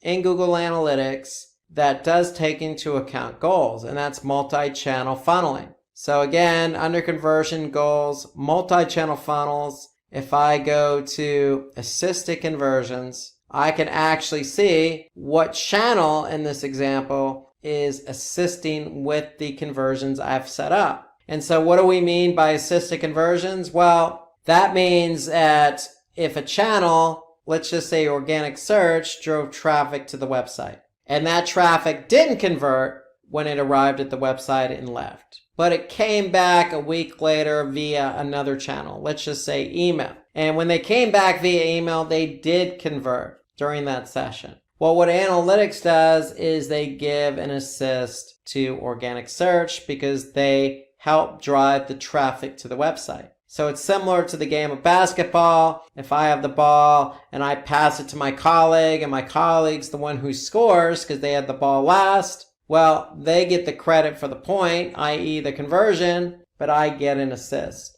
And so analytics works the same way. They're always going to give credit to the last click or direct conversion, but they will give credits to the channel in this case that assisted with the conversion. So that's under assisted conversion, and that's based on the goals you have set up. You can highlight any particular goal here. If I want to hone in on, say, the donate clicks only, then I'm going to be able to see what contributed to that particular goal. So there's another report in here, top conversion paths, that I think is important. So after you set up your goals, you can actually see what channels in this particular example help to drive conversions. Again, this is year to date. So I can see all the different combinations of channels that work together to contribute to a conversion. So again, I can choose a specific goal, or I can choose all my goals. So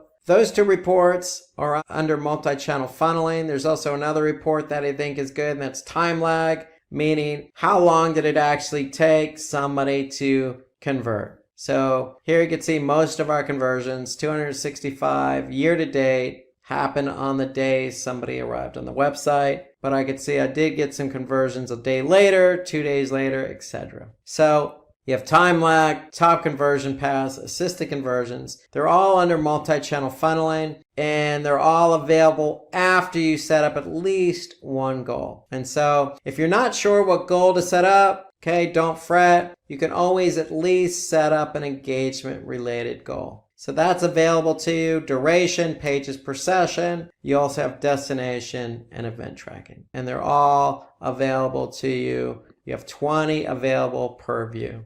Now, if you're not quite sure exactly what type of goal to set up, there is an option available in analytics, and that's the gallery. So you can always import a goal from the gallery. So in other words, we could take a look at what other people have set up in terms of goals. So you just have to click on the button import from gallery, and it'll take you to the gallery, and you'll be able to see what other goals others have set up. Today we're going to talk about how to set up event tracking in Google Analytics. So let's get started. So many of you out there have a website similar to the one I'm looking at now. This is a nonprofit that I work with, AMA Foundation, and like this website and probably like your website, you probably have some interactivity on there that needs to be tracked. For example, buttons. If you have buttons like this one that says donate or newsletter sign up, or there's a PDF download or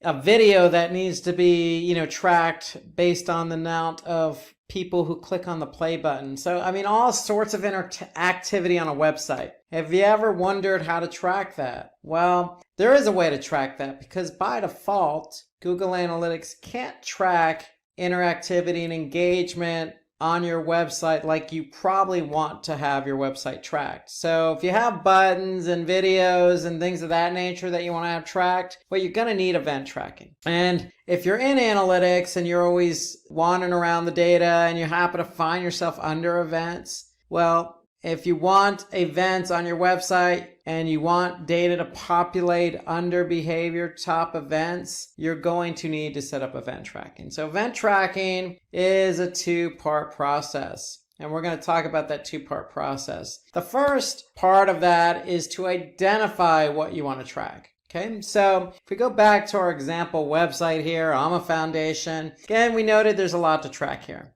We got a donate now button, we got a newsletter sign up, we have some social icons. Okay, we got a donate now button here, we got a play button here, we got all sorts of interactivity. We got a button here that says, purchase tickets for an upcoming event. I can go throughout the website and find different buttons and things to track. Let me just say this. There's no shortage of what you can track on your website with event tracking. So event tracking is just basically, in layman's terms, tracking engagement on your site. Because Google Analytics by default is only going to track page view data, meaning how somebody got to your website, what page they looked at, how long they stayed on that page, what page they left from. More or less, they're timing how long somebody stays on the website and what pages they look at. So there's more to a website than just how long somebody stayed on a page. And so in this example, we want to be able to track everything here, not just the donate now button, but everything, because once you get the hang of event tracking, then it's very easy to set up. Okay, so step one, identify what you want to track. Okay, so there's a lot we want to track. We're just going to use one example to start off with, and that's going to be this donate now button. Okay, so this donate now button we want to track. Now we have a newsletter sign up, we have Facebook, and that's fine. You could track all that, but for the sake of going through a step-by-step process today, let's just focus on the donate now button. Let's focus on the donate now button, then we'll come back and start tracking these other things. But this is what we want to track to start out with. Okay, so step one, identify what you want to track. Now, when it comes to tracking events on a website, you want to identify those events. So we did that by choosing this donate now button. Now, once we identify what we want to track, we need to assign 2 parameters for that event. So with event tracking, you have 3 parameters, but one is actually optional. So you have 2 mandatory parameters that you have to assign to everything you want to track on your website. And that's the category and then the action. So event label is the 3rd parameter, but again, that's optional. Okay, so basically, when we identify an event on our website, we want to assign it a category and an action. Okay, so why do we want to assign it a category and an action? Because when we're in analytics, under behavior, under events, top events, we could see we have different categories here. And we have different actions, we have different labels. So if I click on any one of these dimensions, I'm going to be able to see some of the parameters I've entered in for previous events I'm tracking. Okay, so the whole idea is you want to be able to group different events together into a category and assign an action and assign a label to it. That's really what you're doing. You're just grouping and identifying the events you're trying to track. And so in this case, I have this Donate Now button sitting in the header. Okay, in fact, I have a lot of things sitting in the header. So if I wanted to, and I want to track all these buttons, I can create a category called header. And then if I track all these buttons can sit in that same category if I wanted to. Or I can create a separate category for each of these buttons. It's up to you how you organize your categories, because basically all you're doing is giving a name to what you're trying to track. And the name is equivalent to a category. So in this case, the Donate Now button is very important. I'm just going to call it category header donate. Now, I need to give an action to each category. And so in this case, I'm just going to say click, because that's what the action is doing. It's somebody's taking the action of clicking. Now, if it's a video and it's a play button, I can assign an action of play. It's up to you whatever you name these parameters. You just need to be organized and methodical about what you name it. That's all. And so in this case, header donate and then click. Okay, and so that's our category in action. And so that's really step 2. So step 1, identify what you want to track. Step 2, assign a category, action, and or label. But remember, label is optional. So if I go back in analytics here, I could see some categories. And if I click on action, I could see some actions that I've named. Now, step 3. So we've identified in step 1 what we want to track. We've assigned a category and action. So step 3 is going into Google Tag Manager to set up the event. Okay, so if you're not familiar with Google Tag Manager, then you can easily just do a Google search for Google Tag Manager, and basically you'll have all sorts of information on it. There's a good video overview of Tag Manager here that you can watch. So Tag Manager basically is what we want to use to set up event tracking. Now, Tag Manager is used for a lot of different things, but the main thing we're doing here is setting up an event for our website. And so I'm logged in to the same email address I'm using for analytics. Okay, so now I'm in Tag Manager and I want to set up my event for this Donate Now button. So what do I need to do? Well, for every event I want to set up, I need to set up a tag. Okay, so if I go to tags, I can see I already have some tags set up, and some of these are events. And so when you actually set up a tag,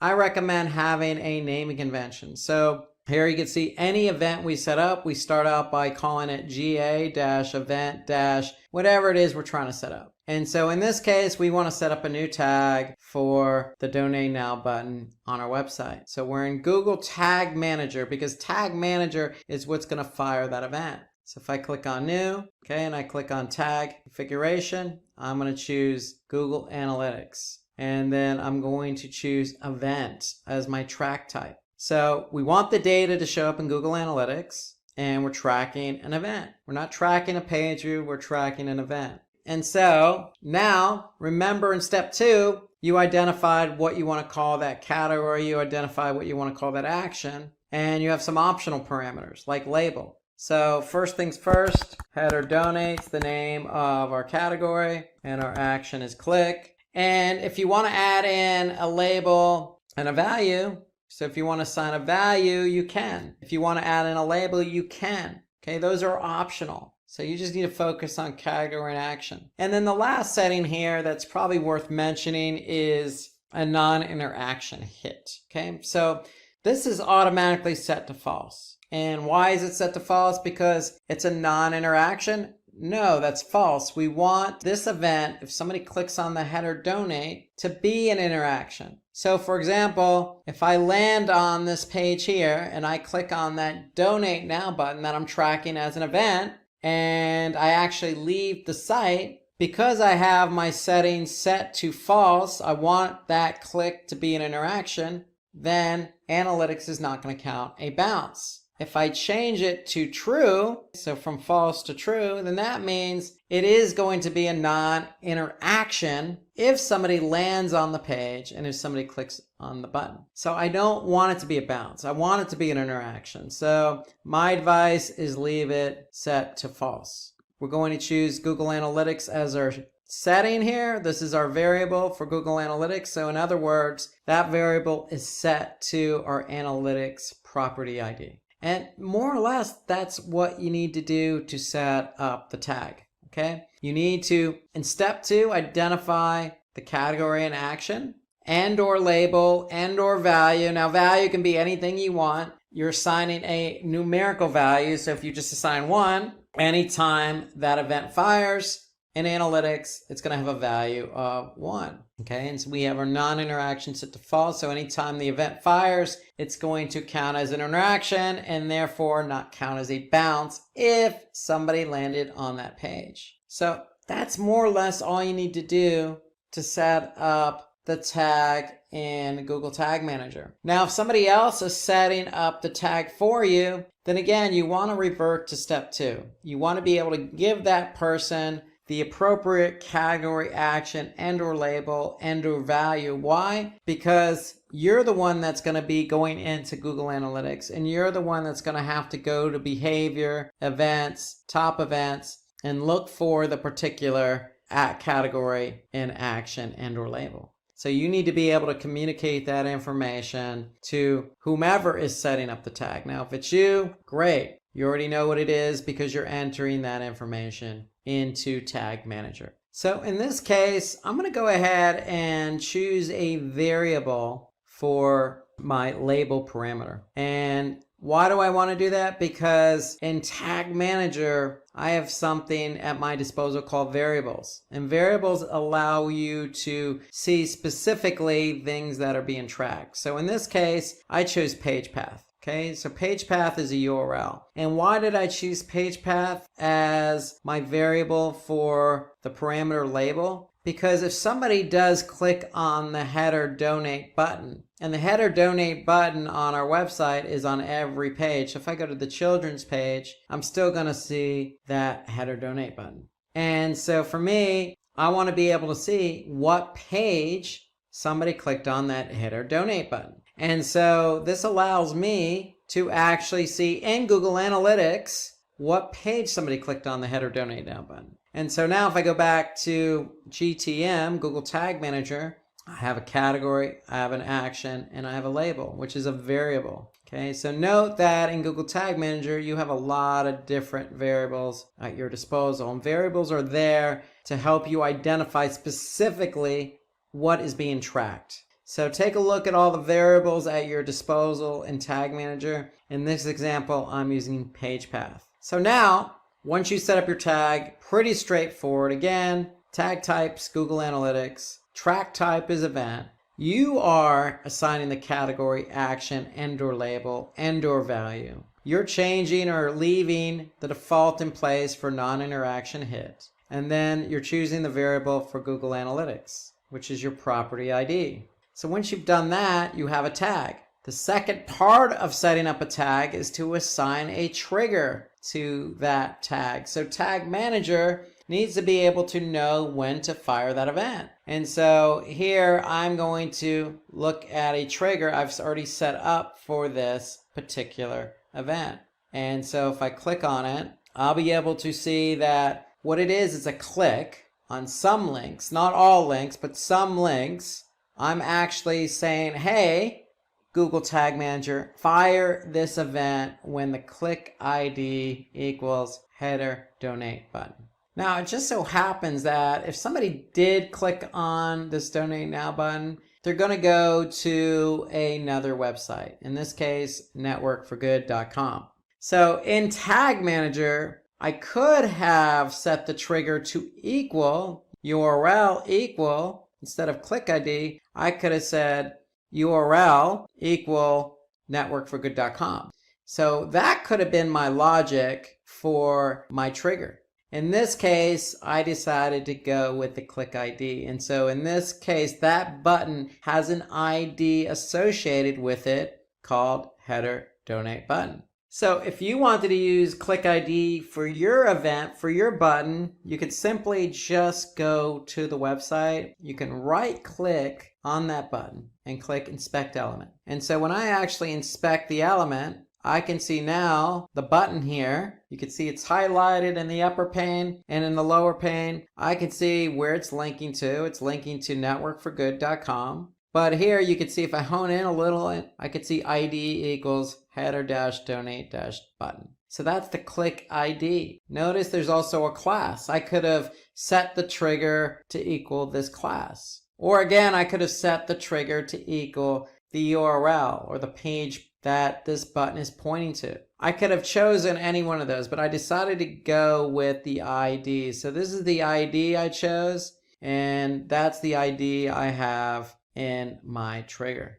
Okay, so that is what's going to fire that event. So if somebody clicks on a button that equals header-donate-button, it's going to fire that event, which is going to equal category, header donate, action click, and then the label is going to be page path. So now that we've set up our event, we want to test to see if it actually works. So there's two ways to go about testing an event. And the first way is through Google Analytics. So if we go to Google Analytics and then we go to real time, okay, we can go to events, and here you can see one is already fired. So let's go ahead and go to and test this and go to the website. So if I go here, for example, and I click on Amagar Alumni.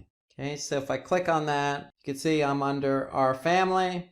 And if I click on that button, then go back to analytics and look at real time, I should be able to see this event fire. So if I click on it, I'm going to go to Network for Good. Now if I go back to analytics, here in real time, under events, per second, I can see that event firing. Category equals header donate. The action equals click. Now if I click on the category, here I can see the label. The label, remember, was page path. And here you could see this event fired on the Our Family page, which was the page I was just on. So that's one way to test to see if your event works. And in this case, analytics recognized the event, so it works, it fired, and so therefore it's going to show up under behavior, under events. You can go under overview or top events. Okay, and what am I going to look for? In this case, I'm going to look for header donate. Okay, if I click on header donate as my category, I'm going to be able to see my action. And if I click on action, I'll be able to see my label. In this case, homepage. And then later on, when the data propagates in analytics, I'll be able to see under label the page that I clicked on that header donate button, which is /our-family. Okay, the second way in which you can test to see if an event fires is if you preview. So if I click on preview in Tag Manager, okay, I'm going to go into preview mode. Okay, and preview mode allows you to see in analytics, in Tag Manager, and on the website what tags are firing. So here I could see I'm in preview mode now. So I'm going to go to the website and I'm going to refresh, and in my browser, same browser I'm using for Tag Manager, I can see the tags that are being fired on this page already. Okay, because I'm in preview mode. So here I could see remarketing, I could see page views, I could see Google Optimize, I could see some tags that are already firing on this page. Now, if I click on this button here by holding down my Shift command and then click on that button, I'll be able to see that the tag fired in preview mode. There's my event, header donate, and I can see it fired. So now I can see it fired in the preview mode. So in addition to Google Analytics, in preview mode, I can see that that tag is fired and I know that it's working. So there you have it. You have two ways to test to see if the event fires. Again, you have real time and analytics. Okay, so in real time, if you just go up to real time, all you need to do is go down to events, go to your website, click on the button. If you see it firing in real time, then you know it works. The second version or second way to test your event is through the preview mode. Okay, if you see it firing in preview mode, then you know it's also working. Okay, so let's rehash our steps. First step is we want to be able to identify what we want to track. Okay, so it could be this newsletter sign up, it could be click on a Facebook, it could be anything we want to be able to track. An image, a click on a CTA button, whatever we want to track, identify it. Second step, identify the category, action, and label, because that's what's going to show up in Google Analytics. Remember, label is optional, value is optional. Third step, go into Tag Manager, actually set up your tag and your trigger. So if you set up a tag and it's an event, name it GA-event. So that way you can see in your list of tags in Tag Manager what event tracking you have already set up. So when you set up your tag, you set up your trigger. Your trigger is based on logic. That can be a URL, it can be a click ID, it can be a class ID, whatever you want to use to fire that event. And then once you do that, you want to test it. You could test it in GTM or you could test it in Google Analytics. If it doesn't fire, you want to tweak your trigger. If it does fire, then great. And then one thing I would recommend is if you're setting up various events for your website, that's a best practice. What I would recommend is set up a spreadsheet. And in that spreadsheet, you want to put a note. What's firing? What are you doing to fire? It could be, in this case, when somebody clicks on the Donate Now button in the header. You want to put the tag name in here, the type. Okay, then you want to record your category, action, and label. And then the great thing about events is you could turn those events into goals. And that's as simple as going back into analytics. Okay, so if I go into analytics and I go to admin and I go to goals, if you set up a new goal, okay, all you need to do is choose custom, click continue. You're going to choose event as your goal name. And then from a naming perspective in Google Analytics for your goal, I would definitely put event first and then click on header donate. Okay, so if I click now continue, what is my category? It's equal to header donate. My action is click. And so I can verify to see if this is working. And here I can see in analytics that the goal would have a 0.22% conversion rate. So that tells me that the goal is working and I can turn this event into a goal. And when you turn something into a goal in analytics, then you can measure it across all dimensions. That's what I would recommend if the event is equal to a KPI or business goal, or it's of importance. It's something you really want to measure. Okay, if it's just a click, say on a Facebook button, I wouldn't recommend setting that up as a goal. Okay, so once you've set up your event, you recorded it in your spreadsheet, it's firing, you want to be able to then go back into behavior, back into events. Okay, you can go to top events. Okay, so top events tell you by category as a default what events are firing or what category is firing the most. Okay, so if I choose my date range, here I can just go to year to date. So here I can see my header donate button, fortunately for me, has the most total events. Now notice in analytics, you'll also see unique events. And so the difference between unique events and total events is that unique events are equivalent to one per session,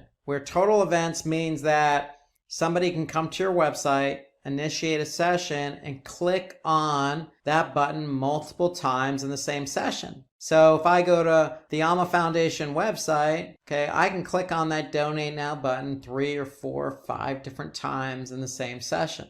So what analytics is going to do is actually in that session, count it once, but accumulate the number of clicks as a total event for that session. So you're always going to have more total events than unique events, because in some cases, users may click on the button more than once in the same session. And so here I can see total events, unique events, and if I added a value to that event, I should be able to see it here. So if I added $1 as an example to this particular event, because it had 164 unique events, I should be able to see 164 as my value.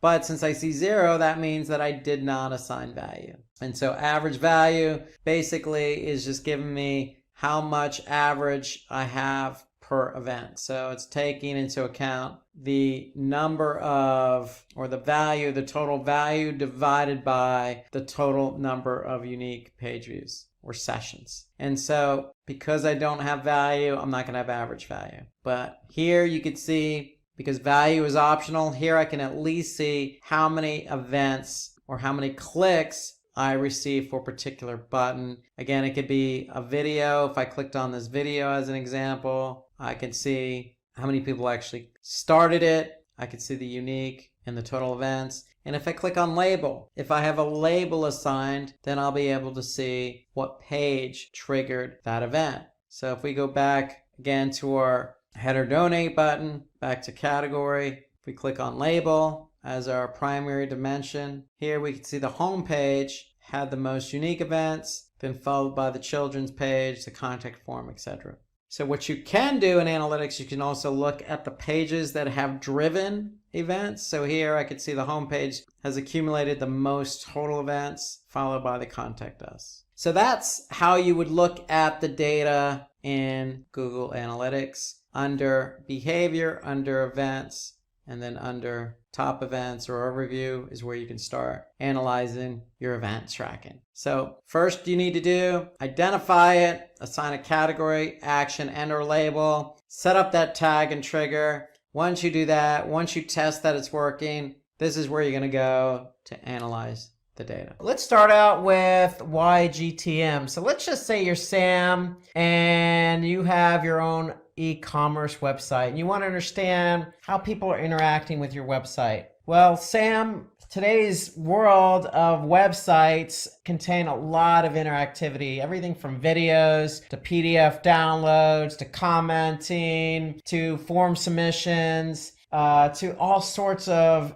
chat functionality, interactivity going on throughout the website. So there's just a lot that you need to track outside of just page views. And so really what GTM does is they help you track all these things I just mentioned. Everything from somebody clicking on the play button of a PDF to somebody clicking on the submit button of a form to somebody entering in something on a chat function. So that's what GTM is. So why GTM? Because it helps us track all that interactivity. So all GTM is really allows you to really place a piece of Java code, which is just script, and this script that's added to a web page to collect information. So that's really what a tag is. It's just some script that gets put on a web page in order for you to collect information, like page views, clicks, etc. And they send it to third-party tools. Okay, so that's what GTM does. It basically allows you to take all these tags that collect information and you can use them in GTM. So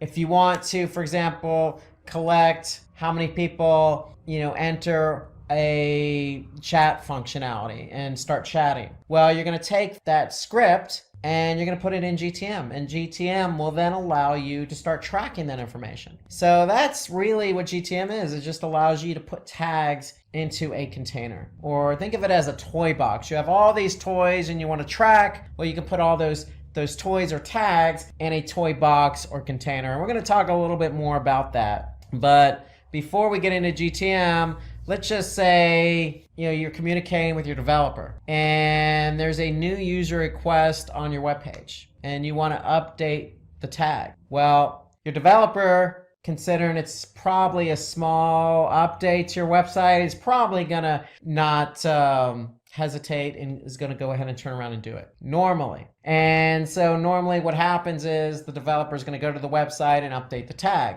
Well, what if you have a few things that you want to track? All those things I mentioned before, from downloads to clicks to, somebody checking out to watching a video. Well, your webmaster, your web developer is going to go, well, hold on a second. Now, all these requests are going to take time. I need to put them into the work queue, so to speak. Well, what happens is when they go into a work queue, usually it's going to take some time. And in some cases, you as a marketer need to launch a campaign. And you want to get that tracking added to the website in time for the campaign launch. So you want to go ahead and quickly turn around the tracking for that particular campaign. Let's just say you're launching a campaign and you're sending people to a landing page that has a form submission, and you want to be able to track how many people click on the submit button of that form submission. Well, if you need to turn that around, your developer's like, well, I need to put that in a work queue. The timing isn't going to always work out between you and your developer, is my point. And so that's where GTM comes in, because there is a solution to update your tags faster. And that's Google Tag Manager. So when we say GTM, that's what GTM stands for, Google Tag Manager. It's a place for you to add tags quickly and easily. So tags, remember, are just snippets of code that allow you to track things on your website interactively. And basically, when you have GTM, you can bypass the webmaster and do it quickly and easily. So that's what GTM is all about. So why GTM? Because we just identified two benefits. One, you could track all the interactivity on your website. And two, you can bypass your web developer or webmaster. And so that's the benefit of GTM. So the benefit, you get those tags updated very quickly via Google Tag Manager. Okay, so that's what Tag Manager is. So what we're going to talk about today is specifically what Tag Manager is and what it does. We're going to list some of the benefits of Tag Manager. We're going to show you how it works, and then we're going to show you how to get started with Tag Manager. Tag Manager, if you're not familiar with working with webmasters and dealing with JavaScript and tags and all this jargon is just new to you today, okay, well, don't fret, sit back. We're going to take it slow. This is an introduction into Google Tag Manager. Again, let's start out with what is Tag Manager. So we've already introduced it to some degree because we already introduced it as a tool where you can put all your tags into a toolbox, toy box, or container, so to speak, right? And we already mentioned that, hey, you can bypass your webmaster. So you're probably thinking, well, if you're not familiar with Tag Manager, how can I bypass my webmaster? Well, first of all, it's a free tool, and it's a Google tool, hence the name Google Tag Manager. And it helps you really, that's the main point, is deploy and track tags on your website, bypassing your webmaster. So that's Tag Manager. And so examples of tags that can be deployed via Google Tag Manager are numerous. These are just some examples like Google Analytics, Facebook's pixel tracking, or Google Ads. There's no limit into the number of tags you can track in Tag Manager. There is no limit. You can add any number of tracking tags in Tag Manager. Okay, so some of the benefits, well, again, we just listed two. You can put any tag into Tag Manager and track that onto your website. And we know you can bypass your web developer or webmaster. And what it also does is it also allows you to test and deploy your JavaScript codes quicker. So remember, these JavaScript codes or snippets of codes are just there to track certain things on your website, whether that be a page view or somebody clicking on a play button or tracking somebody who converts or even just goes to your website. So the biggest benefit is you can take that snippet of code, let's just say Facebook. Let's just say you're doing Facebook marketing and you want to put that Facebook pixel on your website so that you could track people who come from Facebook and convert. Well, you don't need to put that Facebook pixel on your website. You can go right to Tag Manager and you can put that snippet of code right in Tag Manager really quickly. And the other benefit here is all tags are managed in one place. And that to me is really a good benefit, because when you start adding tags on your website and you have some tags in Tag Manager, it just gets very confusing. So ideally, all the tracking code you have on your website needs to be in Tag Manager. Think about that. All the tracking. So if you're doing Bing or you're doing Facebook or you're doing Twitter or you're doing LinkedIn and you're doing Google, you're doing all this type of marketing on all these different platforms, you're going to have tracking code for all these different platforms. And instead of putting all that code on your website, return going to slow down the load time of your web page and website. You want to put them all in Tag Manager so they can be organized and you know exactly what you're trying to track. And the other great benefit of Tag Manager is there's a versioning control. So let's just say you have added tags to your website via GTM for the last 6 months. Well, and let's just say you add another tag yesterday. If you added that tag yesterday and something doesn't work, well, you can just roll back to a previous version. It's that simple. So you have versioning, and that's a good thing. When you have versioning, you can control what gets published, and if something doesn't work after it gets published, then you can roll back to a previous version. So it's a peace of mind, so to speak. Just because you've added code to your site, there's no guarantee it's going to work. And so you can always control what version you're dealing with in Tag Manager. And we'll talk a little bit more about that. So the biggest benefit here to me with Tag Manager is you have event tracking. And so we talked about some of the things you could track on your website, from videos, from play buttons to somebody clicking on the stop on the video or pausing it, all the way to somebody, again, chatting, or let's just say somebody clicking on that purchase button on your website. Okay, and you want to track all these different things, these different interactivities and buttons. Well, event tracking is what you're going to use to track all those buttons. And to me, this is the biggest benefit of Tag Manager. And I'll show you some examples as we go along. And if we didn't mention it already, I'll mention it again. It is free. Tag Manager is free. There's no limit. So once you have Tag Manager going, you can add as many tracking codes as you want. There's no limit on the number of tracking codes you can add to Tag Manager. Okay, so it's free and you can use it to its fullest advantage. Okay, so it's also high security, meaning that it has different levels of permissions. Okay, so you can have somebody just go in and look at the different tags and tracking codes you have in GTM, or you can ask somebody who is very familiar with Tag Manager and can go in and add the tracking code to Tag Manager and then publish that tracking code when it gets added. So those are all the benefits. Let's talk about how it works now. Specifically, how does Tag Manager work? Because you're like, Rob, okay, again, a lot of jargon. You know, you got tags and JavaScript and versioning and publishing and all this other stuff. Well, I know I'm throwing a lot at you at once, but just bear with me here. Okay, so let's start talking about how it actually works. So you have a website, okay? Whatever that domain is, you have a website, and there's chances are on your website you have some form of interactivity, whether that be a video, whether that be a blog, whether it be a form submission. You have a website with some interactivity. And let's just say you're even thinking about getting ready to launch some type of campaign on maybe Google or Facebook, and you want to drive traffic to your website. Fair enough. You're joining the millions of other websites that are out there that have interactivity that also drive traffic to the website. So in comes Google Tag Manager. And so Tag Manager is important because, again, we know we want to track people coming from that Facebook campaign or that Google campaign and interacting with our site. So if you are running Facebook and you are running Google Analytics, well, guess what? You want to put that tracking code in Tag Manager. So Google Analytics, being a Google product, works very nicely with Tag Manager. Facebook has its own tracking code,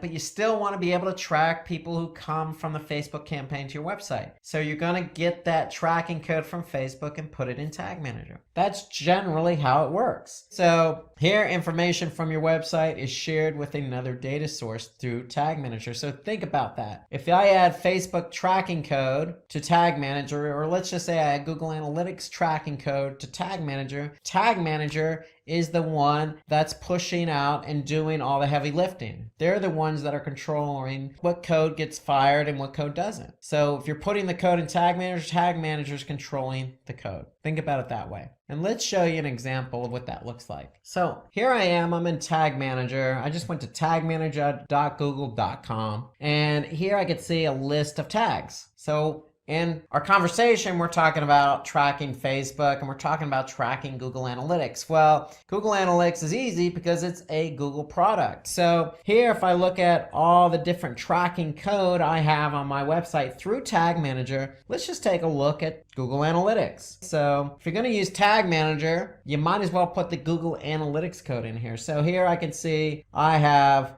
Google Analytics as a tag in Tag Manager. Now, for Facebook, if I'm running a Facebook campaign, well, I can take that pixel tracking and put it in GTM as well. And here I could see Facebook pixel. That code is added to GTM. I just basically took what Facebook gave me and put it into Google Tag Manager. So you can see I can add Facebook and Google Analytics. And again, I can't stress it enough, any tracking code from any platform I can add to Google Tag Manager in order to track the behavior from those sources. So let's take a little bit deeper dive into how Tag Manager works. So I just showed you an example of how you could take Facebook and Google Analytics code and put it into Tag Manager. But if you're not familiar with Tag Manager, then how do I do that? Well, let's talk about the structure and how Tag Manager works. So when you have a Tag Manager account, you have a container. Remember, I mentioned toy box earlier. You have a bunch of toys. If they're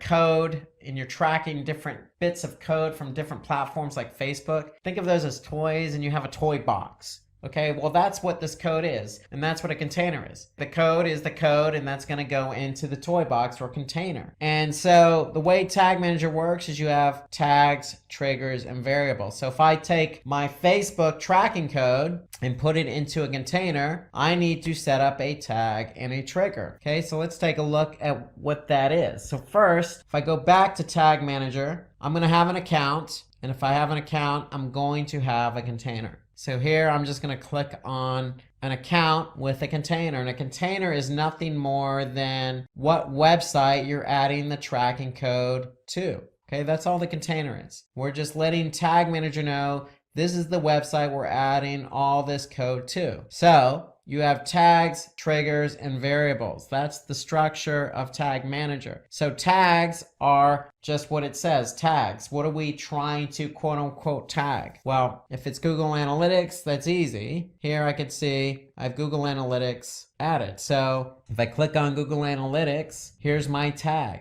And if I take a little bit of a deeper dive there, since Google Analytics is a Google product, it integrates already with Tag Managers. It's pretty easy. I can just choose Google Analytics, then I'm going to check page view, and that's my tag. Now, every tag needs a trigger. Okay, so I need to tell Tag Manager how or when to fire the Google Analytics tracking code. So in this case, I'm going to tell Tag Manager to fire on all pages. So if I get somebody, a visitor to my website, Analytics is firing on all pages. So whatever page that visitor lands on, Google Analytics is going to fire. So that's really what it comes down to, is I have a tag and I need to tell Tag Manager when to trigger that tag. That's really what the structure of Tag Manager is. It's tags, triggers, and variables. And variables we're going to talk about here in a couple minutes. But you have a piece of code. You're going to go ahead and put that into Tag Manager. You're going to tag it, and then you're going to fire that trigger. So let's take a look at another example here. If I go back here, you can see Facebook. Well, here's my Facebook pixel. Okay, that's my tag. So when is it going to fire? Well, it's going to fire on a specific domain or subdomain. That's basically what we're doing. We're trying to tell GTM when to fire that particular tag. So those are the three main components: a tag, okay, which is going to contain the JavaScript code that you get from, say, Facebook, the trigger. So you're going to go into Tag Manager and tell Tag Manager when to fire that code. That's the trigger. And then you have variables. And so variables are basically just additional information that Tag Manager may need for your tag and trigger to work. So that's what a variable is. It's there to get the tag and trigger to fire. So variables are divided into built-in and user-defined variables. So common use variables include, say, page path or page URL or host name or click class. Again, They're there, and these examples I just gave you are there to get your tag and trigger to work. Think about it that way. That's a component. And if I go into Tag Manager here, and here on the left side, I can see variables. So remember, I have built-in and user-defined. So built-in means that Tag Manager already built these for me. So in case I need to get my trigger to work with my tag, I can use a variable. So those are built in, and then I have user defined. So these are what I define. These are what I created. And again, the variables are there to get the tag and trigger to work. Okay, so that's the job of the variable. The job of the tag is to host that JavaScript code. Okay, in the case of Facebook or analytics, that's where we're putting our code. So here, if I click on AdWords remarketing, again, it's a Google product, so I don't really need to even deal with code. I'm just gonna select Google AdWords remarketing. Okay, so you can see GTM integrates nicely with some of the other Google products. But let's just say you have a Facebook pixel tracking code. You're going to choose custom and you're going to put the code here. So that's part of the tag. And then the trigger again is there to get the tag to fire. So you're telling GTM when to fire the tag. And the variable is there to help you make sure that that trigger and that tag work together. So that's how all three kind of work together. You need the tag to put the code. You need the trigger to tell GTM when to fire the tag and code. And the variables there to help you define when that tag and trigger should work or how it should work. So again, review, they're just small codes of JavaScript or tracking pixels on your website. And so tags are allowed to manage events like scroll tracking, remarketing, clicks, downloads, files, play buttons, you name it. Even clicks on external links. For example, let's just say you have a click or a Facebook icon on your site, and when somebody clicks on it, they go to Facebook. You want to maybe track that. You're going to create a tag. Okay? The trigger is there because you need to tell GTM when to fire that tag. So it's a certain condition, whether it's, fire the tag if the URL equals facebook.com or some other condition. So the tag cannot be created until the creation of the corresponding trigger. So tags and triggers go together. You can't just create a tag and not have a trigger. Otherwise, your tag will never fire. And then the variable is there again. It stores the information when defining a trigger or transferring data to tag. So a variable has a variety of data. Okay, so you pick and choose the variable you want to use with that trigger. Okay, so you're making sure that by defining a variable, you're making sure that you're telling GTM how that trigger should be fired. So let's take a look at another example here of how all three play together. If I'm in this account, I'm in this container. If I look down here, I can see Google Optimize. That's another Google product. So what I'm doing here is I just chose Google Optimize as my tag. It's already integrated. So what does that mean? I don't even need to deal with any code. I'm just going to select Optimize. Well, we have the tag Google Optimize, but we need to tell GTM how to fire that. And so here we're going to tell GTM to fire it on all pages. So that's basically a very simple example because we're firing it on all pages. So if I want to look at something specific again, Facebook,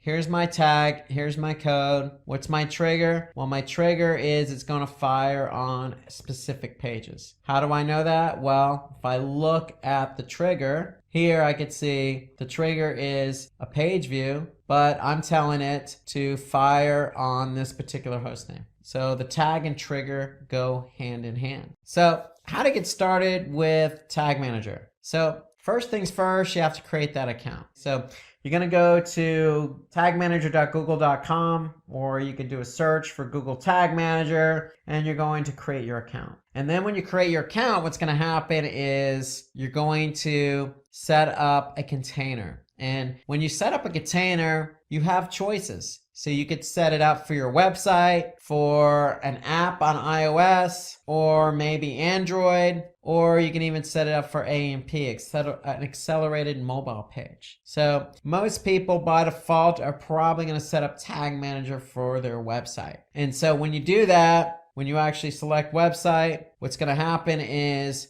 you're going to get some Google Tag Manager code in return. And so the whole idea here is you're going to do a swap. What you're doing is basically you're saying, okay, Google, I'm going to take this Google Tag Manager code and I'm going to put it on my website. I'm going to put it on every page of my website. So notice Tag Manager has two scripts. One goes in the head as high as possible. The other goes into the body tag as high as possible. And so what you're doing is you're making a deal. You're putting this Tag Manager code on your website, and in return, every code you deal with, whether that be Facebook or analytics or optimize or remarketing or whatever it is going to go in GTM. Okay, it's going to go into the container you created. So you need the Tag Manager code on your website in order for Tag Manager to work. Okay, so when you add this code to your website, then you're free to start adding all sorts of tags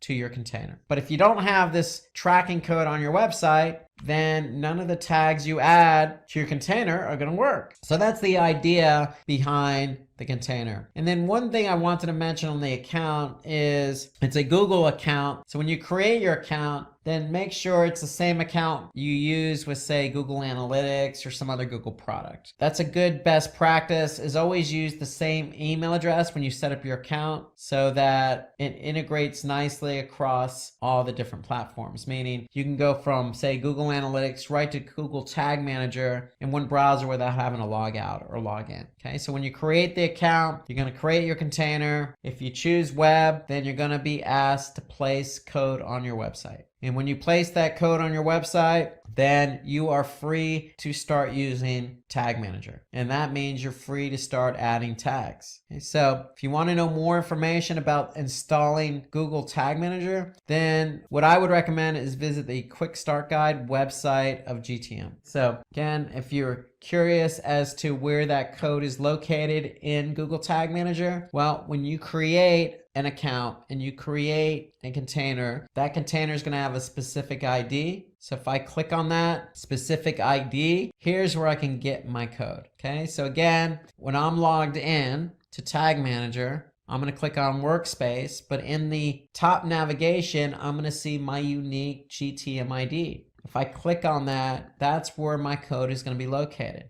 And so again, your code needs to go in the header, and there's another script that needs to go in the body. And if you're not sure how to add the code to your website, well, you can always click on the Quick Start Guide here. Okay, and that'll take you to a Quick Start Guide page, a reference page related to Google Tag Manager. So let's talk about creating a tag. So once you get Tag Manager installed, I'm sure you're excited to get going and create that first tag. So let's talk about how to create a tag in Tag Manager. So when you're in Tag Manager, all you need to do is basically you're looking at all your tags. If you click on tag in the left side navigation, you'll see all your tags, and there's a new button there. So you just click new. And so basically what you're going to do is you're going to create your first tag. And so what I would recommend, once you get Tag Manager installed on your website, I would recommend setting the first tag up as Google Analytics. So that will get you going with tracking page views on your website when somebody visits your website. Okay, so ideally that's what you want to do. You want to get Google Analytics as your first tag in Tag Manager. So what I'm going to do is, because Analytics is a Google product, it's already integrated nicely with Tag Manager. So I'm just going to click on Google Analytics. It's going to be a page view. That's what I'm tracking. And now I have to set up a variable. And so what it's going to do, it's going to ask me to select a variable. And so what you're going to do is you're going to select new variable. And what you're going to do is you're actually going to go and add your tracking ID here. That's going to be your variable. So where do I get my tracking ID in Analytics? Well, if I'm in Analytics, I'm going to go to Admin. And then under Property Settings, I'm going to see my tracking ID. And all you need to do then is go to Tag Manager and paste copy. First, you got to copy over that tracking ID. Then you're going to go to Tag Manager and going to paste it. And then that's going to create a variable for you. And then when you create that variable, you're going to see it in the drop down here. So I've already created it. And basically, that's your tag with a variable. then what are you going to do? You're going to set up a trigger. So see, I have some triggers already set up. You're going to see a default trigger already set up for you, and that's going to be all pages. So ideally what you want to do is you want to select all pages in order for analytics to fire on all pages. So that's what we're doing. We're setting up a trigger. We're basically telling Tag Manager, hey, if I get a visitor to any page on my website, then I want you to fire Google Analytics. So that's basically, in summary, how to set up your first tag. And my recommendation is your first tag should be Google Analytics. And when you set up analytics, you're going to have to set up a variable for the tracking ID. And so you get the tracking ID again from admin, property settings, copy and paste that tracking ID over, save it, you have your variable. That variable is going to be included in with the tag, then your trigger is going to be all pages. And there you go.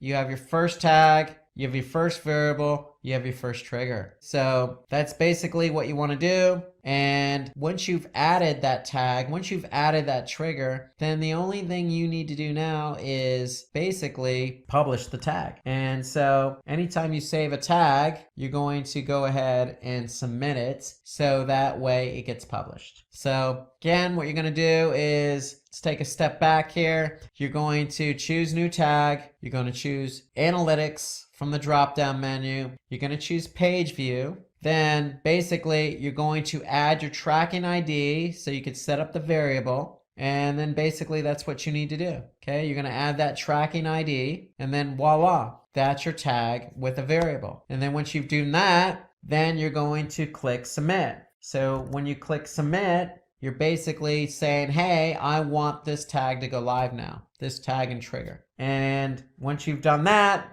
then analytics is ready to go. And anytime somebody goes to your website on any page, Tag Manager is going to fire Google Analytics. So the great thing here is you have something called Google Tag Assistant, and that's an extension that works with Chrome. And so when you've actually added Tag Manager to your site, or you have analytics running in Tag Manager, you can confirm if those tags are firing properly. So let's take a look at how Google Tag Assistant works. Okay, so if you just do a search for Google Tag Assistant, you're going to see here that it's basically just an extension that works in Chrome, and unfortunately it only works in Chrome browser. It doesn't work in any other browser. So go ahead and install that extension into Chrome. And when you do that, you're going to see this nice icon here in your browser. And now, if you go to any website and I click on Google Tag Assistant and I click on Enable, okay, so basically I'm loading Google Tag Assistant. And now once I refresh the page, I can see that this particular site has Google Tag Manager installed. And not only does it have Tag Manager installed, I can see that it's also has Google Analytics running. I have also Google Optimize running, and I have Google Ads Remarketing Tag running in Tag Manager. So that's what Tag Assistant does. It allows you to see if one, Tag Manager is on the site, and if it is, great, what other tags are firing on this particular site. So Tag Assistant's telling me I have these particular tags firing on that site, and they're firing within Tag Manager. So Tag Assistant is a great way to confirm if one, Tag Manager is on the site, and two, what other tags are firing on the site. Now, another way you could confirm if Tag Manager is firing on the site is you can go into preview mode. So even before you submit and publish your tag and trigger, you can click on the preview mode. So if I click preview in Tag Manager, so basically that's going to put me in preview mode. And so what does that mean? Well, that means that now I'm free to go to my website and see if those tags are firing. And so let's take a look at what that looks like. So if I go to the website and just click refresh, then what's going to happen is Tag Manager is going to load in preview mode, just as you see here. Okay, so that's going to take a couple seconds to load up. And now what can I see in preview mode? I could see that I have GTM firing, but I also have some other tags firing on this page. Remarketing, I have Google Analytics, I have Google Optimize. I have some other tags firing as well. And so the preview mode shows me what tags are firing on any given page. And I can also see what tags did not fire. Okay, so here I have a number of tags already in GTM, but they didn't fire on this particular page. So let's just say I clicked on the Donate Now button. I'm still in preview mode, so I'm going to be able to see what tags fired. Now I can see I have a couple of tags that have fired on this particular page, and then I can see what tags did not fire on this page. Okay, so that's the preview mode. You can use the preview mode before you even submit a tag and trigger to see if it fires. And that's the great benefit of Tag Manager. So if you're not sure if something's going to fire or not, then you can always go into preview mode. And if you are sure it's going to fire, then you can go ahead and submit it. So you can leave preview mode and just go ahead and submit that particular tag and trigger. So here I'm going to leave preview mode, and now once I'm done and I'm sure the tag is going to fire, and go ahead and submit all my changes that I've worked on in terms of setting up tags and triggers. So that's really GTM in a nutshell. So I have my tags. Okay, my tags are just snippets of code that I'm going to put in, whether that be Facebook or event tracking or any other Google product like Optimize or PageView. Then I have my triggers. My triggers are there to tell GTM when to fire that tag. And the variables are there to help those tags and triggers work together. So remember that particular variable we set up for Google Analytics. Okay, so here it is right here, because we want to tell GTM what property to specifically fire in Google Analytics. So that's why we set up that variable. But there are all sorts of variables. Google Tag Manager has built in, or variables already created for you, or you can specifically define a variable. So variables are there to help the tags and triggers work together. So when you set up a tag, you set up a trigger, you use a variable, you can always go into preview mode, preview it by going to the website, seeing if it fires. If it fires, then voila, you can go ahead and click submit, and that will publish the tag and trigger, and you're good to go. That's pretty much how Tag Manager works. And again, I can't stress that there's an unlimited number of tags you can add to Tag Manager. There's no limit. So you got anything from Google to non-Google to event tracking, okay? To Facebook, to anything that you want to track, you want to be able to put into Tag Manager. And again, there's versioning. That's one of the great benefits of Tag Manager. So if I want to go back to an older version, I can simply do that. So here you can see I'm on version 32. That's how Tag Manager works. And I can't stress that, Tag Manager is there to help you track interactivity on the site. Because if you have a site that's interactive, that has a video, that has a download button, let's just say, you have all sorts of newsletter signups, Facebook, YouTube buttons on your website, just like this website does, and you want to be able to track how many people click on that particular button, well, you're going to need Tag Manager. And when you have Tag Manager, you're going to be able to track all of these button clicks and interactivity on your website. Without Tag Manager, it's going to be hard to do that. Google Analytics is a web analytics service offered by Google. It was launched back in 2005. It tracks and reports website traffic. From the information through Wikipedia, Google Analytics is the most used web analytics service. As per the sources, in April 2022, Google Analytics was used by 73% of the 10,000 most popular websites across the globe. However, as per the reports from buildwith.com, 2,81,52,477 live websites use Google Analytics. So now is the time to understand what has been changed in Google Analytics over the years. If you are new to Google Analytics, it's even better. Before moving forward, do subscribe to Simplilearn and hit the bell icon to never miss any updates from Simplilearn. So what makes Google Analytics so important? Google Analytics generates various types of reports and helps to track bounce rates, identify the best content of your website, record user behavior flow on your site, and many other metrics. thereby allowing you to understand and build your business strategies, thereby growing your business. Now that you have understood why Google Analytics is essential, let's check what we have for you in this video. First, we will understand what is Google Analytics for.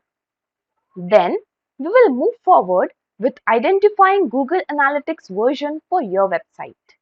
Next, we will have a detailed look at Universal Analytics and Google Analytics 4. We will continue by understanding success stories from Google Analytics 4 users. And finally, we will end this session by understanding the future of Google Analytics 4. So allow me to introduce the next generation of Google Analytics, Google Analytics 4, also known as GA4. Initially, Google Analytics 4 was known as App Plus Web. Google Analytics 4 is the latest analytics property with several advantages over the old Google Analytics, also known as Universal Analytics.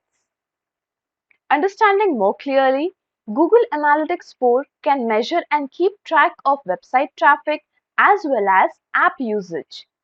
So now you can imagine that Google Analytics 4 is the one-stop solution for all your analytics needs. If you are still using Universal Analytics, we recommend you to get familiar with Google Analytics 4 as well, as this is the new future of analytics. We will understand creating and setting up Google Analytics 4 account in detail in the upcoming videos. Let's first identify which Google Analytics property is associated with your website. In order to identify which Google Analytics property you have, log into your Google Analytics account. Now go to Analytics account and then open Properties and Apps. Here you can see properties for your website. Now, below the properties and apps, several properties are listed where you can see different IDs. If the ID starts with UA and ends with a number, then you have a Universal Analytics property. However, if ID only has numbers, like here, then you have Google Analytics 4 property. We will learn how to switch the Universal Analytics account to Google Analytics 4 in the upcoming videos. Now that you have understood how to identify Google Analytics property, let's take a detailed look at the comparison of Universal Analytics data and Google Analytics 4 data. The major difference between Universal Analytics and Google Analytics 4 is the measurement model. Universal Analytics uses sessions and page views as the measurement model, whereas Google Analytics 4 uses events and parameters as the measurement model. Therefore, any hit type from Universal Analytics property, say a page view, user timing, etc., are captured as event in Google Analytics 4 property. Let's see the detailed comparison of every aspect of Universal Analytics and Google Analytics 4. First, we go with events. In analytics, every measurable action, for example, page load, form completion, scrolls, app installs, etc., is measured as event. An event has category, label, and action in Universal Analytics. Moreover, it has its own hit type. In case of Google Analytics 4, there is no categorization.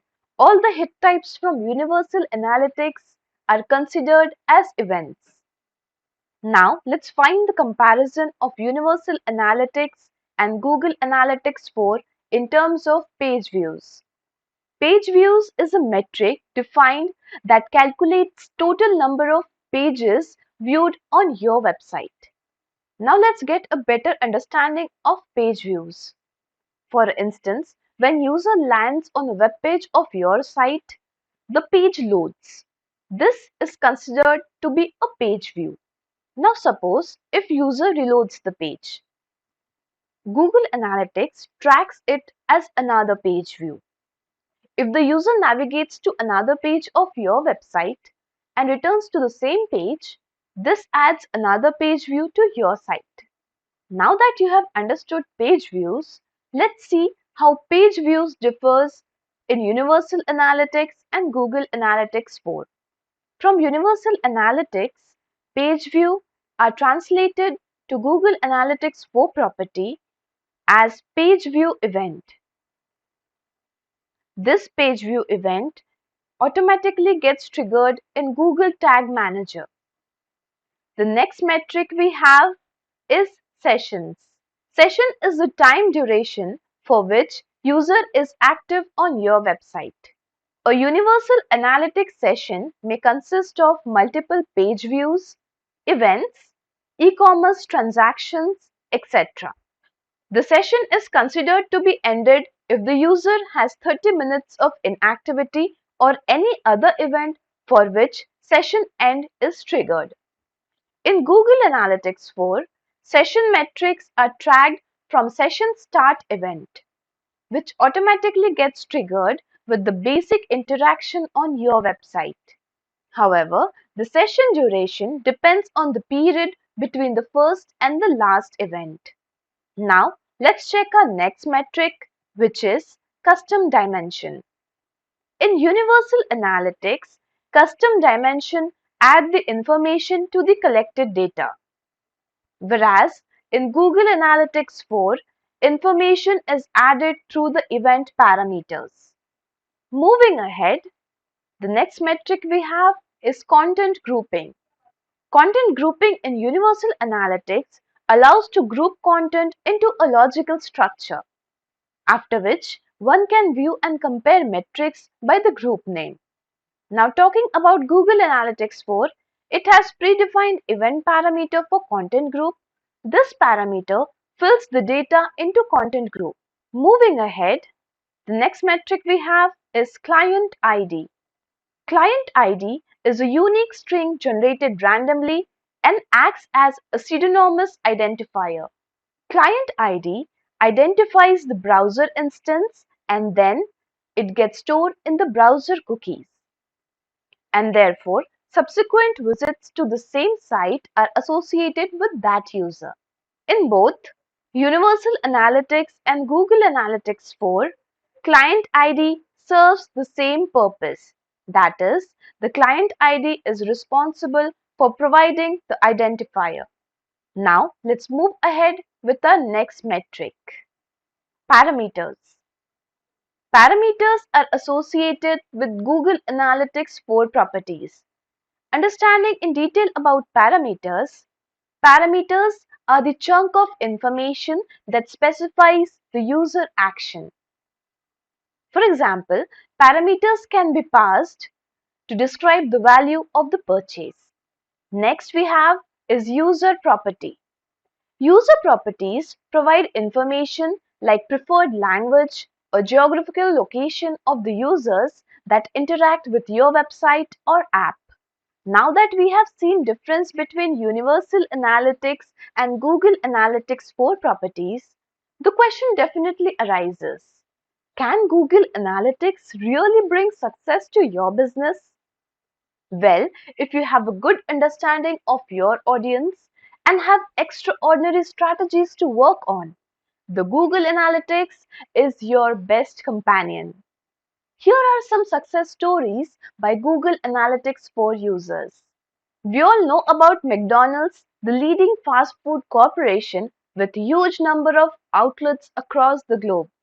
Recently, a case study has been shared by McDonald's Hong Kong, which suggests that the company has experienced growth in conversions by 550% through the in-app orders.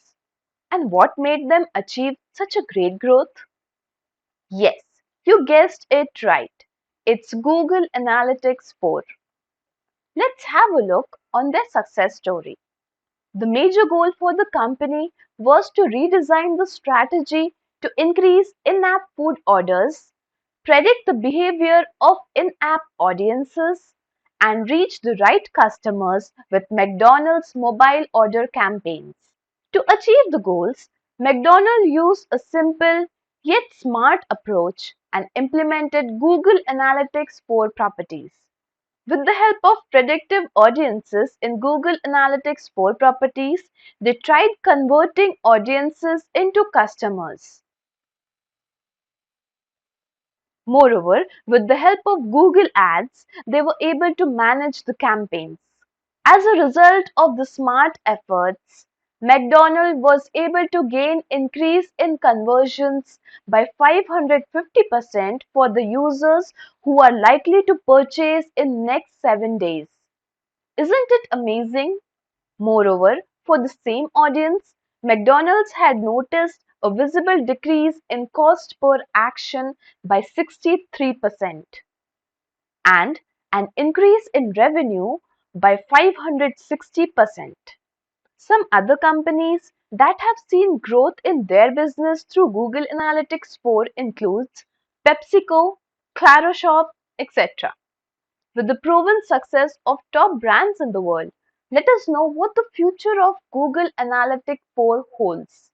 As per the reports on buildwith.com, there are 2,81,52,477 live websites that are using Google Analytics, out of which there are 1,21,73,413 live websites from USA and 4,68,538 live websites from India who are using Google Analytics.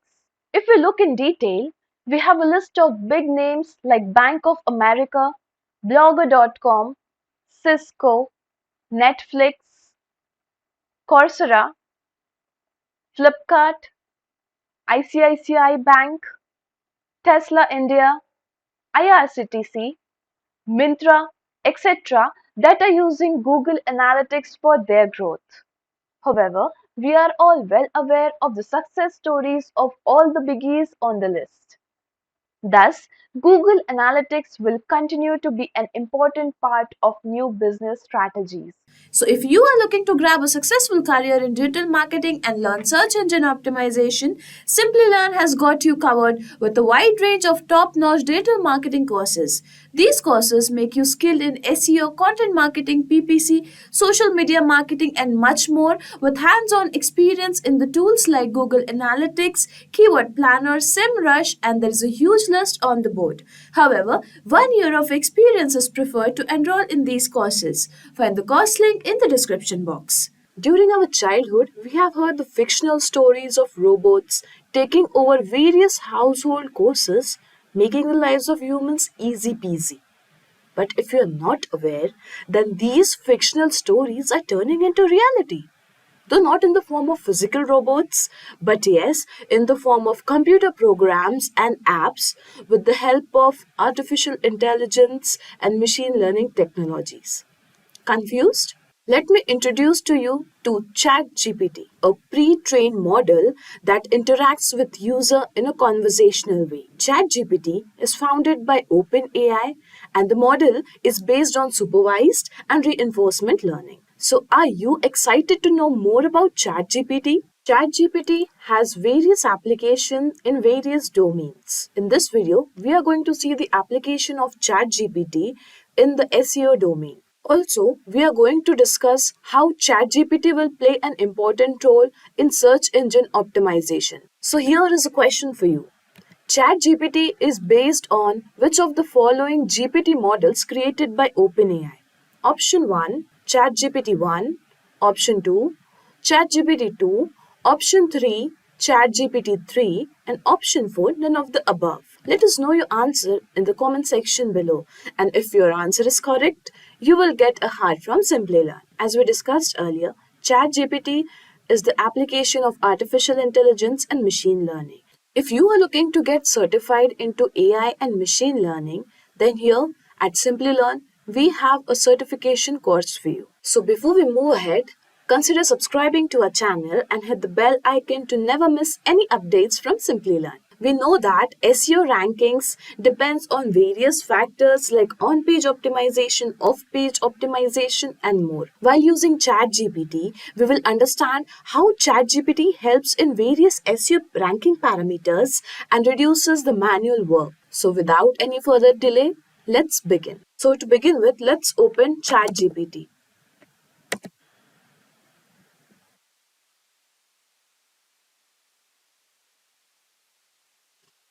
We need to go to new chat, which is already open here.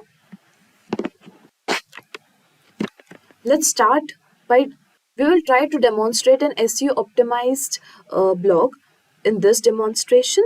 So let's get some keyword ideas for the blog. So before that, let's choose what kind of blog we want to create. I really love traveling, so let's try to create a travel blog. So for the travel blog, we'll find some good keywords.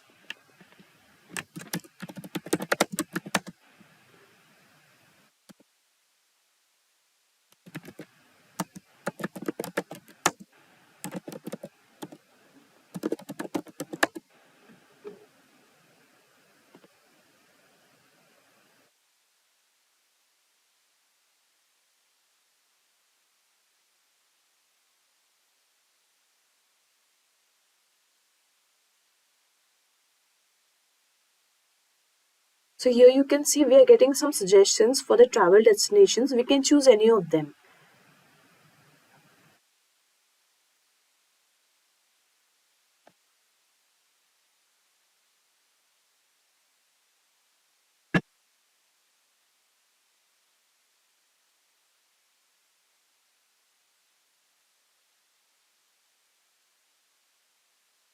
Okay, so here we got around 7 of the results. So let's try to get something for Japan.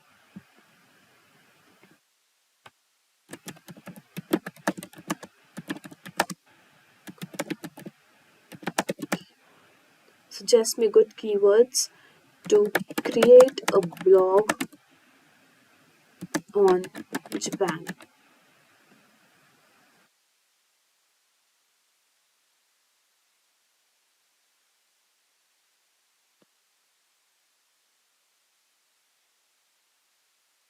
Okay, so what I understand from this is we are just getting few of the random keywords.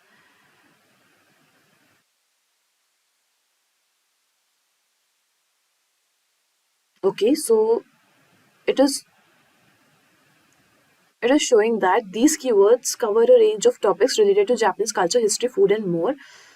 Out of these, I guess we can start with the places.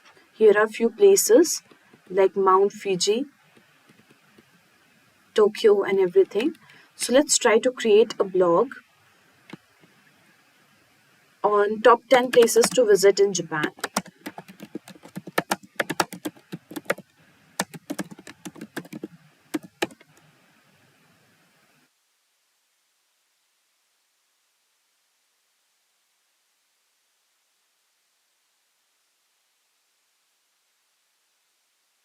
Okay, so we are getting places to visit in Japan.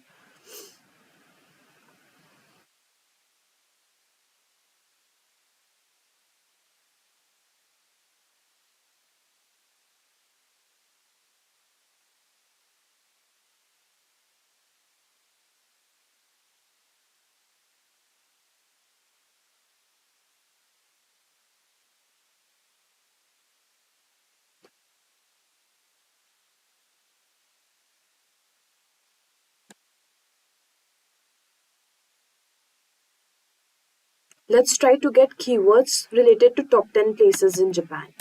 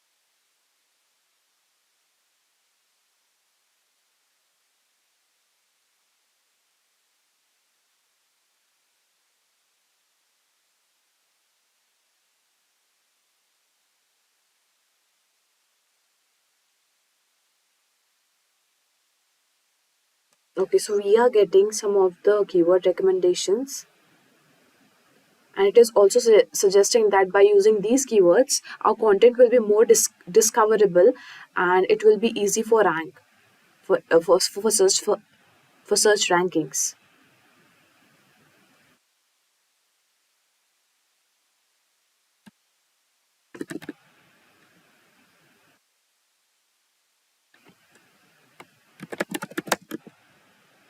Write me a blog on top 10 places to visit in Japan.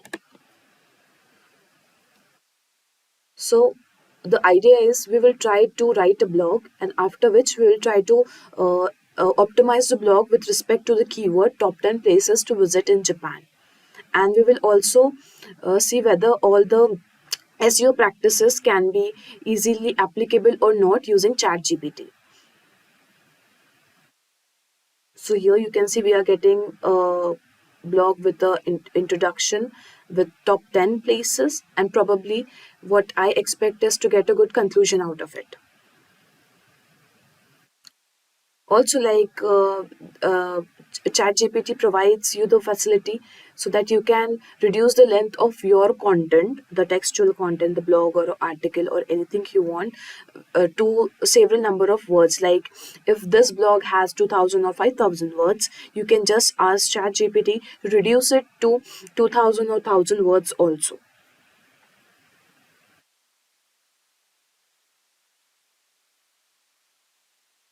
So here you can see that before, when we searched, there were only one liners about these destinations, these places in Japan, and now we are getting a detail about all the 10 places.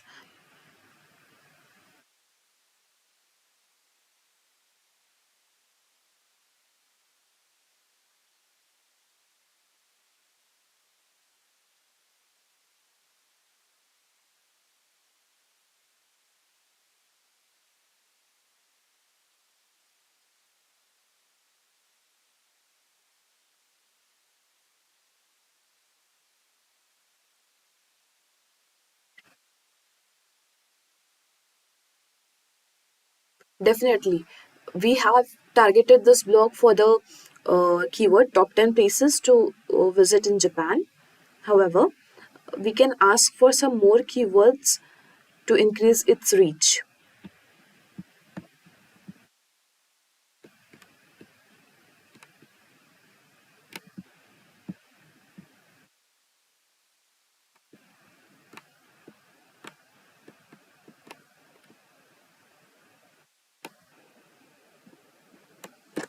Suggest few more relevant keywords for my blog.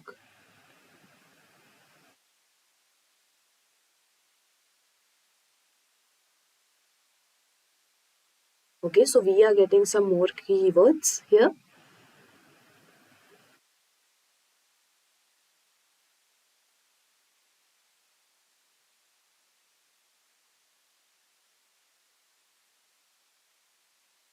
For any blog, it is really important to have a very good title.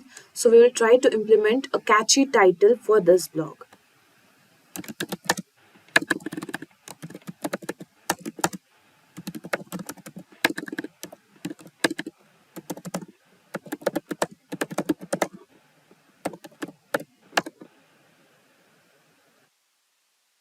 As a good title helps the user to click on your content, and it increases the possibility to get more and more traffic. So here you can see the title is completely keyword optimized. Our keyword is top 10 places to visit in Japan, and here I can see most of the suggested titles have the keyword top 10 places or top 10 destinations, which is somewhat similar to what we are expecting.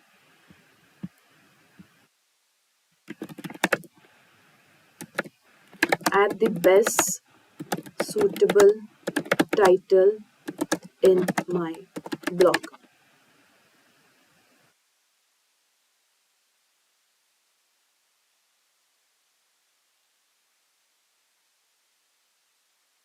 Okay, so we are getting something different here. The ultimate guide to Japan's hidden gems, 10 places you can't miss. Okay, so here we got title for a blog, but here we can see there is a slight limitation that it is suggesting the title, but it is not adding it to our blog and representing it again to us. Optimize my blog for the keyword top 10 places to visit in Japan. Top 10 places to visit in Japan with an optimized title.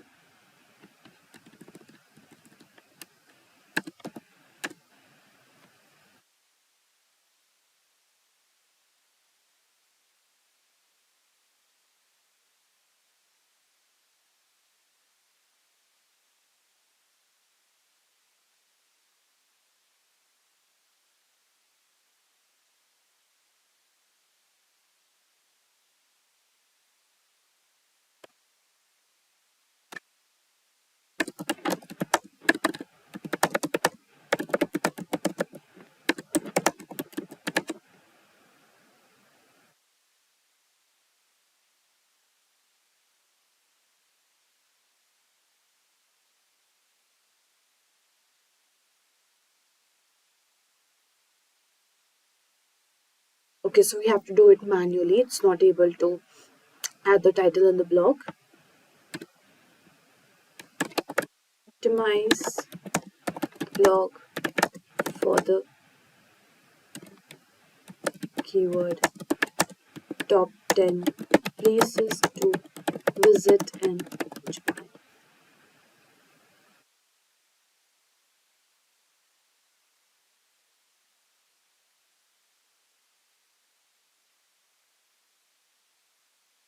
Okay, so here it is showing the relevant suggestions.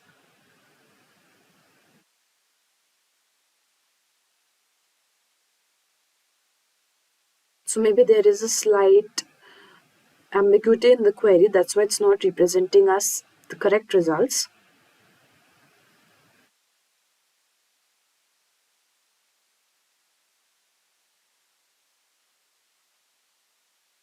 We are going to optimize our blog using all these factors.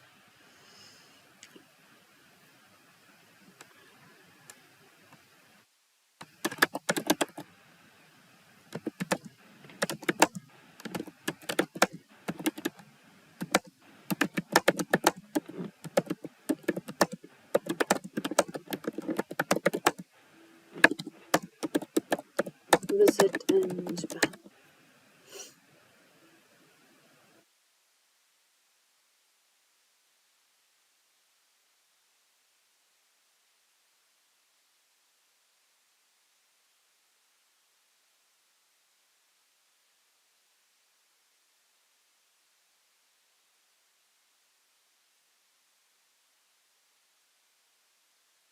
Again, these are the suggestions.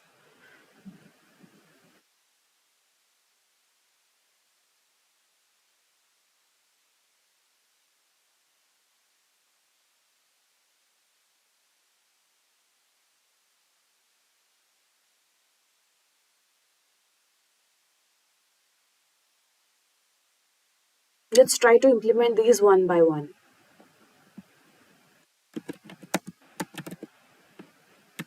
Add headings H1, H2 in the above blog.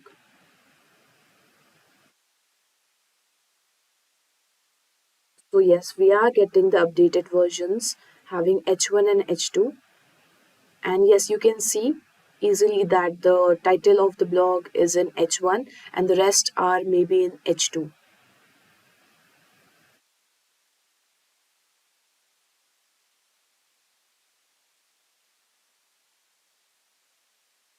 H1 and H2 tags are some of the practices in the on-page optimization, which helps the search engine bots to understand that this is something important, really important for the page, and they pick up these hints for getting your page rank. So yes, it is implemented.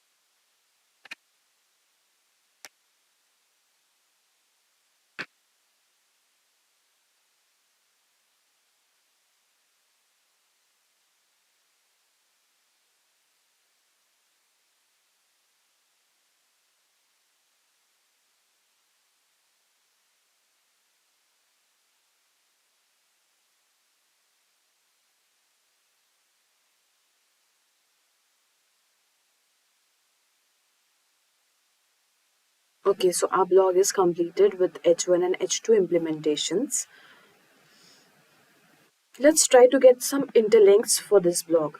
Interlinks have their own importance, as interlinking your blog with other pages of your website or your blogging pages. This will help you to gain the traffic from other pages to your blog, and putting the traffic from your blog to other pages of your website. Also, it helps the search engine bots to understand the crawl structure, understand the website structure also. So, suggest me few interlinks for the above blog.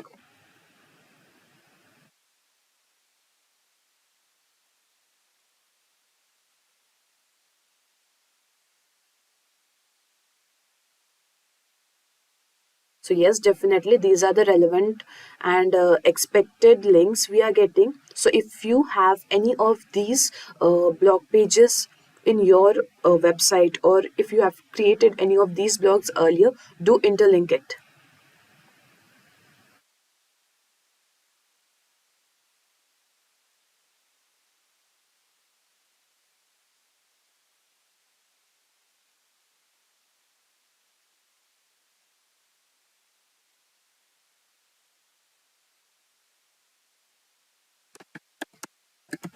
Which of the above can I use in my blog? So definitely there are a number of suggestions, but if you want to choose one, how can you pick the one? Let's see if we get the relevant thing for this.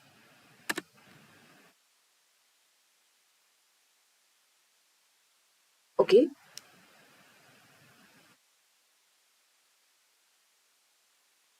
so it is not only suggesting that we can use all of the above, but it is also showing the significance of interlinking. Okay, moving ahead.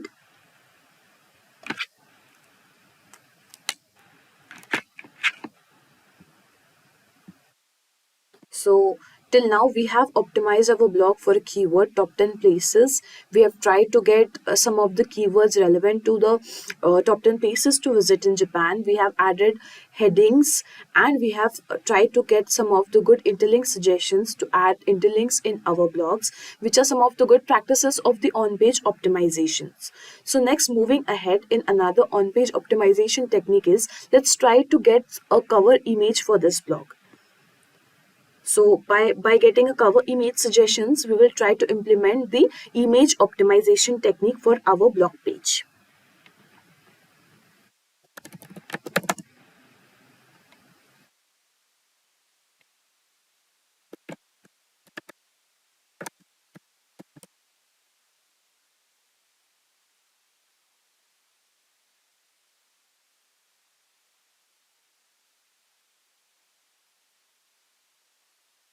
Okay, so it is showing some of the suggestions related to the diversity of the country, panoramic view of Tokyo skyline, the beautiful image of Kyoto's traditional temple, Mount Fuji, Hiroshima's Peace Memorial Park. So we will try to pick one and see if we are getting any image idea. Let's take for Mount Fuji.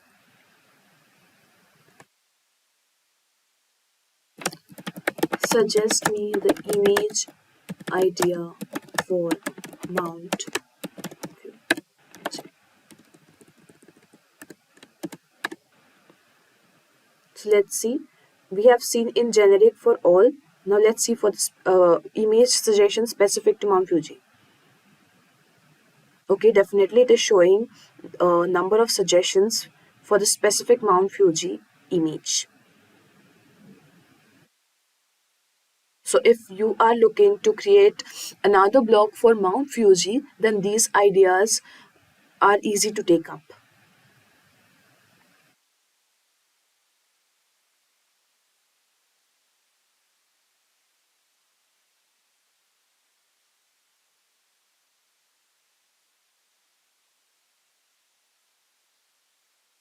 Optimize the Mount Fuji image for my blog.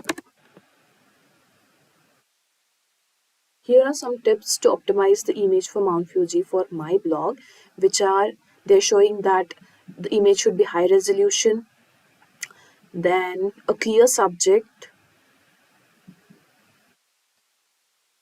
Definitely, if you have a large image, a large file size, it really gets difficult to load and the page load speed will increase. So if you have a large file size, the image should be compressed without reducing its image quality. We should have descriptive file names and alt tags. Okay. So let's try to get a very good file name and alt tag. Also, we'll try to implement a good caption because adding a caption is very good in the when considered as a user. So get me good image title and alt tag for Mount Fuji image. So there is importance for alt tag as search engines are the bots. They won't able to identify the image directly. So alt tags helps the search engines to understand what the image is about. So yes, it is showing not one but number of suggestions for all the Mount Fuji recommendations which we got earlier.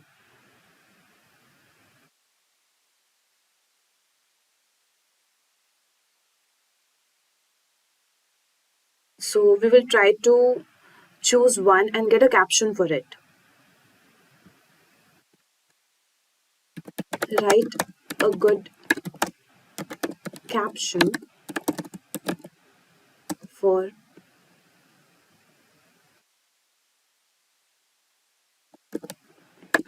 the image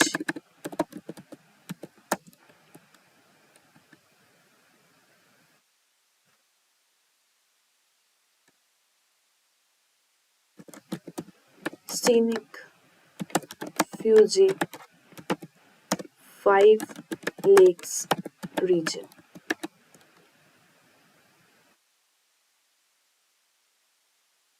So yes, definitely we're getting suggestions here.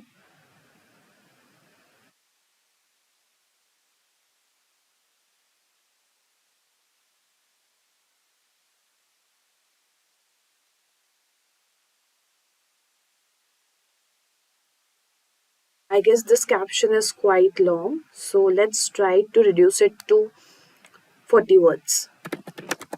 Reduce the above caption to not even 40, let's do it in 20 words.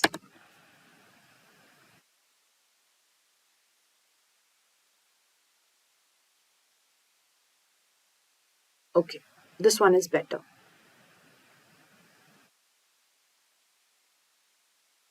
Now let's try to get the image if there is any.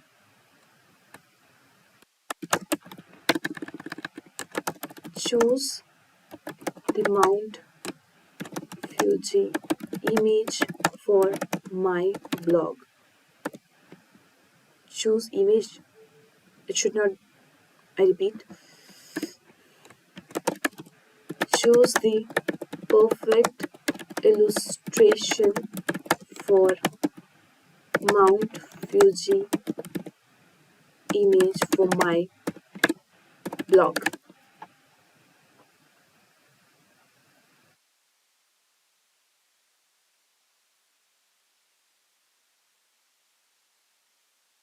So you can see here that it is not choosing any image, but it is again providing us the suggestion what we can choose.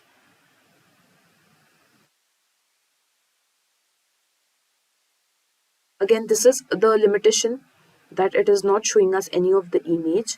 We will try to put it in another way to get an image. If it really works, we can get it.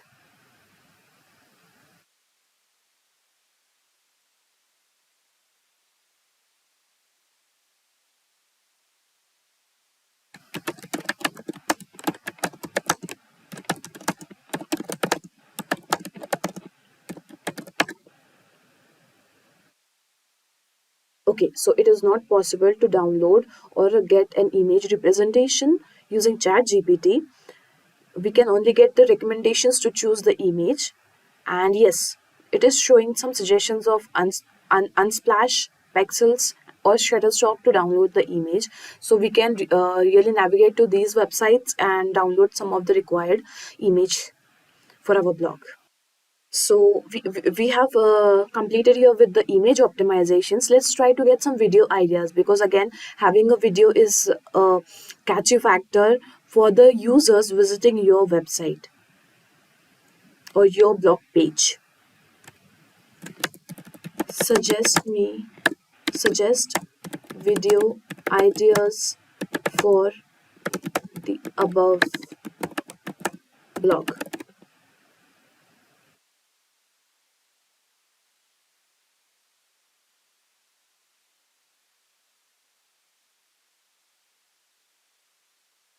Okay, so we are getting few of the video ideas.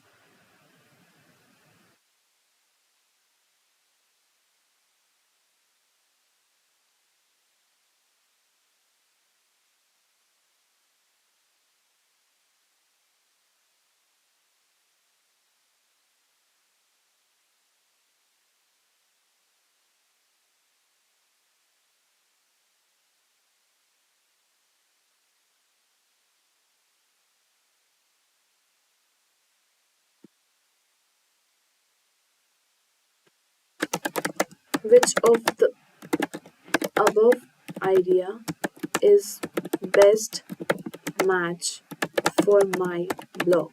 Let's try to extract anyone from the above.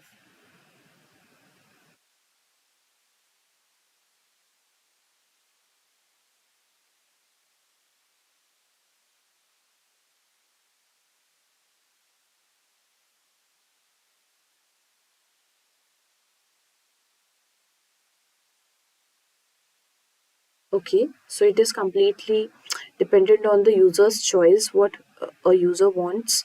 So here I'll choose for, again we will continue with Mount Fuji only.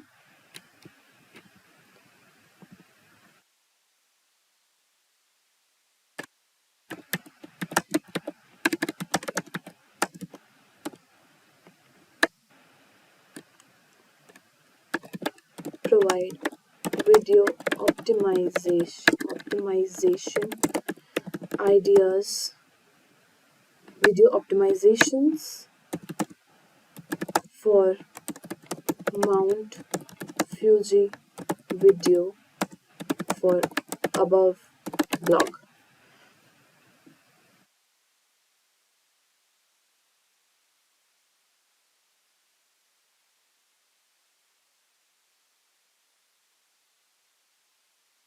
Okay, so it is showing us some of the suggestions which we can implement for a video. As we do not have any video here, we can just take these recommendations and optimize whatever the video of our choice.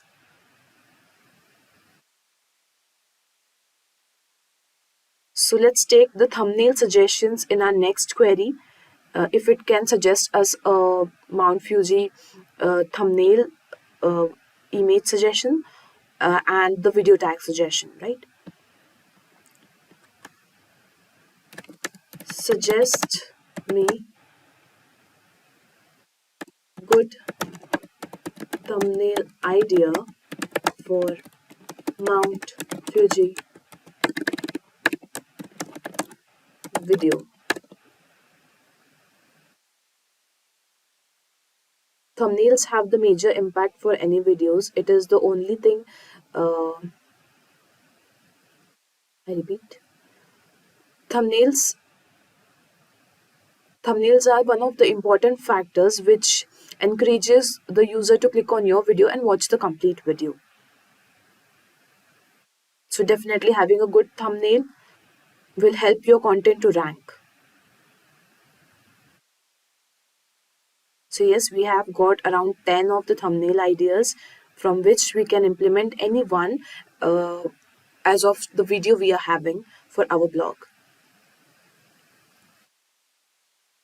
So we are done with the thumbnail ideas, after which we will try to get video tags. So for getting video tags, let's get for all of them. Find me video tags for the all of above thumbnail suggestions.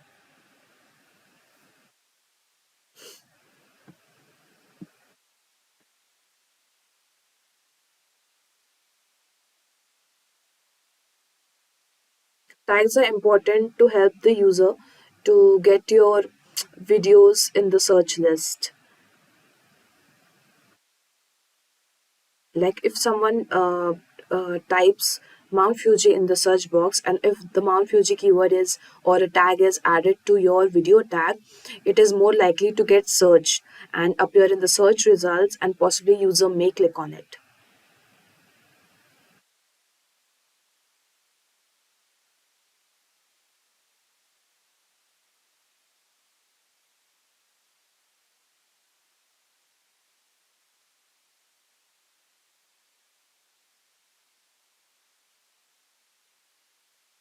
So here we have tried to implement some of the important on-page optimization practices. Now let's try to get backlinks, which is one of the most famous off-page optimization technique.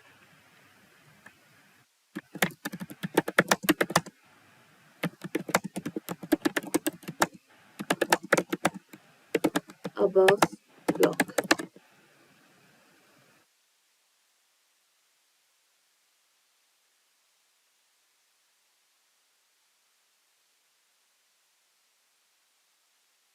Okay, so it is showing some of the link suggestions.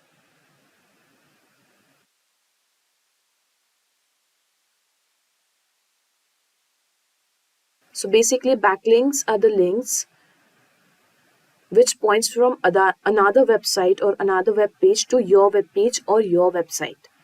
So getting backlink is one of the trust factors in the search engine's eyes, that your content is really unique and more users wants to read it and share it with another users. So the search engines, by these search engines understand that your content is really good and it is worth of ranking. So definitely getting a good backlink from a very good authority websites is fruitful for your content.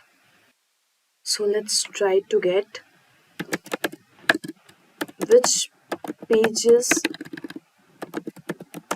on web are suitable to get backlinks for my blog.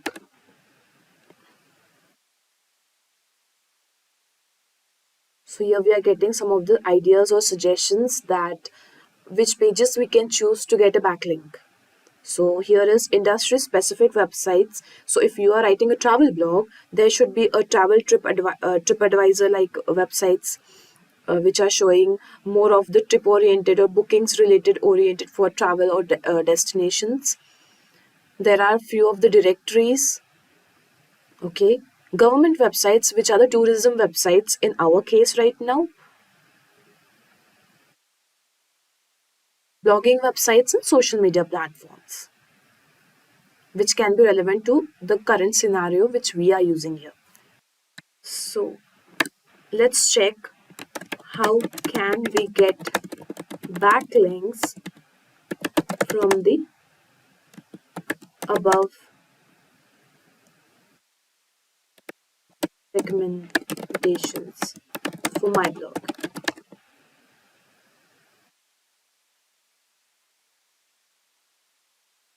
Okay, guest posting,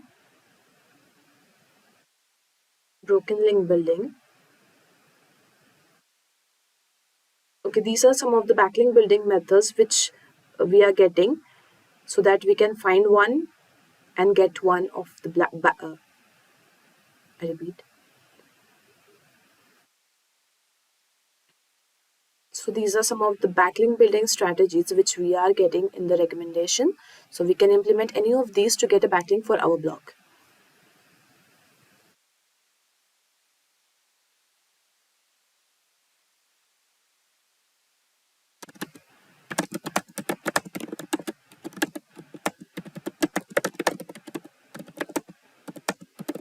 Let's choose a specific platform and try to get the recommendations or the ideas to get backlinks for the from the blogging site.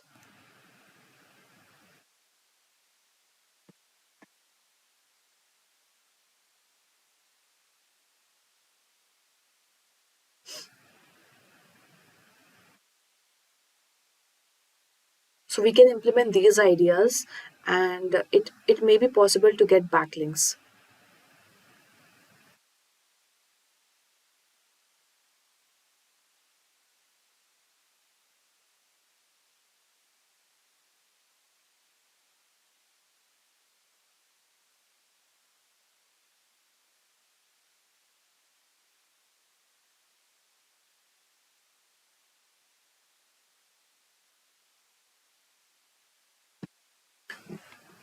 Now that we have got some of the ideas to get backlinks for our blog, let's try to add the catchy metadata for our blog. Metadata like having meta title or meta description. These are the only data which is appearing in the search results. As you have seen that in the search result, the blue link we get is the meta title of our blog page or a website page or any page on the web, whereas a few lines written below that link is the meta description that we are providing to let the user know that what the blog is exactly about. So it is considered to be a good practice to have the targeted keyword in the title as well as in the description. So let's try to get one.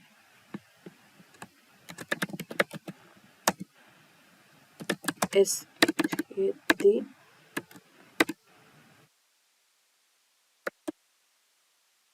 create SEO optimize meta title and meta description for my blog.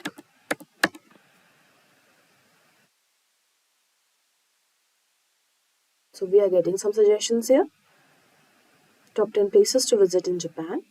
Discover the best place to visit in Japan. Top 10 destinations. Definitely we have here top 10 destinations.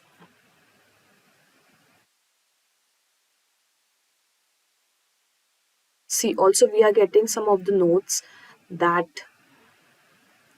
it is good to have meta title less than 60 characters. So if it is more than 60 character, you may get the dot part and the title will not be clearly visible in the search result page. So let's try to again optimize the meta title and meta description for top 10 places to visit in Japan.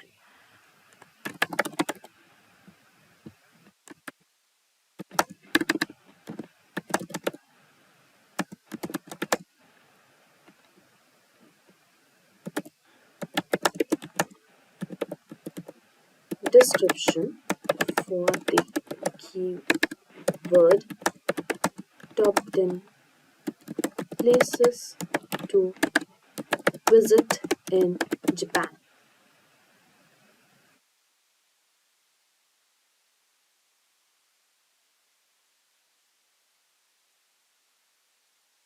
Okay.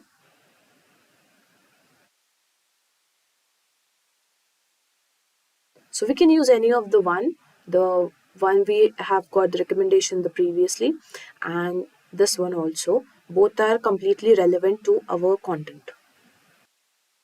So one of the technical SEO factor which we are going to see here is getting the URL recommendation.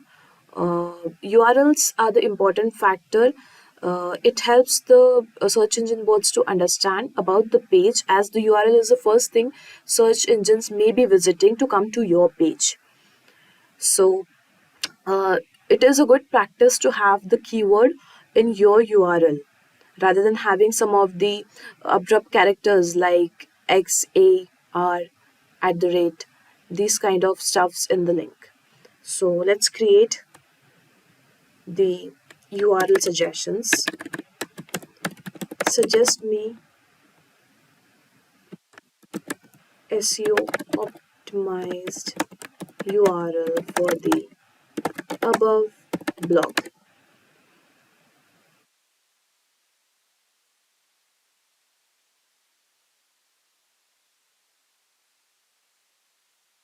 See, so here we are getting top 10 places to visit in Japan, which is definitely our blog. And as a keyword, we are using it to optimize our content, and it is placed in the URL. So this URL is completely correct.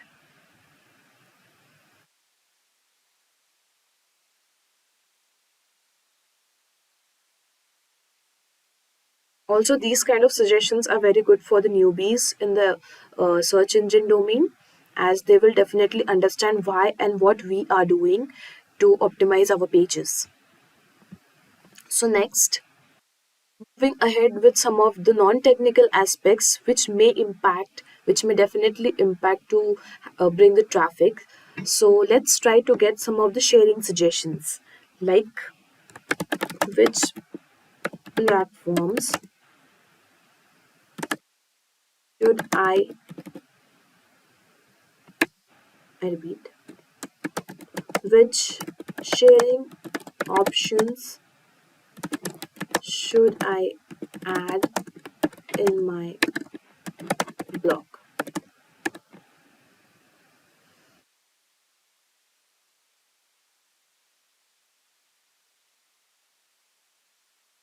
So out of the mentioned sharing buttons, we can add any of them.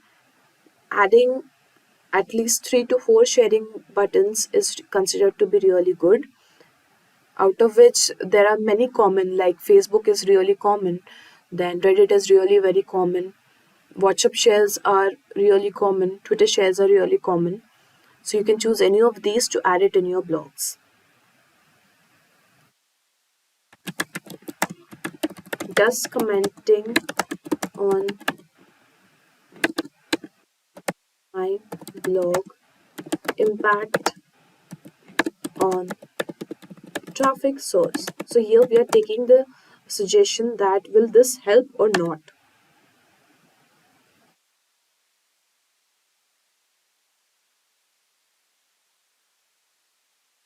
Again, this is again linked to the backlinks, that if we are adding the comment section, someone else may ask for a backlink for their web, and this is again going in symbiotic way. Like if they are asking for a backlink from your blog, you can even ask from them.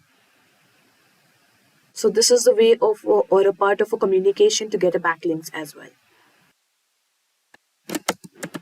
Can you find the duplicate content in above blog?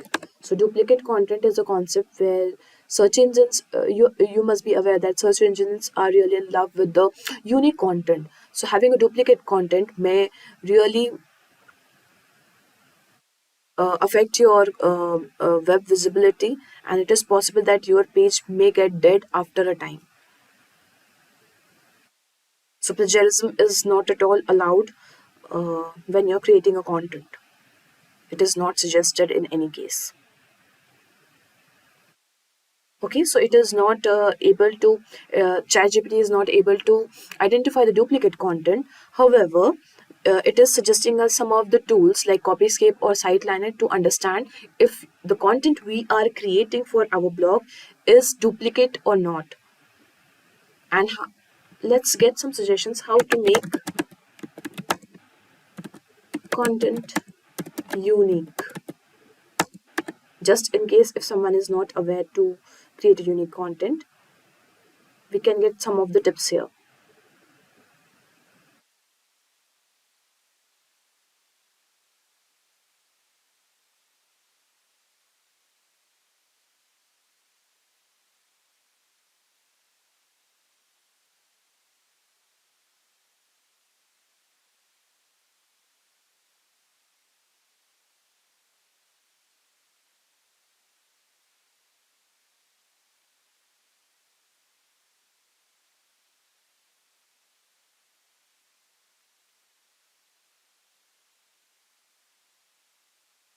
Okay, so we have got some of the suggestions. Also, let's try to see one of the other aspects of technical SEO, that is 404 pages. 404 pages are really not are not likely to get searched because, I repeat, let's try to see another aspect of technical SEO. Try to find some 404 pages on the website.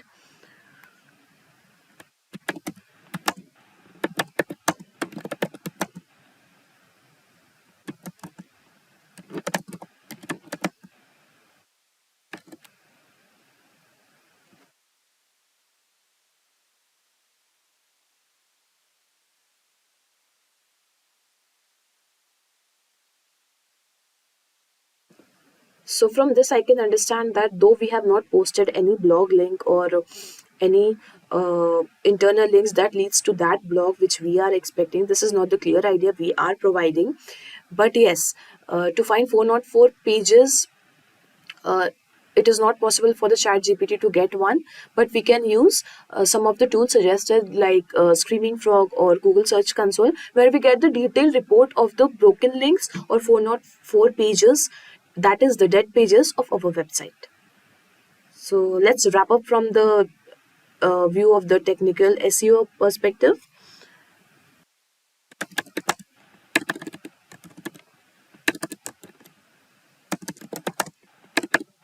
Let's consider one of the scenario that we have published this blog and how can we promote this blog to reach more of the relevant audience. So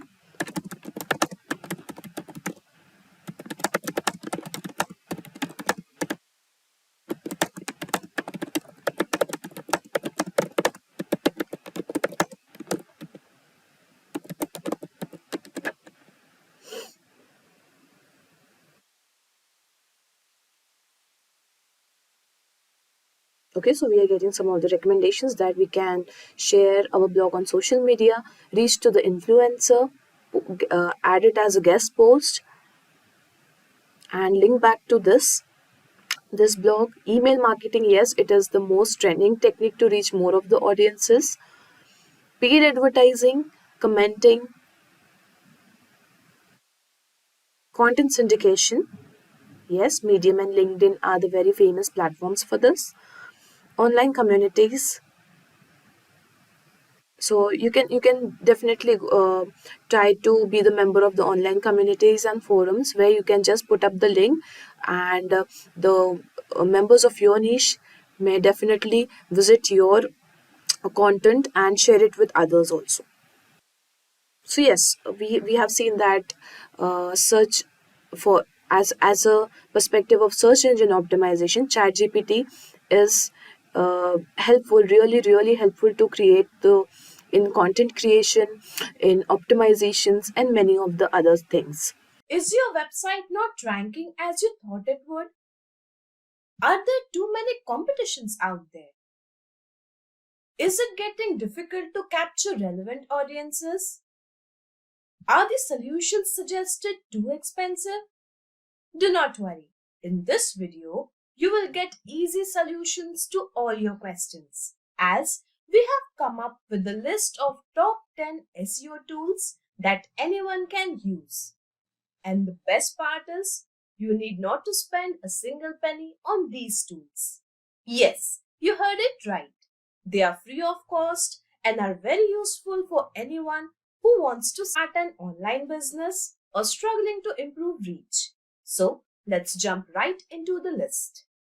But before we do, kindly subscribe to our channel Simplilearn and hit the bell icon to never miss on such interesting and useful videos. To carry out best SEO practices, the first free tool on our list is the Keyword Planner. Keyword Planner is a free keyword research tool provided by Google. Proper keyword research is important as it increases the possibility to rank well on the search result pages. The Keyword Planner will help to discover new keywords, estimate monthly searches a keyword has, get the cost of ads for the keyword you're looking for, and help to organize keywords. Let's understand how to use Google Keyword Planner. Open your AdWords account. Now, go to the Tools section and select Keyword Planner. Now, you can either add a keyword to get new insights or upload a CSV file to get search volumes of already known keywords. Let's see how it works. Click on Discover New Keywords. From here, you can change the location.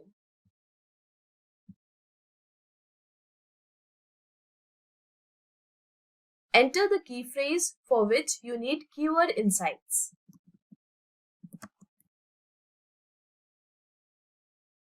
Click on Get Results. Here you can see all the keyword ideas related to your keyword phrase.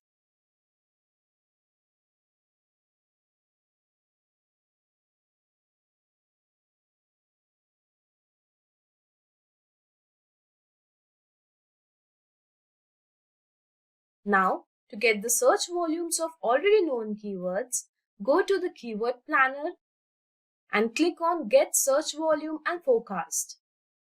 Now, upload your CSV file from here.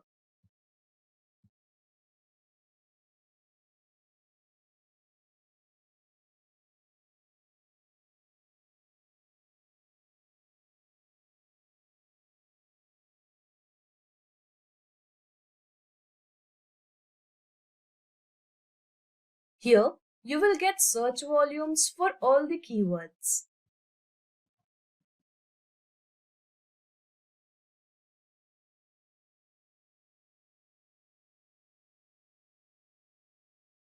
Other similar tools with free trials include keywordtool.io and Keyword Generator by Ahrefs. To know trending ideas, you can use Google Trends, whereas to get title ideas, you can use the Answer the Public tool, which is free. Now, let's see the next tool in the bucket. Google Search Console. Google Search Console is a free webmaster tool provided by Google. It is important to timely monitor your website and make it error-free. This is where Google Search Console comes into the picture. It helps businesses to monitor and maintain their website's presence in Google search results. Some features of Google Search Console includes getting confirmation that Google search engine can crawl your website, fix the problems in page indexing, sends pages for re-indexing, can view Google search traffic data, records the number of times your website appears in the search results, records the search queries for which website appears in the search result, shows the list of sites linking to you, and many more. Let's now understand how to use Google Search Console. Here, the total impressions suggests that number of times your website appears in the Google search results, whereas the total clicks suggests that number of times your website is clicked from the Google search result page. From the coverage section, you will get to know all the errors occurred during the crawling. We recommend you to try your hands on tools like Bing Webmaster Tool and Ahrefs, which is free for website owners. Next up, we have the Yoast SEO plugin. Yoast SEO plugin helps in improving your search results ranking. It has a free as well as a paid version. As a beginner, you can quickly check the free version. It has an inbuilt feature that automatically carries out SEO analysis and readability analysis and automatically adds structured data. Let's take a quick look at SEO plugin. From here, you can add SEO title. From here, you can edit the slug. Slug is the part of URL. You can add the necessary keyword here. In the meta description section, you can add the meta description, which altogether looks like this, where this part is your slug. The keyword you want to add in your page should be added in the focus key phrase section. The SEO analysis section shows the SEO improvements in your content. Now moving towards the readability analysis. Readability analysis shows improvement in the textual content of the page. If both the indicators are green, then your SEO and readability both are good to go. For Yoast SEO, we have covered the significant features, and now we will understand one of the essential SEO tools, Google Analytics. Website tracking plays an important role in SEO. It helps in understanding the user behavior on your website. Google Analytics is an analytics tool used for tracking a website. The standard version of Google Analytics is free. We can integrate Google Analytics with Google Ads. The main features of Google Analytics include tracking session duration of users, pages per session, and tracking website traffic and bounce rate of users. Let's take a quick tour of Google Analytics.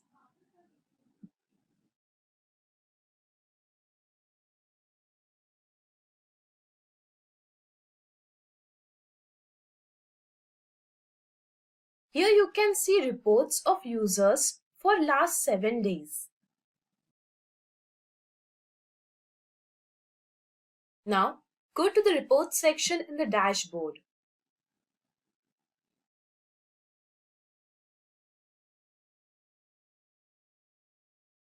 You can reset the time span to get the desired data from here.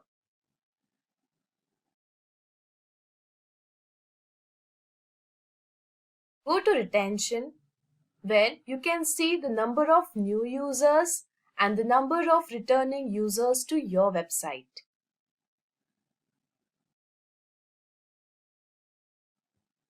To know the data on monetization, go to the monetization section.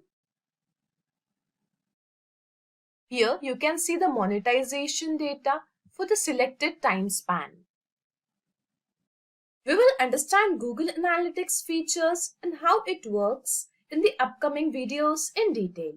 Moving ahead with the next tool, which is Small SEO Tools, Plagiarism Checker. Duplicate content is hated by search engines. If not taken seriously, this could hurt your search rankings. The Plagiarism Checker detects duplicate data in your content and shows its source. You need to open this Plagiarism Checker. Here, you can add your content manually.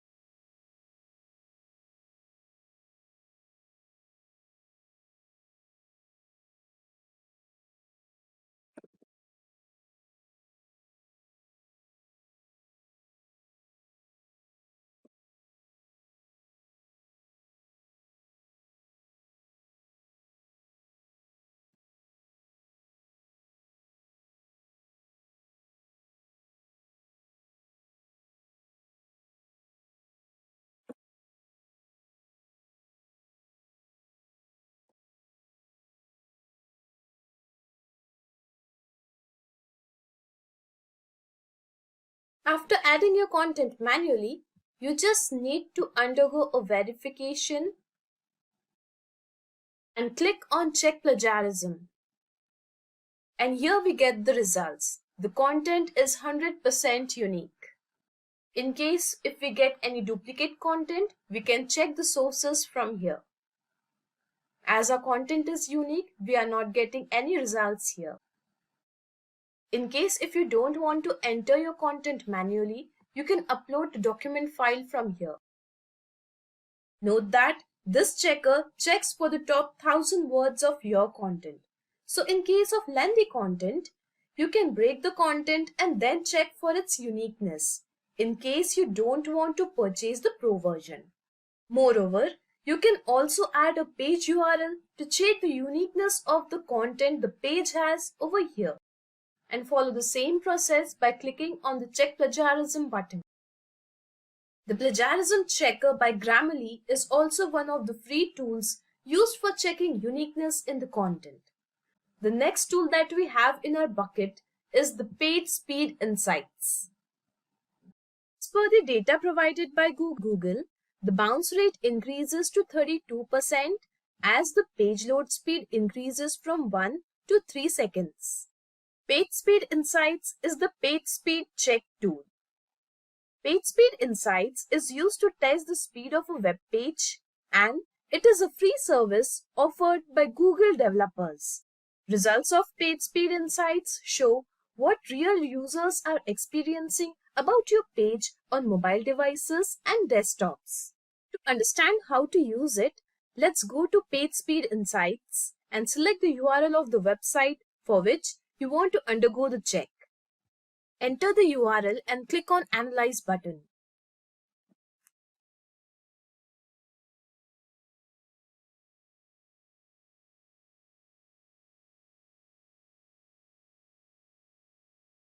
Now choose whether you wish to undergo a check for mobile or desktop device. Here, I'll select a desktop device.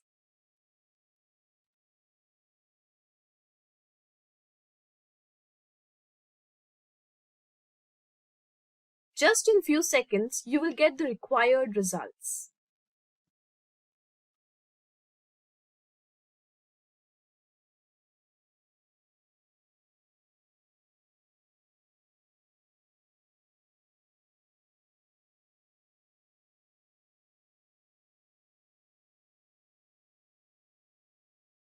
Another tool that we can use is tools.pingdom.com, which has free as well as paid versions.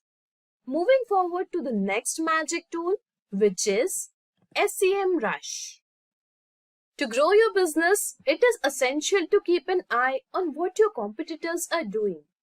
This will help you to understand their strengths and implement similar strategies for your business as well. For this, you need to carry out competitor analysis. SEMrush is the competitor analysis tool that gives a complete walkthrough the competitors' data like keywords, backlinks, top performing content, campaigns, etc. It has free as well as paid versions.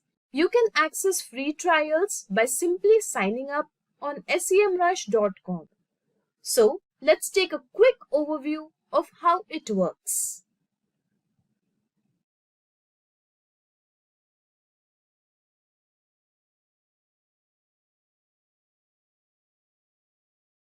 Log into your SEMrush account.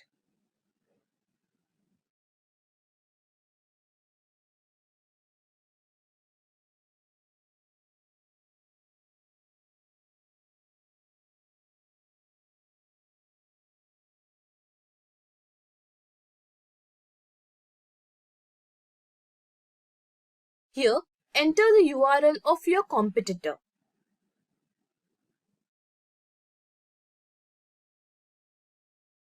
Here, you can choose a geographical location for which the analysis is to be performed.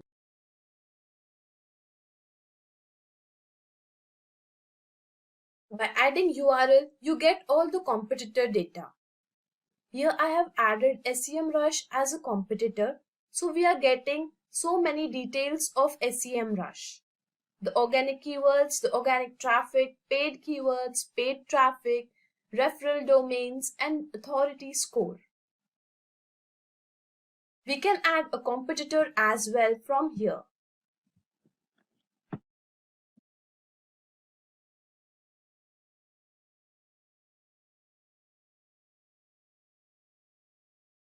Now here you can see the data of both SEMrush and Ahrefs.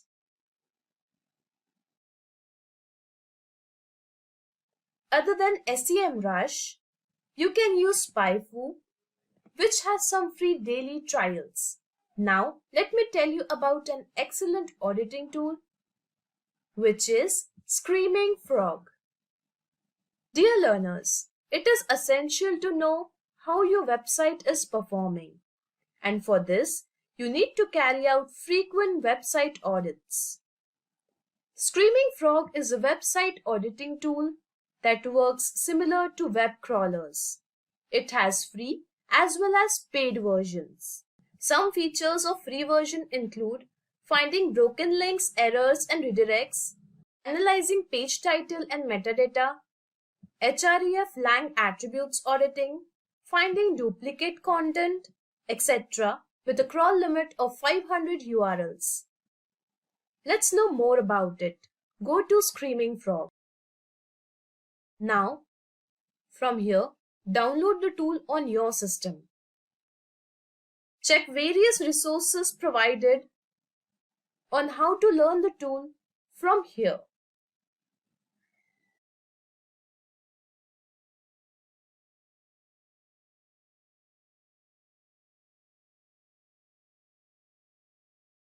Another alternative tool you can use for auditing is SEObility, where you can enter the URL and get the audit reports.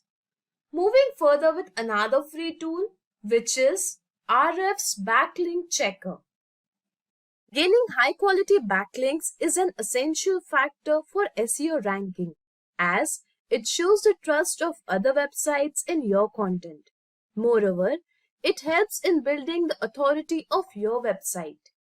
With the help of Backlink Checker, you get the data of all the websites linking to your website.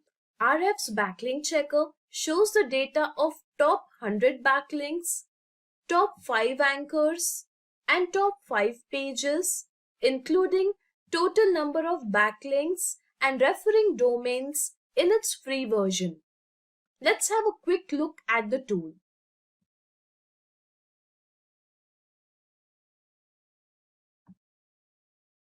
Here, let's take example of wikipedia.com.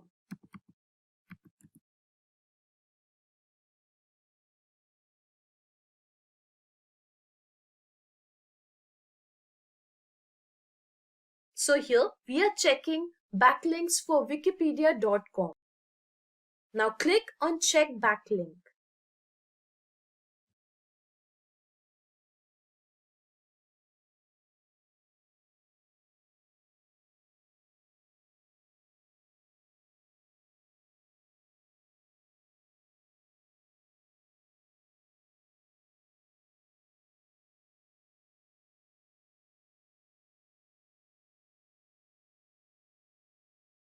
Here we got details of backlinks for wikipedia.com.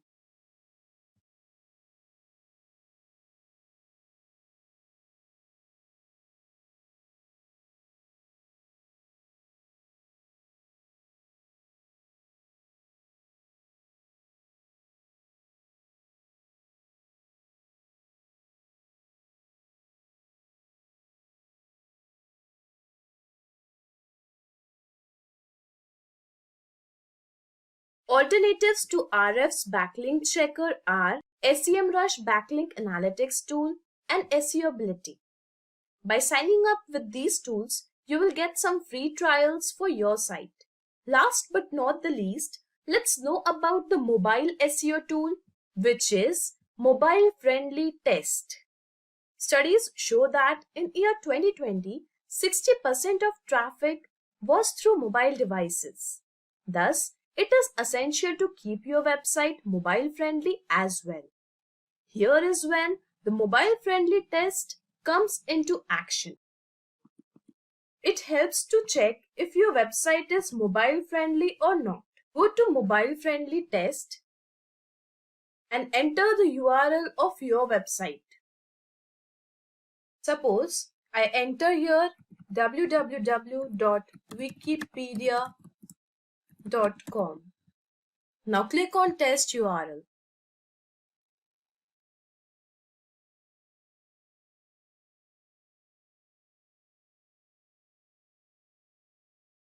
Here you get the results.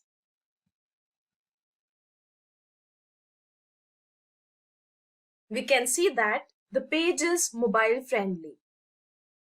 To check more details, you can navigate to your Search Console account. Well, if you think we are done for today, then keep watching this video as we have 2 bonus tools for you. So here comes the first one, the Serperator. Search results vary with mobile devices. Also, your brand ranking may differ from country to country. To get reports on this, Serperator will be your all-time companion. It shows how search results may differ for mobile devices or locations. Let's see how it works. Go to Serperator. Now, let's fill in the required fields.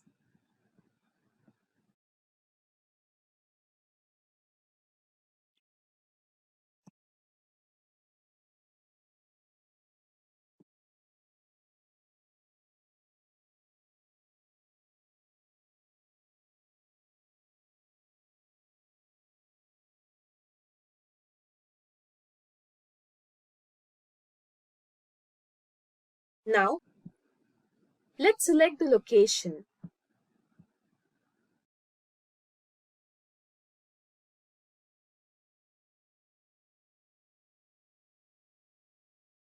Let's run the live test.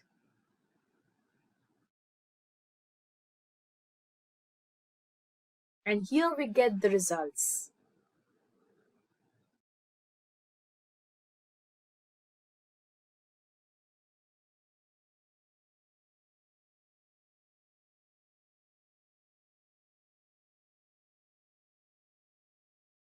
That's it. Daily you can run 3 free live tests. Isn't this amazing? Without taking a minute, let's know about the second bonus tool, which is the Rich Results Test. You must have seen these kinds of search results on search pages.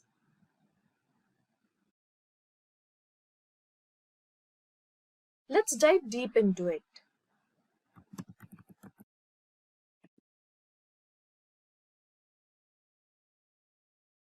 Yes, these type of results are known as rich results. To check whether your site is optimized for rich results, go to Rich Results Test and add the URL of your website. Let's add the URL of Simplilearn.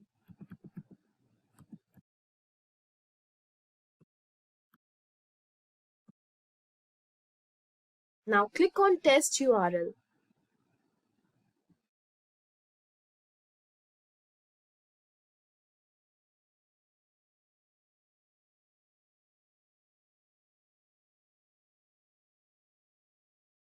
Complete the verification and check the report.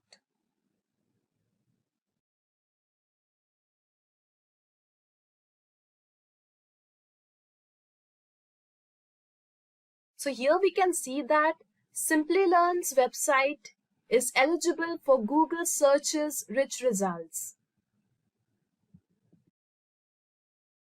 To monitor rich results for your complete website, you can easily navigate to your Search Console account. With tough competition to rank on the search engines and app stores, there is a huge demand in industry for SEO experts. There are various types of roles in SEO. Some popular ones are SEO Associate, SEO Analyst, SEO Executive, SEO Manager, and SEO Expert. Let's first talk about SEO Associates. SEO Associate is responsible for performing keyword research and implementing SEO strategies to improve organic ranking. The average base pay of an SEO associate in US is between $59,000 to $80,000 per annum, and in India is 2,28,000 rupees per annum. Next is SEO analyst. SEO analyst is responsible for keyword research, competitor analysis, tracking organic traffic, and conversion rate. The average base pay of an SEO analyst in the US is between $48,000 to $78,000 per annum, and in India is 2,28,000 rupees per annum.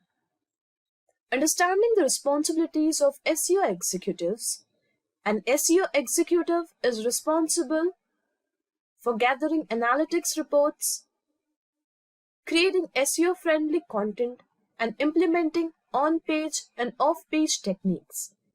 The average base pay of an SEO executive in US is $39,382 per annum, and in India is in between 1,92,000 to 3,62,000 rupees per annum. An SEO manager is responsible for analyzing reports of the campaigns, developing content marketing strategies, managing a team of SEO experts, fixing technical SEO issues, and more. The average base pay of SEO manager in US is $72,652 per annum, and in India is 8,79,000 rupees. Moving towards the job responsibilities of SEO expert, SEO expert is responsible for creating keywords and content strategy, link building strategies, competitor analysis and reports, and campaigning. The average base pay of an SEO expert in US is in between $53,000 to $78,000 per annum, and in India is 2,76,000 rupees per annum. Some companies hiring for significant roles under SEO are Microsoft, Disney, Siemens, Udemy, and Deloitte. We're going to go through a series of questions and I'm going to answer those questions for you. Okay, so the first question that you might be asking in an interview is differentiate between do follows and no follows. Okay, so if you've taken or listened to my SEO courses on YouTube for SEO, we talked a lot about do follows and no follows. And simply put, I mean, do follows are just signals to the search engines to follow the link. So there's a link on site A pointing to site B. We're going to basically tell Google, Bing, and some of these other search engines, hey, go ahead and follow that link. Now, a no-follow is just the opposite. So no-follow link doesn't allow the search engine crawlers to follow it. So if we have a link on our site, site A, pointing to site B, we can put a no-follow tag in there. And what that's going to do, it's going to signal to the crawlers, hey, don't follow this link. So in the end, if the crawlers don't follow the link, then there's not going to be any link juice passed. And so Google is not going to give you credit or give that site credit for having a link pointing to it or pointing to another site or from another site. And so it's all about linking. So we can control if there's links on our site, whether we want the crawlers to recognize those or not, simply with no follow tags. So just a reminder, link juice is the reputation or equity passed from one website to another. So if you have a link on another website and that website is of high quality, meaning their page authority, their domain authority is high, they have a lot of content, they're not spammy, they're really rich and they're relevant, then you may want to make sure that the link pointing from that site to your site is a no follow. So that way that Google can recognize the link from that site to your site. And basically that reputation is going to be passed on to you. Okay, so that's a do follow versus a no follow. And why would we do a no follow? Well, it depends. It really depends. A lot of social media platforms like Facebook have no follows. If you have a lot of content, you may not want to be pushing out a lot of do follows. It could actually look bad from an external linking standpoint. And so a lot of sites are really particular about who they want to pass link juice onto and give credit for the link. So it's a business decision at the end of the day. There's really no hard, fast rule here, except from an SEO perspective, if I have a site and I have a lot of external links pointing outward to other sites, I'm going to be particular about who I allow the search engine to follow and what links I allow not to follow. Okay, so here's an example of what they look like. So do follow is simply just the href. Notice the no follow has the tag appended to it, the href tag with a no follow. So if the search engine's crawling your site and they see that no follow there, they're not going to follow that link, and vice versa. If there's a link on another site pointing to yours and there's a no follow there, you're not going to get credit. The search engines aren't going to pick up that link. Okay, so question 2, what is 301 redirect and how is it different from a 302 redirect? So 301 redirects tell users in the search engine specifically that an original page has been moved, and this is the keyword here, permanently. So permanently moved. We're going to explain that in a minute. So it's just moved from one page to another. And so if we don't have a page anymore, but we have a new page, let's just say you built a new website with new URLs, you want to make sure the old page is pointing to the new page with a 301 redirect.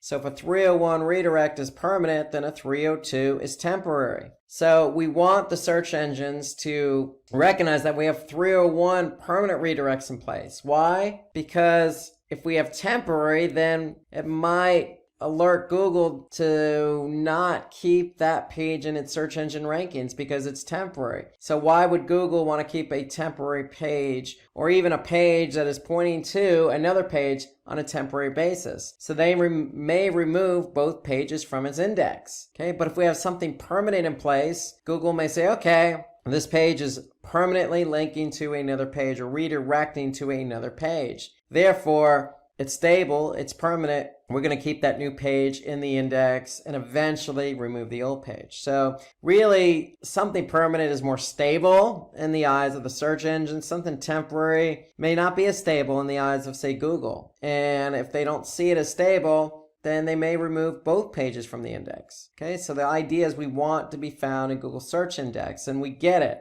Sometimes pages go away for a variety of reasons. And if it does go away, just make sure you have a new page for it. And that new page is a 301 permanent redirect. Okay, so question 3. Why are backlinks important in SEO? Well, we kind of hinted on that a bit with the nofollow. Because if we have a link from another website pointing to ours, and that link from that other website is really relevant, and it has a high page and domain authority, then it's going to benefit us. And so backlinks are important because if we have backlinks from high quality sites, it's going to improve the credibility of our site, especially if it's a do follow tag. So the search engines are going to recognize the relationship between the site that has a link pointing to us. Okay, so it's just going to build our credibility. It's going to increase our domain authority. And then the net effect of that is if we're credible and we have high domain authority, then that's going to increase the rankings of our pages. And when the pages increase in ranking, then we're going to get more of a lion's share of the traffic for certain keywords that our pages are found for. And if our pages are found and getting traffic, then because we have increased rankings, we're likely going to have increased traffic. And then it's just a snowball effect. So more traffic leads to more engagement and conversions. So the whole idea for SEO is, remember, you have an on-page strategy and an off-page strategy. Building external links is part of an off-page SEO strategy, and we want to make sure that we are relevant in the form of a link or in the form of content on other high-quality sites. Being on a high-quality site only benefits us because, again, increases our domain authority. Google sees us as more relevant. Therefore, our pages are going to benefit by ranking higher, and therefore, when we rank higher, we get more traffic. So it's a snowball effect. So having backlinks is important because it snowballs all the way through to conversions. Okay, so what are the best practices to rank your videos on YouTube? This is a great question, really great question. Given the importance of videos, especially with SEO, because videos are found. YouTube in itself is a search engine. So if we have a video, how are we going to get it to rank on YouTube? Well, first things first, you never want to put a video out there and want it to rank if it's not engaging or informative. So make sure you go ahead and follow the best practices of having engaging and informative content in your video. Now, once you have that video in place, you want to optimize it. And then some of the key factors for optimizing the video are, you want to choose a title that has high search volume and low difficulty. Just as you would keyword, for example, for a web page, you want to choose a title with a keyword in it that has high volume and low difficulty, i.e. low competition. Okay, so you want a nice ratio there. And you know what, you want to choose a title that's going to get people to watch the video too. So it's not all about just choosing a title just for the sake of high volume. You also have to choose something that's relevant, that's going to be catchy as well. And then with that title goes the description. So you want a description that's very relevant to your title, okay? Because most people aren't going to click on a video just for the sake of the title. They're going to want to probably get a sneak peek via the description of what it is. So again, you want to optimize that description, but make sure the description is just as snazzy as the title. Okay, you also want to use accurate and relevant video tags, just as you would on Twitter or Facebook. Tag these videos. Okay, so make sure your title tag length doesn't exceed 100 characters because it will get chopped off. So again, that goes back to just writing something really short and to the point that's going to grab somebody's attention. Okay, you also want to upload a captivating thumbnail, something that's relevant, that's going to grab somebody's attention. And then again, we set it similar to the video tags. We want to use relevant hashtags. Again, just as you would with Twitter and Facebook, go ahead and throw some hashtags in there that people could see because people search via hashtagging. And then this goes without saying, you did all the work, created a really great video. It's engaging, it's informative, you optimized it. Feel free to promote your video on other social media platforms. Okay, don't just stick with YouTube per se. So the benefit here is if you post it on Facebook or LinkedIn or whatever platform of your choice and it gets engagement, people click on the link, go to YouTube, they're going to like it, and then other people are going to see that engagement. They're going to see how many people liked it or how many subscribers you have. So promote your videos to help you with the ranking of the video on YouTube. So that does play into it. So go ahead and promote it so other people can watch it, like it, comment, etc. And that's going to engage other people to want to do the same. So what is mobile first indexing? This is a really important and timely question. Mobile first indexing means Google's just using mobile friendly content for indexing and ranking websites. So in other words, Google, for example, has two bots. They have the traditional desktop bot and they have a smartphone bot. And eventually everybody that has a website is going to be migrated over to the smartphone bot. And so if that smartphone bot goes to your website and starts crawling, what do you think they're looking for? Their smartphone bot, they're looking for mobile friendly content. If it's not mobile friendly, meaning the page isn't designed for a smartphone browser, or let's just say the images are way too large, or you have to expand the text just to read it. You know, a lot of these issues that somebody would have just simply trying to read something on a web page on their mobile device, Google's not going to grab that content. So you want to make sure it's mobile friendly so it gets indexed. And so if your website has a responsive design, Google will rank your website based on its performance on mobile devices. Okay, so you want to make sure that your website is mobile friendly. And if you're in an interview and somebody asks you this question, you could even take it a step further and say, look, I'm going to measure how friendly my website is for mobile devices in Google Search Console. Because Google Search Console has a report that will show you what pages on your website are not mobile friendly. And it's not a guarantee, but I could tell you if I'm Google and I'm crawling your site with my smartphone bot and that page or one of my pages is not mobile friendly, I'm probably not going to index it or rank it. So you want to leverage that report in Google Search Console to see what pages are mobile friendly. So that's a little bonus for you to really impress the interviewer who asked you this question. Because how are you going to know if one of your pages is mobile friendly or not if you don't look at a report? So keep an eye on Google Search Console's mobile usability report. Okay, number 6. List down the most important local SEO ranking factors. Okay, so organic local ranking is just as important as anything else in organic search. Because if you have a local business you want to use the likes of, say, Google My Business to show up when somebody types in, looking for a florist or looking for a coffee shop. So what you want to do is you want to create a web page for every product and service. Okay? You also want to opt for your business listings on Google My Business. And there are plenty of other local business directories out there, like Yelp, for example, or Bing even has one. So go ahead and also make sure you have a business listing as well. But since Google in the United States has a huge market share, you want to start with Google first. You want to update your NAP citations on your website, maintain consistency of your NAP. Okay, so NAP is name, address, phone number. So you want to make sure that that's current and consistent. So if you have a number on your website, make sure it's the same number on Google My Business. Okay, you can embed a Google map on your website.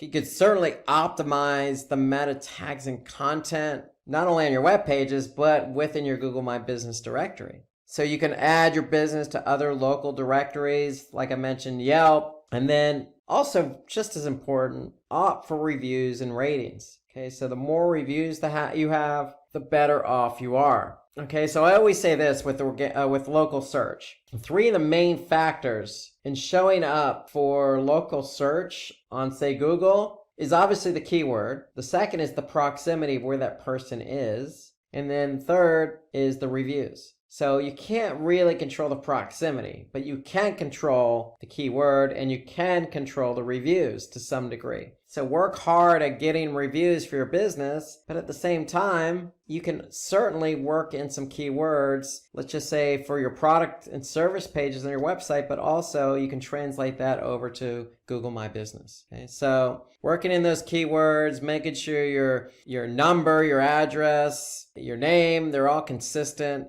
And really just spreading the business out on other directories. That's really, all these are really key factors for local SEO. Okay, so question number 7, how to avoid duplicate content, getting penalized for duplicate content. So for example, if you have 2 different versions of a web page, you may result in a duplicate content issue. So it's just SEO 101. You never want to have two or more pages with the same content. So what do? Well, we can avoid this in having Google penalize us by, again, setting up a 301 redirect. Remember, 301s are permanent. We can also use what they call a canonical tag. And a canonical tag basically alerts the search engines as to which page is the original. Okay, so if we have an original page, we want to point to that page with our canonical tag. And then the third option is opt for preferred domain in Google Search Console. Okay, so if you have multiple domains, make sure you set up a primary one in Search Console. So those are ways to work around it. Of this 3, I would always go with the canonical tags, because that's just a tag that's going to sit on the page. It's going to alert Google as to what the original is, just in case they get their hands on the duplicate. So all the pages that have the same content are going to have the same canonical tag pointing to one page. So again, 301s are permanent.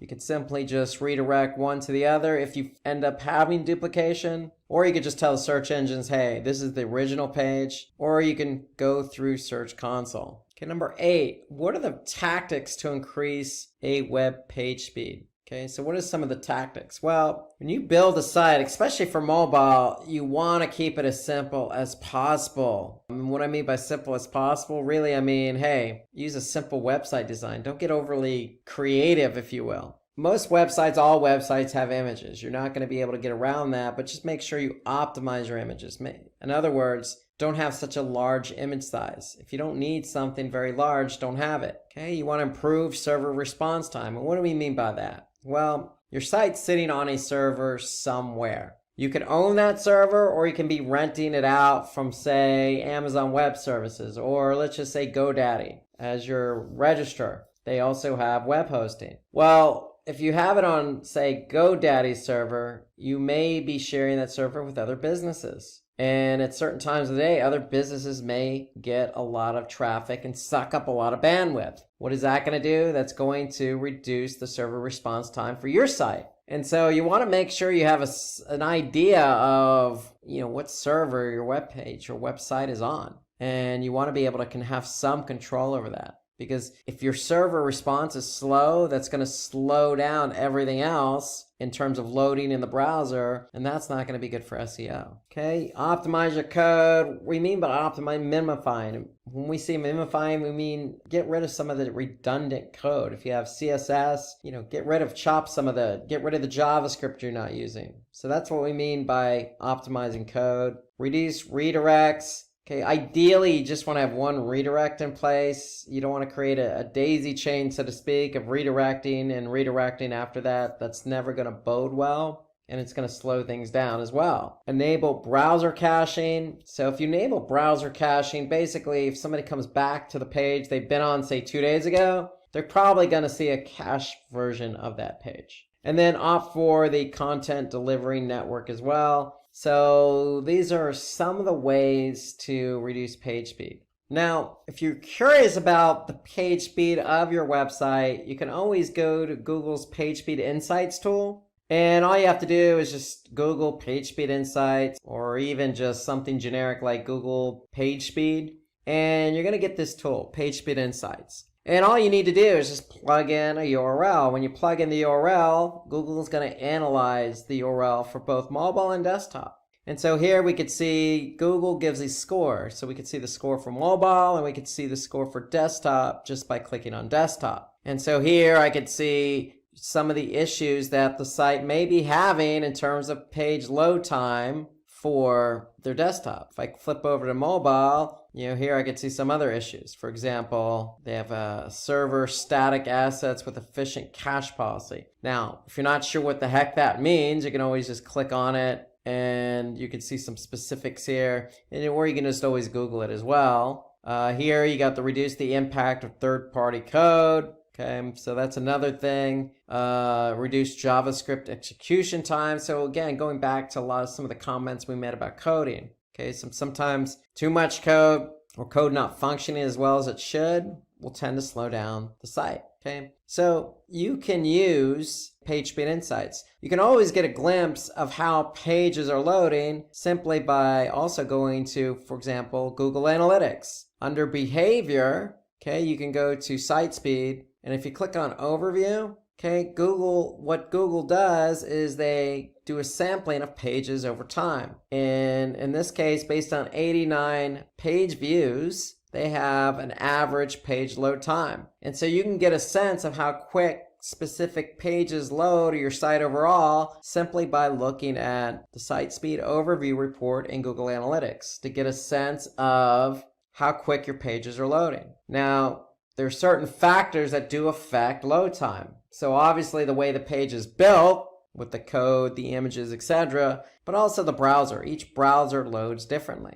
Okay, so you want to take a look at it by browser, also by country. Every country has a different network. Okay, you can be in the United States and have worse network service than you do, say, in Ivory Coast in Africa. Okay, so it really depends on the network you're on. So, and also the page. Every page is built differently. So you want to get a sense of what pages are loading quicker and which pages are not. You can simply just go to page timings in Google Analytics and you get a sense of what pages do not load fast and which ones do. And maybe hone in on the pages that aren't loading fast and address those pages first. Okay, so you have two tools at your disposal, one Google Analytics and one Page Speed Insights. Okay, so let's look at question number 9 here. So when should an individual target short tail and long tail keywords? Okay, so remember, short tail are usually 1 to 2 keywords, very broad in nature. Long tail keywords are maybe 3, 4 keywords in a query, or maybe an entire sentence. Those are considered long tail keywords. So usually short tail keywords have higher volume, but also higher competition. Longer tail keywords usually have lower volume, but also lower competition. But the great thing about long tail keywords, the conversion rate will tend to be a little bit higher than, say, a short tail because it's less vague and more specific. So you can use short tail keywords if you're trying to drive a lot of visitors because those keywords are going to be vague or broad in nature. Long tail keywords are used for targeted pages such as product pages and articles. So if you have a specific product with a long name, you can certainly optimize that page for that product name. Again, the product name may have low volume, but if somebody types in exactly that product name, you show up, the chance of them converting are going to be very high.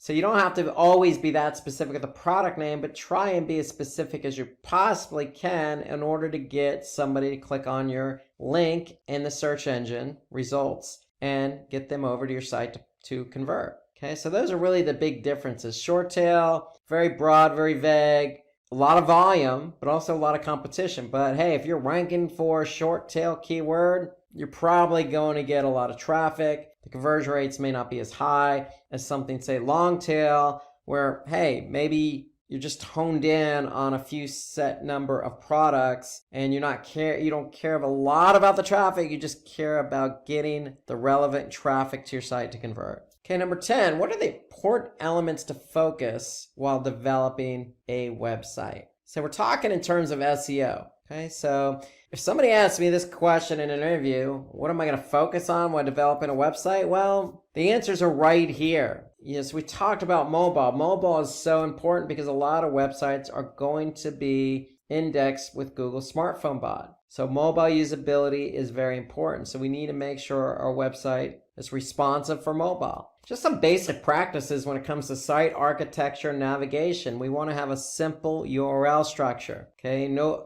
overly cumbersome. The navigation should simply be clean and neat. Okay, if you have 5 products, okay, maybe you have in your navigation, you have something called products with all 5 listed, or you have all 5 products in the main navigation. The key is you just want to make it clean and neat and easy for somebody to find. The rule of thumb is if it's good for the end user, it's probably going to be good for Google. But if it's complicated for the end user, it's probably going to be complicated for Google. You always want to create a sitemap. Now, what is that sitemap? A sitemap is simply just a formatted file that includes all your URLs and assets, your images and your videos. They're going to be sitting on your server as well. So you want Google or these bots to be able to find your pages and assets. And by the way, you want to take it a step further and make sure you upload that sitemap, which is sitting in the root directory, meaning domain.com/sitemap.xml. Okay, you want to take that sitemap and make sure you input that sitemap location in Google Search Console. That way, Google Search Console has a one-way ticket to grab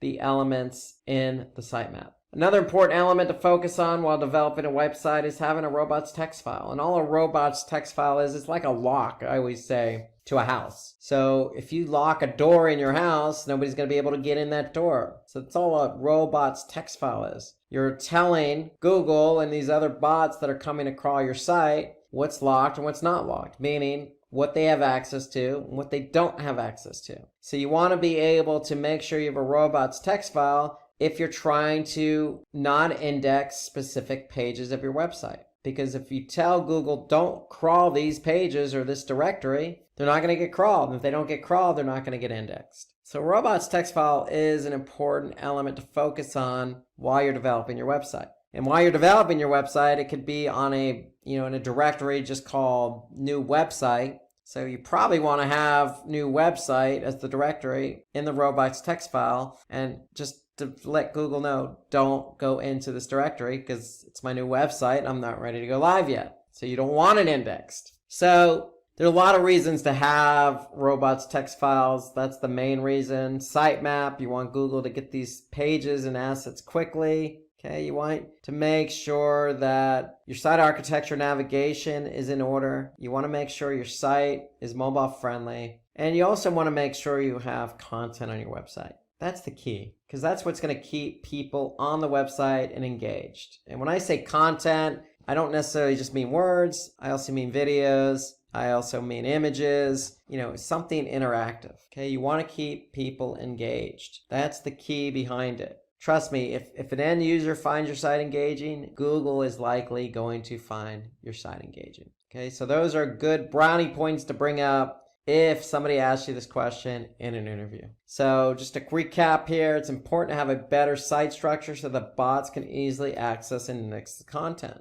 Okay, with a responsive design, helps to make your website mobile friendly and user friendly. Would also increase the amount of time a user spends on your website, which may improve your site's ranking. Sitemap is simply just a file that helps search engine bots to understand the structure of the website. Okay, how many pages are on your website and where are they located, along with the videos and images. Okay, and then the robots text just instructs the search engine crawlers to understand what pages should not be indexed. Okay, this is simply just a text file, and it's added to the root directory. Again, think like a door, think of a lock. Okay, you can lock whatever doors you want in your house. Think of it that way. So here we wrap up search engine optimization course. If you have any queries regarding any concept in the video, feel free to add it in the comment section and our experts will be happy to help you. Do subscribe to Simplilearn to stay updated with new technology trends. Thanks for watching. Hi there, if you like this video, subscribe to the Simplilearn YouTube channel and click here to watch similar videos. To nerd up and get certified, click here.